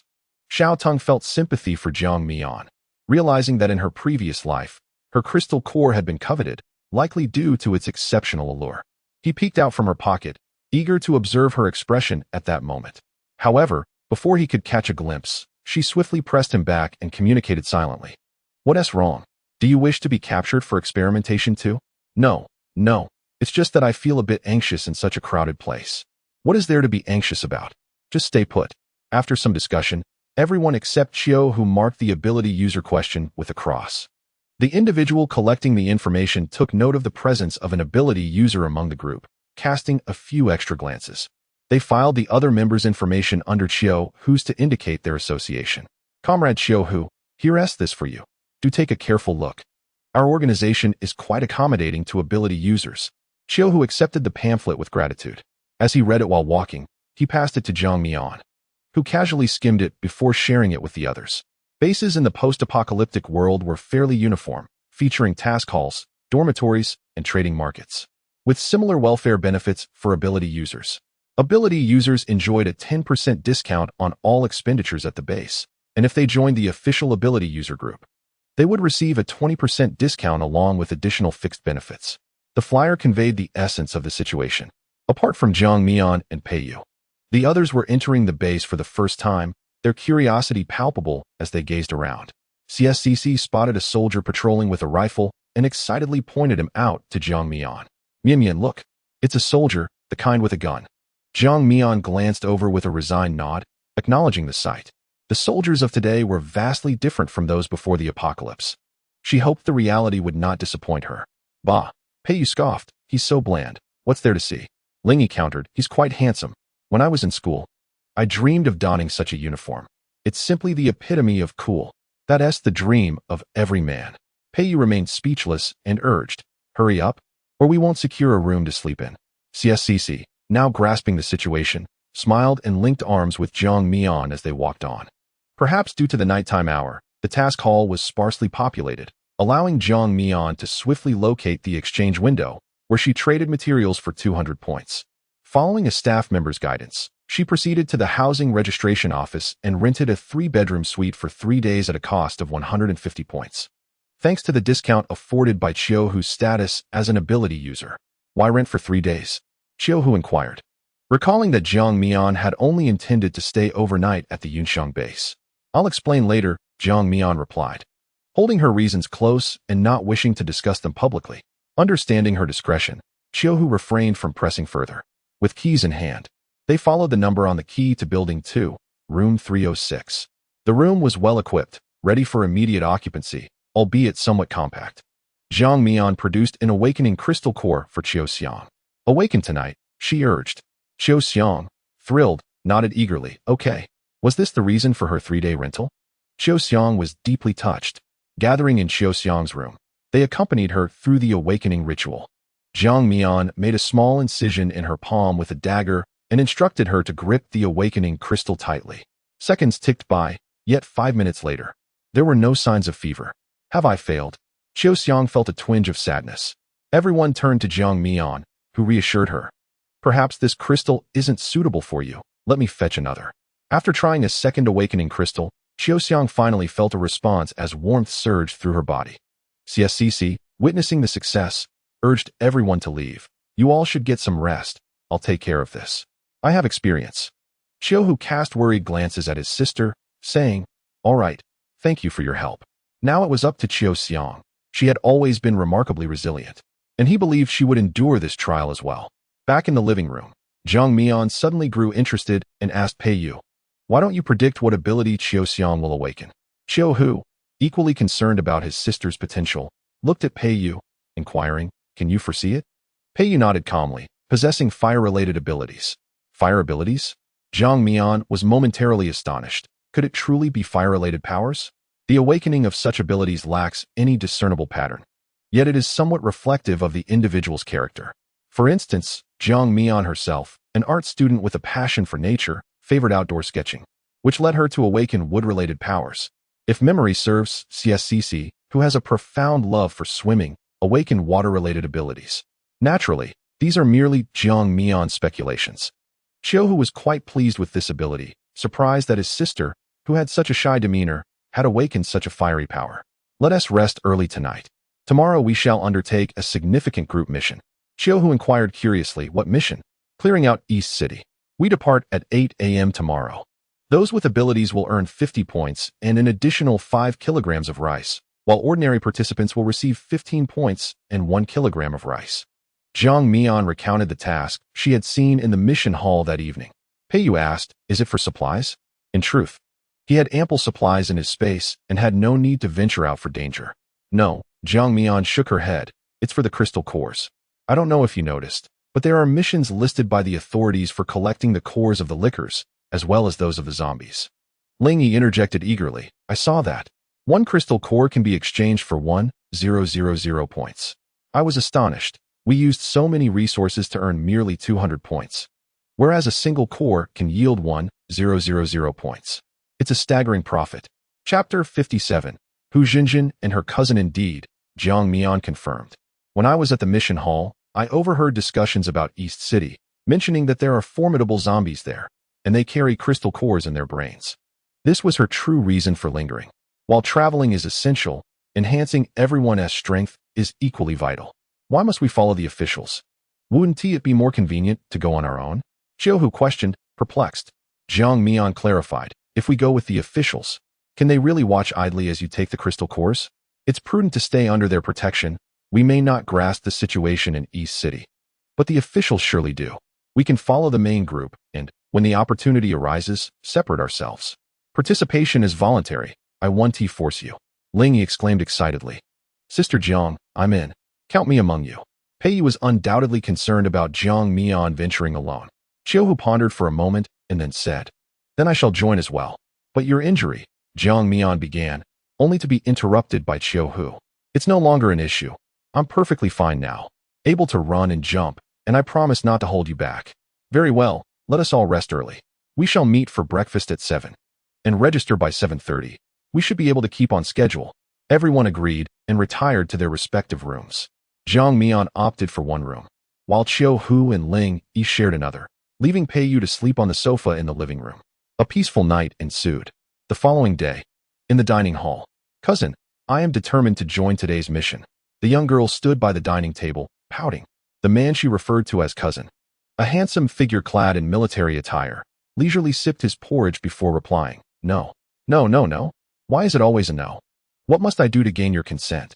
My uncle has agreed to let me go. On what grounds do you refuse? The man nodded, appearing to comprehend her frustration. Then go seek your uncle and have him accompany you. You, Fu Tingzhou, the girl exclaimed angrily. Are you doing this on purpose? You know full well that my uncle isn't going. Fu Tingzhou paused briefly, his tone softening. Jinjin, please do not cause a fuss.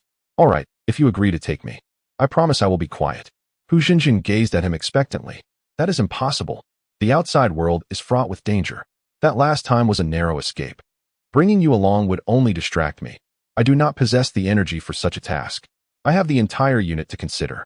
Hu Xinjin clung to his arm, pleading, "Cousin, please take me with you. I promise to behave. If you tell me to go east, I shall not go west." CSCC found the girl's voice strikingly familiar and turned to look, only to discover it was someone she recognized.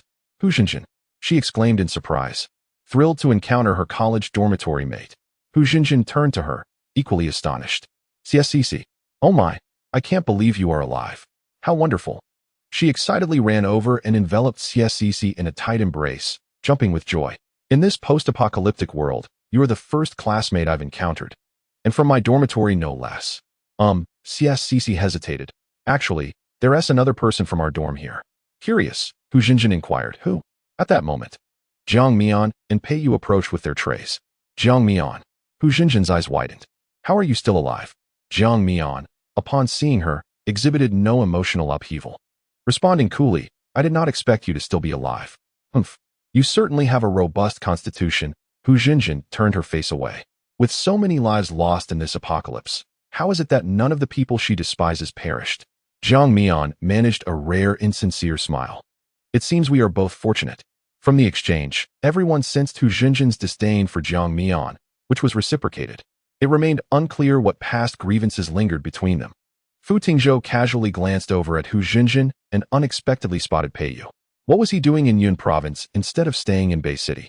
Fu Tingzhou rose and made his way toward them, intending to greet them. "Hello, are you Xinjin's college roommates? My name is Fu Tingzhou, her cousin." Just as he was about to address Pei Yu, he noticed him with his head bowed, seemingly avoiding eye contact. He decided against continuing the greeting. It seemed Pei Yu preferred to keep his identity concealed. Perhaps he would find a suitable time to discuss it privately later. Pei Yu indeed wished to remain unrecognized, especially with Jiang Mian present. Fortunately, Fu Tingzhou did not expose him. He pondered when he might have a chance for a private conversation with him. Hu Xinjin, upon seeing Fu Tingzhou approach, was filled with joy and proudly introduced him to everyone. "This is my cousin, Fu Tingzhou. He holds a prominent position within the base. CC, should you encounter any difficulties at the base in the future, do not hesitate to seek his assistance." "Really?" CSCC exclaimed in surprise, not expecting to have a connection of such significance. Although she faced no immediate troubles, the future remained uncertain. "No worries, as you are Xinjin's university roommate. Meeting in this apocalypse is a twist of fate. If there is anything I can help with, feel free to ask." Fu Tingzhou spoke in a friendly manner, exuding a refreshing warmth. Jiang Mian recalled that the head of Yunxiang Base also bore the surname Fu, indicating that his status was indeed noteworthy. After a casual exchange, Fu Tingzhou and Hu Xinjin departed the cafeteria. The base's dining facility was quite satisfactory. Jiang Mian and her companions each ordered a bowl of porridge along with several vegetable buns. They found a spot to sit and began their meal. Jiang Mian handed her points card to CSCC, advising, "After you finish, please bring some breakfast back for Qiuxiang. The points on the card are running low, and there are supplies in the room. You can decide what to exchange." If she and Qiuxiang wished to dine at the cafeteria again at noon, they would need to exchange supplies for points. Understood. CSCC tucked the points card away, recalling Hu Xinjin's words about her cousin potentially joining their mission. As he was part of the higher-ups, he might even lead the team. Pei Yu was aware of Fu Tingzhou's authority, which surely rested upon him. Jiang Mian took a bite of her bun and remarked slowly, "It won't affect us. We shall proceed discreetly." After finishing their breakfast, Jiang Mian and her companions parted ways with CSCC, who returned to the dormitory while they headed to the task hall for registration. "Oh dear, there are so many people," Qiu Hu exclaimed, observing the bustling crowd in the hall, feeling somewhat overwhelmed. Ling Yi commented, "I didn't expect everyone to be so eager." A middle-aged man nearby shot him a disapproving glance, replying, "Eager? It's not out of enthusiasm, it's sheer desperation. If we don't take on missions, our families will starve." Ling Yi recognized the grim reality of their situation. Jiang Mian watched as some individuals completed their registration, receiving supplies only to hand them over to waiting relatives, who were moved to tears, reluctant to part ways. An encounter tinged with the gravity of life and death. Life for everyone was arduous, and they could only grit their teeth and endure. Chapter 58. East City Cleanup Mission. After a wait, it was finally Jiang Mian's turn. The staff member inquired, "Name? Are you an ability user or an ordinary person?" Jiang Mian, "An ordinary person," she replied. Very well. Would you like to collect your supplies now or return for them later? The staff member asked again. Jiang Mian thought for a moment and responded, I will return for them. It seemed unnecessary to collect them now only to make another trip back to the dormitory. The man beside her glanced at Jiang Mian several times, pondering whether she might be without family, as otherwise, she would not choose to return for her supplies. Whether she could return was uncertain. Certainly, please keep this small receipt. You may collect your supplies at the Redemption Center at any time. Jiang Mian took the receipt and noticed it indicated 15 points, along with a pound of rice, and bore the seal of Yunxiang Base. Shortly thereafter, the staff handed her a yellow smiley face brooch, instructing her to wear it. Jiang Mian observed that ordinary individuals don yellow smiley faces, while those with abilities wore red ones, a thoughtful distinction for ease of identification amidst the crowd.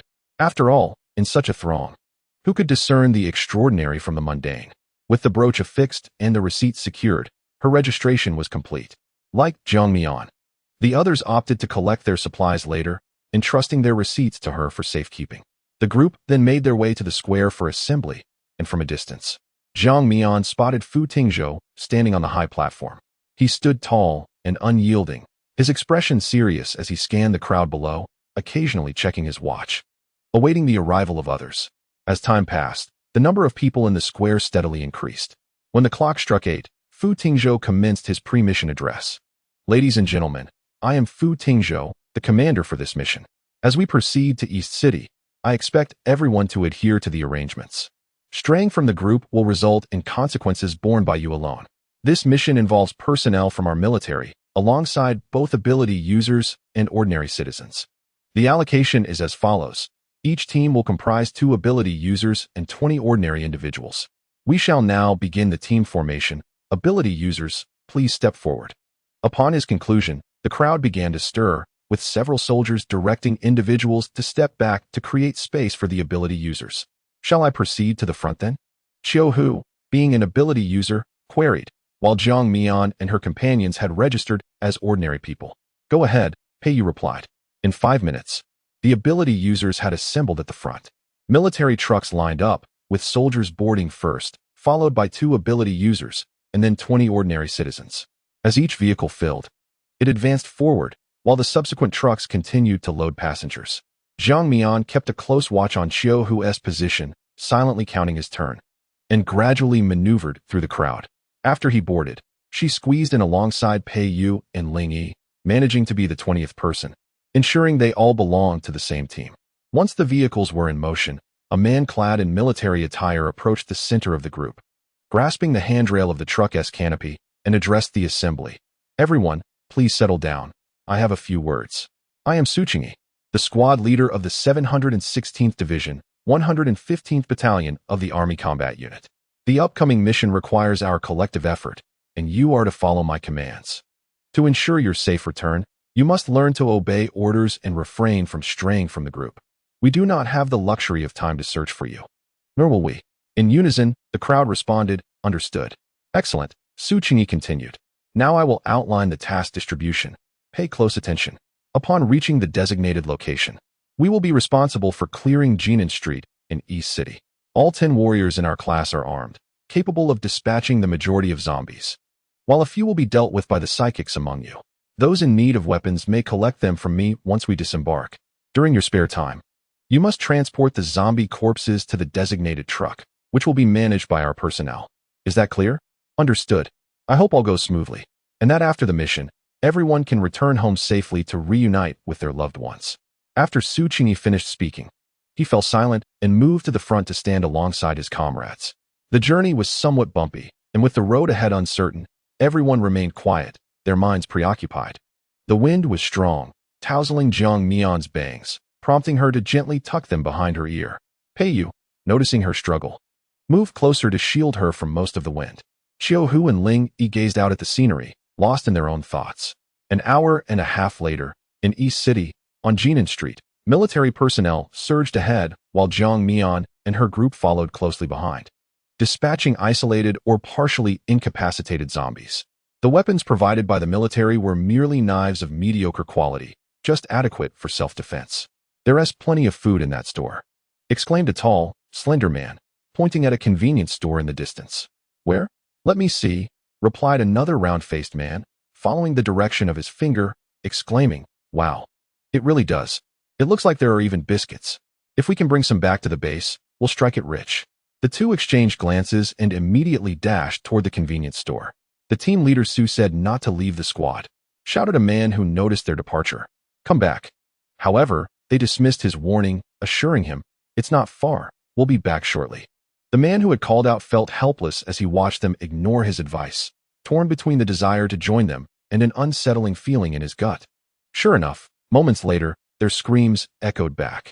Ah, zombies. Help.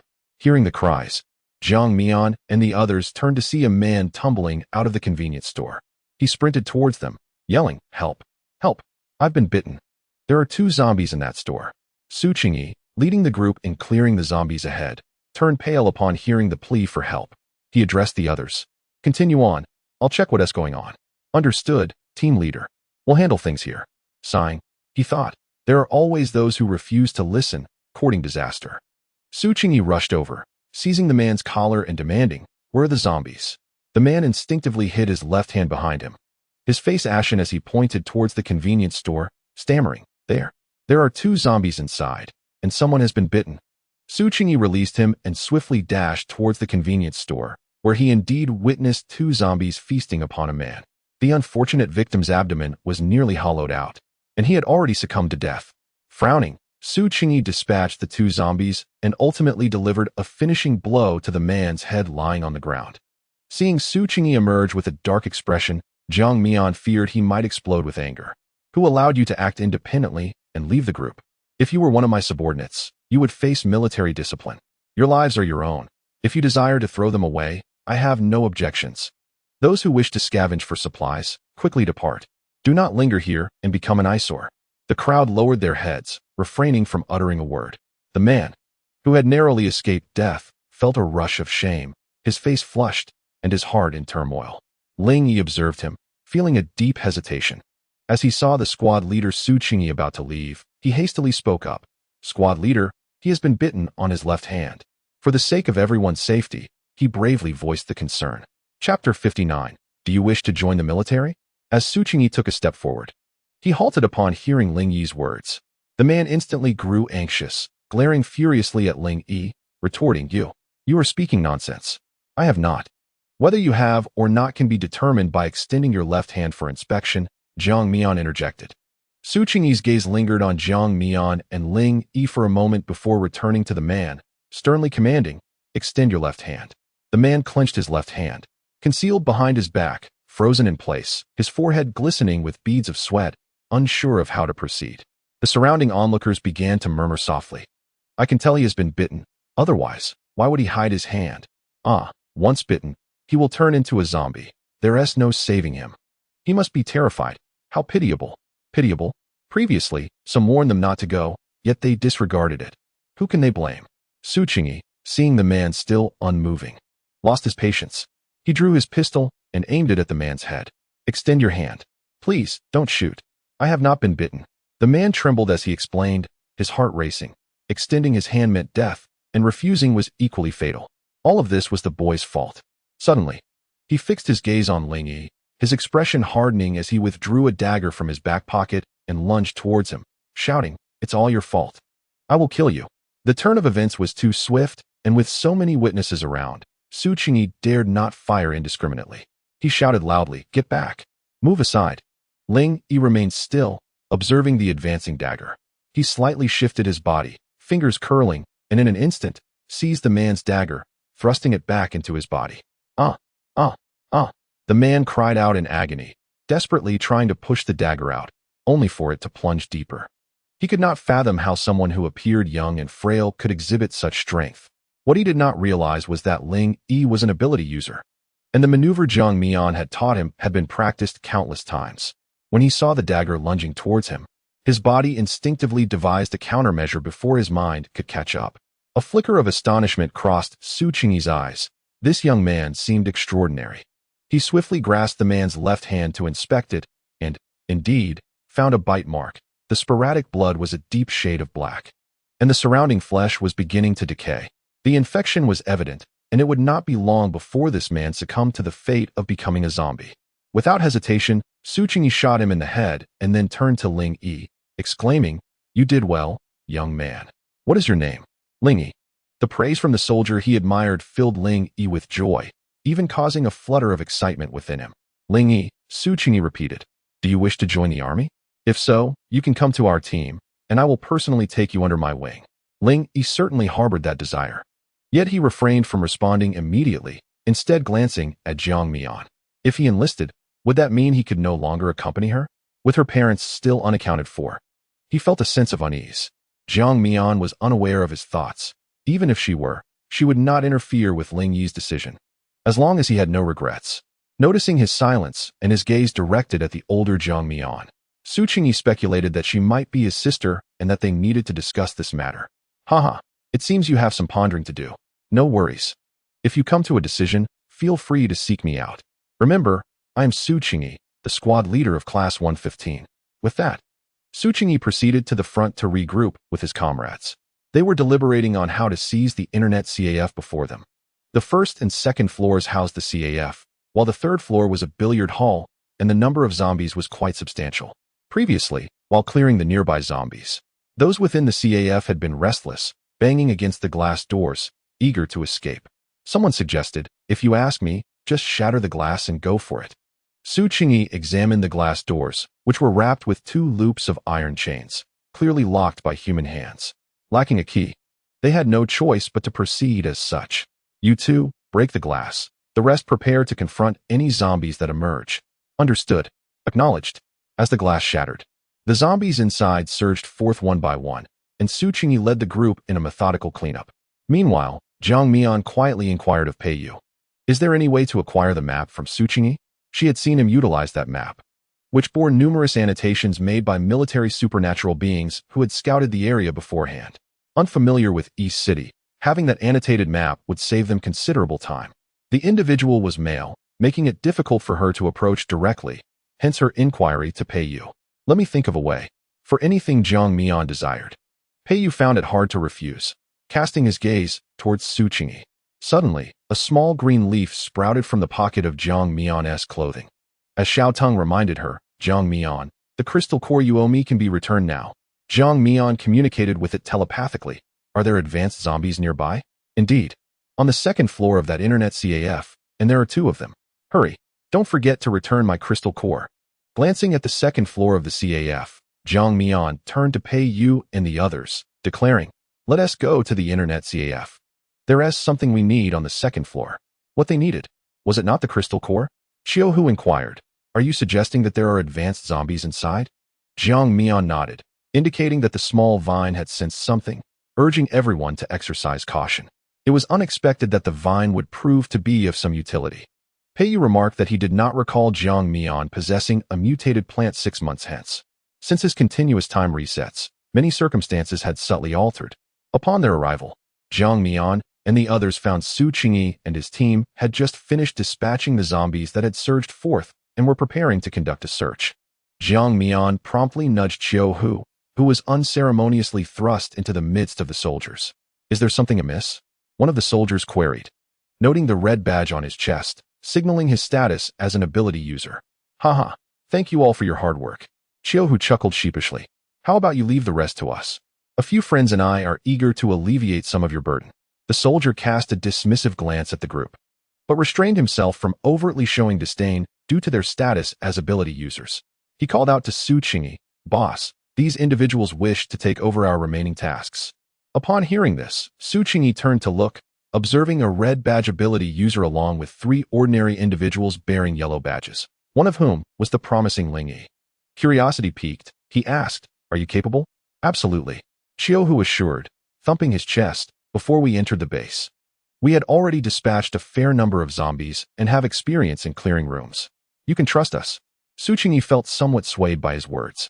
He and his comrades had been at the forefront of the efforts, and indeed, fatigue was setting in. Allowing them to take over the remaining work would lighten the load considerably. Furthermore, most zombies, upon hearing noise, would charge out, and they had already eliminated the majority. Only a few stragglers remained in the rooms. Ling Yi appeared competent, and with an ability user among them. the risk seemed minimal. Very well. We shall proceed to the next location and leave this in your capable hands. Do remain vigilant, and should any unforeseen circumstances arise, prioritize your safety above all else. He advised. The group nodded, watching as the others departed. Chapter 60. Are you truly capable? Second-tier zombies had begun to exhibit rudimentary intelligence. Unlike ordinary zombies that were easily lured by the slightest sound, they observed discreetly, recognizing that their physical forms were no match for the firearms wielded by the individuals below, thus opting to avoid confrontation and seek refuge in nearby rooms. This led to Su Qingyi failing to detect their presence. You and Ling Yi should inspect the first floor while I accompany Pei Yu to the second floor, Qiuhu instructed, aware that advanced zombies lurked above. Was Jiang Mian concerned that his injuries had yet to fully heal? After Jiang Mian departed, he and Ling Yi separated to conduct their inspections. The Internet CAF's environment was pleasant, though it lacked the ambience it once possessed. Rows of elegant seating yielded no anomalies. Ultimately, he approached the restroom, deciding to first check the women's facilities. Meanwhile, Jiang Mian and Pei Yu ascended to the second floor, where all that met their eyes were private booths, some of which still had their doors closed. 2 second-tier zombies lurked, one in room 888 and the other in room 233. Upon hearing this, Jiang Mian turned to Pei Yu and said, "You head to room 888. I will go to room 233. Very well. Did Xiao Teng inform you of this?" Pei Yu inquired. Jiang Mian casually replied, "Indeed," before making her way to room 233. As the door swung open, the second-tier zombie bared its teeth and lunged at Jiang Mian, drawn by the tantalizing scent of an ability user's flesh. In a swift motion, 5 tendrils erupted forth, ensnaring its limbs tightly, rendering it immobile. With her other hand wielding a knife, Jiang Mian decisively severed its skull, probing within for the crystal core. Jiang Mian, could you be any more ruthless? The scene appeared quite gruesome, for the zombie was still alive, merely restrained by the vines, while this woman audaciously rummaged through its brain in search of the crystal core. Fortunately, it was a zombie. No living person could endure such a fate. Silence, Jiang Mian retorted, and once she extracted the grape-sized crystal core, the zombie lost all semblance of mobility, succumbing to an irreversible death. She retrieved a bottle of mineral water from her spatial ring, rinsed the core nonchalantly, and tossed it into the pocket of the vines. Still missing 2 cores, she noted. Oh, how fragrant. Hurry to room 888. That zombie is about to escape, and I do not wish for the crystal core to slip from my grasp. Surely, Pei Yu is not so inept as to allow a zombie to escape? Jiang Mian mused. On the contrary, it is precisely because he is too formidable. The creature sensed danger and fled through the ventilation duct before he could even open the door. Jiang Mian pondered. So, is it that I am too weak, allowing this zombie to remain, patiently awaiting my entry? As these thoughts crossed her mind, Jiang Mian arrived at room 888. Pei Yu was staring at the ceiling, and upon her arrival, he awkwardly said, "It escaped through the ventilation duct." Without even encountering it, this coward fled. Both gazed upwards, and Jiang Mian remarked, "I recall there are pool cues in the leisure area. I shall retrieve a couple. Keep a close watch, do not lose track of it." The second-tier zombie was crawling above, making enough noise for them to ascertain its location. "Perhaps I should go. You keep watch," Pei Yu suggested, aware that the zombie was intimidated by him, making his retrieval more fitting. "Very well," Jiang Mian agreed, indifferent to who would undertake the task. When Qiuhu and Ling Yi arrived, they found Jiang Mian gazing up at the ceiling, slowly shifting her position. He curiously asked, "What is going on?" Without turning her head, Jiang Mian replied, "One is hiding above." Hearing this, Ling Yi furrowed his brows in concern. What should we do? They could not afford to make excessive noise, lest they alert Su Qingyi and his group, preventing the crystal core from entering their possession. No worries. Pei Yu has gone to fetch the pool cues. There will surely be a way to bring it down. Just as she spoke, Pei Yu returned, brandishing for cues. He glanced upward and immediately discerned the location of the zombie, distributing the pool cues he held among his companions. Qiuhu observed the surroundings and remarked, "The second floor is quite unlike the first. There are too many private rooms, making it difficult to maneuver." Jiang Mian surveyed the structural layout and formulated a plan. "It is currently positioned here. Pei Yu will head to room 801, Qiuhu to room 803, and Ling Yi will take position at the entrance. When I give the command, each of you will force open the ventilation ducts before you, driving it towards room 802. As long as I secure room 802, It shall have no means of escape. No problem. Understood. The group commenced their actions, with Jiang Mian entering room 802. Once everyone reached their respective positions, she declared, now. With the ducts open simultaneously, the group stood atop the computer desk, prodding with their pool cues, and indeed, the second-tier zombie was herded into room 802. Jiang Mian had already opened the ventilation shaft in room 802, and at the opportune moment, she transformed her hand into a vine, ensnaring the zombie and violently dragging it down. The sound of its resistance caused part of the ceiling to collapse, echoing a tremendous noise. Hey, I say, what's happening up there? Are you all capable? If you need assistance, just shout. No need to act tough. Wei Xiaolin, having sustained a minor injury to his arm during the battle, was tasked by Su Qingyi to oversee the group. If any unforeseen events occurred, he would be able to notify him promptly. Hearing such a commotion from above, he was perplexed and wondered what they were up to. Were they demolishing the place? Jiang Mian exchanged a knowing glance with Qiu Hu, who immediately comprehended and hurried to the window to steady the individual outside. We got this. Don't worry, brother. It will be over soon. Upon hearing this, Wei Xiaolin ceased his inquiries, settling atop a dilapidated car to doze off. Jiang Mian retrieved a crystal core, rinsed it, and tossed it to Xiao Tong, then called upon the others to assist in clearing the zombies on the second and third floors. Xiao Tong, happily feasting in Jiang Mian's pocket, emitted occasional sounds of delight. Unable to restrain her curiosity, Jiang Mian asked, after consuming so many crystal cores, you haven't changed much. It seems rather wasteful. Xiao Tong replied, ignorant woman, you cannot perceive my strength. Jiang Mian reached into her pocket, grasped it by its tiny tendrils, and reiterated, ignorant woman? No, I misspoke. I meant my changes can only be felt by me. I certainly did not intend to offend. What changes? Jiang Mian was solely interested in its transformations. My sensory abilities have heightened. My form is sturdier, my leaves are less prone to falling, and I can grow freely. Impressive, isn't it? Jiang Mian's lips twitched. Was that all?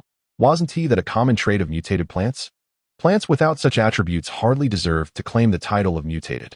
This creature was clearly reveling in its self-satisfaction. It was evident that its intellect was somewhat lacking. Hey, that's too much.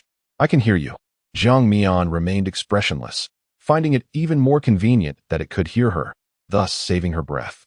Chapter 61. The malice of Li Feifei. After parting ways with Jiang Mian and others, CSCC walked towards the dormitory building, carrying a bag of breakfast. Perhaps due to the food in her hands, she felt a palpable discomfort as numerous disheveled individuals eyed her like famished wolves, compelling her to quicken her pace. It was at this moment that Li Feifei spotted her. Though she did not know her name, she recognized her association with Lu Yuan and his companions. Brother Yuan.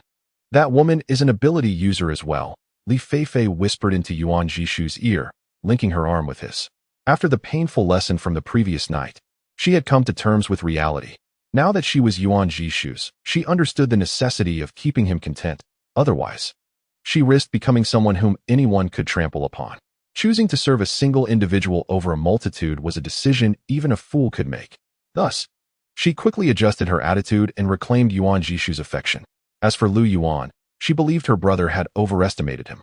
Now a prisoner, she no longer harbored any thoughts of him. Although Yuan Jishu was far from handsome, he held a measure of power within the Yunxiang base. Being with him, though slightly nauseating, bore no significant drawbacks. Whenever she ventured out, everyone respectfully referred to her as sister-in-law, greatly satisfying her vanity. Upon hearing her words, Yuan Jishu glanced in the direction she indicated and spotted a girl resembling a university student. Internally, he scoffed, noting that her figure was inferior to Li Feifei's. Deeming her unsuitable for breeding, he grasped Li Feifei's delicate hand, gently caressing it. Feifei knows her? Li Feifei quietly explained, she is part of Lu Yuan's group. If she discovers that you have captured Lu Yuan, do you think they would relent? I am merely considering your interests.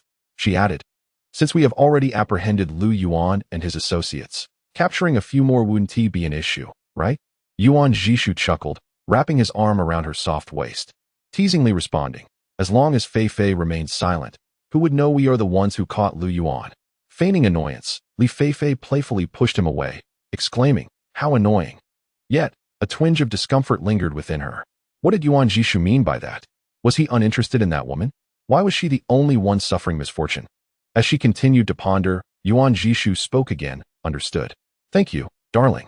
I shall have someone keep an eye on her and ascertain her background. Of course. That sounds splendid.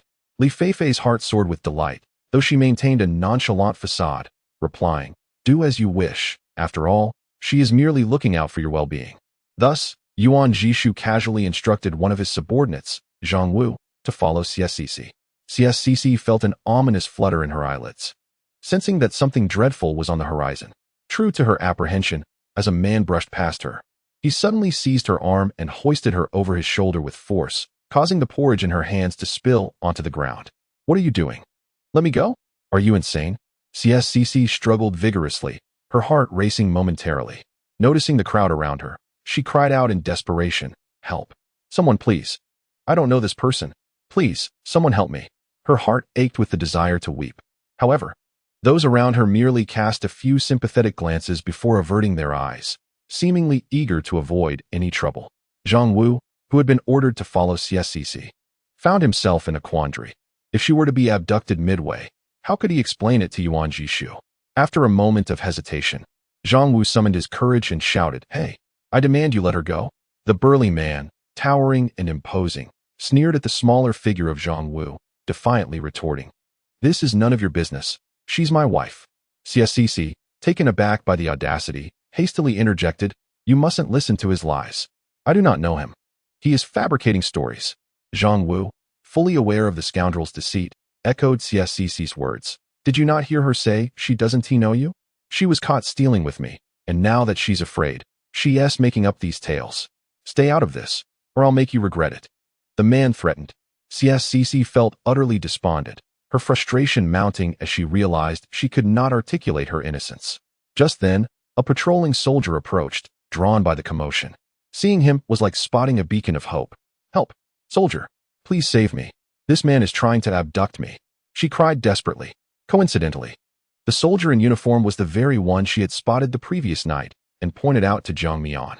He stepped forward and addressed the man, San Xiong. Don't escalate this situation, be mindful. San Xiong chuckled in response. Wu Gu, I understand, no need to worry. CSCC felt as if she had plunged into an icy abyss. What did this mean? He knew the man who was attempting to abduct her. You're colluding with him. How can you wear that uniform and uphold order in this way? She shouted in indignation. Zhang Wu felt a wave of anxiety for her. She truly had audacity.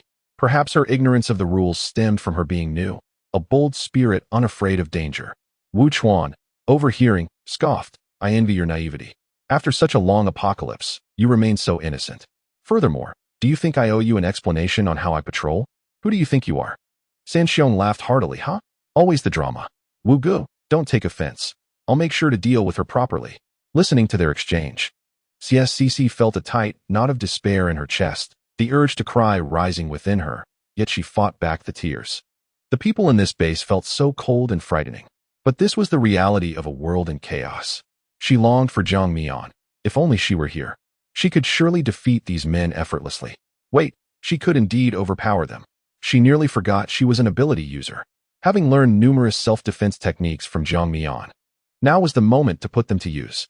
She recalled Zhang Mian's words that the most vulnerable part of a person's face is the eyes.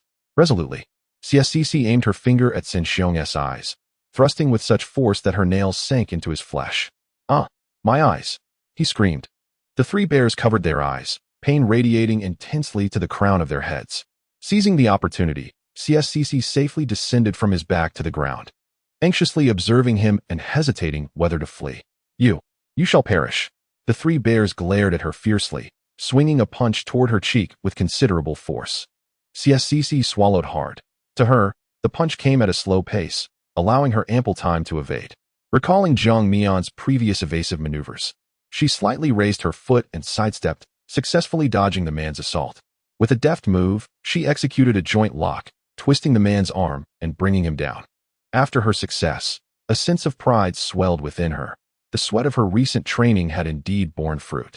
She smirked disdainfully. Such arrogance was nothing extraordinary. Wu Chuan was secretly astonished. This joint lock was a common technique in their military, yet how could such a woman possess it? Zhang Wu, too, was taken aback, having presumed her to be a novice, only to discover in the blink of an eye that she was a concealed champion.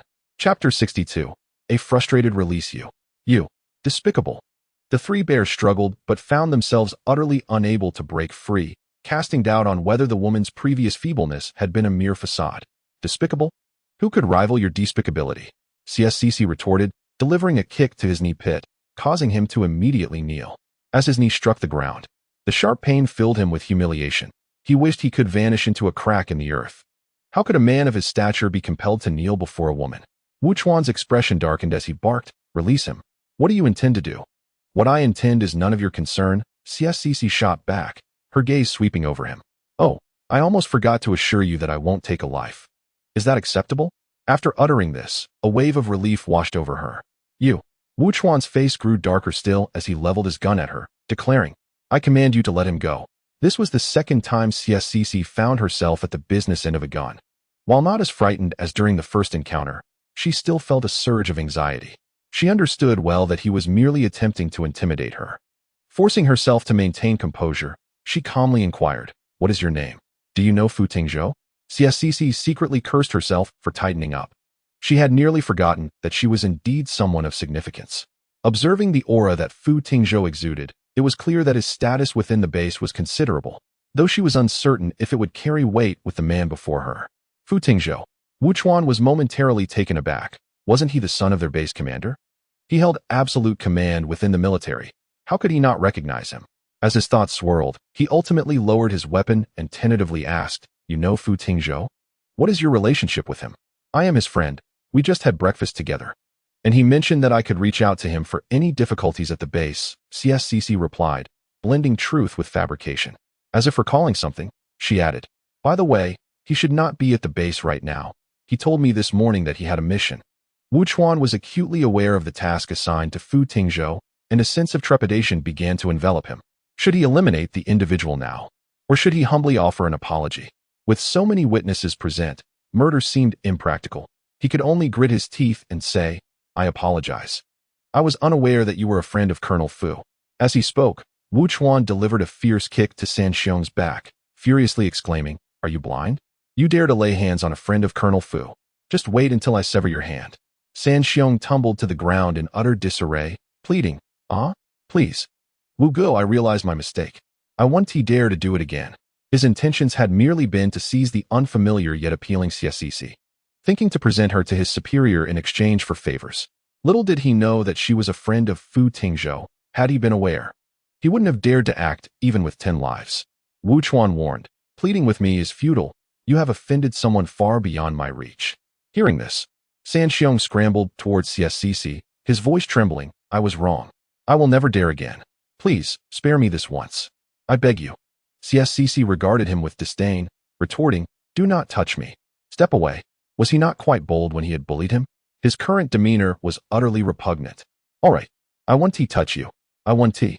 San Xiong nervously withdrew his grimy hands. CSCC alternated her gaze between Wu Chuan and the prostrate San Xiong, remaining silent. Wu Chuan, uncertain of her thoughts, pressed San Xiong's hand down firmly, inquiring with an air of feigned amiability, "If I were to sever one of his hands, would that appease you?" Upon hearing this, San Xiong was gripped by sheer terror, his words becoming incoherent. "Wu Go, no. The tribute. Our boss has provided you with so much tribute. You cannot treat me this way." The fear of losing his hand was palpable. He could not afford to be without it. Wu Chuan delivered a swift punch to his cheek, drawing blood from his mouth. Even in such dire circumstances, he still dared to mention tribute. His own survival was at stake. After striking him, Wu Chuan turned to CSCC, his eyes questioning. CSCC clasped her hands in contemplation, reflecting that severing a hand was indeed quite brutal. Yet, the thought of what would happen if he were to capture her, given his prior aggression, was too horrific to consider. He appeared to be a habitual offender. To merely cut off a hand would almost be lenient. "You may proceed as you see fit." Understanding her implication, Wu Chuan's gaze swept over the crowd, calling out, "Lao Lu, lend me your knife for a moment." Lao Lu, a butcher with a cleaver at the ready, reluctantly complied. CSCC, unable to bear the forthcoming scene, turned her head away, listening to San Xiong's agonizing wails. She muttered, "I must take my leave," and departed, hoping fervently that she would not be haunted by nightmares that night. Zhang Wu, trembling with fear, witnessed the entire ordeal and promptly returned to report to Yuan Jishu. "What? You say she knows Fu Tingzhou?" Upon Zhang Wu's nod, Yuan Jishu's expression turned troubled, that complicates matters. Who is Fu Tingzhou? Is he more formidable than Brother Yuan? Li Feifei inquired, having never heard of this individual before. Yuan Jishu clarified, Fu Tingzhou, the son of the base chief. Upon hearing this, Li Feifei was immediately consumed by jealousy. Why should she know the son of the base chief? If only she were acquainted with him, she would not have found herself in her current predicament. With a playful tone, she said, Brother Yuan, you are so formidable. When you apprehended Lu Yuan and the others, you did so unnoticed. Why should you fear the son of the base chief? He merely had the fortune of being born into a privileged family. He pales in comparison to your prowess. Yuan Jishu relished her words. After all, was Fu Tingzhou not simply fortunate in his lineage? If he were the son of the base chief, he would not be any more impressive than Yuan Jishu at this moment. Yuan Jishu nodded affirmatively and commanded, Zhang Wu, go find Rong Kuei and seize an opportunity to apprehend them. All right, Zhang Wu replied, though hesitantly added, should we mention their acquaintance with Fu Tingzhou? Would it pose a problem to keep it under wraps? After all, he is a friend of the base chief's son. Yuan Jishu's demeanor shifted. He became displeased and smacked Zhang Wu on the back. Are you a fool? Do not mention it. The force of the abilities behind Yuan Jishu's strike nearly made Zhang Wu lose his balance, and he quickly responded, all right, I understand, Brother Yuan. He discreetly glanced at Li Feifei, recognizing her ability to stir trouble, as she had managed to charm Yuan Jishu into a state of confusion with just a few words. Zhang Wu had encountered Fu Tingzhou before and knew all too well the stark contrast between them. He felt no semblance of pride in comparing himself to him. This thought lingered in his mind, though he dared not show it outwardly, and he withdrew from the room with utmost respect. Chapter 63. Advanced Zombie. After Jiang Mian and her group finished clearing the internet CAF, they collaborated with others to transport the corpses of the zombies, loading them onto a truck for specialized disposal. The question now was how Pei Yu would obtain the map from Su Qingyi. You take a break. I will handle the lifting, Pei Yu said, concerned that Jiang Mian might tire, as he took the body from her grasp. Are you thirsty? Would you like some water? He inquired. Ah, he is truly attentive to you, Jiang Mian thought. Instead of worrying about her, he should consider how to acquire the map. I am neither tired nor thirsty, she hesitated, eventually deciding against further comment. Suddenly, Xiao Teng became agitated. Jiang Mian, speak up, I am not deaf. Jiang Mian responded through her thoughts. Everyone, a colossal entity is approaching. I can sense it. Jiang Mian immediately perked up. Direction? At your 9 o'clock. It is advancing rapidly. Jiang Mian turned her gaze towards the 9 o'clock direction, where Su Qingyi and his team were clearing zombies. And the colossal entity Xiao Teng mentioned was indeed moving towards them. There's a situation. Pei Yu, follow me. Qiu Hu and Ling Yi, do not stray. Prioritize your safety. Before Qiu Hu and Ling Yi could inquire about her concerns, they dashed towards Su Qingyi's direction. Jiang Mian scratched her head, pondering whether Pei Yu was perhaps too obedient to her commands, following her without a single question asked. Qiu Hu and Ling Yi exchanged a glance, and in each other's eyes, they saw a shared sense of helplessness. It was evident that their own inadequacies were the reason Jiang Mian did not include them in her endeavors. Ling Yi silently vowed to strengthen himself hastily. He could no longer cower behind Jiang Mian whenever trouble arose. He longed to contribute as well. As they drew nearer, Xiao Teng's perception expanded, and it excitedly informed Jiang Mian. Level 3. It's a level 3 zombie. I can smell the fragrance of its crystal core. Jiang Mian was astonished by the rapid evolution of the zombies. It was alarming to encounter a level 3 zombie so soon. Currently, she was a level 2 ability user, and dealing with a level 3 zombie would pose a significant challenge. She wondered if they stood a chance, especially with the troublesome presence of Su Qingyi and his group. With a thunderous crash, the level 3 zombie leaped into view, landing with a slight crack in the ground beneath it, towering at 2.5 meters. Its muscular arms brushed the ground as it landed, reminiscent of a colossal creature from the silver screen. It opened its gaping maw, emitting a deafening roar that stunned the soldiers holding guns, leaving them hesitant to fire. A high-level zombie. What should we do, boss? Su Qingyi, glancing in the direction of the approaching menace, began to worry about the fate of his comrades from Class 95. Follow my command. Everyone, retreat. Su Qingyi ordered as he backed away, simultaneously reaching for his walkie-talkie to contact Fu Tingzhou. Report. This is Class 115 responsible for clearing Jinan Street. A high-level zombie has appeared. Requesting support. Requesting support. Over. Fu Tingzhou quickly responded, received. All units, retreat. I will bring reinforcements immediately. Over. After ending the conversation, Fu Tingzhou furrowed his brow. Just moments ago, the leader of Class 95 had attempted to communicate, but the connection was abruptly severed. He had tried to call back multiple times without success, and now, receiving Su Qingyi's report, he suspected that Class 95 was in grave danger. As they were responsible for the same area, Zaheo, notify all personnel near Jinan Street to evacuate. A high-level zombie has emerged there. Lin Zaheo acknowledged the order. Fu Tingzhou then turned to Su Qingyun. Qingyun, assemble the elite members of the ability user team. We must proceed to provide support. They had not anticipated disturbing a high-level zombie while clearing the outskirts of the East City. As long as the high-level zombies remained in the East City, their Yunxiang base would not know peace. A soldier, unfortunately, lagged behind and was swiftly transformed into a pulp beneath the fist of the high-level zombie. Xiaozhou, a close companion of his, cried out, eyes reddening with fury as he shouted, I will avenge you.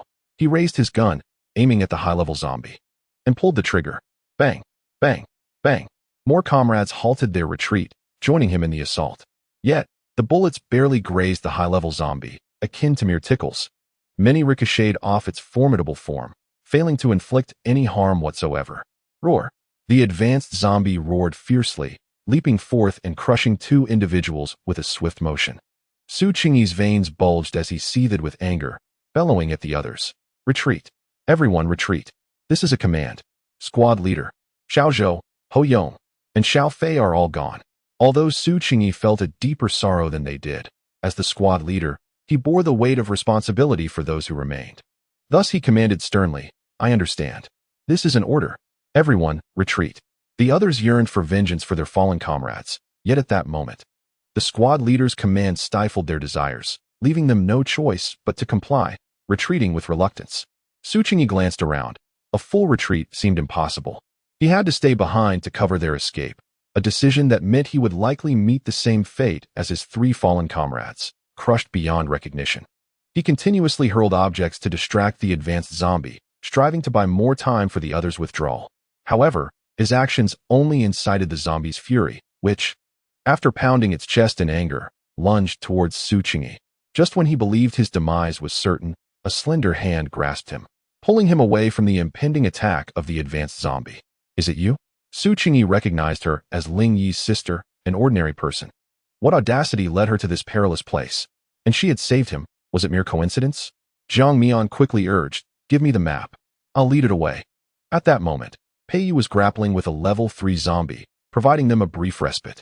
Su Qingyi hesitated for a second, observing Pei Yu entangled with the advanced zombie, then turned his gaze back to Jiang Mian, confirming their identities, superhumans. Why had they concealed their powers? Seeing his inaction, Jiang Mian pressed him, the map.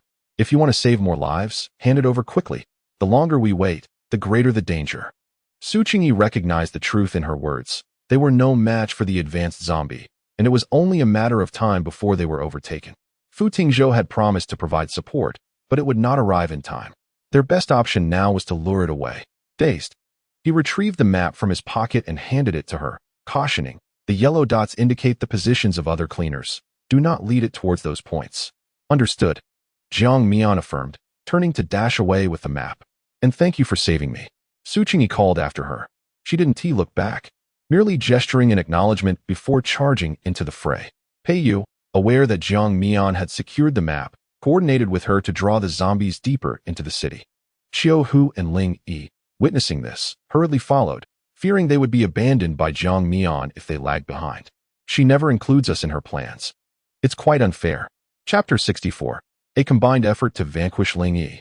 Come back. By the time Su Qingyi realized what was happening, it was too late. They had already distanced themselves significantly. It's all right. We are going to help.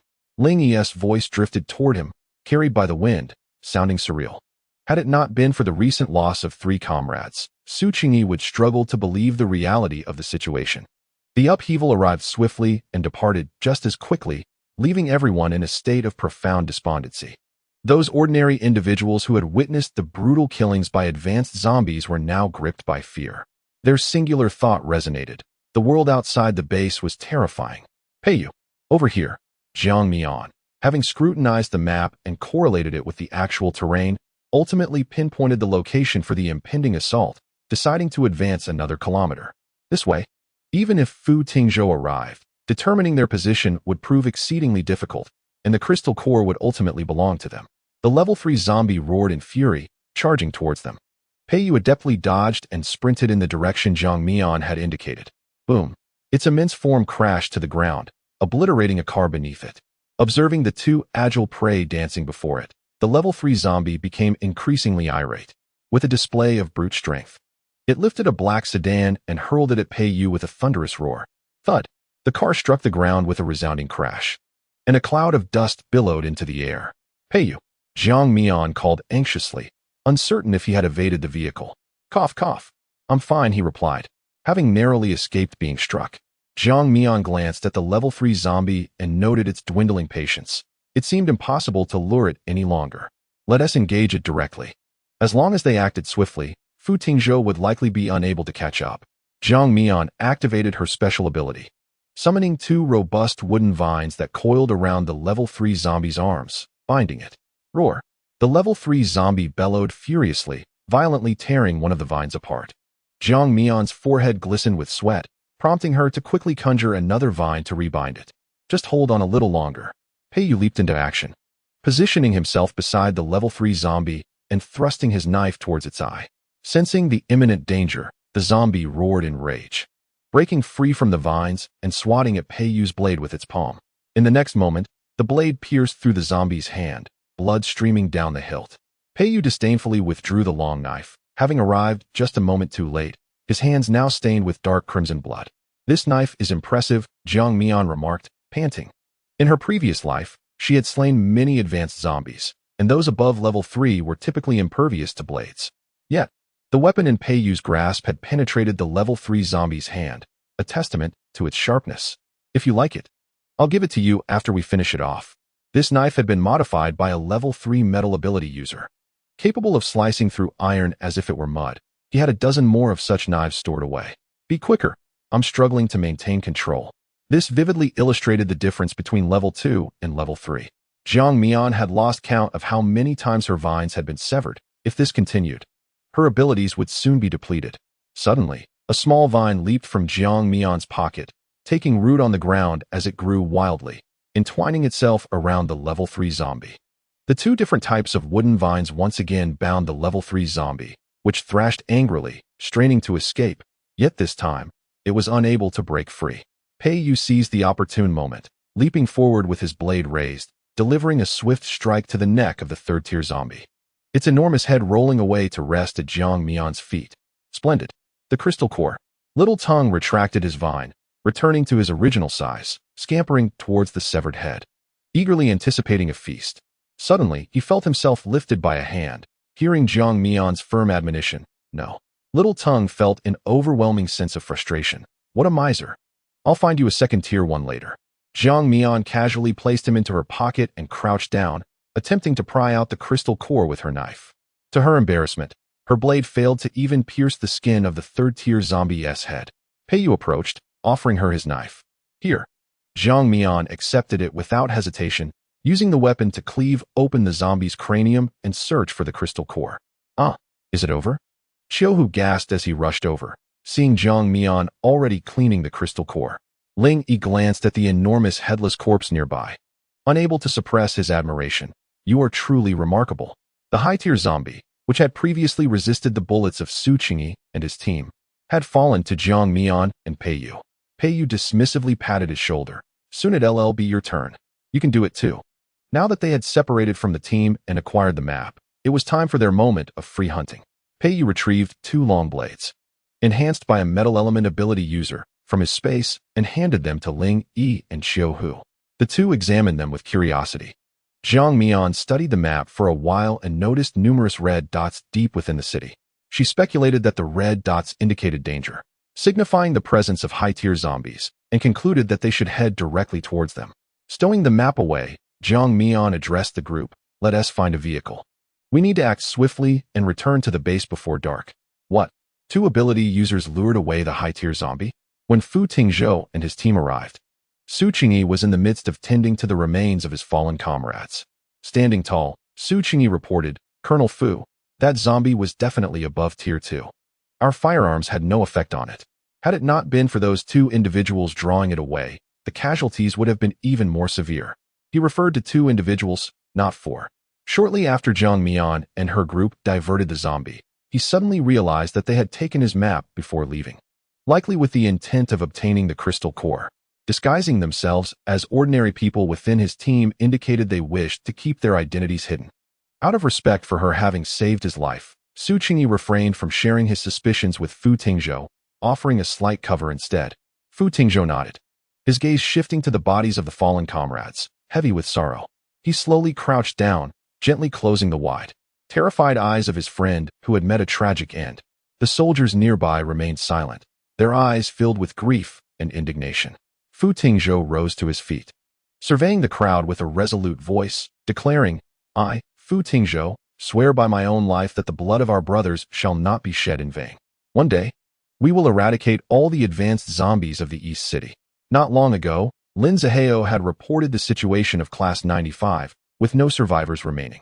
The air was thick with determination as the crowd echoed, "We will eliminate all the advanced zombies of East City."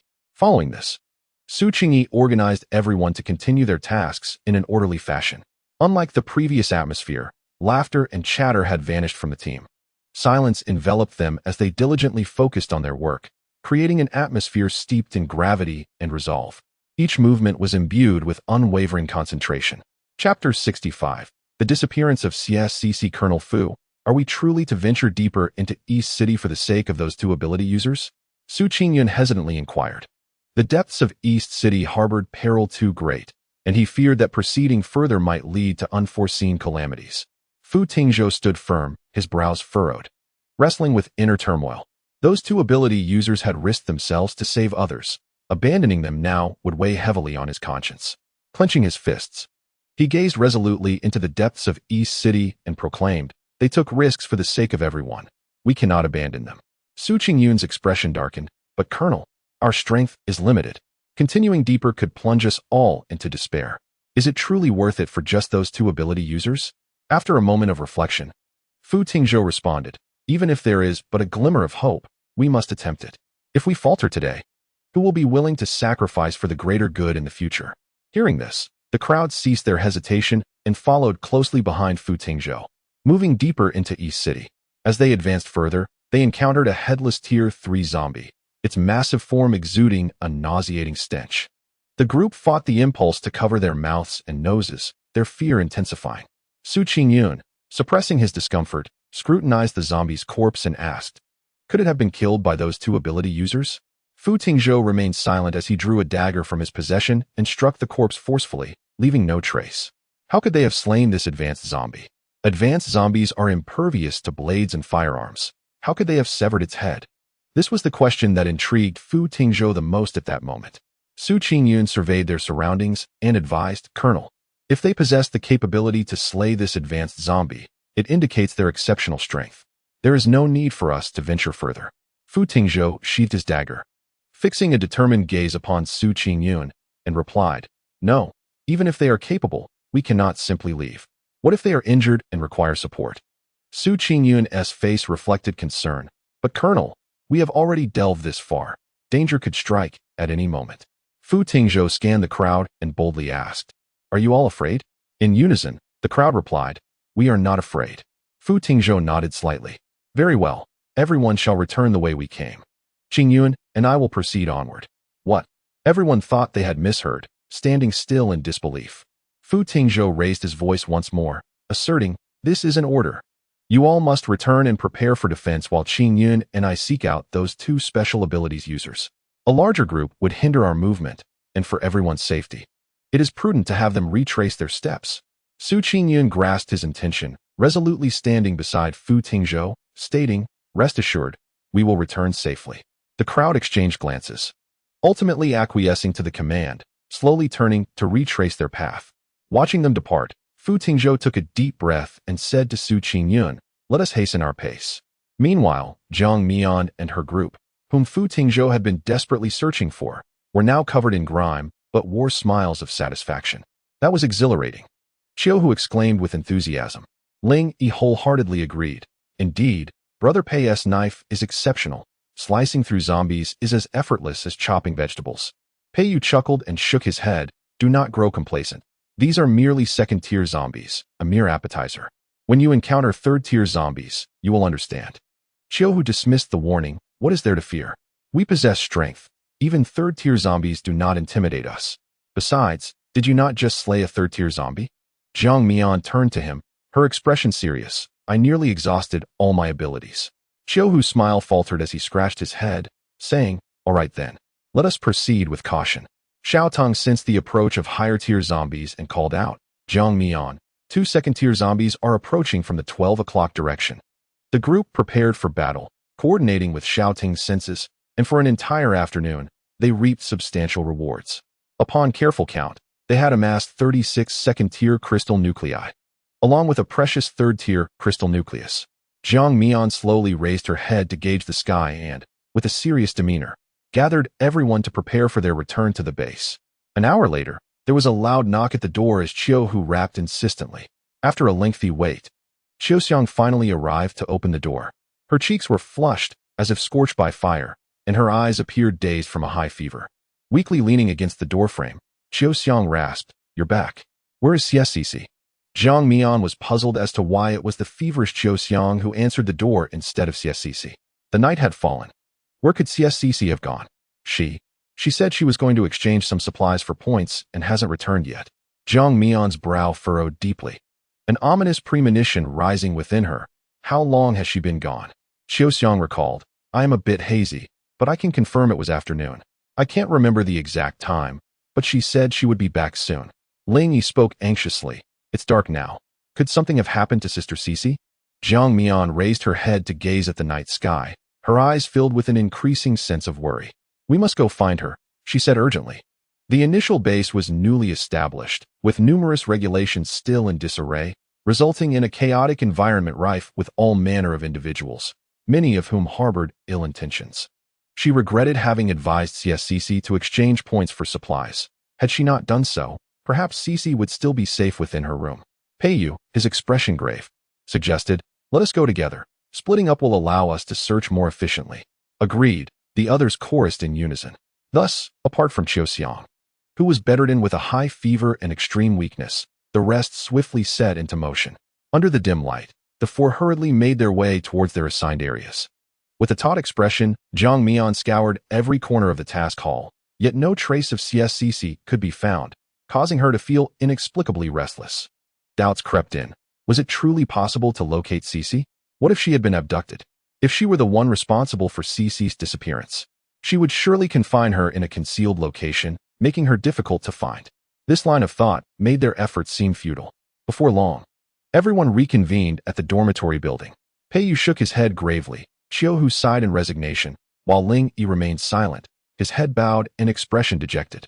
They had no leads concerning Cici's disappearance, and the gentle night breeze offered no relief to their heavy hearts. Chapter 66. Seeking assistance from Fu Tingzhou Peiyu. You have the ability to foresee the future, do you not? I will retrieve a personal item of Cici's. Can you discern her whereabouts, or any clues regarding her? Peiyu felt a pang of bitterness. One line necessitated countless others to uphold it. Standing there, a troubled expression on his face, his mind raced to concoct a plausible excuse to evade her request. Yet before he could articulate his thoughts, Jiang Mian darted upstairs like a gust of wind. In the blink of an eye, she returned, hastily thrusting a jacket that Cici frequently wore into his hands, her eyes brimming with hope. Give it a try. This was the last strategy she could conceive. As Peiyu grasped the jacket, his hand instinctively tightened around it. Meeting Jiang Mian's expectant gaze filled him with guilt and helplessness. After a brief moment of contemplation, he slowly opened his eyes, anxiety etched on his face. I'm sorry. You cannot foresee anything? Jiang Mian's voice carried a hint of disappointment, her expression dimming in an instant. Yet, she quickly rallied, saying, It must be that you're not concentrating. Try again. Her tone was urgent, her hands gripping Peiyu's arm tightly. I'm sorry. Peiyu lowered his head slightly. Unable to meet Jiang Mian's eyes, he truly could not predict Cici's location. It's all my fault. Why did I suggest she exchange supplies for points when we could have waited to return and gone together? Jiang Mian felt a surge of self-reproach and regret. Upon her return to life, she undeniably altered CSCC's perspective, transforming her into a being endowed with extraordinary abilities. Yet, why did calamity still befall her? Presently, her concerns extend beyond the safety of CSCC. She is tormented by the question of whether the fates of all individuals can indeed be altered. If not, will she still fall prey to Qin Wan and Lu Yuan, who seek to extract the crystal core from her? Will Qiu still meet his demise? Pei Yu, noticing the tremor in her hand, swiftly grasped it tightly, reassuring her, Jiang Mian, do not rush, we will devise a plan. Just grant me a little more time. His tone was resolute, attempting to convey strength and confidence to her. No, I must search further. Qiu, who could entirely empathize with Jiang Mian's current state of mind, reminiscent of his own futile searches for his sister. He casually kicked a pebble, which rolled across the ground before colliding with a corner and coming to a halt. In that fleeting moment, an idea struck him, causing his eyes to brighten. Fu Tingzhou. We can seek Fu Tingzhou's assistance. Ling Yi promptly chimed in. Indeed. Did he not mention that Sister Cici could reach out to him for help with any difficulties at the base? Now that something has occurred to Sister Cici on his territory, he surely wouldn't turn a blind eye. Jiang Mian whispered his name, and then resolutely declared, we shall seek him out. As night fell, individuals of Fu Tingzhou's stature within the base are not easily accessible to ordinary folk like them. After a moment of contemplation, Jiang Mian resolved to first approach Su Qingyi. Given their previous life-saving bond, he should be inclined to assist.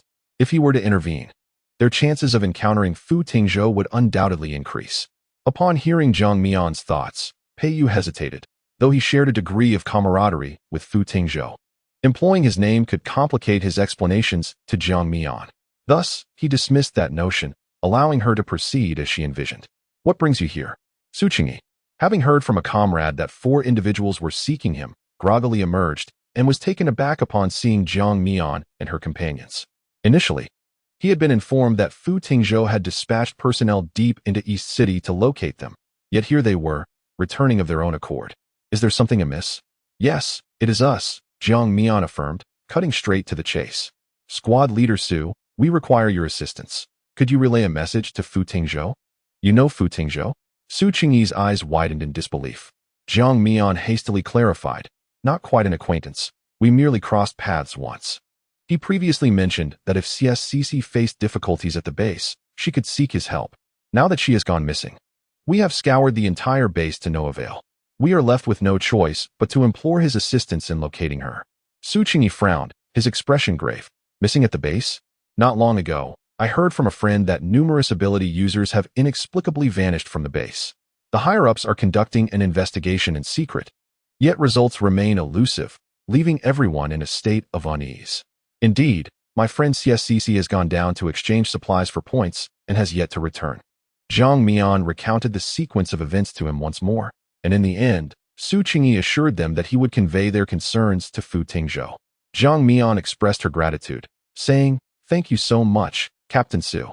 We shall await your news here. Su Qingyi glanced at the time, nodded in agreement.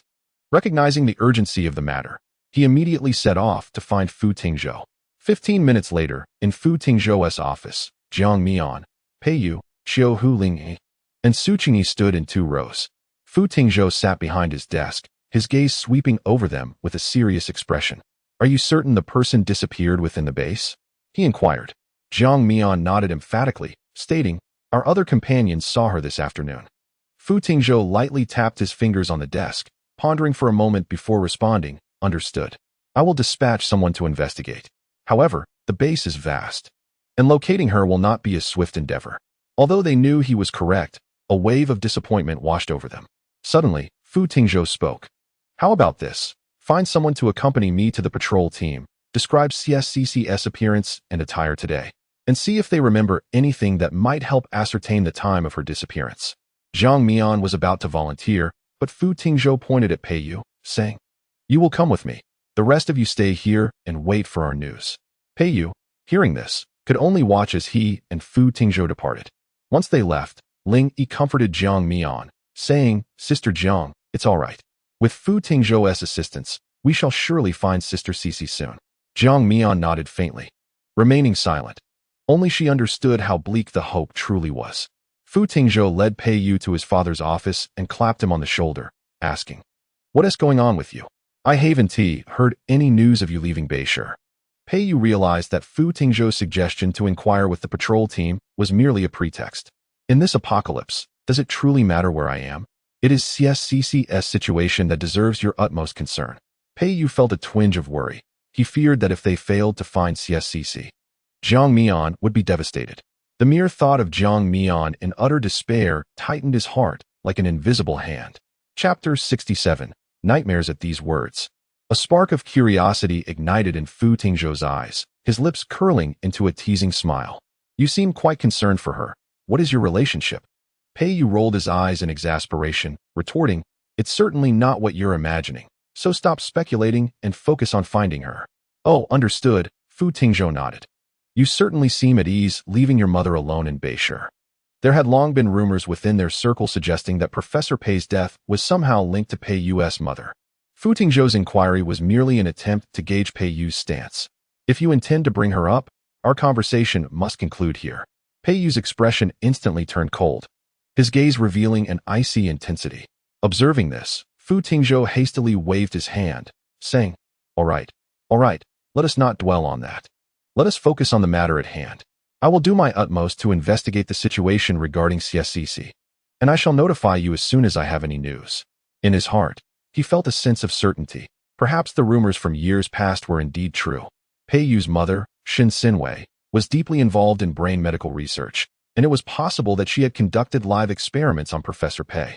This matter had once caused quite a stir, yet it was ultimately suppressed by Pei Yu's grandfather, Shin Zhizhong, who used his connections to quell it. Pei Yu left the office with a darkened expression, his mood significantly dampened. Why did the person he longed to forget always seem to be brought up by others? Memories from the past surged forth like a tidal wave, the fleeting images and sounds threatening to engulf him entirely. What is the matter with you? Jiang Mian inquired, her eyes wide with surprise as she gazed at Pei Yu. She had not anticipated that a mere visit to the patrol team could alter his demeanor so drastically. He appeared shrouded in a thick haze, his emotions profoundly subdued. Pei Yu turned his face away, his eyes evasive. I am fine. Let us return and await further news. There were matters he dared not share with Jiang Mian, reminiscent of their previous encounter when she had learned of his identity and had not hesitated to take his life. It was only after dying at her hands 7 or 8 times that he realized her disdain for scientists who researched extraordinary abilities, including himself and his mother, Shin Sinwei. A vast chasm lay between them, one that could never be crossed. Thus, this time, he resolved to tread a different path, to delineate himself from Qin Wan and the others. Jiang Mian sensed that Pei Yu harbored something within, yet as he remained silent, she refrained from pressing further, responding instead. Very well, let us return. We shall address everything tomorrow. Upon their return to the residence, Qiu Xiang appeared considerably improved, the flush on her face having subsided. She anxiously inquired, have we not yet found Cici? If I had not been unwell and had accompanied her, would this incident have befallen her? Qiu Hu, seated on the sofa, replied, we have sought Fu Tingzhou's assistance. However, we should not expect results to materialize swiftly. Understanding that everyone was fatigued, Qiu Xiang chose not to pursue the matter further. The group gathered in the living room, silence enveloping them for a moment. Given the circumstances, Jiang Mian had managed to regain her composure. She produced the crystal cores she had acquired that day, distributing 6 to each person, reserving Cici's portion in her storage. Qiu Xiang examined one of the crystal cores closely, remarking, these cores are distinctly different from those of the liquors. Their shapes and colors vary. Jiang Mian nodded. Allow me to instruct you on their usage. If we all utilize these cores tonight, we should be able to elevate to level 2 extraordinary beings. Tomorrow, we shall disperse and barter our resources for information from the base personnel in hopes of uncovering some leads. Understood. Sounds good. Everyone nodded in agreement, except for Pei Yu, who sat staring blankly at the table, appearing as though he were lost in a distant reverie. Jiang Mian did not disturb him, but instead took the time to teach the group the method of utilizing the crystal nucleus, after which they began to experiment. As Ling Yi summoned his inner strength, the moment he made contact with the crystal nucleus, a refreshing breeze seemed to envelop his entire being. It was neither uncomfortable nor entirely pleasant. Perhaps it was simply the novelty of the experience that left him feeling somewhat unaccustomed. Observing that others were gradually succeeding, Jiang Mian exchanged greetings with them before retreating to her room for some rest.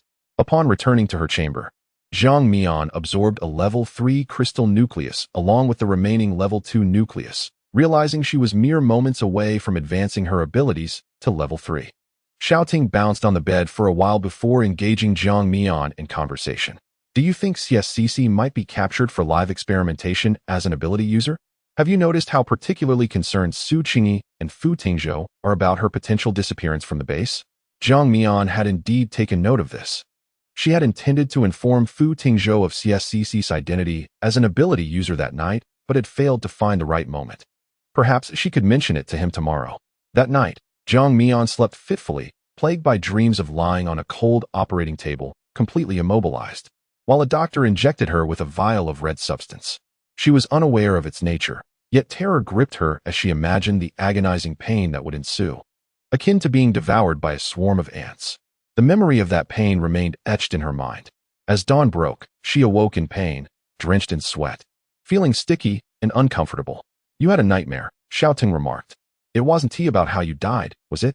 Zhang Mian remained silent, sitting quietly at the edge of her bed for a moment before retrieving a basin from her space and pouring in 2 bottles of mineral water. She gradually wiped her body down and changed into a fresh outfit. Once everyone had risen and gathered in the living room, Qiu Xiang shared her abilities. With a mere thought, she conjured a small flame at her fingertips. As predicted by Pei Yu, she had awakened her fire-based powers. Why was Pei Yu able to foresee their abilities yet unable to discern CSCC's whereabouts? Pondering this, Zhang Mian glanced at Pei Yu. He appeared slightly improved today, though his spirits seemed somewhat subdued. All right, let us discuss today's tasks. Results from Fu Tingzhou's side 1T emerged swiftly, and we cannot afford to be idle. She stated. What do we need to do? Qiu Hu inquired. It's quite simple. Do you all recall the many half-grown children exhibiting around the square? She continued. Every base has a group of these children who seek to survive by guiding newcomers and providing information about the base. Most of them are orphans, and they are the most in tune with the happenings within the base. They are the first to know of any stirrings. Ling Yi contemplated for a moment before responding. I remember. Some of those children are even younger than I am, dressed in rags, looking quite pitiful. He thought to himself that had he not awakened his abilities and followed Zhang Mian, he might have ended up in a similar plight. Zhang Mian retrieved a box of bread, distributing it among several backpacks before handing them to others. She remarked, let's seek them out for information discreetly. Without drawing too much attention, we shall commence with a trial. There were no objections. Thus, everyone set off with their backpacks, scouring the base for those boisterous adolescents, pulling them aside to inquire about CSCC's whereabouts. Chapter 68. A pressing matter. I believe I have seen that woman you mentioned. She is quite formidable. Subduing that man with just a few moves. An excited boy with a scar on his cheek informed Zhang Mian. Zhang Mian's brow furrowed in confusion. Could CSCC truly be so powerful? She possessed abilities that might surpass those of an ordinary person. Please, elaborate on the events. When did it occur? Where? Do you know that man? The boy hesitated. Could I perhaps have 4 bottles of mineral water? He felt somewhat embarrassed to ask for 4 bottles merely for sharing his observations from the previous day. However, he and his grandfather were in dire need of water, and he couldn't afford to be too particular. In his heart, he deemed 2 bottles a fair exchange, and he would have been satisfied even with that. To his surprise, the response was affirmative. With his reservations lifted, he recounted everything he had witnessed the day before. After listening intently, Zhang Mian synthesized the information, posing her queries. So, you mean to say that a patroller named Wu Chuan avenged her by severing that man's hand? And you do not know the man, but Wu Chuan does? The boy nodded, confirming, yes, exactly. Xiao Tong, nestled in Zhang Mian's pocket, exclaimed, oh, could it be that the man who lost his hand seeks revenge on CSCC? She may be in grave danger. Zhang Mian felt a twinge of concern, yet could not ascertain whether the individual the boy spoke of was indeed CSCC. The only course of action was to seek Wu Chuan for clarification. Can you take me to this patroller named Wu Chuan? I will give you 2 loaves of bread. Upon hearing the offer of 2 loaves, the boy's face lit up with joy. All right. But, pretty sister, could you help me carry the items home? He felt that carrying 4 bottles of water and 2 loaves alone would attract unwarranted attention, especially in the current chaotic atmosphere of the base. Zhang Mian, burdened with a single backpack, could effectively conceal the supplies within. Certainly. Thank you, thank you. The boy expressed his gratitude profusely. By the way, pretty sister, my name is Xiao Wei. You can call me Xiao Wei. Zhang Mian nodded. urging him to hasten in finding someone, for she was rather anxious. Familiar with the base, Xiao Wei quickly located Wu Chuan's patrol area. He discreetly gestured towards a figure, whispering, "Pretty sister, that's Wu Chuan. You can approach him yourself. I will wait here." He was reluctant to engage with the aloof patrollers, who often intimidated children like him. Thus, he felt apprehensive about Wu Chuan. "Understood," Jiang Mian replied. She then walked alone towards the pensive Wu Chuan, who was lost in thought while clutching a firearm. Upon hearing her footsteps, he snapped back to reality, furrowing his brow as he regarded her with a wary gaze. "Is there something you need?" he inquired. Noticing the woman surveying her surroundings, he continued, "Yesterday morning, you encountered a woman here and even severed a man's hand for her. Could you describe her appearance and attire? Or perhaps share what she said to you?" "Why should I divulge that to you?" Wu Chuan replied, a hint of displeasure evident in his tone. He could not fathom the reason behind her inquiry. Answering honestly might diminish his stature. Jiang Mian, unfazed and remarkably composed, responded, "You need not tell me. I could simply summon Fu Tingzhou to discuss this with you instead." Wu Chuan was taken aback, contemplating the implications of her threat. Against Fu Tingzhou, he indeed felt at a disadvantage. After a moment's hesitation, he relented, saying, "The woman wore a gray tracksuit, stood about 1.60 meters tall, and had an oval face. She claimed to be a friend of Fu Tingzhou." From his description, Jiang Mian was now certain that the individual in question was Xie Sisi. "Her name is Xie Sisi. She is my friend and went missing at the base yesterday." Upon hearing this, Wu Chuan's brow furrowed in anxiety as he responded, "This has nothing to do with me. I haven't seen her since." Noticing his expression, which seemed devoid of deceit, Jiang Mian quickly inquired, "What about the man whose hand you severed? I need to find him." Wu Chuan paused, comprehending her insinuation that San Xiong might seek vengeance against Xie Sisi. "I do not know his whereabouts. All I can tell you is that his name is San Xiong, and he is a member of the Lightning Team." In this post-apocalyptic world, numerous independent teams had emerged, all rigorously certified by the base, granting them a certain degree of legitimacy. Most importantly, they operated as private entities, unaffiliated with the official authorities. Jiang Mian was not unfamiliar with such teams. As she prepared to depart, she warned, "Make sure your information is accurate.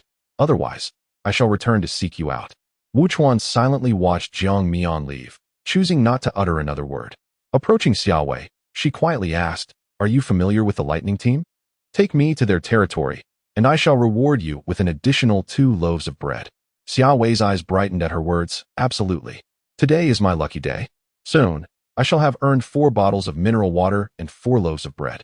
If only every day were like this." With Xiao Wei as her guide, Jiang Mian swiftly located San Xiong of the Lightning Team. The site where his hand had once been was roughly bandaged, with faint traces of crimson still visible. Upon seeing Jiang Mian, who had effortlessly subdued an entire squad, he trembled in fear. "I swear I did not capture her. Upon learning she was a friend of Fu Tingzhou, I deeply regretted my previous actions. I would never dare seek revenge. Please, I implore you, show mercy and spare us." San Xiong pleaded from his kneeling position, feeling more wronged than Dou Yi herself, who would have the audacity to retaliate against a friend of Fu Tingzhou. "You lack the courage, do you?" Jiang Mian coldly remarked. "She has just arrived at the base and has no enmity with anyone but you. Do you truly believe anyone else would dare to harm her?" At this point, Jiang Mian already harbored suspicions that Xie Sisi might not be the one they had captured. However, one must exert pressure to uncover the truth, with numerous individuals present. It was possible that someone might reveal a clue unknown to Jiang Mian in an effort to absolve themselves. Indeed, a timid man, cradling his swollen cheek, spoke up. "Yesterday, outside the mission hall, I saw members of the Feiyuan team apprehend a woman. I heard she had collided with them. Furthermore, the day before, Yuan Jishu from their team also captured a woman." Another person chimed in. "Indeed, sometimes there need not be a personal grudge. The members of the Feiyuan team are quite arrogant and unreasonable, wielding their power with impunity." Jiang Mian turned to the timid man and inquired, "What time did this happen yesterday?" The man pondered for a moment before replying. "It should have been around 3 or 4 in the afternoon." Jiang Mian felt a sense of clarity. This aligned with the time Xie Sisi had left in the afternoon. As the onlookers watched her depart, they collectively sighed in relief. Finally rid of this formidable woman, the leader admonished, "From now on, anyone who dares to act unlawfully outside shall no longer remain in our Lightning Team. We cannot afford such a formidable presence." Chapter 69. Robbery Xiao Wei had not anticipated that this beautiful sister would be so formidable, swiftly subduing the members of the Lightning team. Upon her emergence, he hastened to greet her. Beautiful sister, are you still planning to seek out the Fei Yuan team? I can guide you for free. After accompanying her on a few occasions, Xiao Wei had grasped the situation. The beautiful sister was searching for her missing friend at the base. Hence, he was eager to assist her. Free? Jiang Mian, not lacking in provisions, felt buoyed by the newfound lead on CSCC, and thus replied, never mind, life at the base isn't easy for you either. Just 2 loaves of bread will suffice. Lead the way. Thank you, sister. Xiao Wei expressed his gratitude, his eyes narrowing into slits as he eagerly took the lead, his steps light, occasionally glancing back to ensure Jiang Mian was keeping up. Perhaps having grown familiar with Jiang Mian, he chattered incessantly about amusing anecdotes from the base. Suddenly, Jiang Mian halted Xiao Wei, observing as Li Feifei arrogantly strode into a courtyard. Xiao Wei blinked in confusion and queried, Sister? What's wrong? Only after Li Feifei's figure had completely vanished did Jiang Mian slowly release him, saying, It's nothing. You mentioned this courtyard is the territory of the Fei Yuan team? Xiao Wei nodded, affirming, Indeed, this is the place. Jiang Mian felt a twinge of curiosity. Had Li Feifei not departed with Lu Yuan? How could she be found in the domain of the Fei Yuan team? Had Lu Yuan and the others also come to Yinxiang base? She wondered if they had already left. Jiang Mian retrieved a small vine from her pocket, whispering to it with her mind, Go inside and investigate the situation. See if Lu Yuan and the others are here. And what has become of that woman? Later, I shall come to fetch you. Remember to extend a vine through the wall, so I may greet you upon my return. Huh, why must you command me again? The little vine expressed its dissatisfaction, unable to resist with outsiders present, and could only endure as Jiang Mian held it in her grasp. A level 2 crystal core. 2 of them. Very well, away we go. With a forceful toss, Jiang Mian propelled the little vine into the courtyard like a cannonball. Ah, Jiang Mian, could you not give me a moment to prepare myself? You nearly scared me to death. The little vine's terrified screams were audible only to Jiang Mian. Xiao Wei, witnessing this, widened his eyes and curiously inquired, Sister, what did you throw? Jiang Mian casually replied, A weed, as if it were indeed an inconsequential piece of vegetation. She dusted off her hands and said, Let us go. I shall escort you home. Seizing the opportunity while the little vine was gathering intel, she could conveniently return Xiao Wei home and also fulfill her promise of supplies. Xiao Wei, puzzled, asked, Sister, aren't you going inside to find someone? I will go after I see you home. Besides, I need to call a few friends to join us, Jiang Mian explained. The disparity between the Fei Yuan team and the Lightning team was evident just from the FAAD. In comparison, the meager strength of the Lightning team appeared utterly insignificant. It was indeed wiser to summon Pei Yu and the others. All right. Xiao Wei refrained from further questioning as he led her homeward. His residence was situated in the most chaotic shanty town within the base, where those unable to afford rent had constructed makeshift shelters from wooden tarps.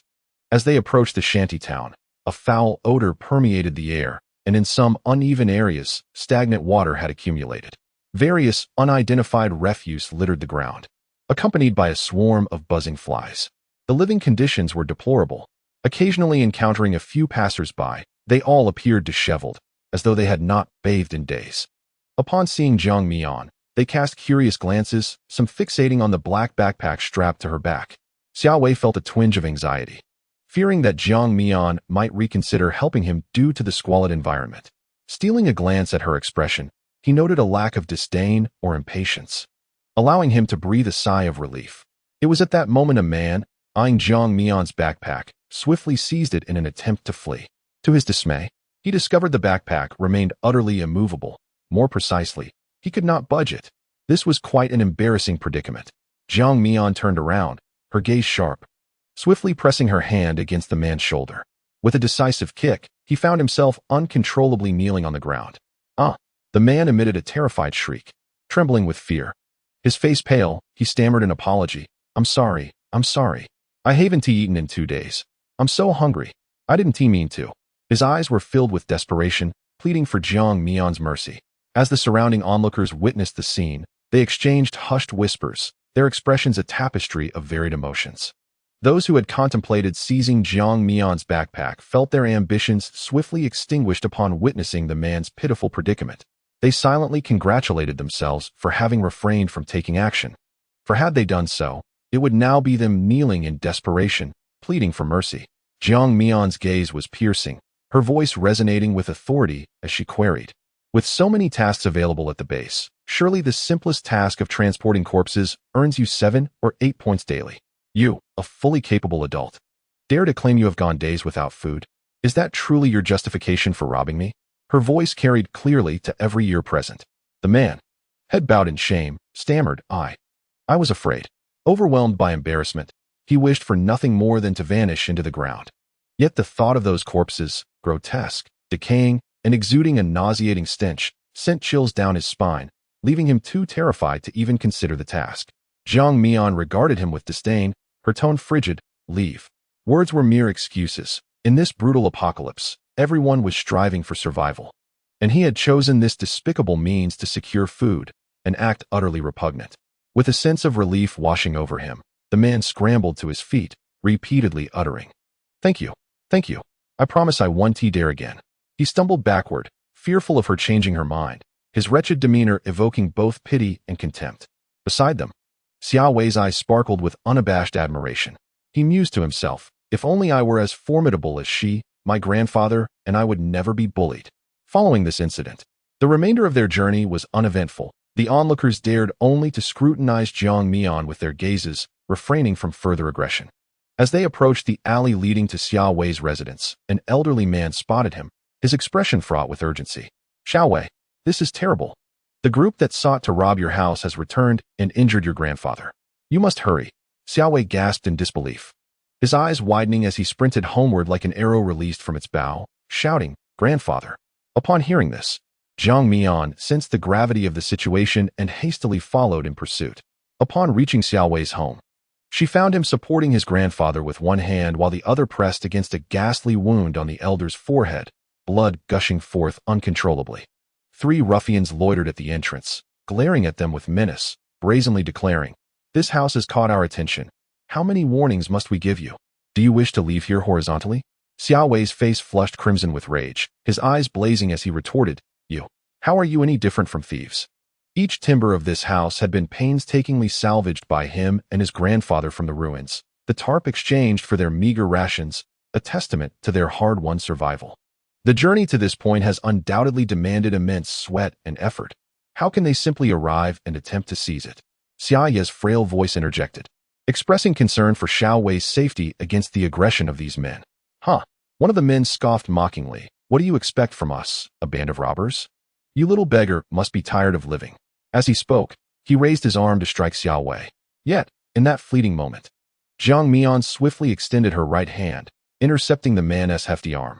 With a firm grip, she seized his wrist and, with a sudden forceful pull, swept her right foot behind his legs. The man lost his balance, and Jiang Mian released her hold. A resounding thud echoed as the arrogant assailant crashed to the ground. Groaning in pain, "Damn it, that hurts. Who did this?" The 2 remaining men, witnessing their companion's downfall, glared with malice and swiftly drew their knives, charging at Jiang Mian while shouting, "You filthy woman! How dare you interfere? You'll learn your lesson today." The onlookers gasped in fear, exclaiming, "Murder! Murder!" Though familiar with the grandfather and grandson, they hesitated to intervene directly, instead hoping to attract the attention of someone capable of assisting. Undeterred by the imminent threat, Jiang Mian planted her feet firmly, calmly extending her hand to seize the knife, executing a counterattack with fluid precision that took less than 3 seconds. Xiao Wei stood in astonishment, and by the time he regained his composure, the other assailant had also been subdued, the knife lodged in his shoulder, causing him to wail in agony. "You call yourselves robbers? Is this the pride of modern-day bandits?" Jiang Mian mocked, her arms crossed as she looked down upon them. The 3 men exchanged glances, their eyes betraying fear and resentment, yet they dared not utter a sound. Suddenly, Xiao Wei cried out, "Sister, my grandfather seems to be fading. What should we do?" His voice trembled with fear and helplessness, tears streaming uncontrollably down his face. Hearing this, Jiang Mian swiftly turned to see Xia Yi's pallid complexion, lips devoid of color, slipping into unconsciousness. She quickly loosened one strap of her backpack, reaching inside to procure a bottle of mineral water and a clean towel, which she handed to Xiao Wei, instructing, "First, help him inside to lie down and tend to his forehead injury." The elderly man who had previously alerted Xiao Wei stepped forward, anxiously saying, "Hurry, Xiao Wei. I'll assist you with old Xia. Let us help him together." Another kind-hearted individual joined to lend a hand. Clutching the water and towel, Xiao Wei looked around with tears blurring his vision, his voice choked with emotion. "Thank you. Thank you all." Deep down, he knew that the one he ought to be thanking most was Jiang Mian. "Go quickly," she urged. Once Xiao Wei was inside, she turned her attention back to the three men, retrieving a length of rope to bind them securely before discarding them at the entrance. She clapped her hands and retrieved a loaf of bread from her backpack, addressing the crowd. "Who will help me keep an eye on these three individuals? The bread in my hand will belong to whoever assists me." The atmosphere surged with excitement as people eagerly raised their hands, exclaiming, "Me, me, me." Jiang Mian selected the nearest young boy, handing him the bread. "If they attempt to flee, just call out to me, understood?" The boy nodded obediently. "Okay, sister."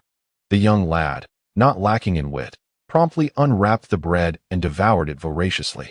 Having survived in a post-apocalyptic world for so long, he understood that food consumed was the most secure.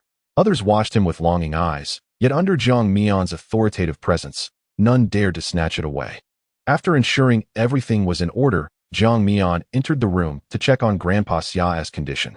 Xiao Wei had already cleaned the blood from his grandfather's forehead with clear water, revealing a deep gash. Jiang Mian said, "You all should step outside. Too many people can lead to infection of the patient's wounds." Xiao Wei remained to assist, stating, "I happen to have iodine to disinfect." The two elderly individuals who had helped earlier slowly rose and departed. Xiao Wei, with a face full of concern, asked, "Sister, is there still hope for my grandfather? Why hasn't he awakened yet?" Seeing his pitiful expression, Jiang Mian comforted him, "Do not weep. Grandpa will awaken shortly." She dipped a cotton swab in iodine and carefully disinfected the wound on Grandpa Xia's forehead. "By the way, I have tied up those three individuals. If you wish to seek revenge, you can do so now." Jiang Mian found an excuse to send him away. Upon hearing this, Xiao Wei clenched his fists. Gritting his teeth, "I'll go right now." As cries of anguish echoed outside, Jiang Mian couldn't help but smile and shook her head, placing her hand over Grandpa Xia's wound, using her healing abilities. After treating the injury to about 90%, she ceased her efforts and wrapped his forehead with layers of gauze. Doing good deeds anonymously, what do they call that? Oh, I remember. It's lay foam. Jiang Mian mused, "Let it amuse itself." When Xiao Wei returned, Jiang Mian was just tidying up the iodine. "I have treated your grandfather's wound with medicine. It is all taken care of. Remember, do not let it come into contact with water, and the gauze can only be removed after a month." "Sister, thank you.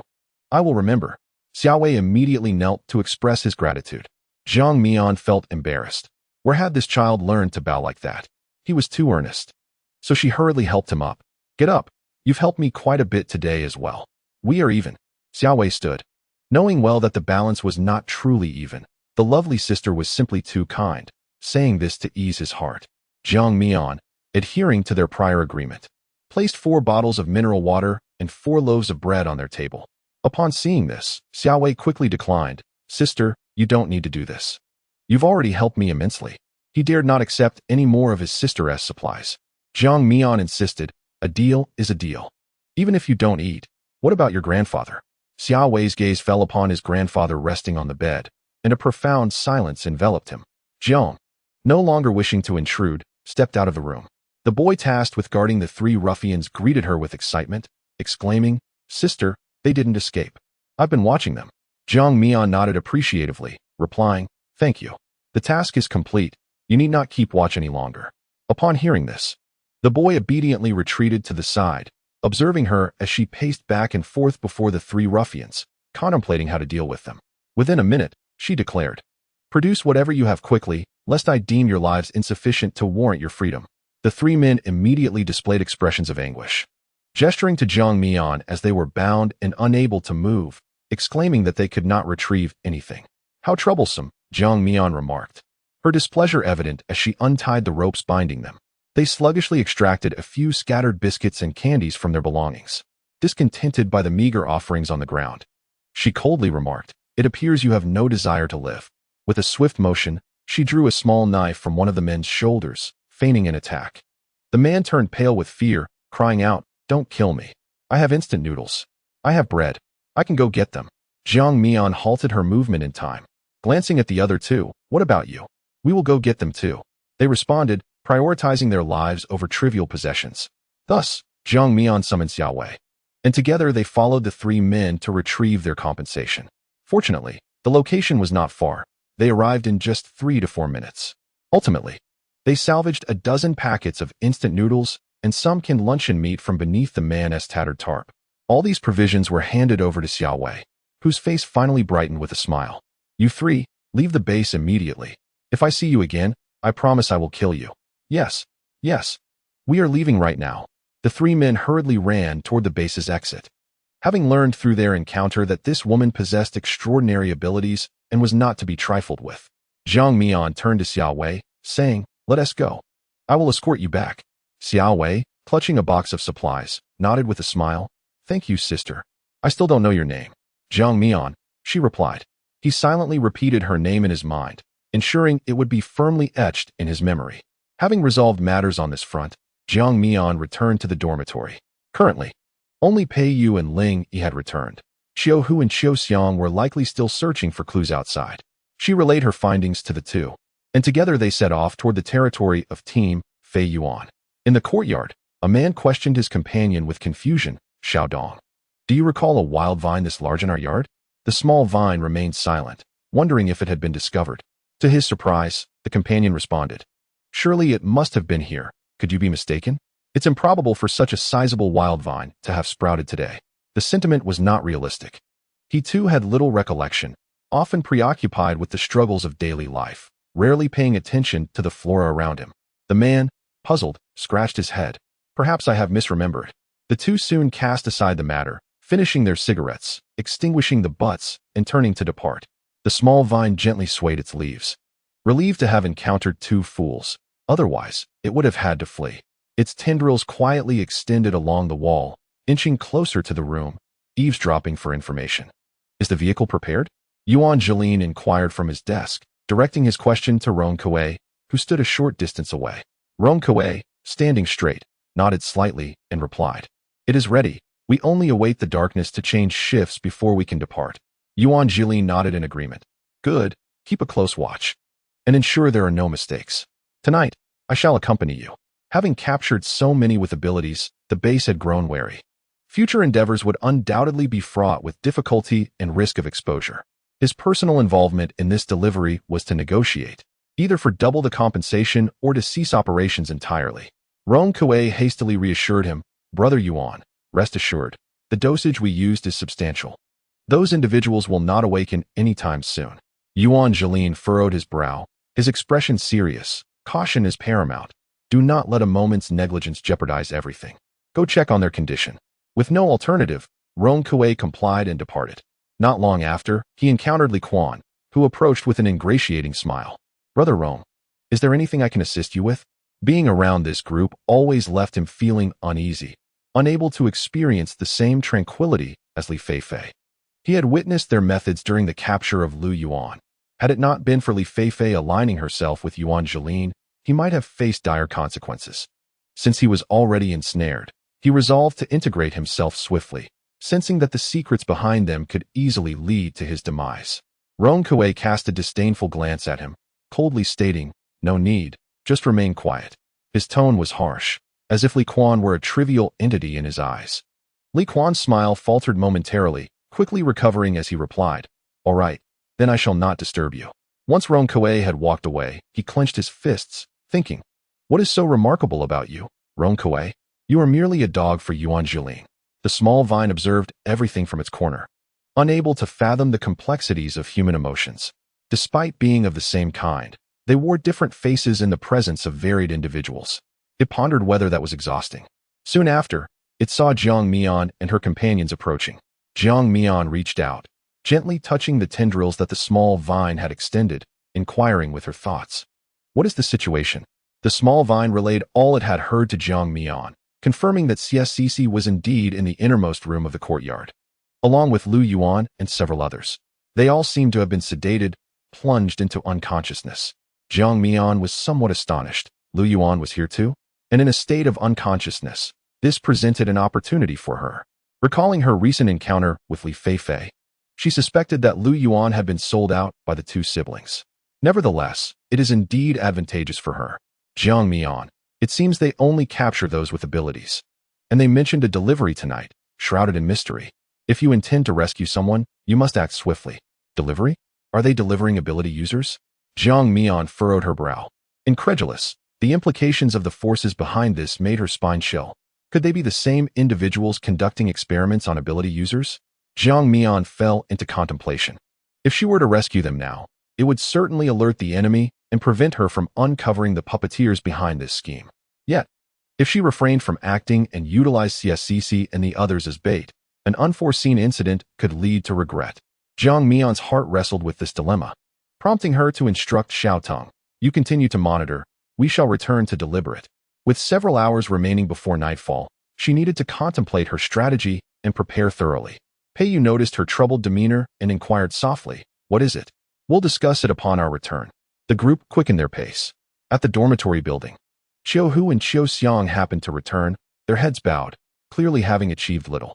Jiang Mian's declaration, "I have located CSCC," instantly revitalized the group, who anxiously asked, "Where is she? Shall we go rescue her now?" Jiang Mian cast a calming glance at Qiu Hu, then continued, "The situation is somewhat peculiar. That group only abducts ability users, seemingly with ulterior motives. We must remain cautious and, under the cover of night, trace the source to unmask the true perpetrators." Chapter 72. Helicopter. Qiu Hu, perplexed, widened his eyes in disbelief. Only capturing ability users? What does that mean? He recalled when they filled out their base information. Jiang Mian had urged everyone to conceal their abilities. Was she doing this to protect them? Pei Yu's heart tightened at her words, a flicker of unease crossing his gaze. Could it be her? He had distinctly warned that no living subjects should be used for experimentation, otherwise he would never forgive her.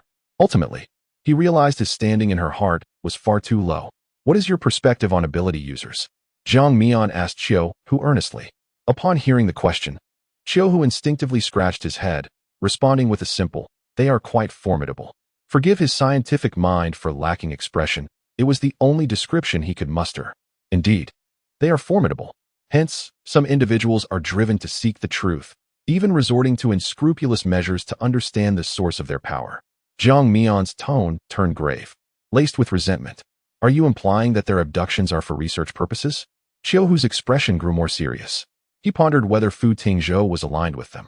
If so, it would spell trouble. How could they contend with a base of such magnitude? Qiu Xiang, taken aback, asked, "Research? What kind of research? Are they conducting experiments? Wouldn't that reduce ability users to mere lab rats?" She found it difficult to accept. How could they be so heartless? It was utterly terrifying. Ling Yi felt overwhelmed by the horrors of the adult world.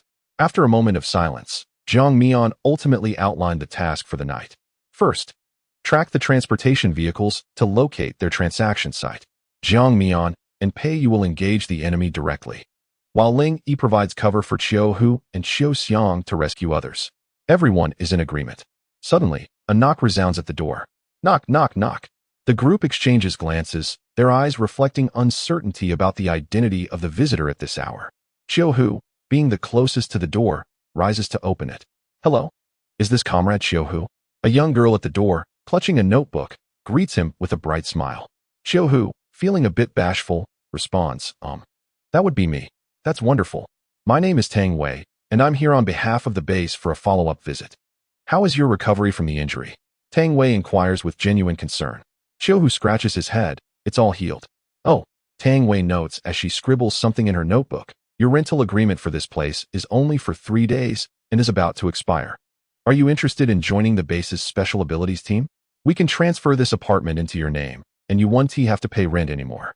Furthermore, you will enjoy the benefits provided by the base, including a 20% discount on all supplies purchased officially, as well as a monthly provision of 20 kilograms of rice and 50 liters of water for free." Qiu Hu muses, "That sounds quite appealing." After a prolonged silence, Tang Wei looks at him expectantly. "So, are you interested in joining us?" "I'm sorry, but he cannot join."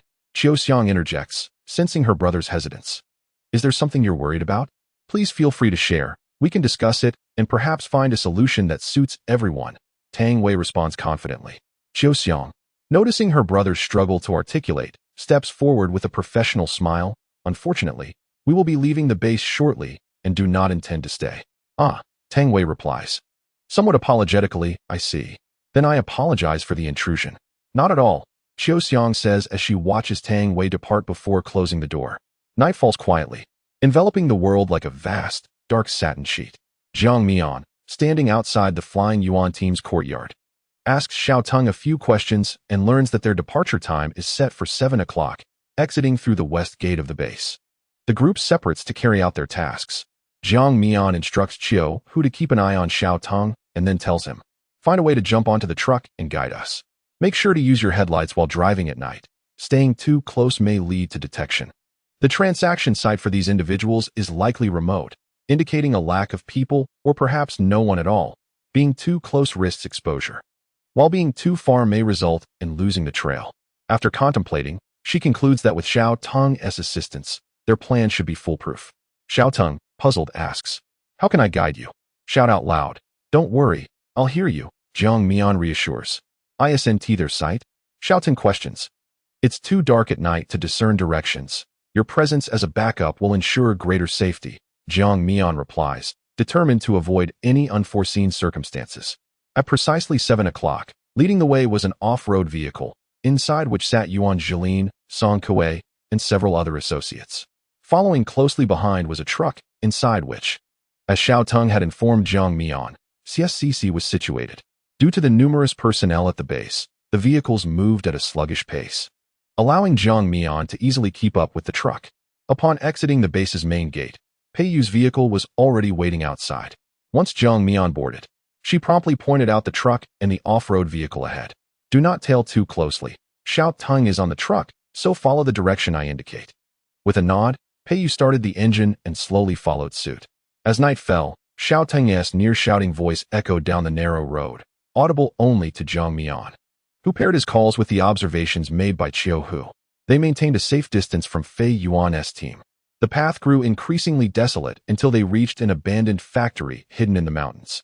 Qiu Hu remarked, they have stopped at a long deserted square, surrounded by overgrown weeds, providing us with ample cover.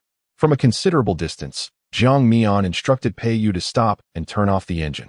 The group disembarked, advancing on foot. In the pitch-black night, they relied on the moonlight to navigate the terrain, while the incessant chirping of insects from the trees and grass added an unsettling ambience. After a few minutes, they caught sight of the truck and off-road vehicle parked at the square, where 3 or 4 men lingered nearby, quietly smoking, their cigarette embers flickering in the darkness as they awaited someone. After what felt like an eternity, a loud buzzing filled the air above.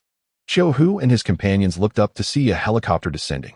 Such a grand display of power showcased the remarkable capabilities of those behind the scenes. The helicopter landed expertly in the abandoned square, and 2 men disembarked. One of them inquired, how many did you prepare this time? 8. Yuan Jilin had already descended from the vehicle to await their arrival. Ah, excellent. This time, you've provided the largest quantity yet, the other man complimented.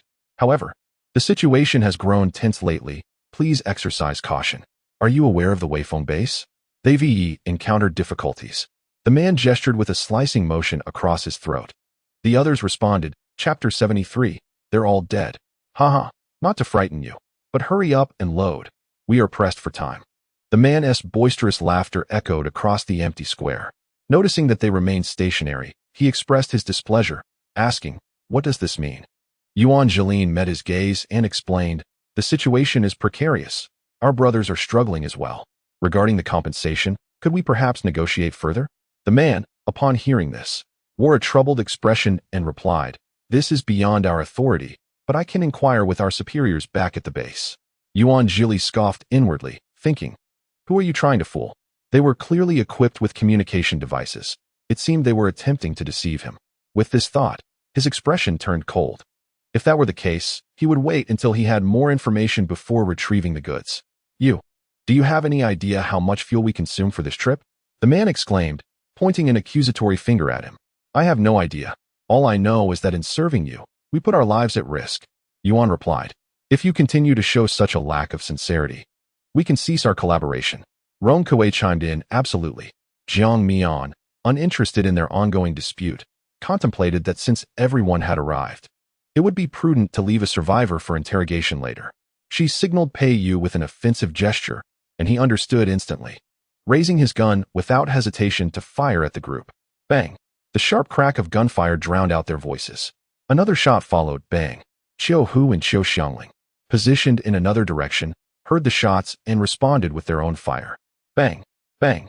Tragically, 4 individuals fell victim to the gunfire, including the man's companion, who swiftly ducked behind a vehicle, glaring menacingly at Yuan Zhili, who sheltered alongside him. What is happening? You brought backup. Are you trying to kill me? The astonishment on Yuan's face mirrored that of the man's, as he could not fathom how backup could have arrived. The assailants wielded guns. Could they be from the base? This was disastrous. Everything was lost. Jiang Mian and her companions, guns raised, advanced in a formation that encircled the remaining survivors, trapping them in the square. Noticing that their assailants were not dressed in military attire, a mix of men and women, Yuan felt a flicker of hope. Who are you? Why are you attacking us? Qiu Hu retorted angrily. How dare you ask? If it weren't for your deranged group capturing my friend, would we have any reason to attack you? It's a misunderstanding, a misunderstanding. Surely my subordinates made a mistake. Who is your friend?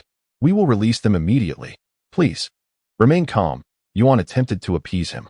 Seeing that the tension had momentarily subsided, Jiang Mian quietly stepped back, opened the truck door, and leapt inside. The interior was enveloped in darkness, and as she switched on her flashlight, she finally discerned the layout. 8 individuals confined within 4 distinct wooden crates.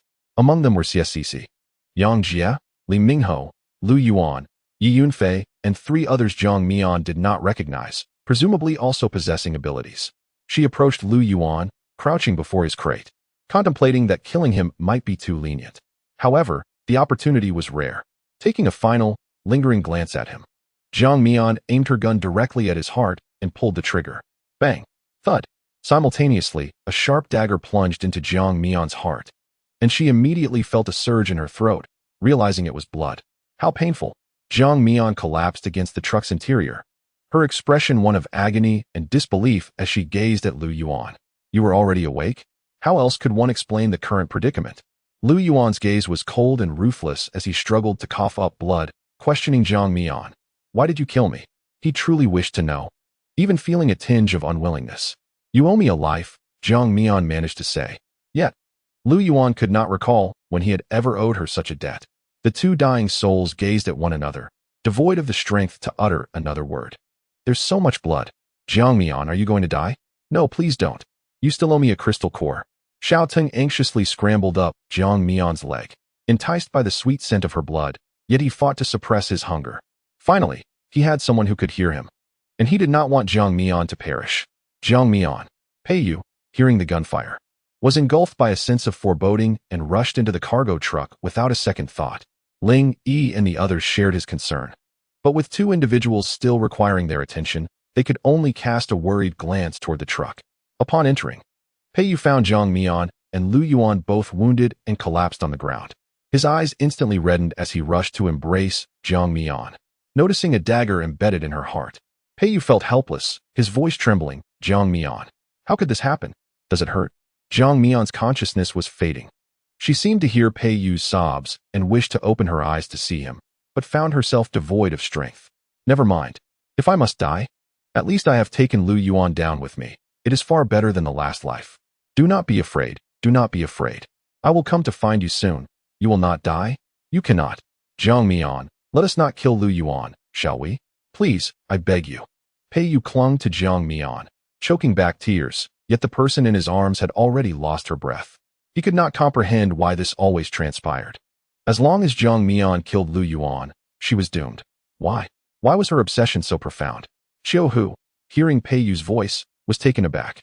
What was happening? Jiang Mian killed Lu Yuan. Jiang Mian was to die? Unable to contain himself, he turned to Ling Yi and Qiu Xiang, saying, I will go take a look. You handle things here. Ling Yi and Qiu Xiang were equally eager to go, especially Ling Yi, whose eyes turned red upon hearing that Jiang Mian was in trouble. But Qiu Hu spoke first, leaving them no choice but to comply. Upon arriving at the truck, Qiu Hu was met with an unimaginable scene and cried out in distress. Pei Yu, what are you doing? But it was too late. Pei Yu's scalpel had plunged precisely into his own chest, blood spilling from his lips. He mustered the strength to utter his final words. It's fine. Wait for me. Lu Yuan lay dead. Jiang Mian lay dead. And Pei Yu had taken his own life. Qiu Hu stood frozen in the cargo area, as if time itself had stopped, uncertain how to confront this cruel reality. How could this be? Surely, it must be a nightmare. After Pei Yu's death, he found himself in a chaotic realm, facing 3 doors from which a faint white light emanated. The first door bore the numeral 1, indicating a return to the day prior. The second door was marked with a 2, signifying a journey back 2 days. And so forth, with the third door representing a return to 3 days ago.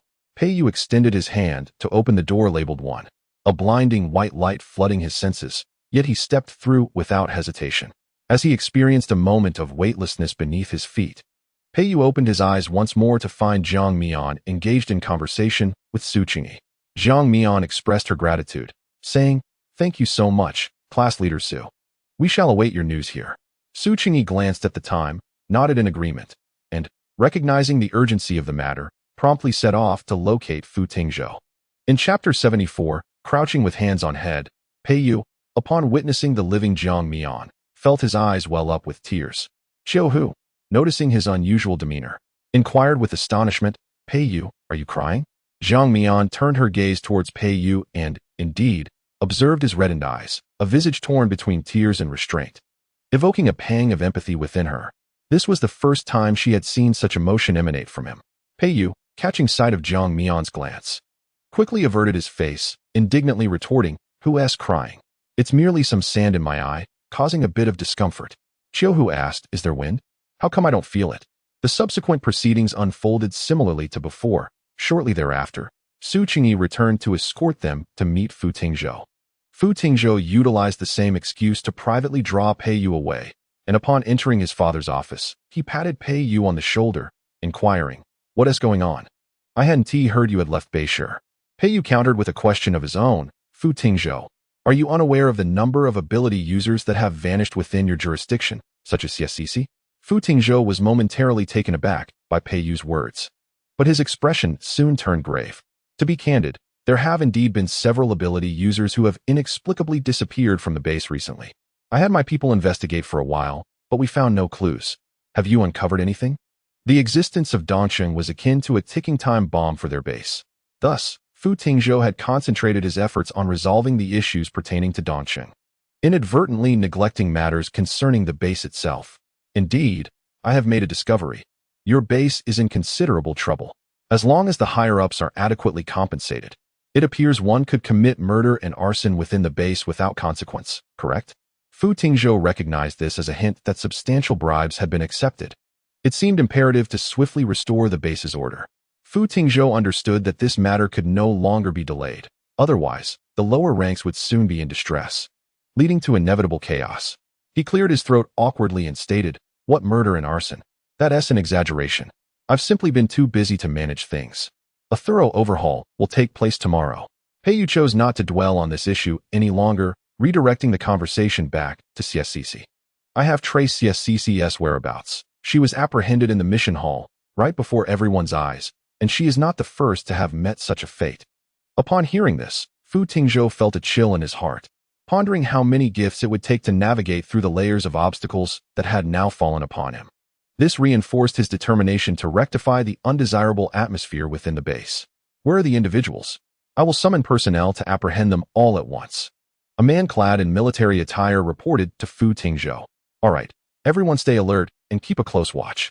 Fu Tingzhou exchanged a knowing glance with Su Qingyun, who promptly approached the door and knocked vigorously. Bang, bang, bang. "Who is it?" "It's the middle of the night." The man who answered the door appeared bleary-eyed and spoke with a hint of impatience. As he rubbed his eyes and opened the door, he was taken aback to find a fully armed elite squad standing before him. He thought he might be imagining things and rubbed his eyes once more. Yet the armed individuals remained. "You." Before he could finish his inquiry, Su Qingyun shoved him aside and gestured for Fu Tingzhou to enter. With a stoic expression, Fu Tingzhou strode into the courtyard, followed closely by Jiang Mianpei and the others, awaiting Fu Tingzhou's handling of the situation. "Bring everyone out, especially your leader, Yuan Zhilin." Fu Tingzhou commanded from the center of the courtyard. The man who had opened the door now recognized Fu Tingzhou's identity and trembled as he replied, "Yes, yes. I will fetch them immediately. In truth, the commotion had already roused Yuan Jilin and the others, and it wasn't long before they all emerged. Li Feifei and Li Quan were astonished to see Jiang Mian and the others, their eyes widening in shock. Are they here to rescue CSCC? But how did they find this place? As they scrutinized Jiang Mian, she too assessed them, her gaze inscrutable. Li Feifei felt uneasy under her stare and averted her eyes. Feeling guilty, Yuan Jilin, unfamiliar with Jiang Mian and her companions, immediately recognized Fu Tingzhou and was drenched in cold sweat. He had just apprehended someone that afternoon. And now Fu Tingzhou had come knocking. Regret flooded him for having heeded Li Feifei's insidious words. It seemed all was lost. When Yuan Jilin spotted Fu Tingzhou, his heart sank, sensing impending doom. Yet, he knew he must maintain composure until the end, so he decided to assess the situation first. He approached with feigned humility, a gentle smile gracing his face. To what do we owe the honor of your visit, Colonel Fu? Fu Tingzhou's expression remained frosty as he scrutinized him and retorted sharply. It has come to my attention that your team brazenly abducted a friend of mine in broad daylight. Is your squad running amok at the base? He made an unequivocal statement, placing a heavy accusation upon Yuan Jilin. The smile on Yuan Jilin's face faltered, cold sweat beading on his forehead. Yet he forced himself to respond with feigned calmness. Colonel Fu, there must be some misunderstanding. We would never dare to abduct your friend. Hearing his brother's words, Yuan Jilin lowered his head in guilt, knowing that this deed had been executed without his brother's knowledge.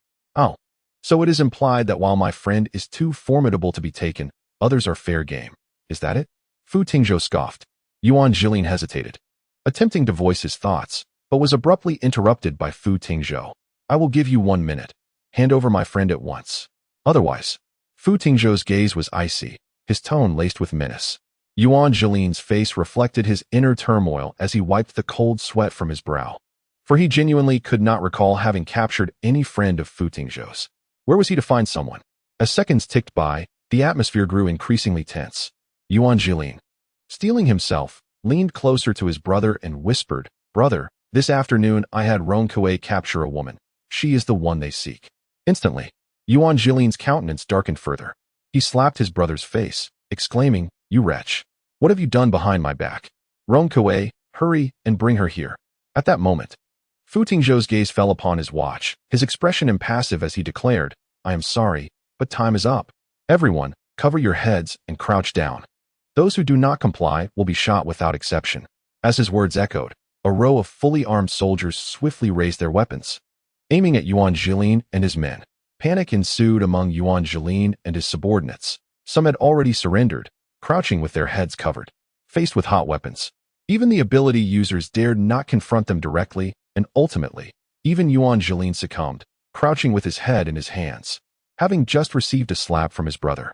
Yuan Jilin felt a surge of indignation and kicked Li Feifei away. Turning to Fu Tingzhou, he said, Colonel Fu, she is the one who insisted on capturing your friend. I was misled by her as well. Chapter 75. Control of abilities. Li Feifei knelt on the ground, trembling uncontrollably. I didn't mean to, she stammered. Her voice laced with sobs, her eyes filled with terror and helplessness. Hearing this, Jiang Mian stepped forward, edging closer to the kneeling Li Feifei, and questioned. What do you mean? What grievance do you have against CSCC that you would harm her so? Qiu Xiang, equally incensed, remarked. Had we known you were such an ungrateful person, we would never have saved you back in the village. Fu Tingzhou glanced at them, puzzled. Do you know each other? However, Jiang Mian did not respond to his inquiry. Instead, she politely asked, Colonel Fu, may I borrow one of your guns? Though she possessed a firearm herself, revealing it would complicate matters, so she opted to request one from him. Fu Tingzhou observed Pei Yu, who nodded in agreement, and instructed one of his subordinates to hand a gun to Jiang Mian. Upon seeing Jiang Mian aim the gun at her, Li Feifei's face blanched in terror, and she hurriedly bowed her head in contrition, saying, I'm sorry.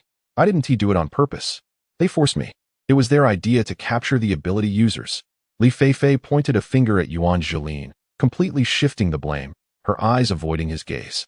Yuan Jilin was infuriated. Nonsense. It was you who incited this. How dare you twist the truth? You have truly shown what a venomous woman you are. Bang, bang, bang. Jiang Mian, disinterested in their mutual aggression, swiftly eliminated Li Feifei, Yuan Jishu, and Li Quan with 3 precise shots, returning the firearm to its owner.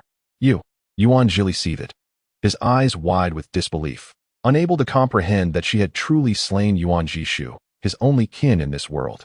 Fu Tingzhou, indifferent to their emotional turmoil, commanded his subordinates, "Search inside, be thorough. I wish to uncover whether the vanished ability users have been captured by them."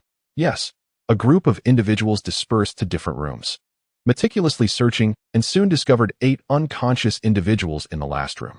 They were carried out one by one and placed in the courtyard.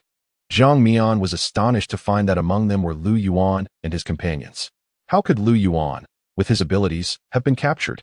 Before she could ponder further, CSCC was brought out, and she and Qiu Xiang hurried to support her. "CSCC, wake up, what is wrong with you?" Qiu Xiang attempted to rouse her, but to no avail. Fu Tingzhou, with a cold expression, interrogated Yuan Jili, "What have you done to them?" Realizing the dire situation, Yuan Jili, in a daze, muttered, "They were anesthetized. They'll wake once the effects wear off." Anesthesia? Where did that come from? Fu Tingzhou felt like applauding. Anesthesia was a scarce medical resource desperately needed by their unit. Yet this individual appeared to have an abundance. This raised his suspicions. Yuan Jili's eyes darkened. His ability was control, allowing him to dominate 3 individuals for 10 seconds. Those under his influence would lose their cognitive faculties and exist in a state of chaos. He had originally captured Lu Yuan with this power. Now, he contemplated whom to control that would best facilitate his escape. After a moment's hesitation, he directed his control towards Fu Tingzhou, Su Qingyun, and Zhang Mian. In the next instant, Su Qingyun suddenly lost consciousness, swaying like a weeble, his eyes vacant. "Qingyun? Qingyun? What is wrong with him?" The attention of everyone turned to Su Qingyun, observing his bizarre swaying. Even Zhang Mian and Fu Tingzhou glanced in his direction. Seizing this opportunity, Yuan Jili attempted to make his escape, agilely scaling the wall. Just as he was about to leap down, he spotted a group of soldiers outside, guns aimed at him. His heart plummeted, but despair deepened as a wooden vine suddenly pierced his chest, violently pulling him down.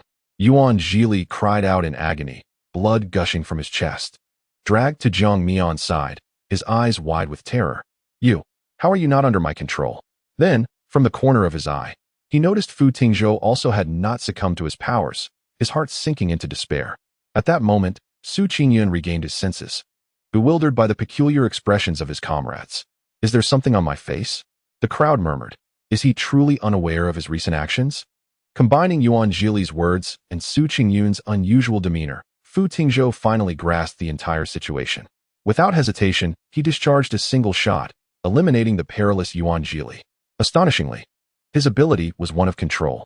Fu Tingzhou dared not contemplate the implications. Should he mature, would he too be capable of exerting control over himself?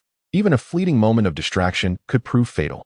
Zhang Mian cast a penetrating glance at Fu Tingzhou before shifting her gaze to Yuan Jili's lifeless body. Control over abilities?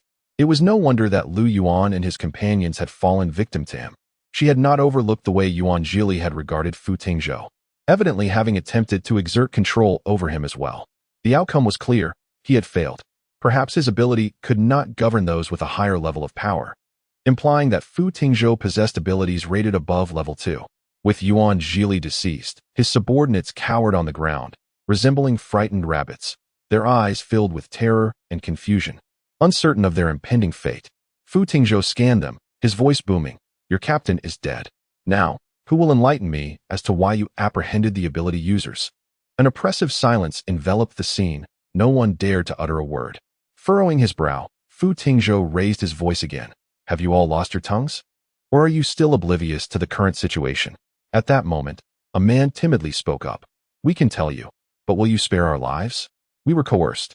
Hearing this, Fu Tingzhou adopted a serious expression, feigning deep contemplation. "I shall consider it." Another individual eagerly interjected. It was Yuan Jili who sought to capture the ability users, intending to exchange them for favors. Exchange favors? With whom? Fu Tingzhou inquired, his brow furrowing deeper. "We do not know the identity of the other party. They are quite mysterious." The man lowered his head, his voice dwindling to a whisper.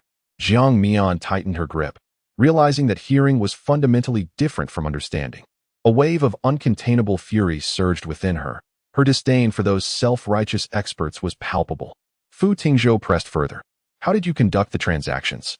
"They possess a helicopter, a military one. We conducted our dealings at an abandoned factory, every month on the 5th, 15th, and 25th, simply delivering the individuals.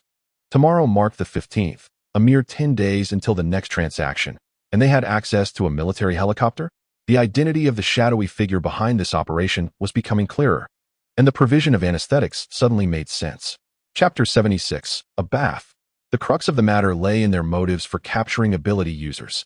Would it not be more straightforward to recruit openly? Employing such underhanded tactics to seize ability users could only indicate that their ulterior motives were equally nefarious.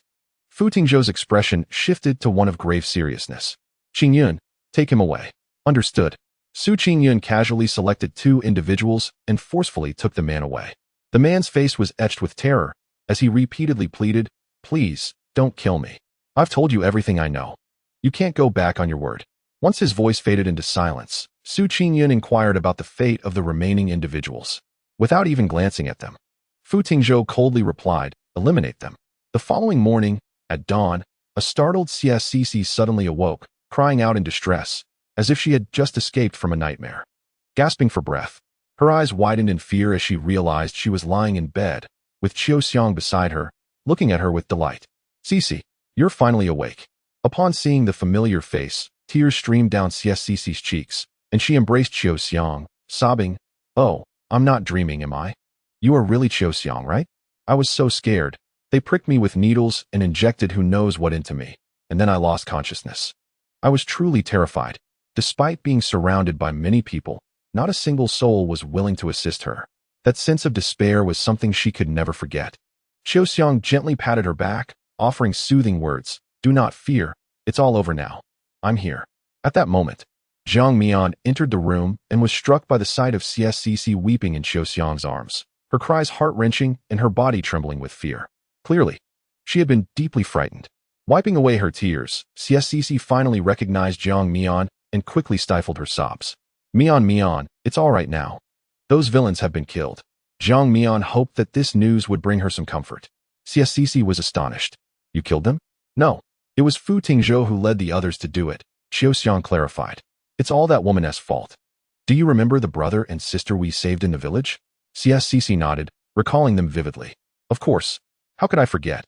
Zhang Mian even had a falling out with Brother Lu over them. The memory was too vivid. Zhang Mian fell silent, reflecting on how Fu Tingzhou's men had taken Lu Yuan away the previous night, feeling a twinge of regret for missing such a splendid opportunity. Never mind. It was best not to dwell on it.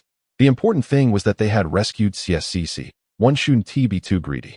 Qiu Xiang continued to recount the events of the previous night. "The one who caused your capture was that sister, whose name seems to be Fei Fei. That person surnamed Lu is truly unwise. Not only did he involve his own people, but he also dragged you into this. Cici, you've suffered." "What?" CSCC exclaimed in surprise. Brother Lu and the others were also captured? She had been unconscious and was completely unaware. Qiu Xiang affirmed, "Yes, indeed." So, knowing a person's face is not the same as knowing their heart. One must judge their character when choosing allies. We are incredibly fortunate to have encountered a teammate like Zhang Mian. Gradually, others entered the room, making it feel somewhat crowded. Upon seeing that CSCC was safe, everyone felt a wave of relief. Ling Yi squeezed to the front and remarked, "Cici, you've worried us to death." Qiu Hu nodded and smiled, saying, "Indeed. Everyone was so anxious that they went to find you without having a single bite to eat. Fortunately, we found you." "Pei Yu, seldom one to speak," chimed in. Feeling the warmth of their concern, CSCC's eyes brimmed with tears once more as she choked out, "Thank you all. I don't know how to express my gratitude. Instead of mere words of thanks, let us be practical. Let's have some water. I spent all day yesterday battling zombies, and I'm in dire need of a wash." Qiu Hu teased in response. Upon hearing this, Ling Yi instinctively took a deep breath, checking if he too had developed an unpleasant odor, only to realize that indeed, it seemed rather potent. He quickly exclaimed, "Cici Jie, don't forget me. I need water too." "All right," CSCC replied earnestly. At that moment, a commotion erupted outside. Qiu Hu remarked, "I'll go see what is happening." The group nodded in agreement.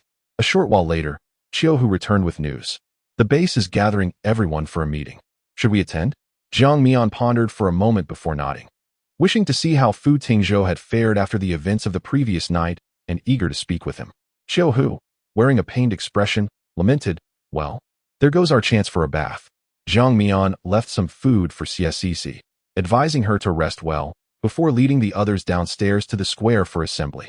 This gathering saw even more people than the last mission, a veritable sea of heads. Fu Tingzhou stood on the platform, addressing the crowd through a loudspeaker. Apologizing for the recent chaos at the base, he reiterated the newly established regulations, and the audience listened intently, their expressions solemn and serious. Jiang Mian found no fault with the new rules set forth by Fu Tingzhou, understanding that the true challenge lay in their implementation. She was acutely aware of the complexities and fickleness of human nature. Perhaps the atmosphere at the base would improve in the short term, but sustaining that improvement would prove difficult. The meeting lasted an hour, and as it concluded, the crowd gradually dispersed. Jiang Mian told Pei Yu and the others, "You all head back first. I'll take a stroll around the task hall." Naturally, no one objected. After she left, Pei Yu turned to Qiu Hu and the others, saying, "I'll also go for a walk." Qiu Hu and Ling Yi, noticing their intent to follow, were reminded by Qiu Xiang. "Weren't you too keen on taking a bath this morning?" Qiu Hu smacked his forehead, suddenly recalling, "What are we wandering about for? We still need to wash." "Let us go," Ling Yi replied. The onlookers regarded them with mixed expressions. For them, even drinking water was a challenge. Yet these few could still indulge in a bath. How fortunate. Perhaps some things are preordained by fate.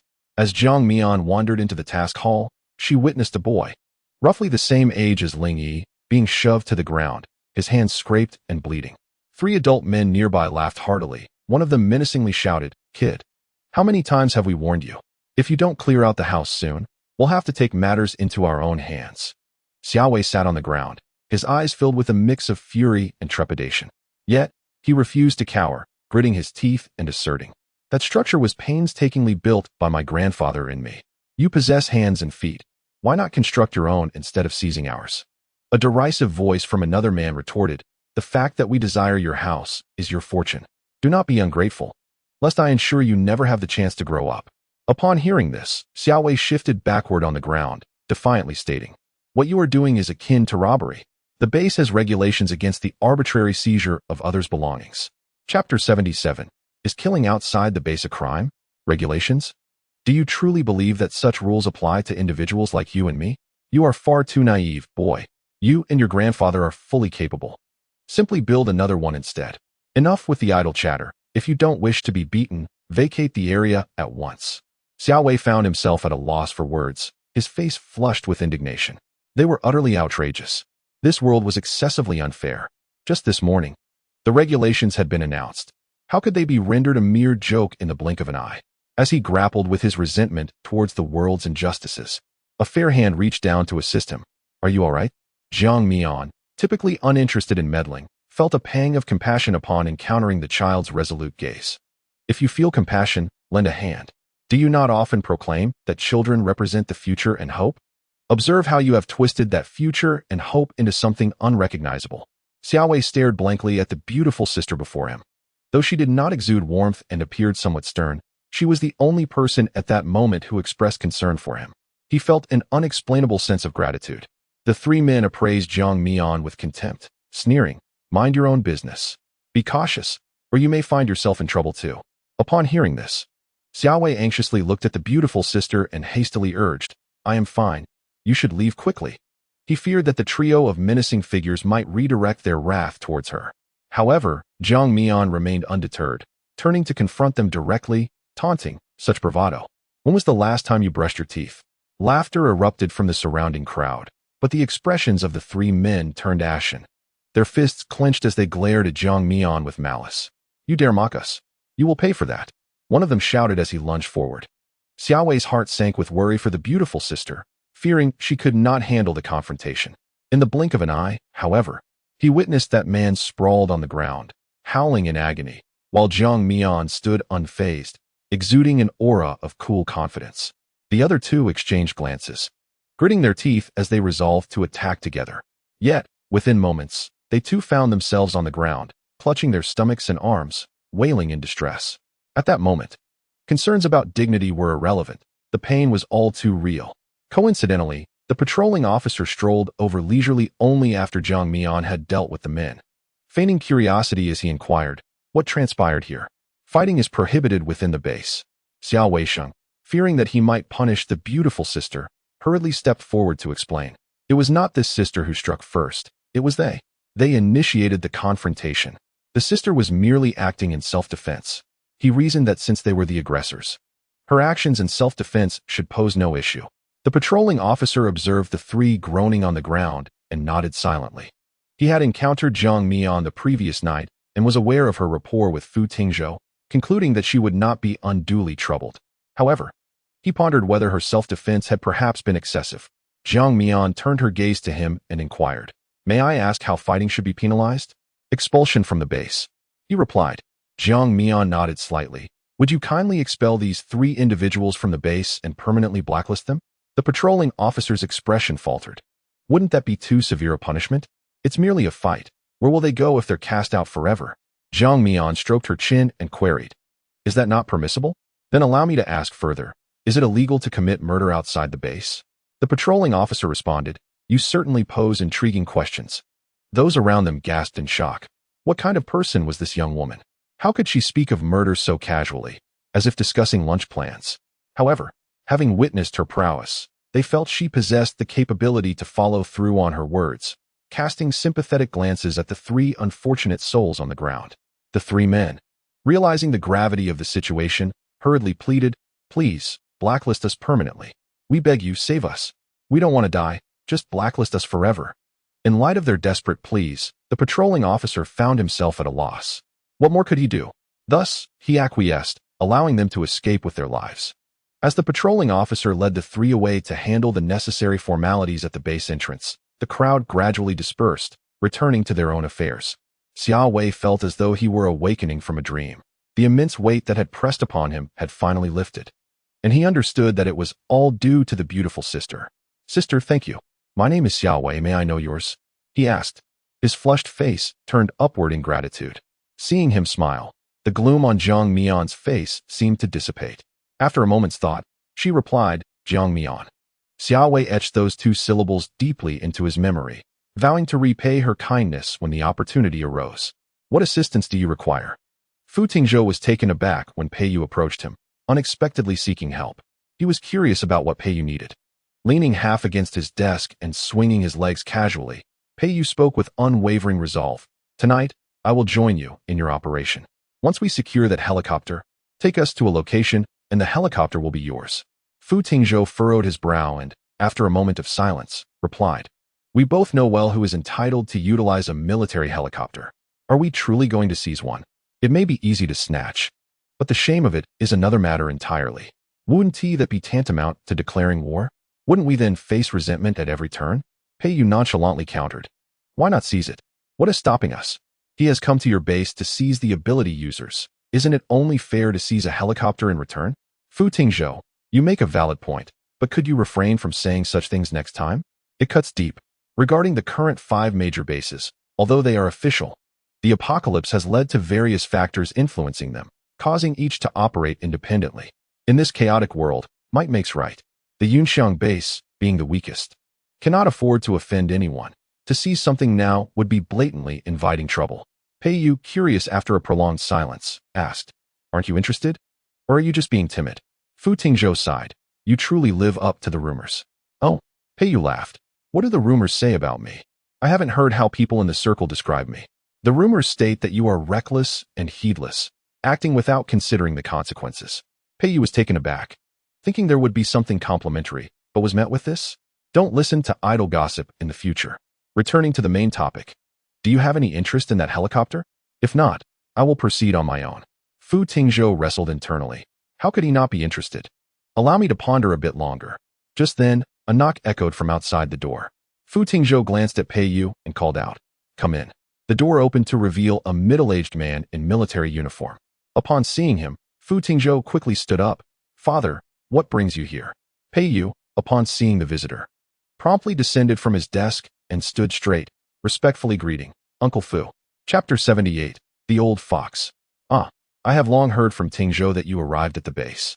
Why didn't you come to see me?" Fu Jiawei said with a hint of reproach as he strode to his son's desk and took a seat at the head of the table. A flicker of embarrassment crossed Pei Yu's face as he hastily retorted, "I was merely concerned about disturbing your rest." Upon hearing this, Fu Jiawei chuckled. You young people.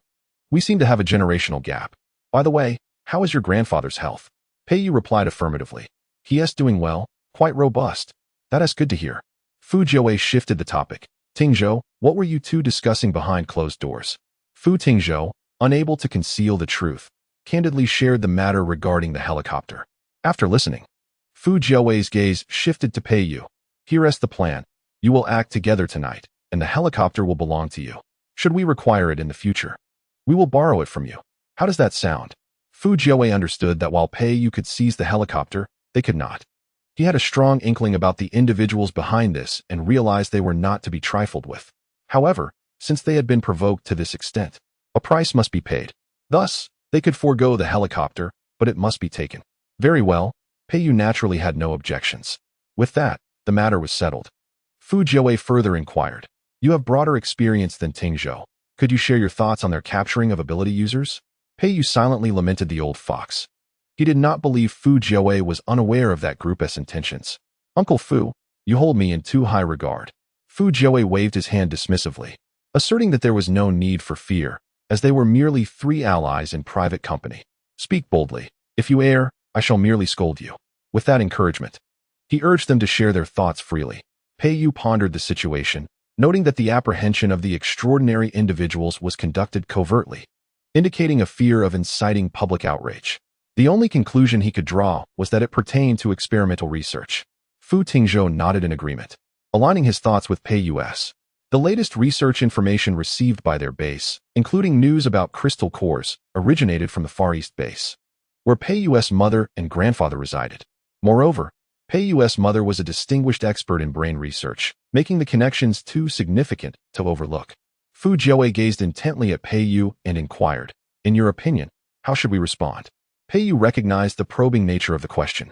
Though he felt a twinge of annoyance, he offered a suggestion. Perhaps we should circulate some rumors within the base to heighten awareness and instill caution in our adversaries for their next move. Excellent. Fu Jiawei exclaimed with approval. Tingzhou, proceed as Pei Yu has advised. It would be prudent to involve some unfamiliar faces to divert suspicion from us. Understood. I shall take care of it immediately.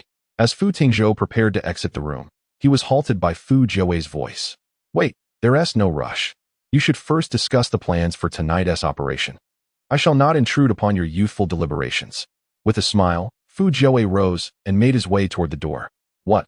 Are you saying we are to accompany Fu Tingzhou to seize a helicopter tonight? Is that truly happening? How exhilarating! Qiuhu exclaimed, scarcely believing his ears. To be frank, he had never set foot in a helicopter in his life. The others, upon hearing the news, felt a surge of excitement. After all, it was a helicopter. Furthermore, Pei Yu mentioned that once seized, the helicopter would belong to them, making the prospect of learning to pilot one a priority. Why wouldn't Fu Tingzhou want the helicopter? Jiang Mian questioned, perplexed. Pei Yu responded casually. Perhaps he fears retaliation, afraid of drawing unwanted attention. In truth, it was a sign of cowardice, but given his position, he had to consider the welfare of such a substantial base. Are you suggesting we have nothing to fear?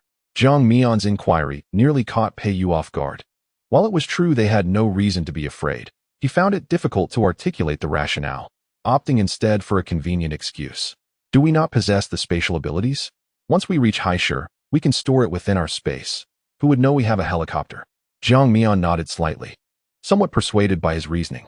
The thought of acquiring a helicopter excited her, as it would expedite their journey to Haishur. She silently prayed, Mom and Dad, I hope you can hold on until I find you. Meanwhile, Qiuhu and Ling Yi were fervently discussing how to learn to pilot a helicopter. With no internet access, where could they find tutorials? Even if they did have internet, would they be able to locate helicopter training resources? Their conversation brimmed with enthusiasm, fueled by their aspirations for the helicopter. The library, Xiao Xiang suggested, perhaps we could search for relevant books there. She often frequented the library in her leisure time and seemed to recall having seen literature related to cruising. There might even be books on piloting helicopters. Ling Yi's eyes sparkled as he exclaimed, yesterday, while combating zombies, I remember there was a library in the East City. Qiuhu inquired, shall we take a chance and go this afternoon? Pei Yu, unable to bear their excitement, quickly interjected, there's no need for such trouble. We can simply borrow someone from Fu Tingzhou. His unit is bound to have all sorts of personnel, and finding someone to teach us how to operate a helicopter should not be a challenge. Jiang Mian eyed Pei Yu curiously and asked, "Are you quite familiar with him?" Pei Yu replied, "Not intimately, but he has generously offered us the helicopter. Lending someone to instruct us should be an easy task." Qiu Hu was elated, exclaiming, "That's fantastic. No need for all that back and forth." Now, they could only await the arrival of nightfall. Commandeering a helicopter would be utterly exhilarating.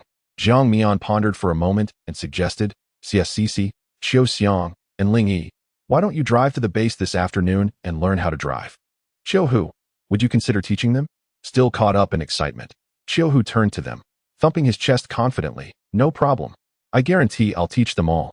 CSCC expressed concern, "But I'm rather slow. Will I be able to learn in just one afternoon?" She had heard many fellow students complain about being reprimanded by their instructors during driving lessons, suggesting that driving was quite challenging.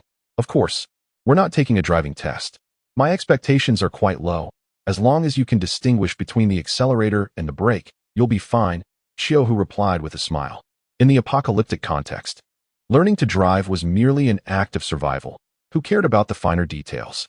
Qiu Xiang linked arms with CSCC and reassured her, "Exactly. Cici. As long as we practice a few times, we will surely succeed." Ling Yi also encouraged everyone. "All right, Cici, Qiu Xiang, let us all strive together. Yes, let us do our best." Seeing their enthusiasm, Qiu Hu seized the moment, waving his hand decisively. "Then let us not delay. Let us set off." Thus, the group departed amidst laughter and chatter, leaving only Pei Yu and Jiang Mian in the room. Pei Yu inquired, "What are your plans for the afternoon?" "I intend to explore East City and gather some supplies. Would you like to join?" Jiang Mian replied.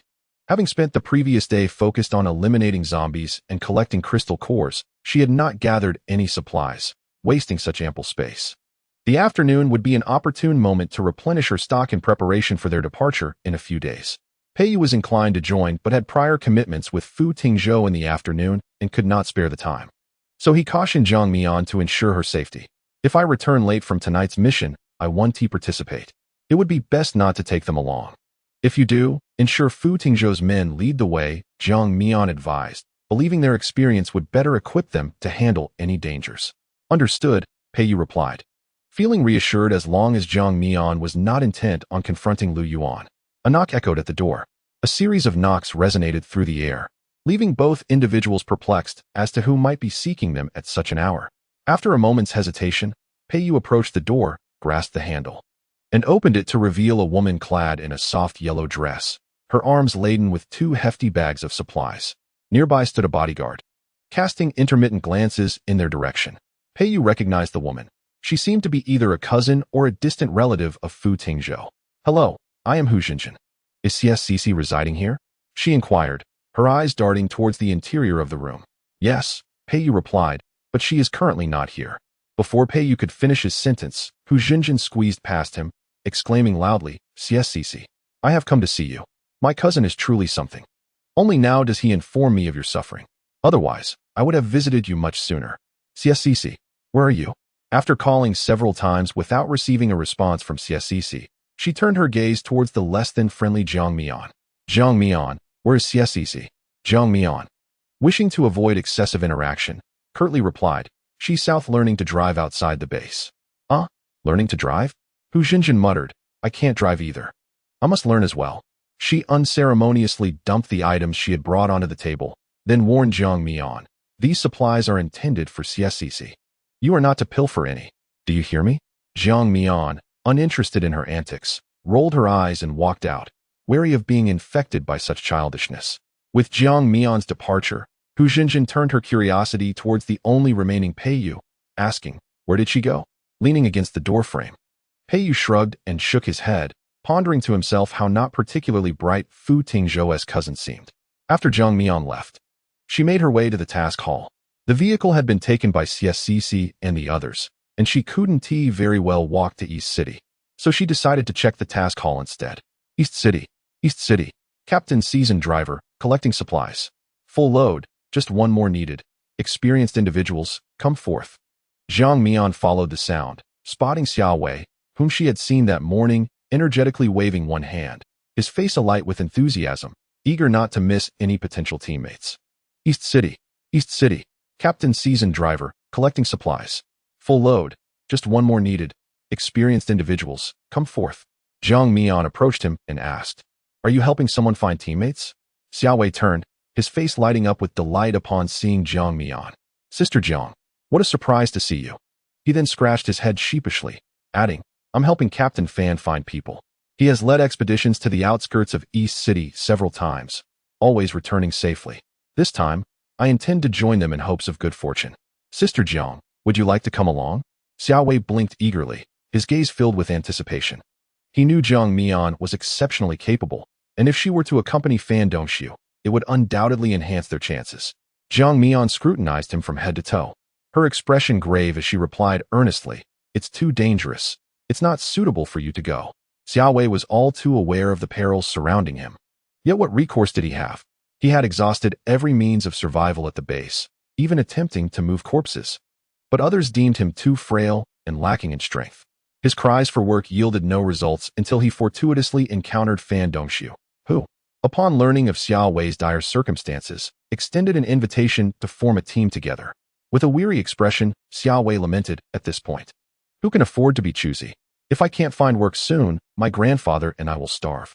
However, Captain Fan was indeed an experienced veteran. His vast knowledge suggested that a mere exploration of the periphery would entail minimal risk. Xiao Wei's tone bore a hint of hope and recklessness, as if to convince himself of the safety. This was not the first time Jiang Mian had heard him mention his grandfather, prompting her to ask instinctively, "What about your parents?" The moment Xiao Wei heard this question, his gaze dimmed, and with a sorrowful tone, he replied, "They went out a week ago to scavenge for supplies and haven't returned since. My grandfather and I have been waiting, holding on to the hope that they will come back safely. However, it has been over a week now, and given the perilous conditions outside, I fear they may be gone." Upon hearing his plight, Jiang Mian felt a pang of sympathy, yet such tragedies unfolded daily in this apocalyptic world, leaving her concerned that she might eventually grow numb to it all. She gently patted Xiao Wei's shoulder in consolation, saying, "Not necessarily. Perhaps they are merely trapped for the time being. It's important to hold on to a glimmer of hope, especially for a child." With tear-filled eyes, Xiao Wei fought to suppress his emotions, shyly responding, "Hope, yes. For now, I can only strive to keep my grandfather and myself alive a little longer. If we can wait for their return, even if it takes a while, that would suffice." He thought to himself, as long as they could return, even if delayed, that would be enough. "It will happen." Jiang Mian sought to divert him from his sorrow, quickly changing the subject, "Aren't you still in need of a teammate? Let me join. Take me to meet your captain." "All right. Sister Jiang, follow me. Our captain is truly remarkable," Xiao Wei exclaimed, leading the way while introducing Fan Dongxiu. They had been neighbors before the apocalypse, the kind of acquaintances who crossed paths daily yet never exchanged a word. Xiao Wei added, "Captain Fan used to be a zookeeper. He has a remarkable affinity with animals and even keeps a stunning cockatoo. You will surely adore it, Sister Jiang. That cockatoo is incredibly intelligent and can utter a few simple phrases. It knows how to say greetings, thanks, and wishes for prosperity." The mere mention of the cockatoo brought a smile to Xiao Wei's face. Meanwhile, the small vine nestled in Jiang Mian's pocket felt disgruntled. What is so impressive about a few phrases? If it could hear me, it would know who the real talent is. Wouldn't you agree, Jiang Mian?" Jiang Mian silently responded, Indeed. Such indifference." After walking for a few minutes, Jiang Mian finally caught sight of the captain Xiao Wei had described. Captain Fan appeared to be around 35 years old, with a hint of stubble on his chin, lending him an air of maturity and composure. Chapter 80. The Mutated Phoenix Parrot. Captain Fan. Xiao Wei waved excitedly, his face radiating joy as he exclaimed, "I have found our final teammate. We can set off now." Upon hearing this, Fan Dongxiu turned his gaze towards Jiang Mian, who stood behind Xiao Wei. She was dressed neatly, her steps light, and her eyes sparkled with brightness and sharpness, exuding an air of competence. He thought to himself, Xiao Wei's choice of teammate seems quite reliable. She does not appear to be ordinary.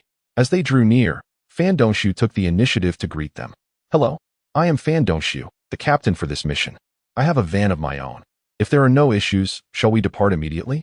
Fan Dongxiu was known for his straightforwardness and impatience, never one to beat around the bush. "Of course," Jiang Mian replied without hesitation. Just as Fan Dongxiu lifted his foot to move, he suddenly recalled something. "Oh, you haven't told me your name yet." "Jiang Mian." "Oh, Jiang Mian. We have two other teammates, It is perfect timing for you to join us, Fan Dongxu remarked. However, I must make it clear from the outset. Once we reach East City, everything will be under my command. If you choose to part ways, we will not wait for you or search for you, so it is best to stay close. Jiang Mian was indifferent to this, yet she replied, understood. Upon reaching East City, she certainly intended to part ways, but with the abundance of vehicles, finding another would be simple enough. Jiang Mian followed Fan Dongxu and the others for a while longer until they arrived at the parking lot. Not far from the parking lot's exit stood a silver van, beside which a man and a woman were waiting. Upon seeing them approach, the man joyfully waved his hand. Fan Ge, you gathered everyone so quickly today? However, upon recognizing the two individuals behind Fan Dongxu, their expressions turned somewhat difficult to read. The woman remarked, a child and a woman? What use are they? The man shot her an annoyed glance. Keep your voice down. They might hear you. The woman pouted, unbothered. If they hear it, so be it. I'm merely stating the truth. Jiang Mian, possessing keen hearing, had already caught their words. She maintained a calm expression, not feeling the need to engage with such shallow-minded individuals. Xiao Wei, oblivious to the exchange, continued to wear a bright smile throughout their journey.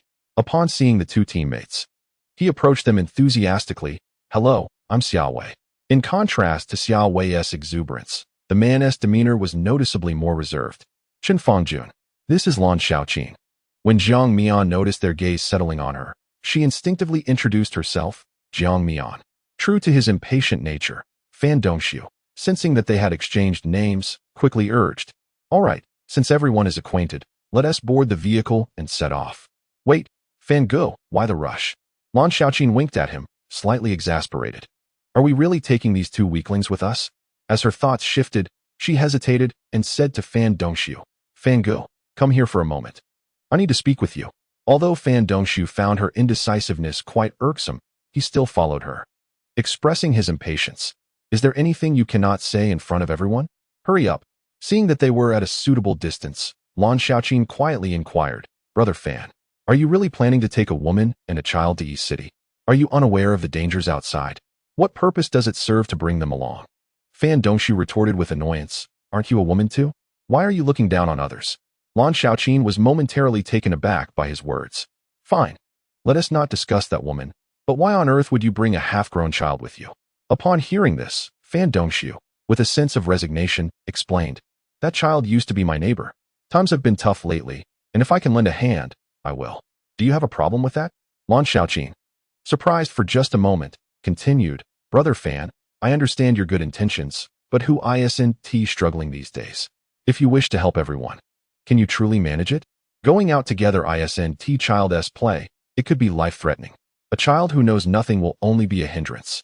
Fan Dongxu, feeling a surge of anger at her words, replied sternly, if you have objections, you might as well leave now before we set off. After all, I've only taken her out twice, and since nothing went awry, I decided to continue bringing her along. However, if things are becoming complicated, I won't take her anymore. Ultimately, I, Fan Dongxu, am the captain, and the decision lies with me. Who cares if you have a problem with my choices? Lan Xiaoqin's expression darkened instantly. Biting her lip, she reluctantly said, Brother Fan, that's not what I meant. I simply believe that our outing is inherently dangerous, and bringing an inexperienced child will introduce many uncertainties. But since you have said so, I want to press the matter further. Let us hurry and set off. What a jest it would be to keep her behind while he ventured out. Would she really spend the next few days at the base doing nothing? Lan Xiaoqin was no fool. Fan Dongxu had a bit of luck on his side, and they had not faced any significant dangers under his watch. Each time, the rewards had been satisfactory. How could she miss out on such an opportunity? That would be a tremendous loss. With a cold snort, Fan Dongxu then walked towards the van, prompting Lan Xiaoqin to quickly follow him. Everyone, get in the van. We're departing, Fan Dongxu shouted. One by one, they boarded the vehicle, with Jiang Mian and Xiao Wei settling into the last row. Hello, hello, wishing you prosperity. Jiang Mian, upon hearing this peculiar sound, turned to see a beautiful eclectus parrot in the front passenger seat. Its long, flowing crest resembled an exquisite crown, and it had charming orange cheek patches that added to its playful allure. Most of its feathers were white, with only the edges of its wings displaying a hint of pale yellow, giving it a fresh appearance. In Jiang Mian's recollection, eclectus parrots seemed to only whistle and not speak, Conversing was typically a trait of Mina's or Budgerigars. How could Fan Dongshu's Eclectus parrot possibly talk? Xiaoting promptly spoke up to clarify her confusion. It has undergone a transformation. I can sense a crystalline nucleus the size of a mung bean in its mind, likely indicating that the mutation occurred not long ago. I see. Jiang Mian has always wished to find a mutated bird for Qiu Hu, but unexpectedly, she encountered a mutated parrot instead. Fortunately, they are all capable of flight, so the difference is negligible. Jiang Mian tentatively inquired, Captain Fan, your parrot is truly exquisite. How about a trade for some supplies? I can offer whatever you wish. Would you consider parting with it? The exquisite Eclectus parrot seemed to comprehend Jiang Mian's words, turning its head to exclaim, hello. Thank you. Hello. Fan Dongshu suspected that his pet Xiaoba had merely understood the compliment about its beauty. Haha. Your thoughts are quite fanciful.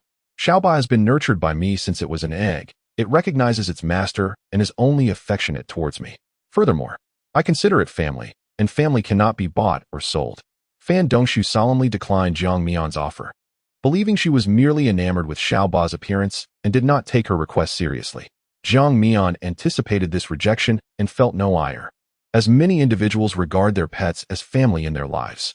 Chapter 81. Zombie dog Lan Xiaoqin leaned against Chen Fangjuan's shoulder to rest and, upon hearing Jiang Mian's words, whispered playfully, haha, this is truly amusing. Some individuals struggle to care for themselves, yet they wish to keep pets. Chen Fangjun felt a bit embarrassed, unsure of how to respond, pondering whether those behind them could overhear. He wondered if Lan Xiaoqin was being deliberately provocative. Xiaowei, having heard this clearly, bit his lip, wanting to say something but hesitating, fearing it would further embarrass Jiang Mian. He believed that Jiang Mian was far from the type unable to sustain herself. Yet he was at a loss for how to explain this to everyone. Clearing his throat, Fan Dongshu interjected, ahem. Today we shall return to the agricultural market we visited last time. Xiaoqin and Fangjun have been there before and are familiar with the situation. For those of you visiting for the first time, allow me to provide a brief overview. Jiang Mian and Xiaowei listened attentively as he described the agricultural market. Strictly speaking, it was a small produce market catering to local residents' needs. After enduring the apocalypse for so long, vegetables and fruits had long since vanished. Their objective was a dry goods store, those establishments selling rice, flour, oil, seasonings, and dried ingredients such as mushrooms and tofu. They had previously visited to gather supplies, so they were somewhat acquainted with the area. As they conversed, they soon reached their destination, with Fan Dongshu parking the van near a gazebo.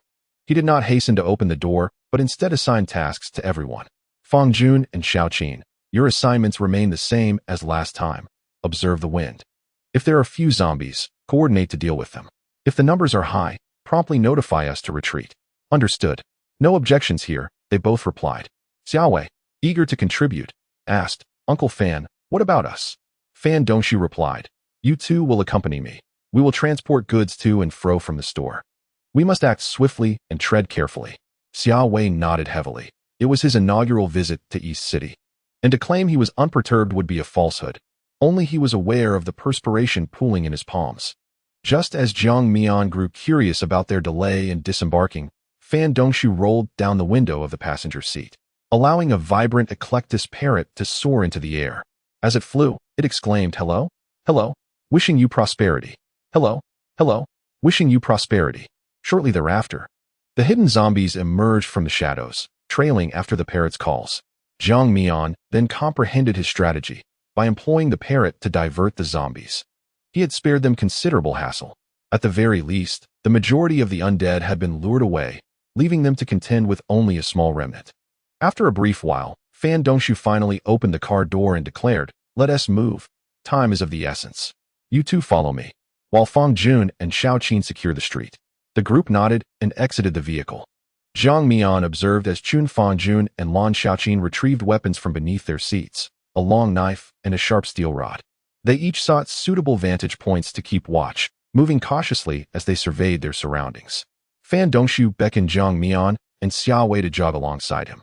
Soon arriving at a shop named Fengliang Youhuopu, the doors of the establishment stood wide open, revealing a chaotic scene within.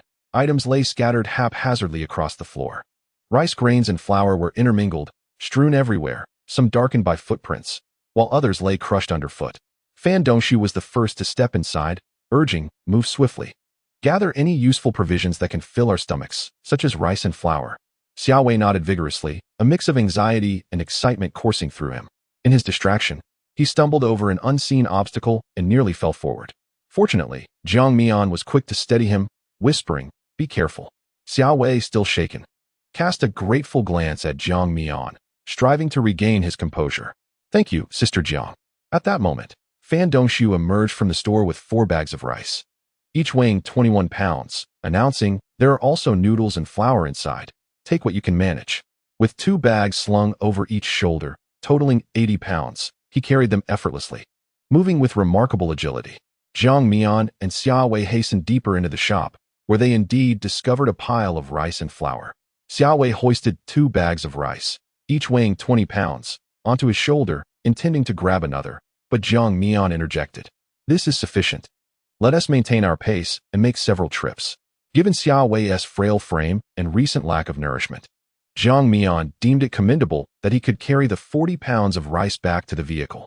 Adding more weight would likely overexert him. "All right," Xiao Wei acquiesced, bearing the 2 bags of rice as he made his way out. Jiang Mian selected 2 bags of flour, each weighing 60 pounds. Grasping one in each hand as she hurried to catch up with Xiao Wei, she intended to assist them in completing their haul before departing. Considering it a fair exchange for the fare of their earlier journey, 3 individuals made 2 rounds back and forth, nearly filling the van to capacity. Fan Dongxiu declared, "Let us embark on one final trip." Jiang Mian and Xiao Wei naturally had no objections and followed suit. Suddenly, a terrified scream pierced the tranquil air. "Ah! Don't bite me. Brother Fan, help." The frightful cry of Lan Xiaoqin shattered the calm. Upon hearing her voice, Fan Dongxiu's expression darkened. He detested those who screamed, for the undead were particularly sensitive to sound. Lan Xiaoqin's outcry could invite untold peril and trouble. With nary a moment to complain, he swiftly armed himself and sprinted toward the source of the noise. Jiang Mian and Xiao Wei closely trailed behind, soon spotting Lan Xiaoqin, who stood atop a vehicle, her back to them, clutching a steel bar that trembled slightly in her hands. It was as if something ahead instilled in her a profound fear. Xiaotan cautioned Jiang Mian, "There are 6 zombie dogs. Be cautious. One of them is an advanced level." Jiang Mian understood. Zombie dogs were notably more formidable than regular zombies, due to their small stature and rapid movement. While confronting a single one could be manageable, facing 6 was indeed daunting. "Xiaoqin." At that moment, Chen Fangjun arrived, his gaze aligning with Lan Xiaoqin's fearful sight. 6 zombie dogs. Their eyes glowed a sinister red, and patches of decaying fur dripped with putrid fluid, evoking nausea. They bared sharp fangs, drool dripping from the corners of their mouths, emitting a low, menacing growl. Chen Fangjun inhaled sharply, realizing the gravity of the situation. His earlier call to Xiaoqin had captured the attention of the zombie dogs. 2 of them immediately redirected their course, charging toward him. Feeling the dread rise within him, Chen Fangjun's legs trembled. A childhood trauma from a dog bite resurfaced, and now, facing zombie dogs, his fear intensified. "Run," was the only thought that came to mind, and he acted accordingly. Jiang Mian observed as Chen Fangjun diverted 2 of the zombie dogs, leaving for still threatening Lan Xiaoqin. She inquired of Xiaotong, "Where's the advanced zombie dog?" "It hasn't moved. It's with the other 4, but many zombies are approaching this way. Among them are 3 advanced zombies." Chapter 82. The Devious Woman. Upon hearing this, Jiang Mian felt a throbbing headache. Clearly, Lan Xiaoqin's scream had attracted the undead. "Hey, you beasts, come over here." Fan Dongxiu brandished a wooden stick, attempting to provoke the remaining 4 zombie dogs. It was uncertain if they understood, but upon hearing his challenge, they all sprinted toward him in unison. Woof, woof. The zombie dogs bared their teeth, fierce and menacing. Xiao Wei watched as the rapidly approaching zombie dogs sent his heart racing, cold sweat forming on his brow. Yet, seeing Fan Dongxiu and Jiang Mian remain composed, he forced himself to regain his calm. Perhaps they could handle it. In such dire moments, he must not become a liability. The 4 zombie dogs drew ever closer, their grotesque visages becoming increasingly distinct, the air around them thick with a foul stench. Jiang Mian, disregarding the potential exposure of her position, swiftly grasped the long knife that Pei Yu had given her, ready to confront any threat. Fortunately, the attention of everyone was fixated on the zombie dogs, and none noticed the sudden appearance of the blade in her hand. Just as the 4 zombie dogs were about to pounce, 3 of them abruptly stood still as if immobilized by an unseen force. The fourth, oblivious to its companion's strange behavior, lunged ferociously forward. Jiang Mian. The one charging is a level 2. Xiao Tang's warning prompted Jiang Mian to reposition herself, raising her knife to strike. With a swift motion, she successfully decapitated the level 2 zombie dog that was lunging at Fan Dongxiu. In that instant, dark blood splattered across Fan Dongxiu's face, nearly blinding him, while the severed dog head rolled to the feet of Xiao Wei. Startled, Xiao Wei jumped back, distancing himself from the gruesome sight, and took deep breaths to steady his racing heart. Quick, kill the other mutated dogs. I can barely hold on, Fan Dongxiu shouted, wiping his face as he spoke. Having caught a glimpse of Jiang Mian's decisive action, he recognized her formidable strength and wasted no time in urging her. He could only surmise that the uncontrolled zombie dog was of a higher rank than himself. God knows, in that fleeting moment when the creature lunged at him, his heart nearly ceased to beat. Had Jiang Mian not been prepared, he feared he would have met his end. Realizing that the 3 immobilized zombie dogs were not a mere fluke, but a result of Fan Dongxiu's abilities, Jiang Mian efficiently dispatched the remaining creatures, skillfully avoiding any splatter that might stain her clothes. Seeing that the zombie dogs had all been eliminated, Lan Xiaoqin leaped down from the car roof, her voice tinged with distress. Brother Fan, you scare me to death. Thank goodness you all arrived. They were so fierce, far more terrifying than the zombies. Recalling the ferocity of the approaching dogs left her trembling. By this time, Fan Dongxiu had removed his shirt to wipe the blood from his face, the stench of the zombie dog's blood nearly inducing him to vomit. He had no time to console Lan Xiaoqin and turned to Jiang Mian. 2 zombie dogs have gone after Chen Fangjun. We must hurry to assist him. Jiang Mian nodded, following closely behind Fan Dongxiu. Her curiosity piqued regarding his abilities. Was it also a form of control? Yet, it felt different. Ah, you all. Lan Xiaoqin fumed, stamping her foot and seeing the weakest, Xiao Wei, also chasing after them. She had no choice but to grit her teeth and follow. Hey, save your effort. That man is already done for, Jiang Mian remarked. Indeed, it was not long before they encountered the grim scene of Chen Fangjun sprawled on the road, his body laid out in a star shape. The concrete beneath him stained crimson with blood, his abdomen ravaged by the 2 zombie dogs that were feasting upon him. From a distance, a gaping hole was visible, and Jiang Mian could even hear the grotesque sounds of their feeding. Xiao Wei had never encountered such a scene before. Just a glance caused him to bend over and suppress a dry heave, his eyes brimming with tears as if he were about to expel his very bile. His retching sounds inadvertently attracted the attention of 2 zombie dogs, which promptly turned their gaze towards them. Woof! The zombie dogs growled menacingly. Just as they were about to pounce, Fan Dongxiu unleashed his powers once more, immobilizing them in their tracks, while Jiang Mian, with her prior experience, swiftly maneuvered to eliminate the threats. The latecomer, Lan Xiaoqin, upon witnessing Chen Fangjun's dire condition, turned as pale as a ghost, feeling dizzy and her vision blurring. She blinked forcefully, and only then did the haze dissipate, leaving her feeling profoundly unsettled. Hello? Hello? At that moment, Xiaoba returned, landing on Fan Dongxiu's shoulder. In no time, his expression shifted to one of urgency as he urged the group, "We must leave. Back to the vehicle." Xiaoba informed him that a multitude of zombies was approaching, and although it tried its utmost to divert their attention, the horde remained steadfast in their intention to head in their direction. Let us go, Jiang Mian acknowledged the warning from Xiao Tong. Realizing the gravity of their situation and the necessity of haste, the 3 of them sprinted toward the van. Lan Xiaoqin struggled to keep up, her head spinning, her vision a fluctuating blur. She gazed at Jiang Mian's figure, feeling an inexplicable allure drawing her closer. Suddenly, without understanding her own actions, Lan Xiaoqin found her pace quickening, and she lunged towards Jiang Mian. Sister Jiang. Xiao Wei noticed something amiss with Lan Xiaoqin and instinctively positioned himself to shield Jiang Mian. However, he was knocked to the ground by Lan Xiaoqin's forceful charge, and in the next moment, she sank her teeth viciously into his neck. The pain was excruciating. Lying on the ground, Xiao Wei looked up at the azure sky, recalling Fan Dongxiu's admonition in the vehicle. No matter the pain or fear, he must not scream, for such cries would only attract more zombies, creating further complications. Thus, even amidst the agony and terror, he stifled his cries, tears welling in his eyes. When Jiang Mian realized the situation, she quickly seized Lan Xiaoqin by the hair and yanked her away from Xiao Wei, but it was too late. She beheld the deep bite mark on Xiao Wei's neck, blood oozing forth, while Lan Xiaoqin's eyes glowed crimson, mirroring the symptoms of the zombie dogs. Fan Dongshu exclaimed in horror. She has been bitten.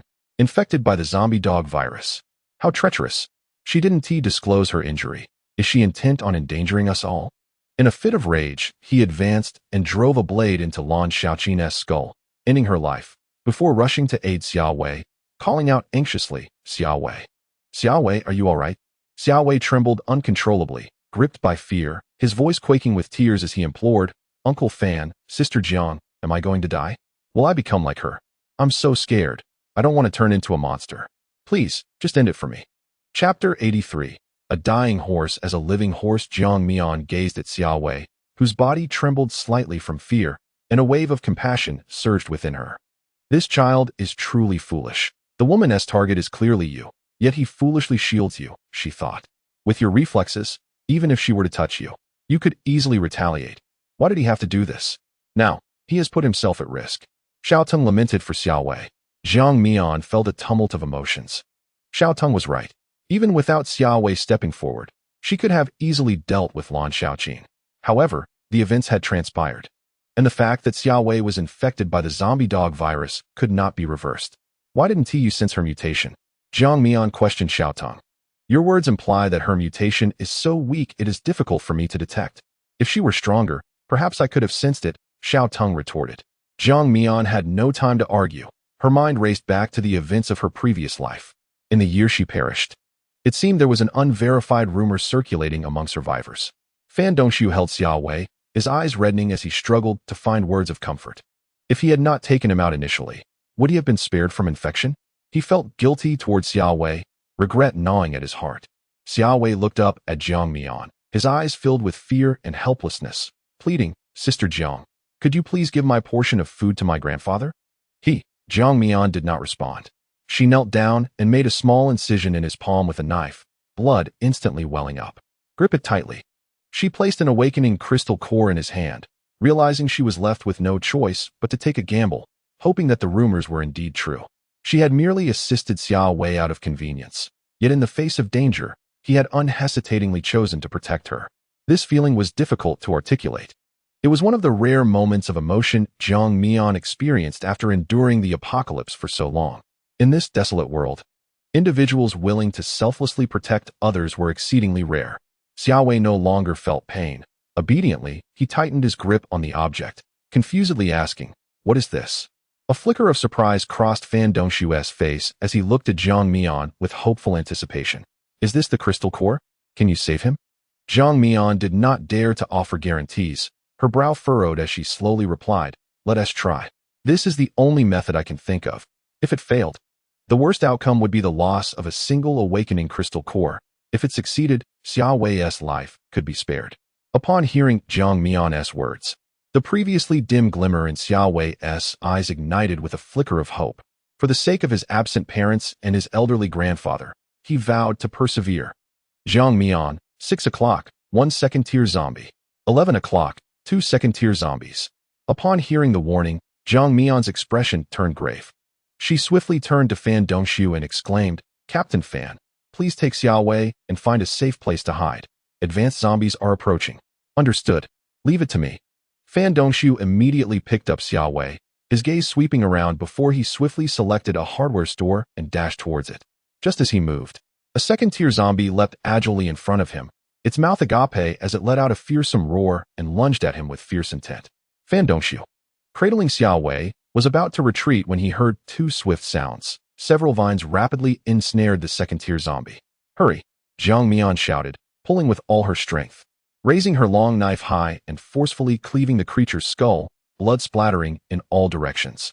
Almost in the next moment, two more second-tier zombies sprang forth behind Jiang Mian, landing with a cloud of dust swirling around them. They clawed and gnashed their teeth, their eyes gleaming with ferocity as they pounced towards Jiang Mian, eager to rend her apart.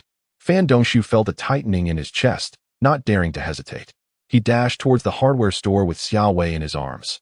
He understood that remaining behind would only hinder Jiang Mian. It was better to find a place to hide and not impede her efforts. With this thought, he quickened his pace and finally burst into the hardware store, locating a small room partitioned off by the owner for rest.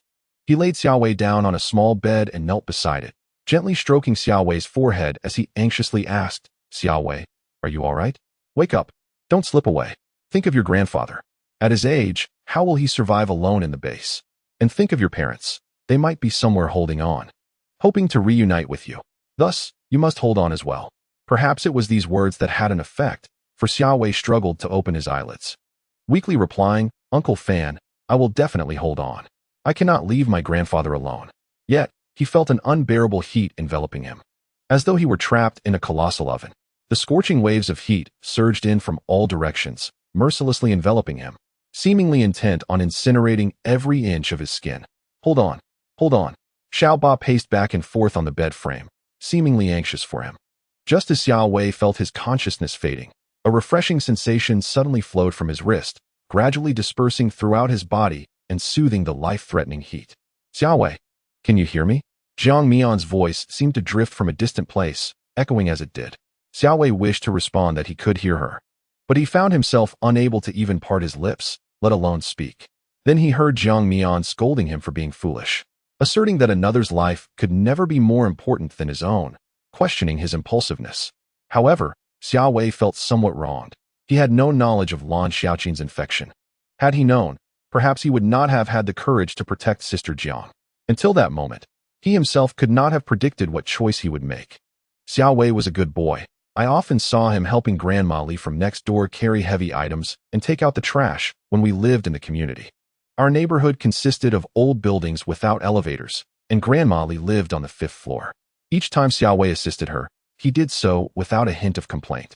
At that moment, I pondered deeply, reflecting on what a truly kind child he was, deserving of gentleness from the world. Fan Dongxiu became engulfed in memories, sharing his perceptions of Xiao Wei with Jiang Mian.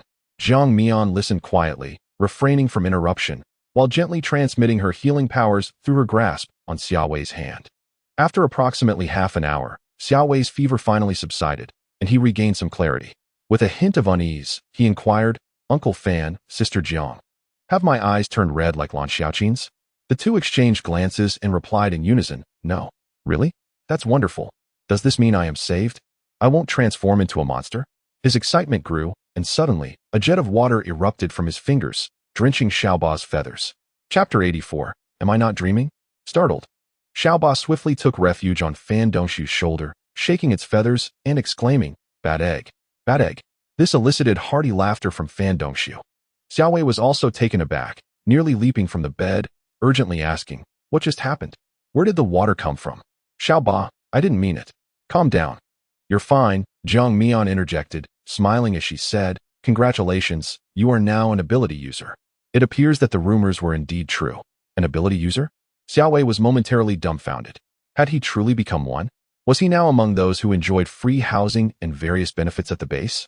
He gazed bewilderedly at Jiang Mian and Fan Dongxiu, uncertainly asking, Am I not dreaming? You rascal. Let me pinch you to see if it hurts. Fan Dongxiu exclaimed, reaching out to pinch his cheek. Ouch. Ouch. What does it mean to experience joy and pain simultaneously? Xiao Wei felt he was embodying that very notion. He was overjoyed. The pain confirmed that this was not a dream. You are fortunate to have encountered Jiang Mian. Turning misfortune into fortune, you should express your gratitude. Fan Dongxiu reminded him. Reflecting on Lan Xiaoqin, who had succumbed to her own blade, he contemplated the Buddhist principle of cause and effect. Good deeds yield good results. Xiao Wei's past acts of kindness had accumulated, culminating in his present good fortune, allowing him to escape peril. In contrast, Lan Xiaoqin, driven by selfishness, chose to conceal her infection after being bitten by a zombie dog, thus reaping the bitter consequences of her malevolence. Prompted by Fan Dongxiu's words, Xiao Wei hastily rose from the bed, intending to kneel in gratitude to Jiang Mian, but she stopped him. Jiang Mian supported him by the arm, saying, That's enough. I appreciate your gratitude, but your body has not fully recovered. Do not overexert yourself. Xiao Wei gazed at her with appreciation, slowly nodding, and with a serious expression, declared, Sister Jiang, should you ever need my assistance, do not hesitate to call upon me. I, Xiao Wei, shall brave fire and water without faltering. Xiao Wei believed that his life was saved by Jiang Mian. In saving him, she had indirectly saved his grandfather as well, rendering her their family's great benefactor. As long as his benefactor required aid, Xiao Wei was willing to face any danger. Jiang Mian was perplexed by his thoughts, helplessly resting her forehead against her hand. Taking a deep breath, she said, Just take care of yourself. You mustn't act so impulsively in the future. All right, Xiao Wei replied, honestly recalling the lingering fear he felt even now. Fan Dongshu suddenly exclaimed, this cursed apocalypse truly renders life and death unpredictable. No one knows what tomorrow holds. Just like Qin Fongjun an hour ago, he surely had no inkling of how he would depart from this world. Perhaps in the preceding moment, he harbored a glimmer of hope for the future, only to be devoured by the harshness of reality in the next. In this apocalyptic world, human life appeared so insignificant, akin to a speck of dust. Jiang Mian remarked, since we cannot foresee tomorrow, let us cherish the present. Indeed, let's make the most of the now. Since Xiao Wei is all right, we should hasten back to the vehicle. Fan Dongshu suggested appropriately, believing that after such upheaval, it was essential to return to the base with the hard-won supplies for peace of mind. Jiang Mian nodded, intending to escort the two to the van before discussing their departure. Xiaoba, lead the way ahead and divert some zombies. Upon hearing the command, Xiaoba cheerfully darted off, while the others waited for 2 or 3 minutes before exiting the hardware store. Passing by the head of a second-tier zombie dog, Xiaotong expressed to Jiang Mian her desire to consume the crystal core before seeking her out. After a moment's consideration, Jiang Mian acquiesced, and Xiaotong quietly emerged from her pocket, leaping to the ground and sprinting towards the zombie's head with her short legs. Meanwhile, Jiang Mian and the others had arrived at the pavilion where the van was parked, with Fan Dongshu and Xiao Wei already inside. Noticing that Sister Jiang had yet to board, Xiao Wei stretched his head out, urging, Sister Jiang, hurry up and get in. The thought of the supplies in the vehicle, which included his share, filled him with joy. He imagined the smile on his grandfather's face when he presented them with the bounty. With his newfound water-based abilities, they would no longer worry about water issues. The first task upon returning would be to cook porridge, followed by providing water for him and his grandfather to clean up. Naturally, he would not hesitate to share with Sister Jiang and Uncle Fan if they required water as well. Just as he was reveling in these delightful thoughts, Jiang Mian interjected, you all head back. I have matters to attend to in the East City.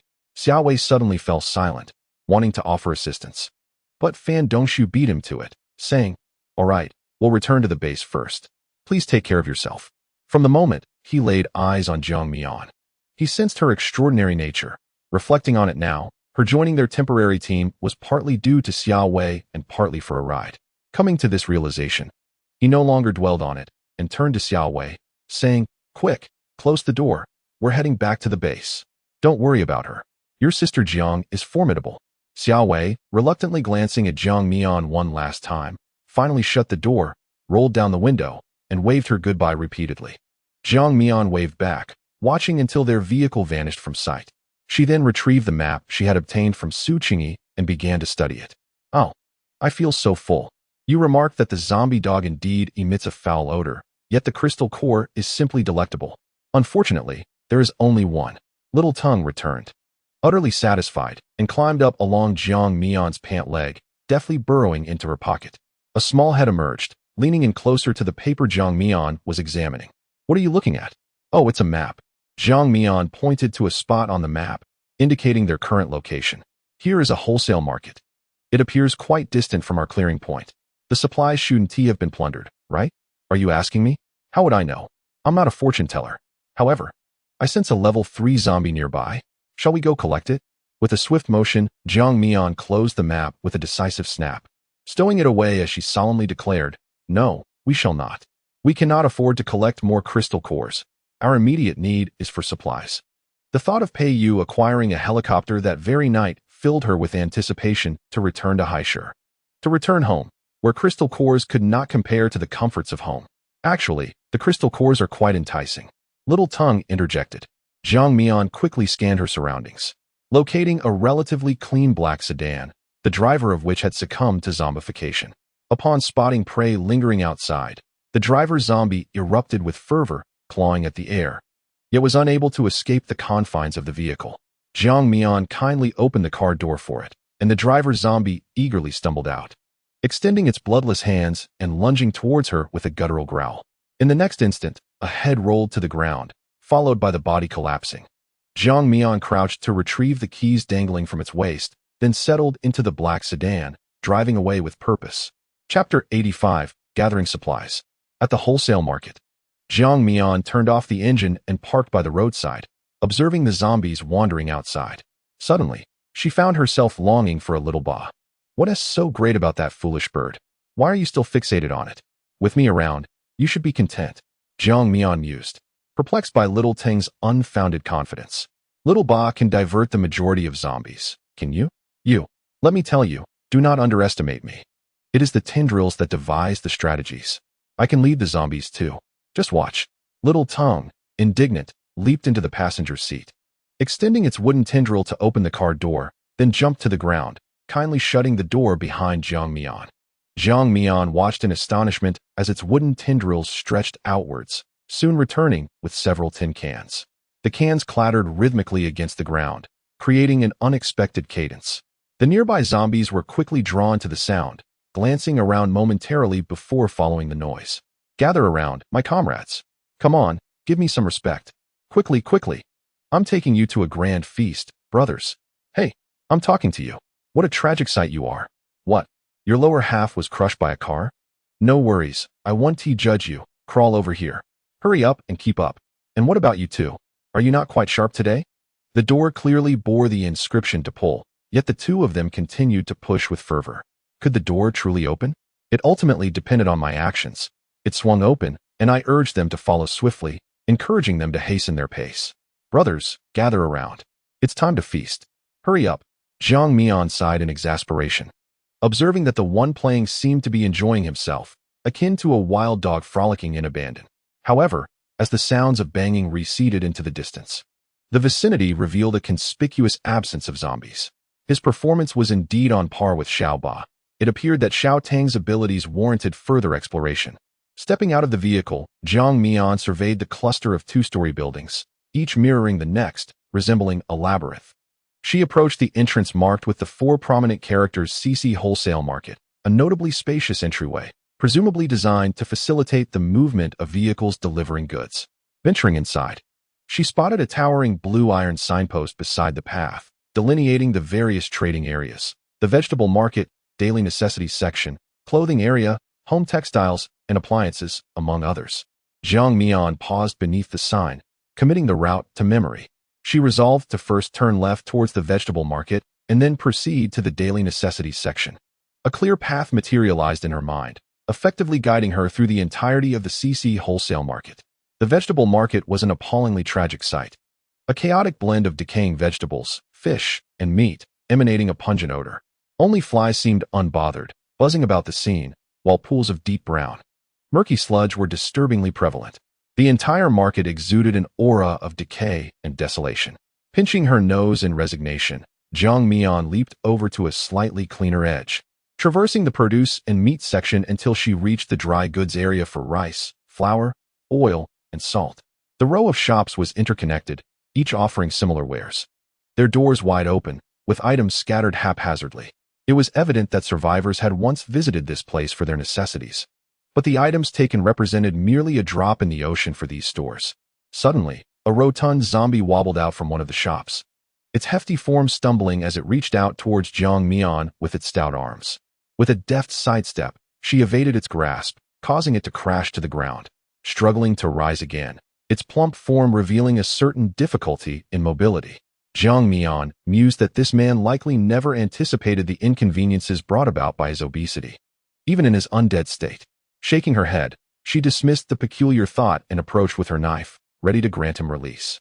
Having completed this task, she wholeheartedly immersed herself in the shopping endeavor, meticulously sweeping through each shop.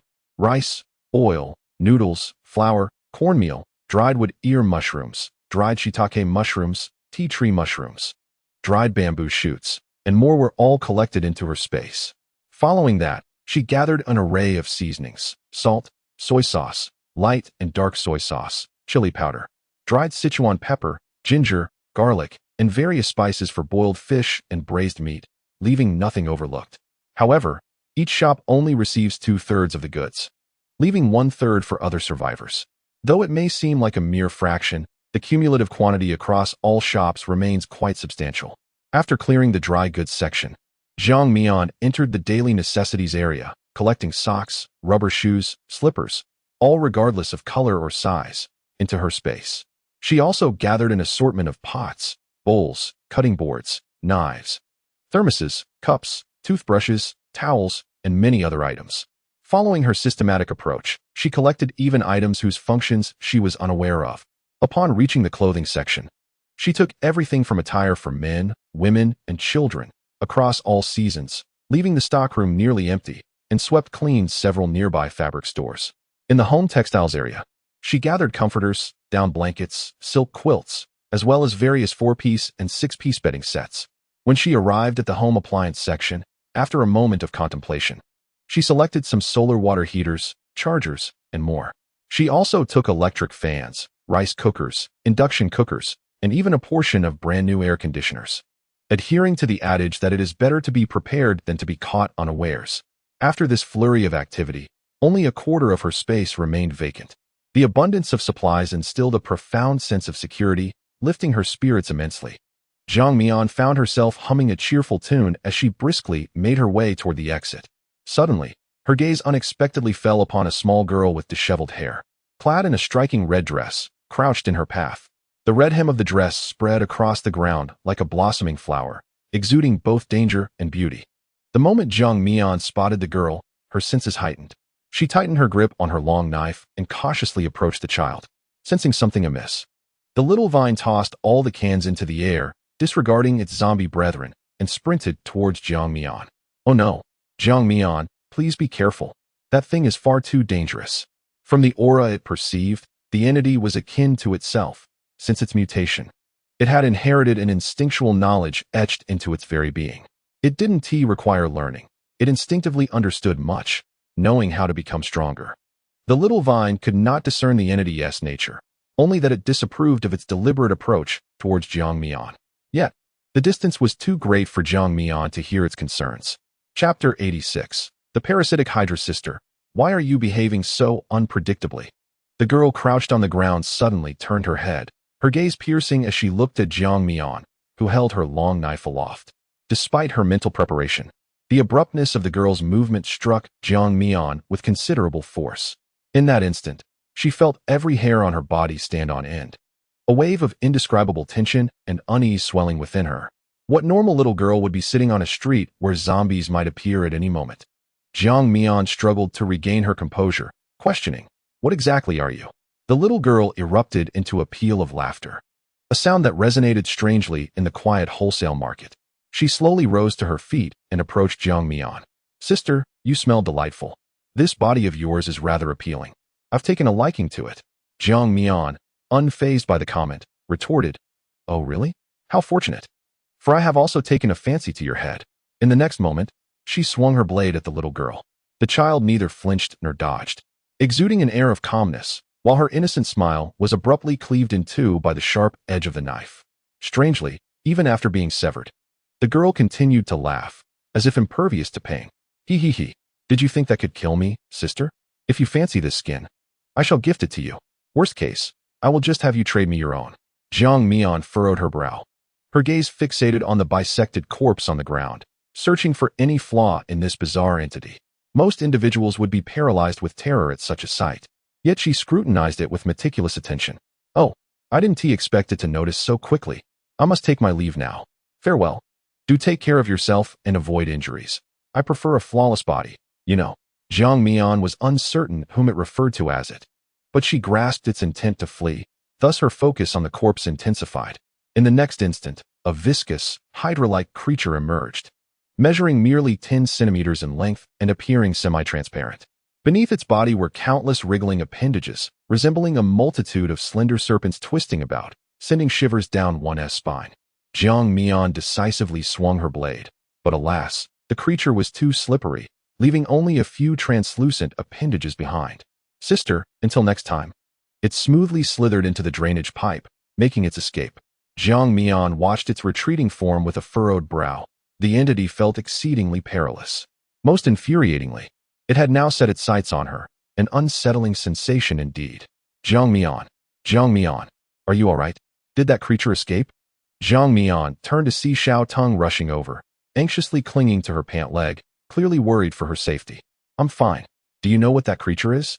Jiang Mian suddenly realized that the it referred to by the creature might be Xiao Tong, who feared her. I haven't seen it, so how would I know? But I can confirm that its mutation is somewhat similar to mine. Upon hearing this, Jiang Mian described its appearance to Xiao Tong and pointed out the severed appendages she had cut off, hoping to assist him. It's a parasitic hydra. A parasitic hydra. Jiang Mian, what did it say to you? Jiang Mian gazed into the distance, calmly stating, it mentioned it had taken a liking to my body. Ah, aren't you scared? What good is fear? Jiang Mian countered, then calmly added, once I eliminate it, I shall have no cause for fear. Xiao Tong was utterly impressed by her logic. However, why did it sense your approach and flee? Jiang Mian was quite curious. It's cowardly, fearing we would overpower it with our numbers. Moreover, it is a great boon to me, just as I am to it. Thus, Jiang Mian inquired further of Xiao Tong, do you know its weaknesses? Once I vanquish it, I shall present it as a delicacy for you. Indeed, it is a promise. Xiao Tong joyfully swayed the little green leaves atop its head, as if performing a dance of seaweed. Jiang Mian facepalmed, reiterating, weaknesses? I speculate it might be salt or fire. Jiang Mian, it seems this creature is just guessing too. Never mind, let us return to the base. After all, it is near, and Xiao Tong can sense its presence. Uncle Fan, is this place rented by you? Xiao Wei inquired curiously, gazing at the locked entrance before him.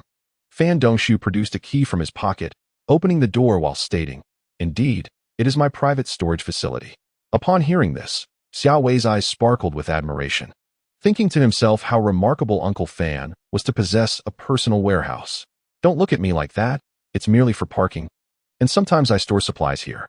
After clarifying this, Fan Dongshu drove the van inside, closed the door, and skillfully lit a candle, placing it on a nearby counter. Little Ba obediently stood nearby, preening its feathers. Let us divide the supplies.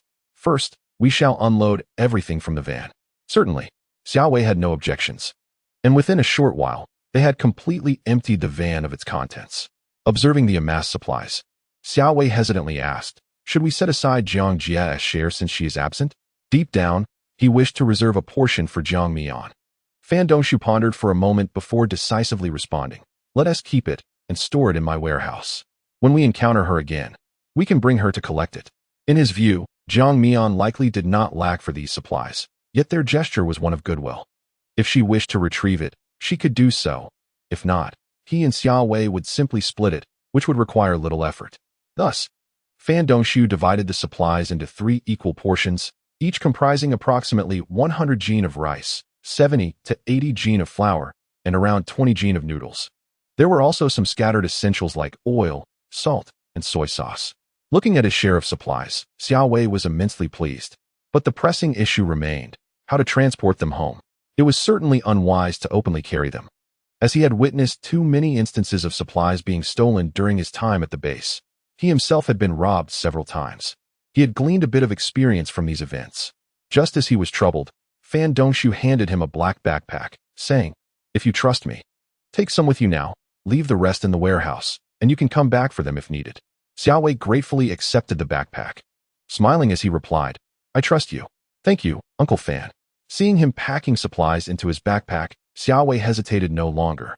Filling his own with some rice and placing a couple of pounds of noodles on top, Fan Dongshu waited for him to finish, then opened the warehouse door, and the two emerged with their backpacks. Before leaving, Fan Dongshu instructed him, Xiao Wei, I reside in Building 1, Unit 2, Room 306. You may come to find me anytime if you need anything. This need referred to procuring supplies. Xiao Wei waved goodbye and nodded, saying yes. I will soon be moving out of the shanty town with my grandfather.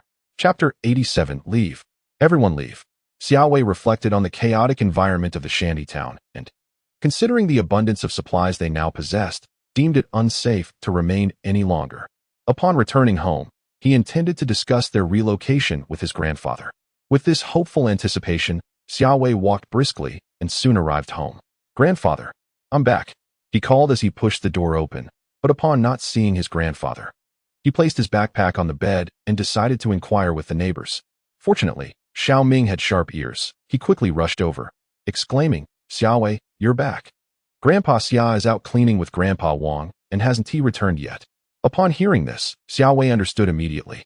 His grandfather often teamed up with Grandpa Wang for such tasks.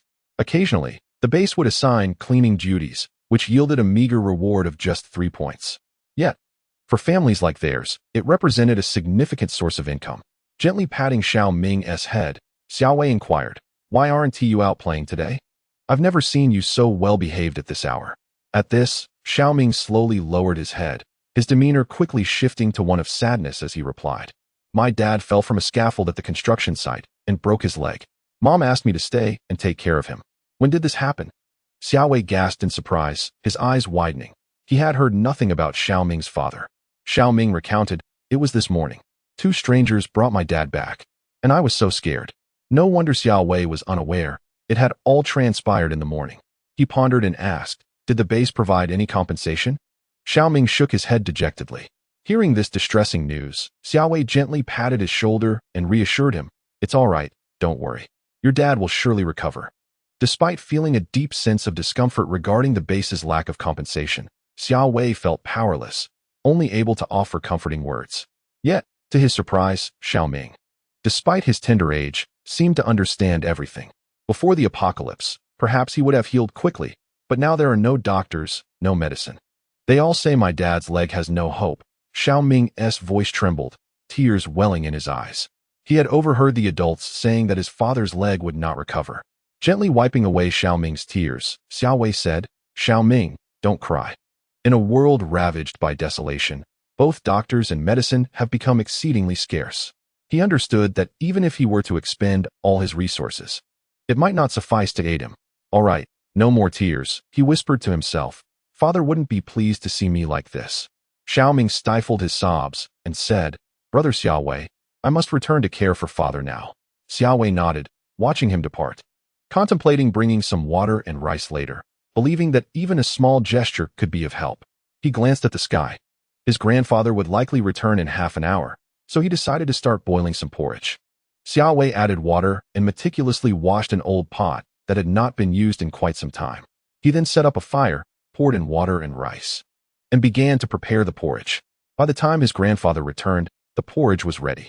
Xiao Wei's grandfather was taken aback, scrutinizing him. "Xiao Wei, where did you acquire this water and rice?"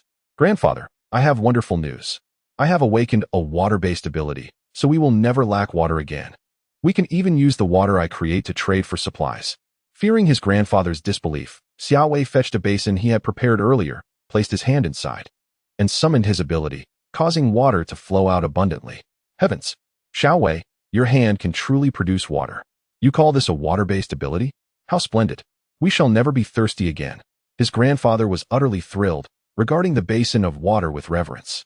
Seeing his grandfather's joy brought happiness to Xiao Wei as well. He chose not to divulge the details of his awakening, wishing to spare his grandfather any worry. "This water shall be delivered to Grandpa Wang. He will surely be delighted."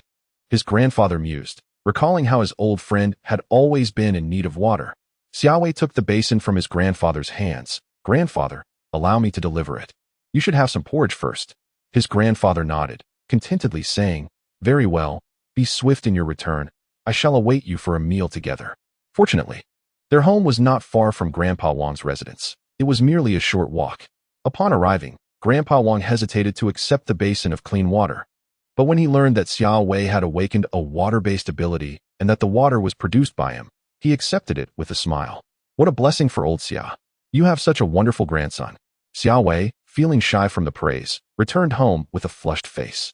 By the time he arrived, his grandfather had already prepared porridge and was waiting for him. The two of them, holding steaming bowls of white porridge, refrained from eating immediately. The grains of rice in the bowl were plump and translucent, barely visible in the thick, milky broth, though it was the most ordinary of foods. In their hands it felt like an unattainable luxury.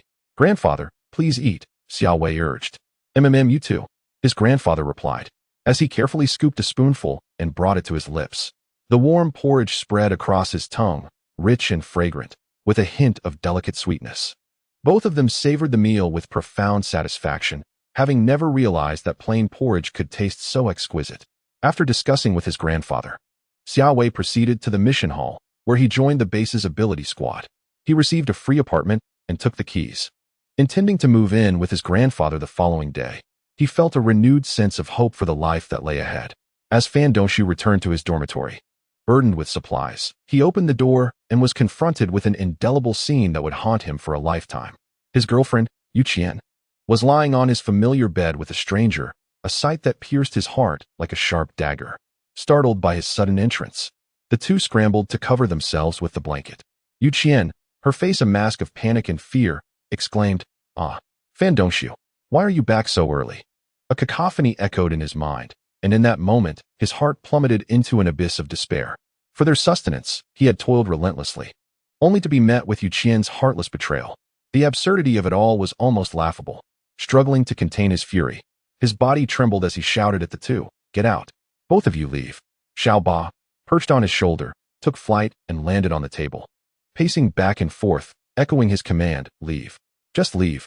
The atmosphere grew palpably awkward, and the unfamiliar man, flustered and red-faced, hastily dressed, casting a few fleeting glances at Yu Qian before scurrying away like a frightened rabbit.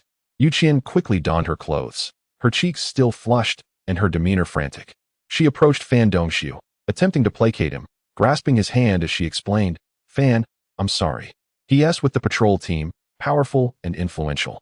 If I had refused him, he would certainly have caused us trouble. I was afraid of the consequences for you. Chapter 88. A word to awaken the dreamer. However, Fan Dongxiu violently shook off her hand, his eyes wide with fury. "Yu Qian, stop. You know the truth better than I do. Just leave."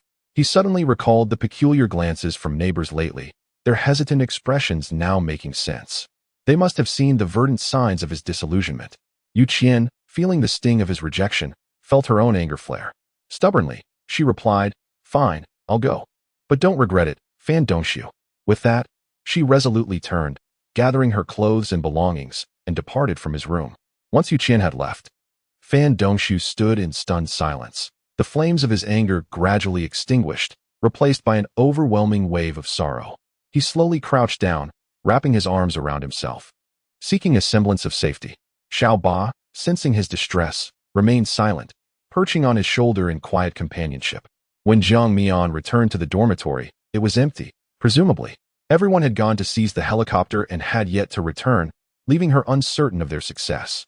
After a brief wash in the bathroom, she lay on her bed, rolling about, feeling the fatigue of the day dissipate. After a while, she retrieved several secondary crystal cores, placing them on the bed, preparing to absorb their energy. Upon seeing this, Xiao Tong eagerly scampered over, plopping down on the crystals and rolling around, drooling in delight. "Woo-woo, so fragrant. I dream of rolling amidst the crystalline cores." Jiang Mian disdainfully picked it up and seriously remarked, "Having dreams is commendable, but one must also take tangible actions. Do not spend your days lost in daydreams. Exert yourself. Slay more zombies, and the crystalline cores will surely come your way." "You think I am unaware? I am trying my best too. Yet I am still a fraction away from independently defeating zombies," Xiao Tong retorted. Changing the subject, he added eagerly, "If the kind-hearted and gracious Miss Jiang would be willing to lend a bit of support, I would undoubtedly achieve independence sooner." Jiang Mian thought to herself, "Surely, just a tiny bit?" Xiao Tong sensed her thoughts, drooped his head, and sighed. "Ah, what has happened to the fundamental trust between individuals?" Jiang Mian promptly reminded him. "Thank you, but you are not human. Is there no trust to be found between humans and vines?" Xiao Tong pondered momentarily before feigning deep thought. Given that this crosses species, establishing trust seems rather challenging. Xiao Tong immediately perked up, full of vigor, and declared, "I fear no difficulty. I can face challenges head-on." Seeing that she had amused him enough, Jiang Mian tossed him 2 level 2 crystalline cores, a faint smile gracing her lips. "Facing challenges, indeed. How about we first deal with the parasitic hydra?" Upon hearing this, Xiao Tang's leaves trembled slightly, followed by a resigned sigh. "It is elusive.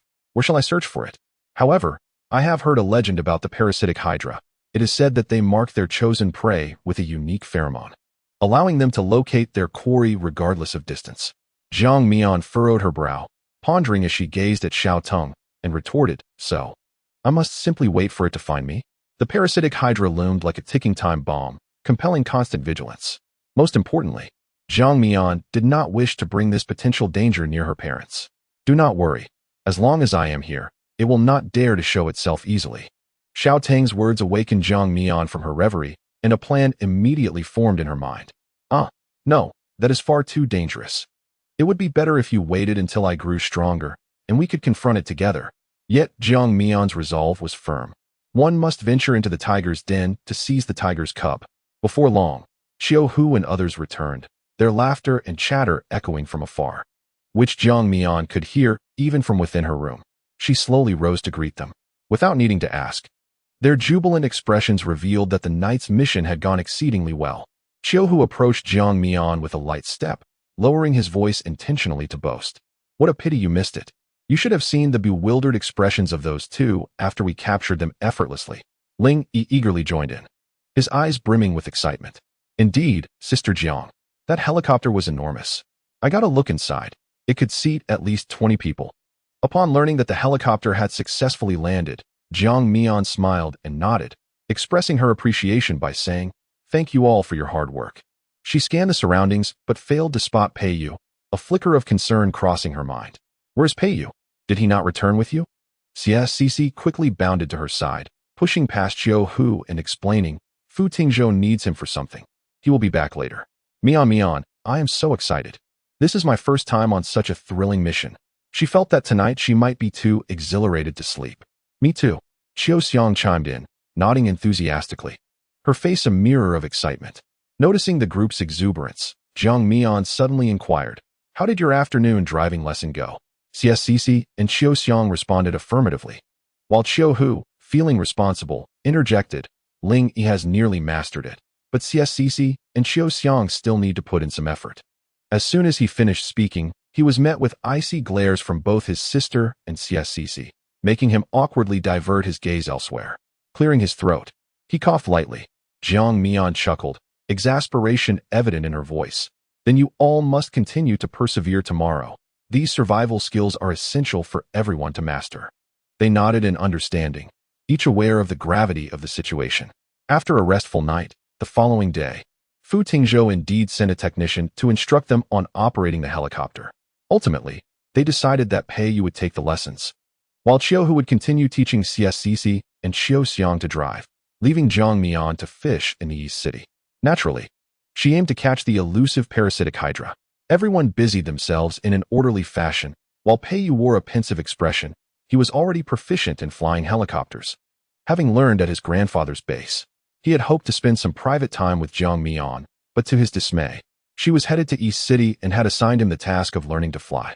Fortunately, he had previously arranged for Fu Tingzhou to send Lu Yuan and the others away. Otherwise, he would have been unable to rest easy knowing Jiang Mian was out alone.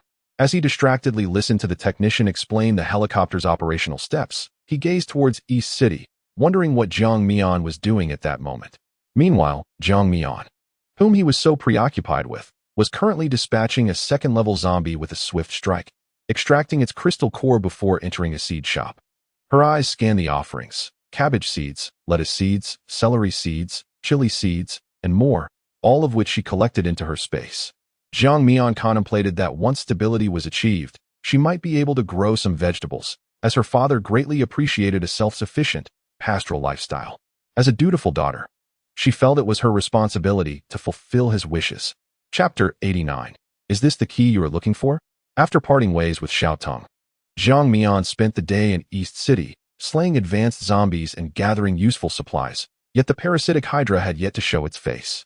This left Jiang Mian feeling increasingly despondent. Had the entity already lost interest in her? If it did not reveal itself soon, she would have to depart tomorrow. What a melancholy thought. Did her sister think of her in the same way?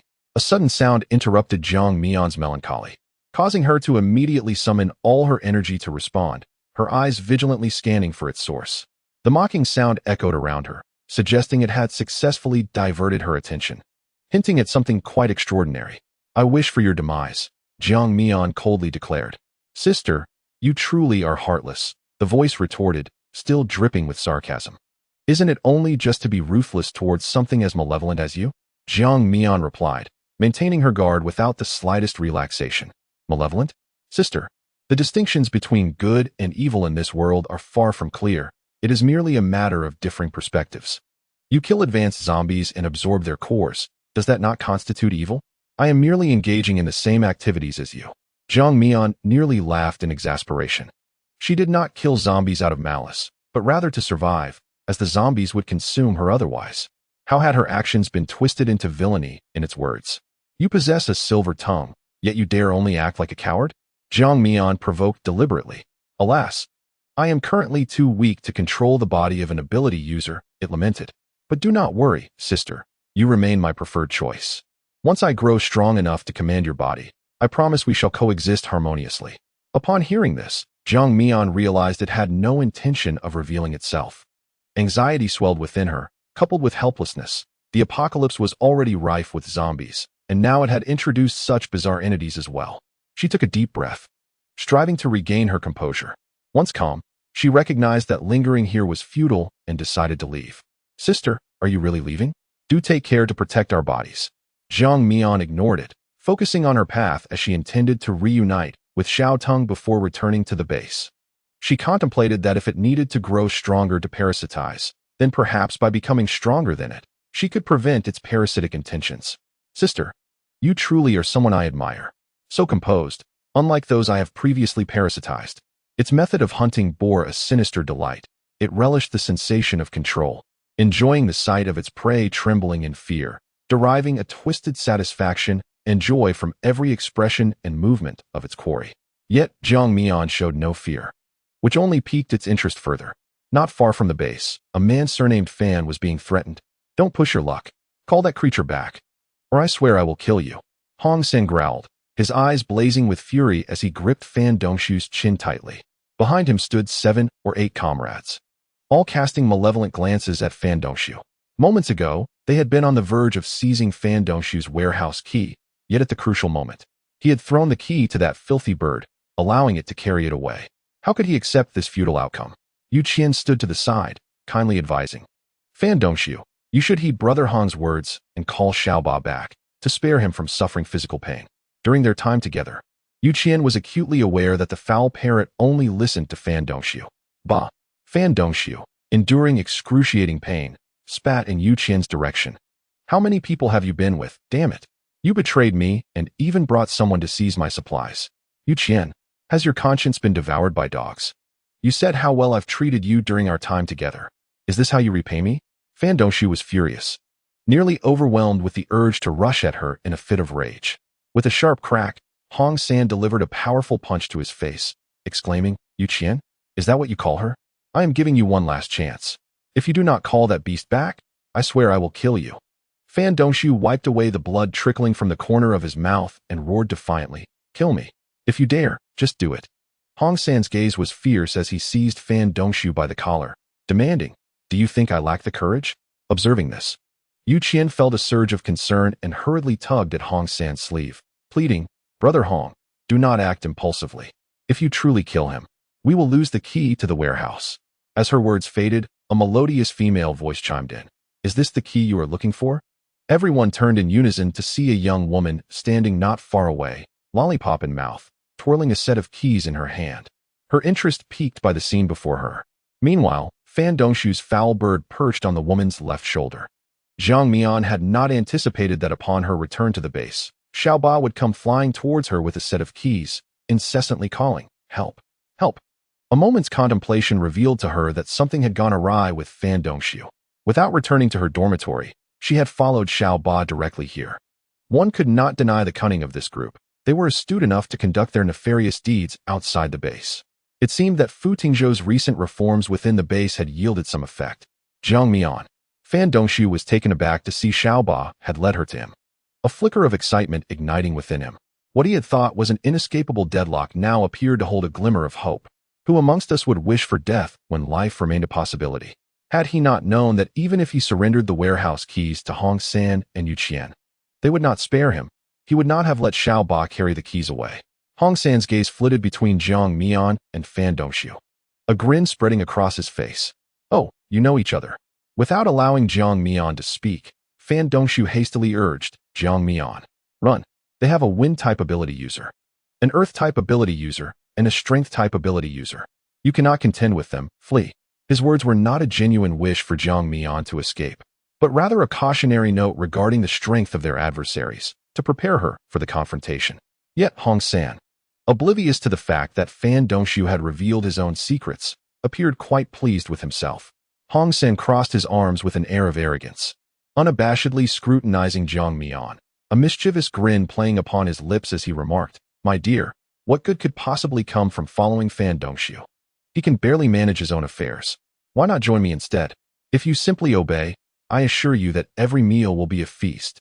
Chapter 90. What do I seek? At this juncture, Yu Qian, overhearing his words, felt a surge of discontent. She instinctively clung to Hong San's arm, pouting as she pleaded. Hong Gu, however, before she could finish her sentence, Hong San disdainfully pushed her away, growling in irritation, "Step aside. Can't you see I am engaged in conversation with this beauty?" Yu Qian stumbled slightly, nearly losing her balance, yet she dared not utter another word. Standing by with eyes filled with jealousy and resentment, glaring at Jiang Mian, Fan Dongxiu, witnessing this scene, felt a surge of satisfaction. Reflecting on how Yu Qian was often restless in his company, foolishly believing that associating with Hong San would yield favorable outcomes. Yet here she was, treated like refuse and cast aside, truly deserving of her fate. After reprimanding Yu Qian, Hong San immediately turned his attention back to Jiang Mian, his tone softening. "So, have you given it any thought, my dear?" Jiang Mian furrowed her brow, adopting a contemplative demeanor as she slowly replied, "Follow you? But what would I gain from such an arrangement? Your rotund visage? Your receding hairline? Your repugnant character? Or perhaps your arrogant self-importance?" Her words cascaded forth like a relentless barrage, each one dripping with disdain and contempt. You ungrateful woman." Hong San's face darkened with rage, the veins on his forehead bulging ominously.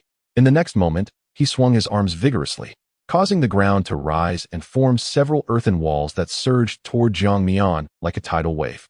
Yet, Jiang Mian stood resolute amidst the chaos, channeling her will as countless wooden vines sprouted forth, colliding with the earthen barriers. Upon contact, the sturdy vines pierced through the walls, causing them to disintegrate and rush toward Hong Sen's face. Realizing the gravity of the situation, Hong Sen cursed under his breath. Surprised by the resilience of Jiang Mian's wooden vines, he hastily conjured a thicker earthen barrier to shield himself while simultaneously dodging to the side. Though he narrowly escaped, his two companions fared poorly. One sustained a gash on his arm, while the other was impaled in the calf, howling in pain. A fierce glint flashed in Hong San's eyes as he bellowed, "Why are you all just standing there? Get in there and help me." Only then did the others awaken from their stupor, springing into action. The wind elemental users swiftly summoned their powers, unleashing a barrage of razor-sharp wind blades toward Jiang Mian, the blades slicing through the air with a menacing whistle. "Unfair play," shouted Little Vine, as it swiftly raised numerous resilient wooden vines, striking down the incoming wind blades with tremendous force, effortlessly cleaving them apart. The severed wind blades ricocheted, cutting through the leaves of nearby trees, creating a veritable rain of foliage. The wind elemental user stared in shock, murmuring, "How is this possible?" Meanwhile, the strength-type supernatural beings were equally unwilling to yield, rolling up their sleeves and engaging directly, firmly grasping the wooden vines that ensnared Jiang Mian. They attempted to leverage their formidable might to forcibly pull her closer. To their astonishment, Jiang Mian remained as steadfast as an ancient tree, immovable and resolute. This spectacle left the onlookers in sheer disbelief, momentarily blurring the lines of who the true strength-type supernatural being was. Upon witnessing this, Hong San was struck with dread, quickly regaining his composure. Seizing the opportunity, he sought to undermine the ground beneath Jiang Mian, intending to create a pit for her to fall into. However, Jiang Mian was no stranger to battling Earth-type supernatural beings. She immediately discerned Hong San's intent and nimbly leaped aside, evading the pit and using the power of the wooden vines to ascend to a towering tree. From her elevated vantage point, she coldly addressed the crowd. "I had no intention of taking your lives, but now that I have witnessed your malevolence, you shall all meet your demise." Before anyone could react, in the blink of an eye, she brandished 2 handguns, one in each hand. "Run!"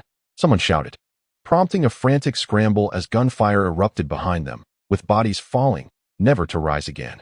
Within a minute, aside from Yu Qian and Fan Dongxiu, everyone else lay lifeless, the scene resembling a harrowing purgatory. The corpses were sprawled haphazardly in various positions, some contorted, others with wide-open eyes, unable to find peace in death. Yu Qian stood frozen, gazing at the sanguinary chaos, her heart gripped by terror. She had not anticipated the woman to be so formidable, so merciless. not even granting Hong San and the others a chance to plead for mercy. Terrifying. Utterly horrifying.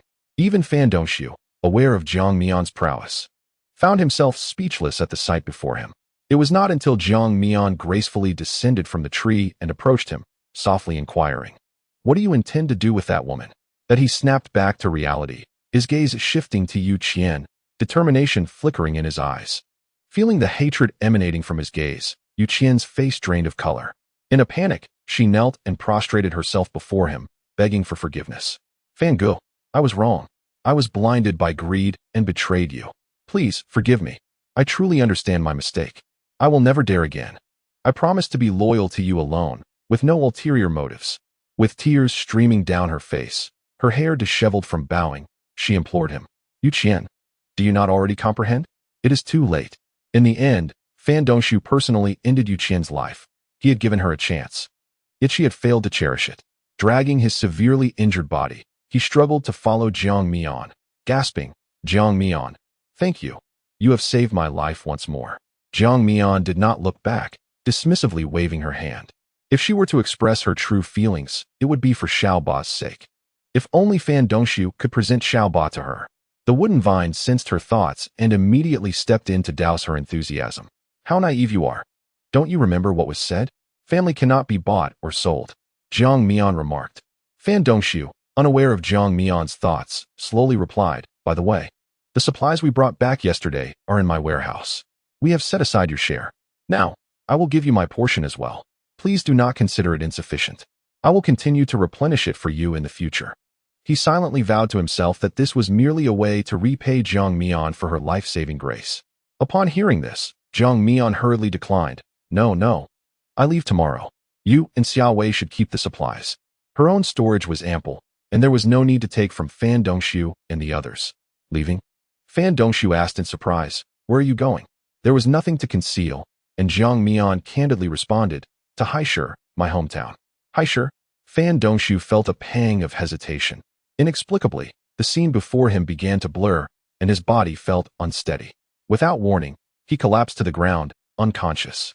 Little Eight cried out in distress, "Help! Help!"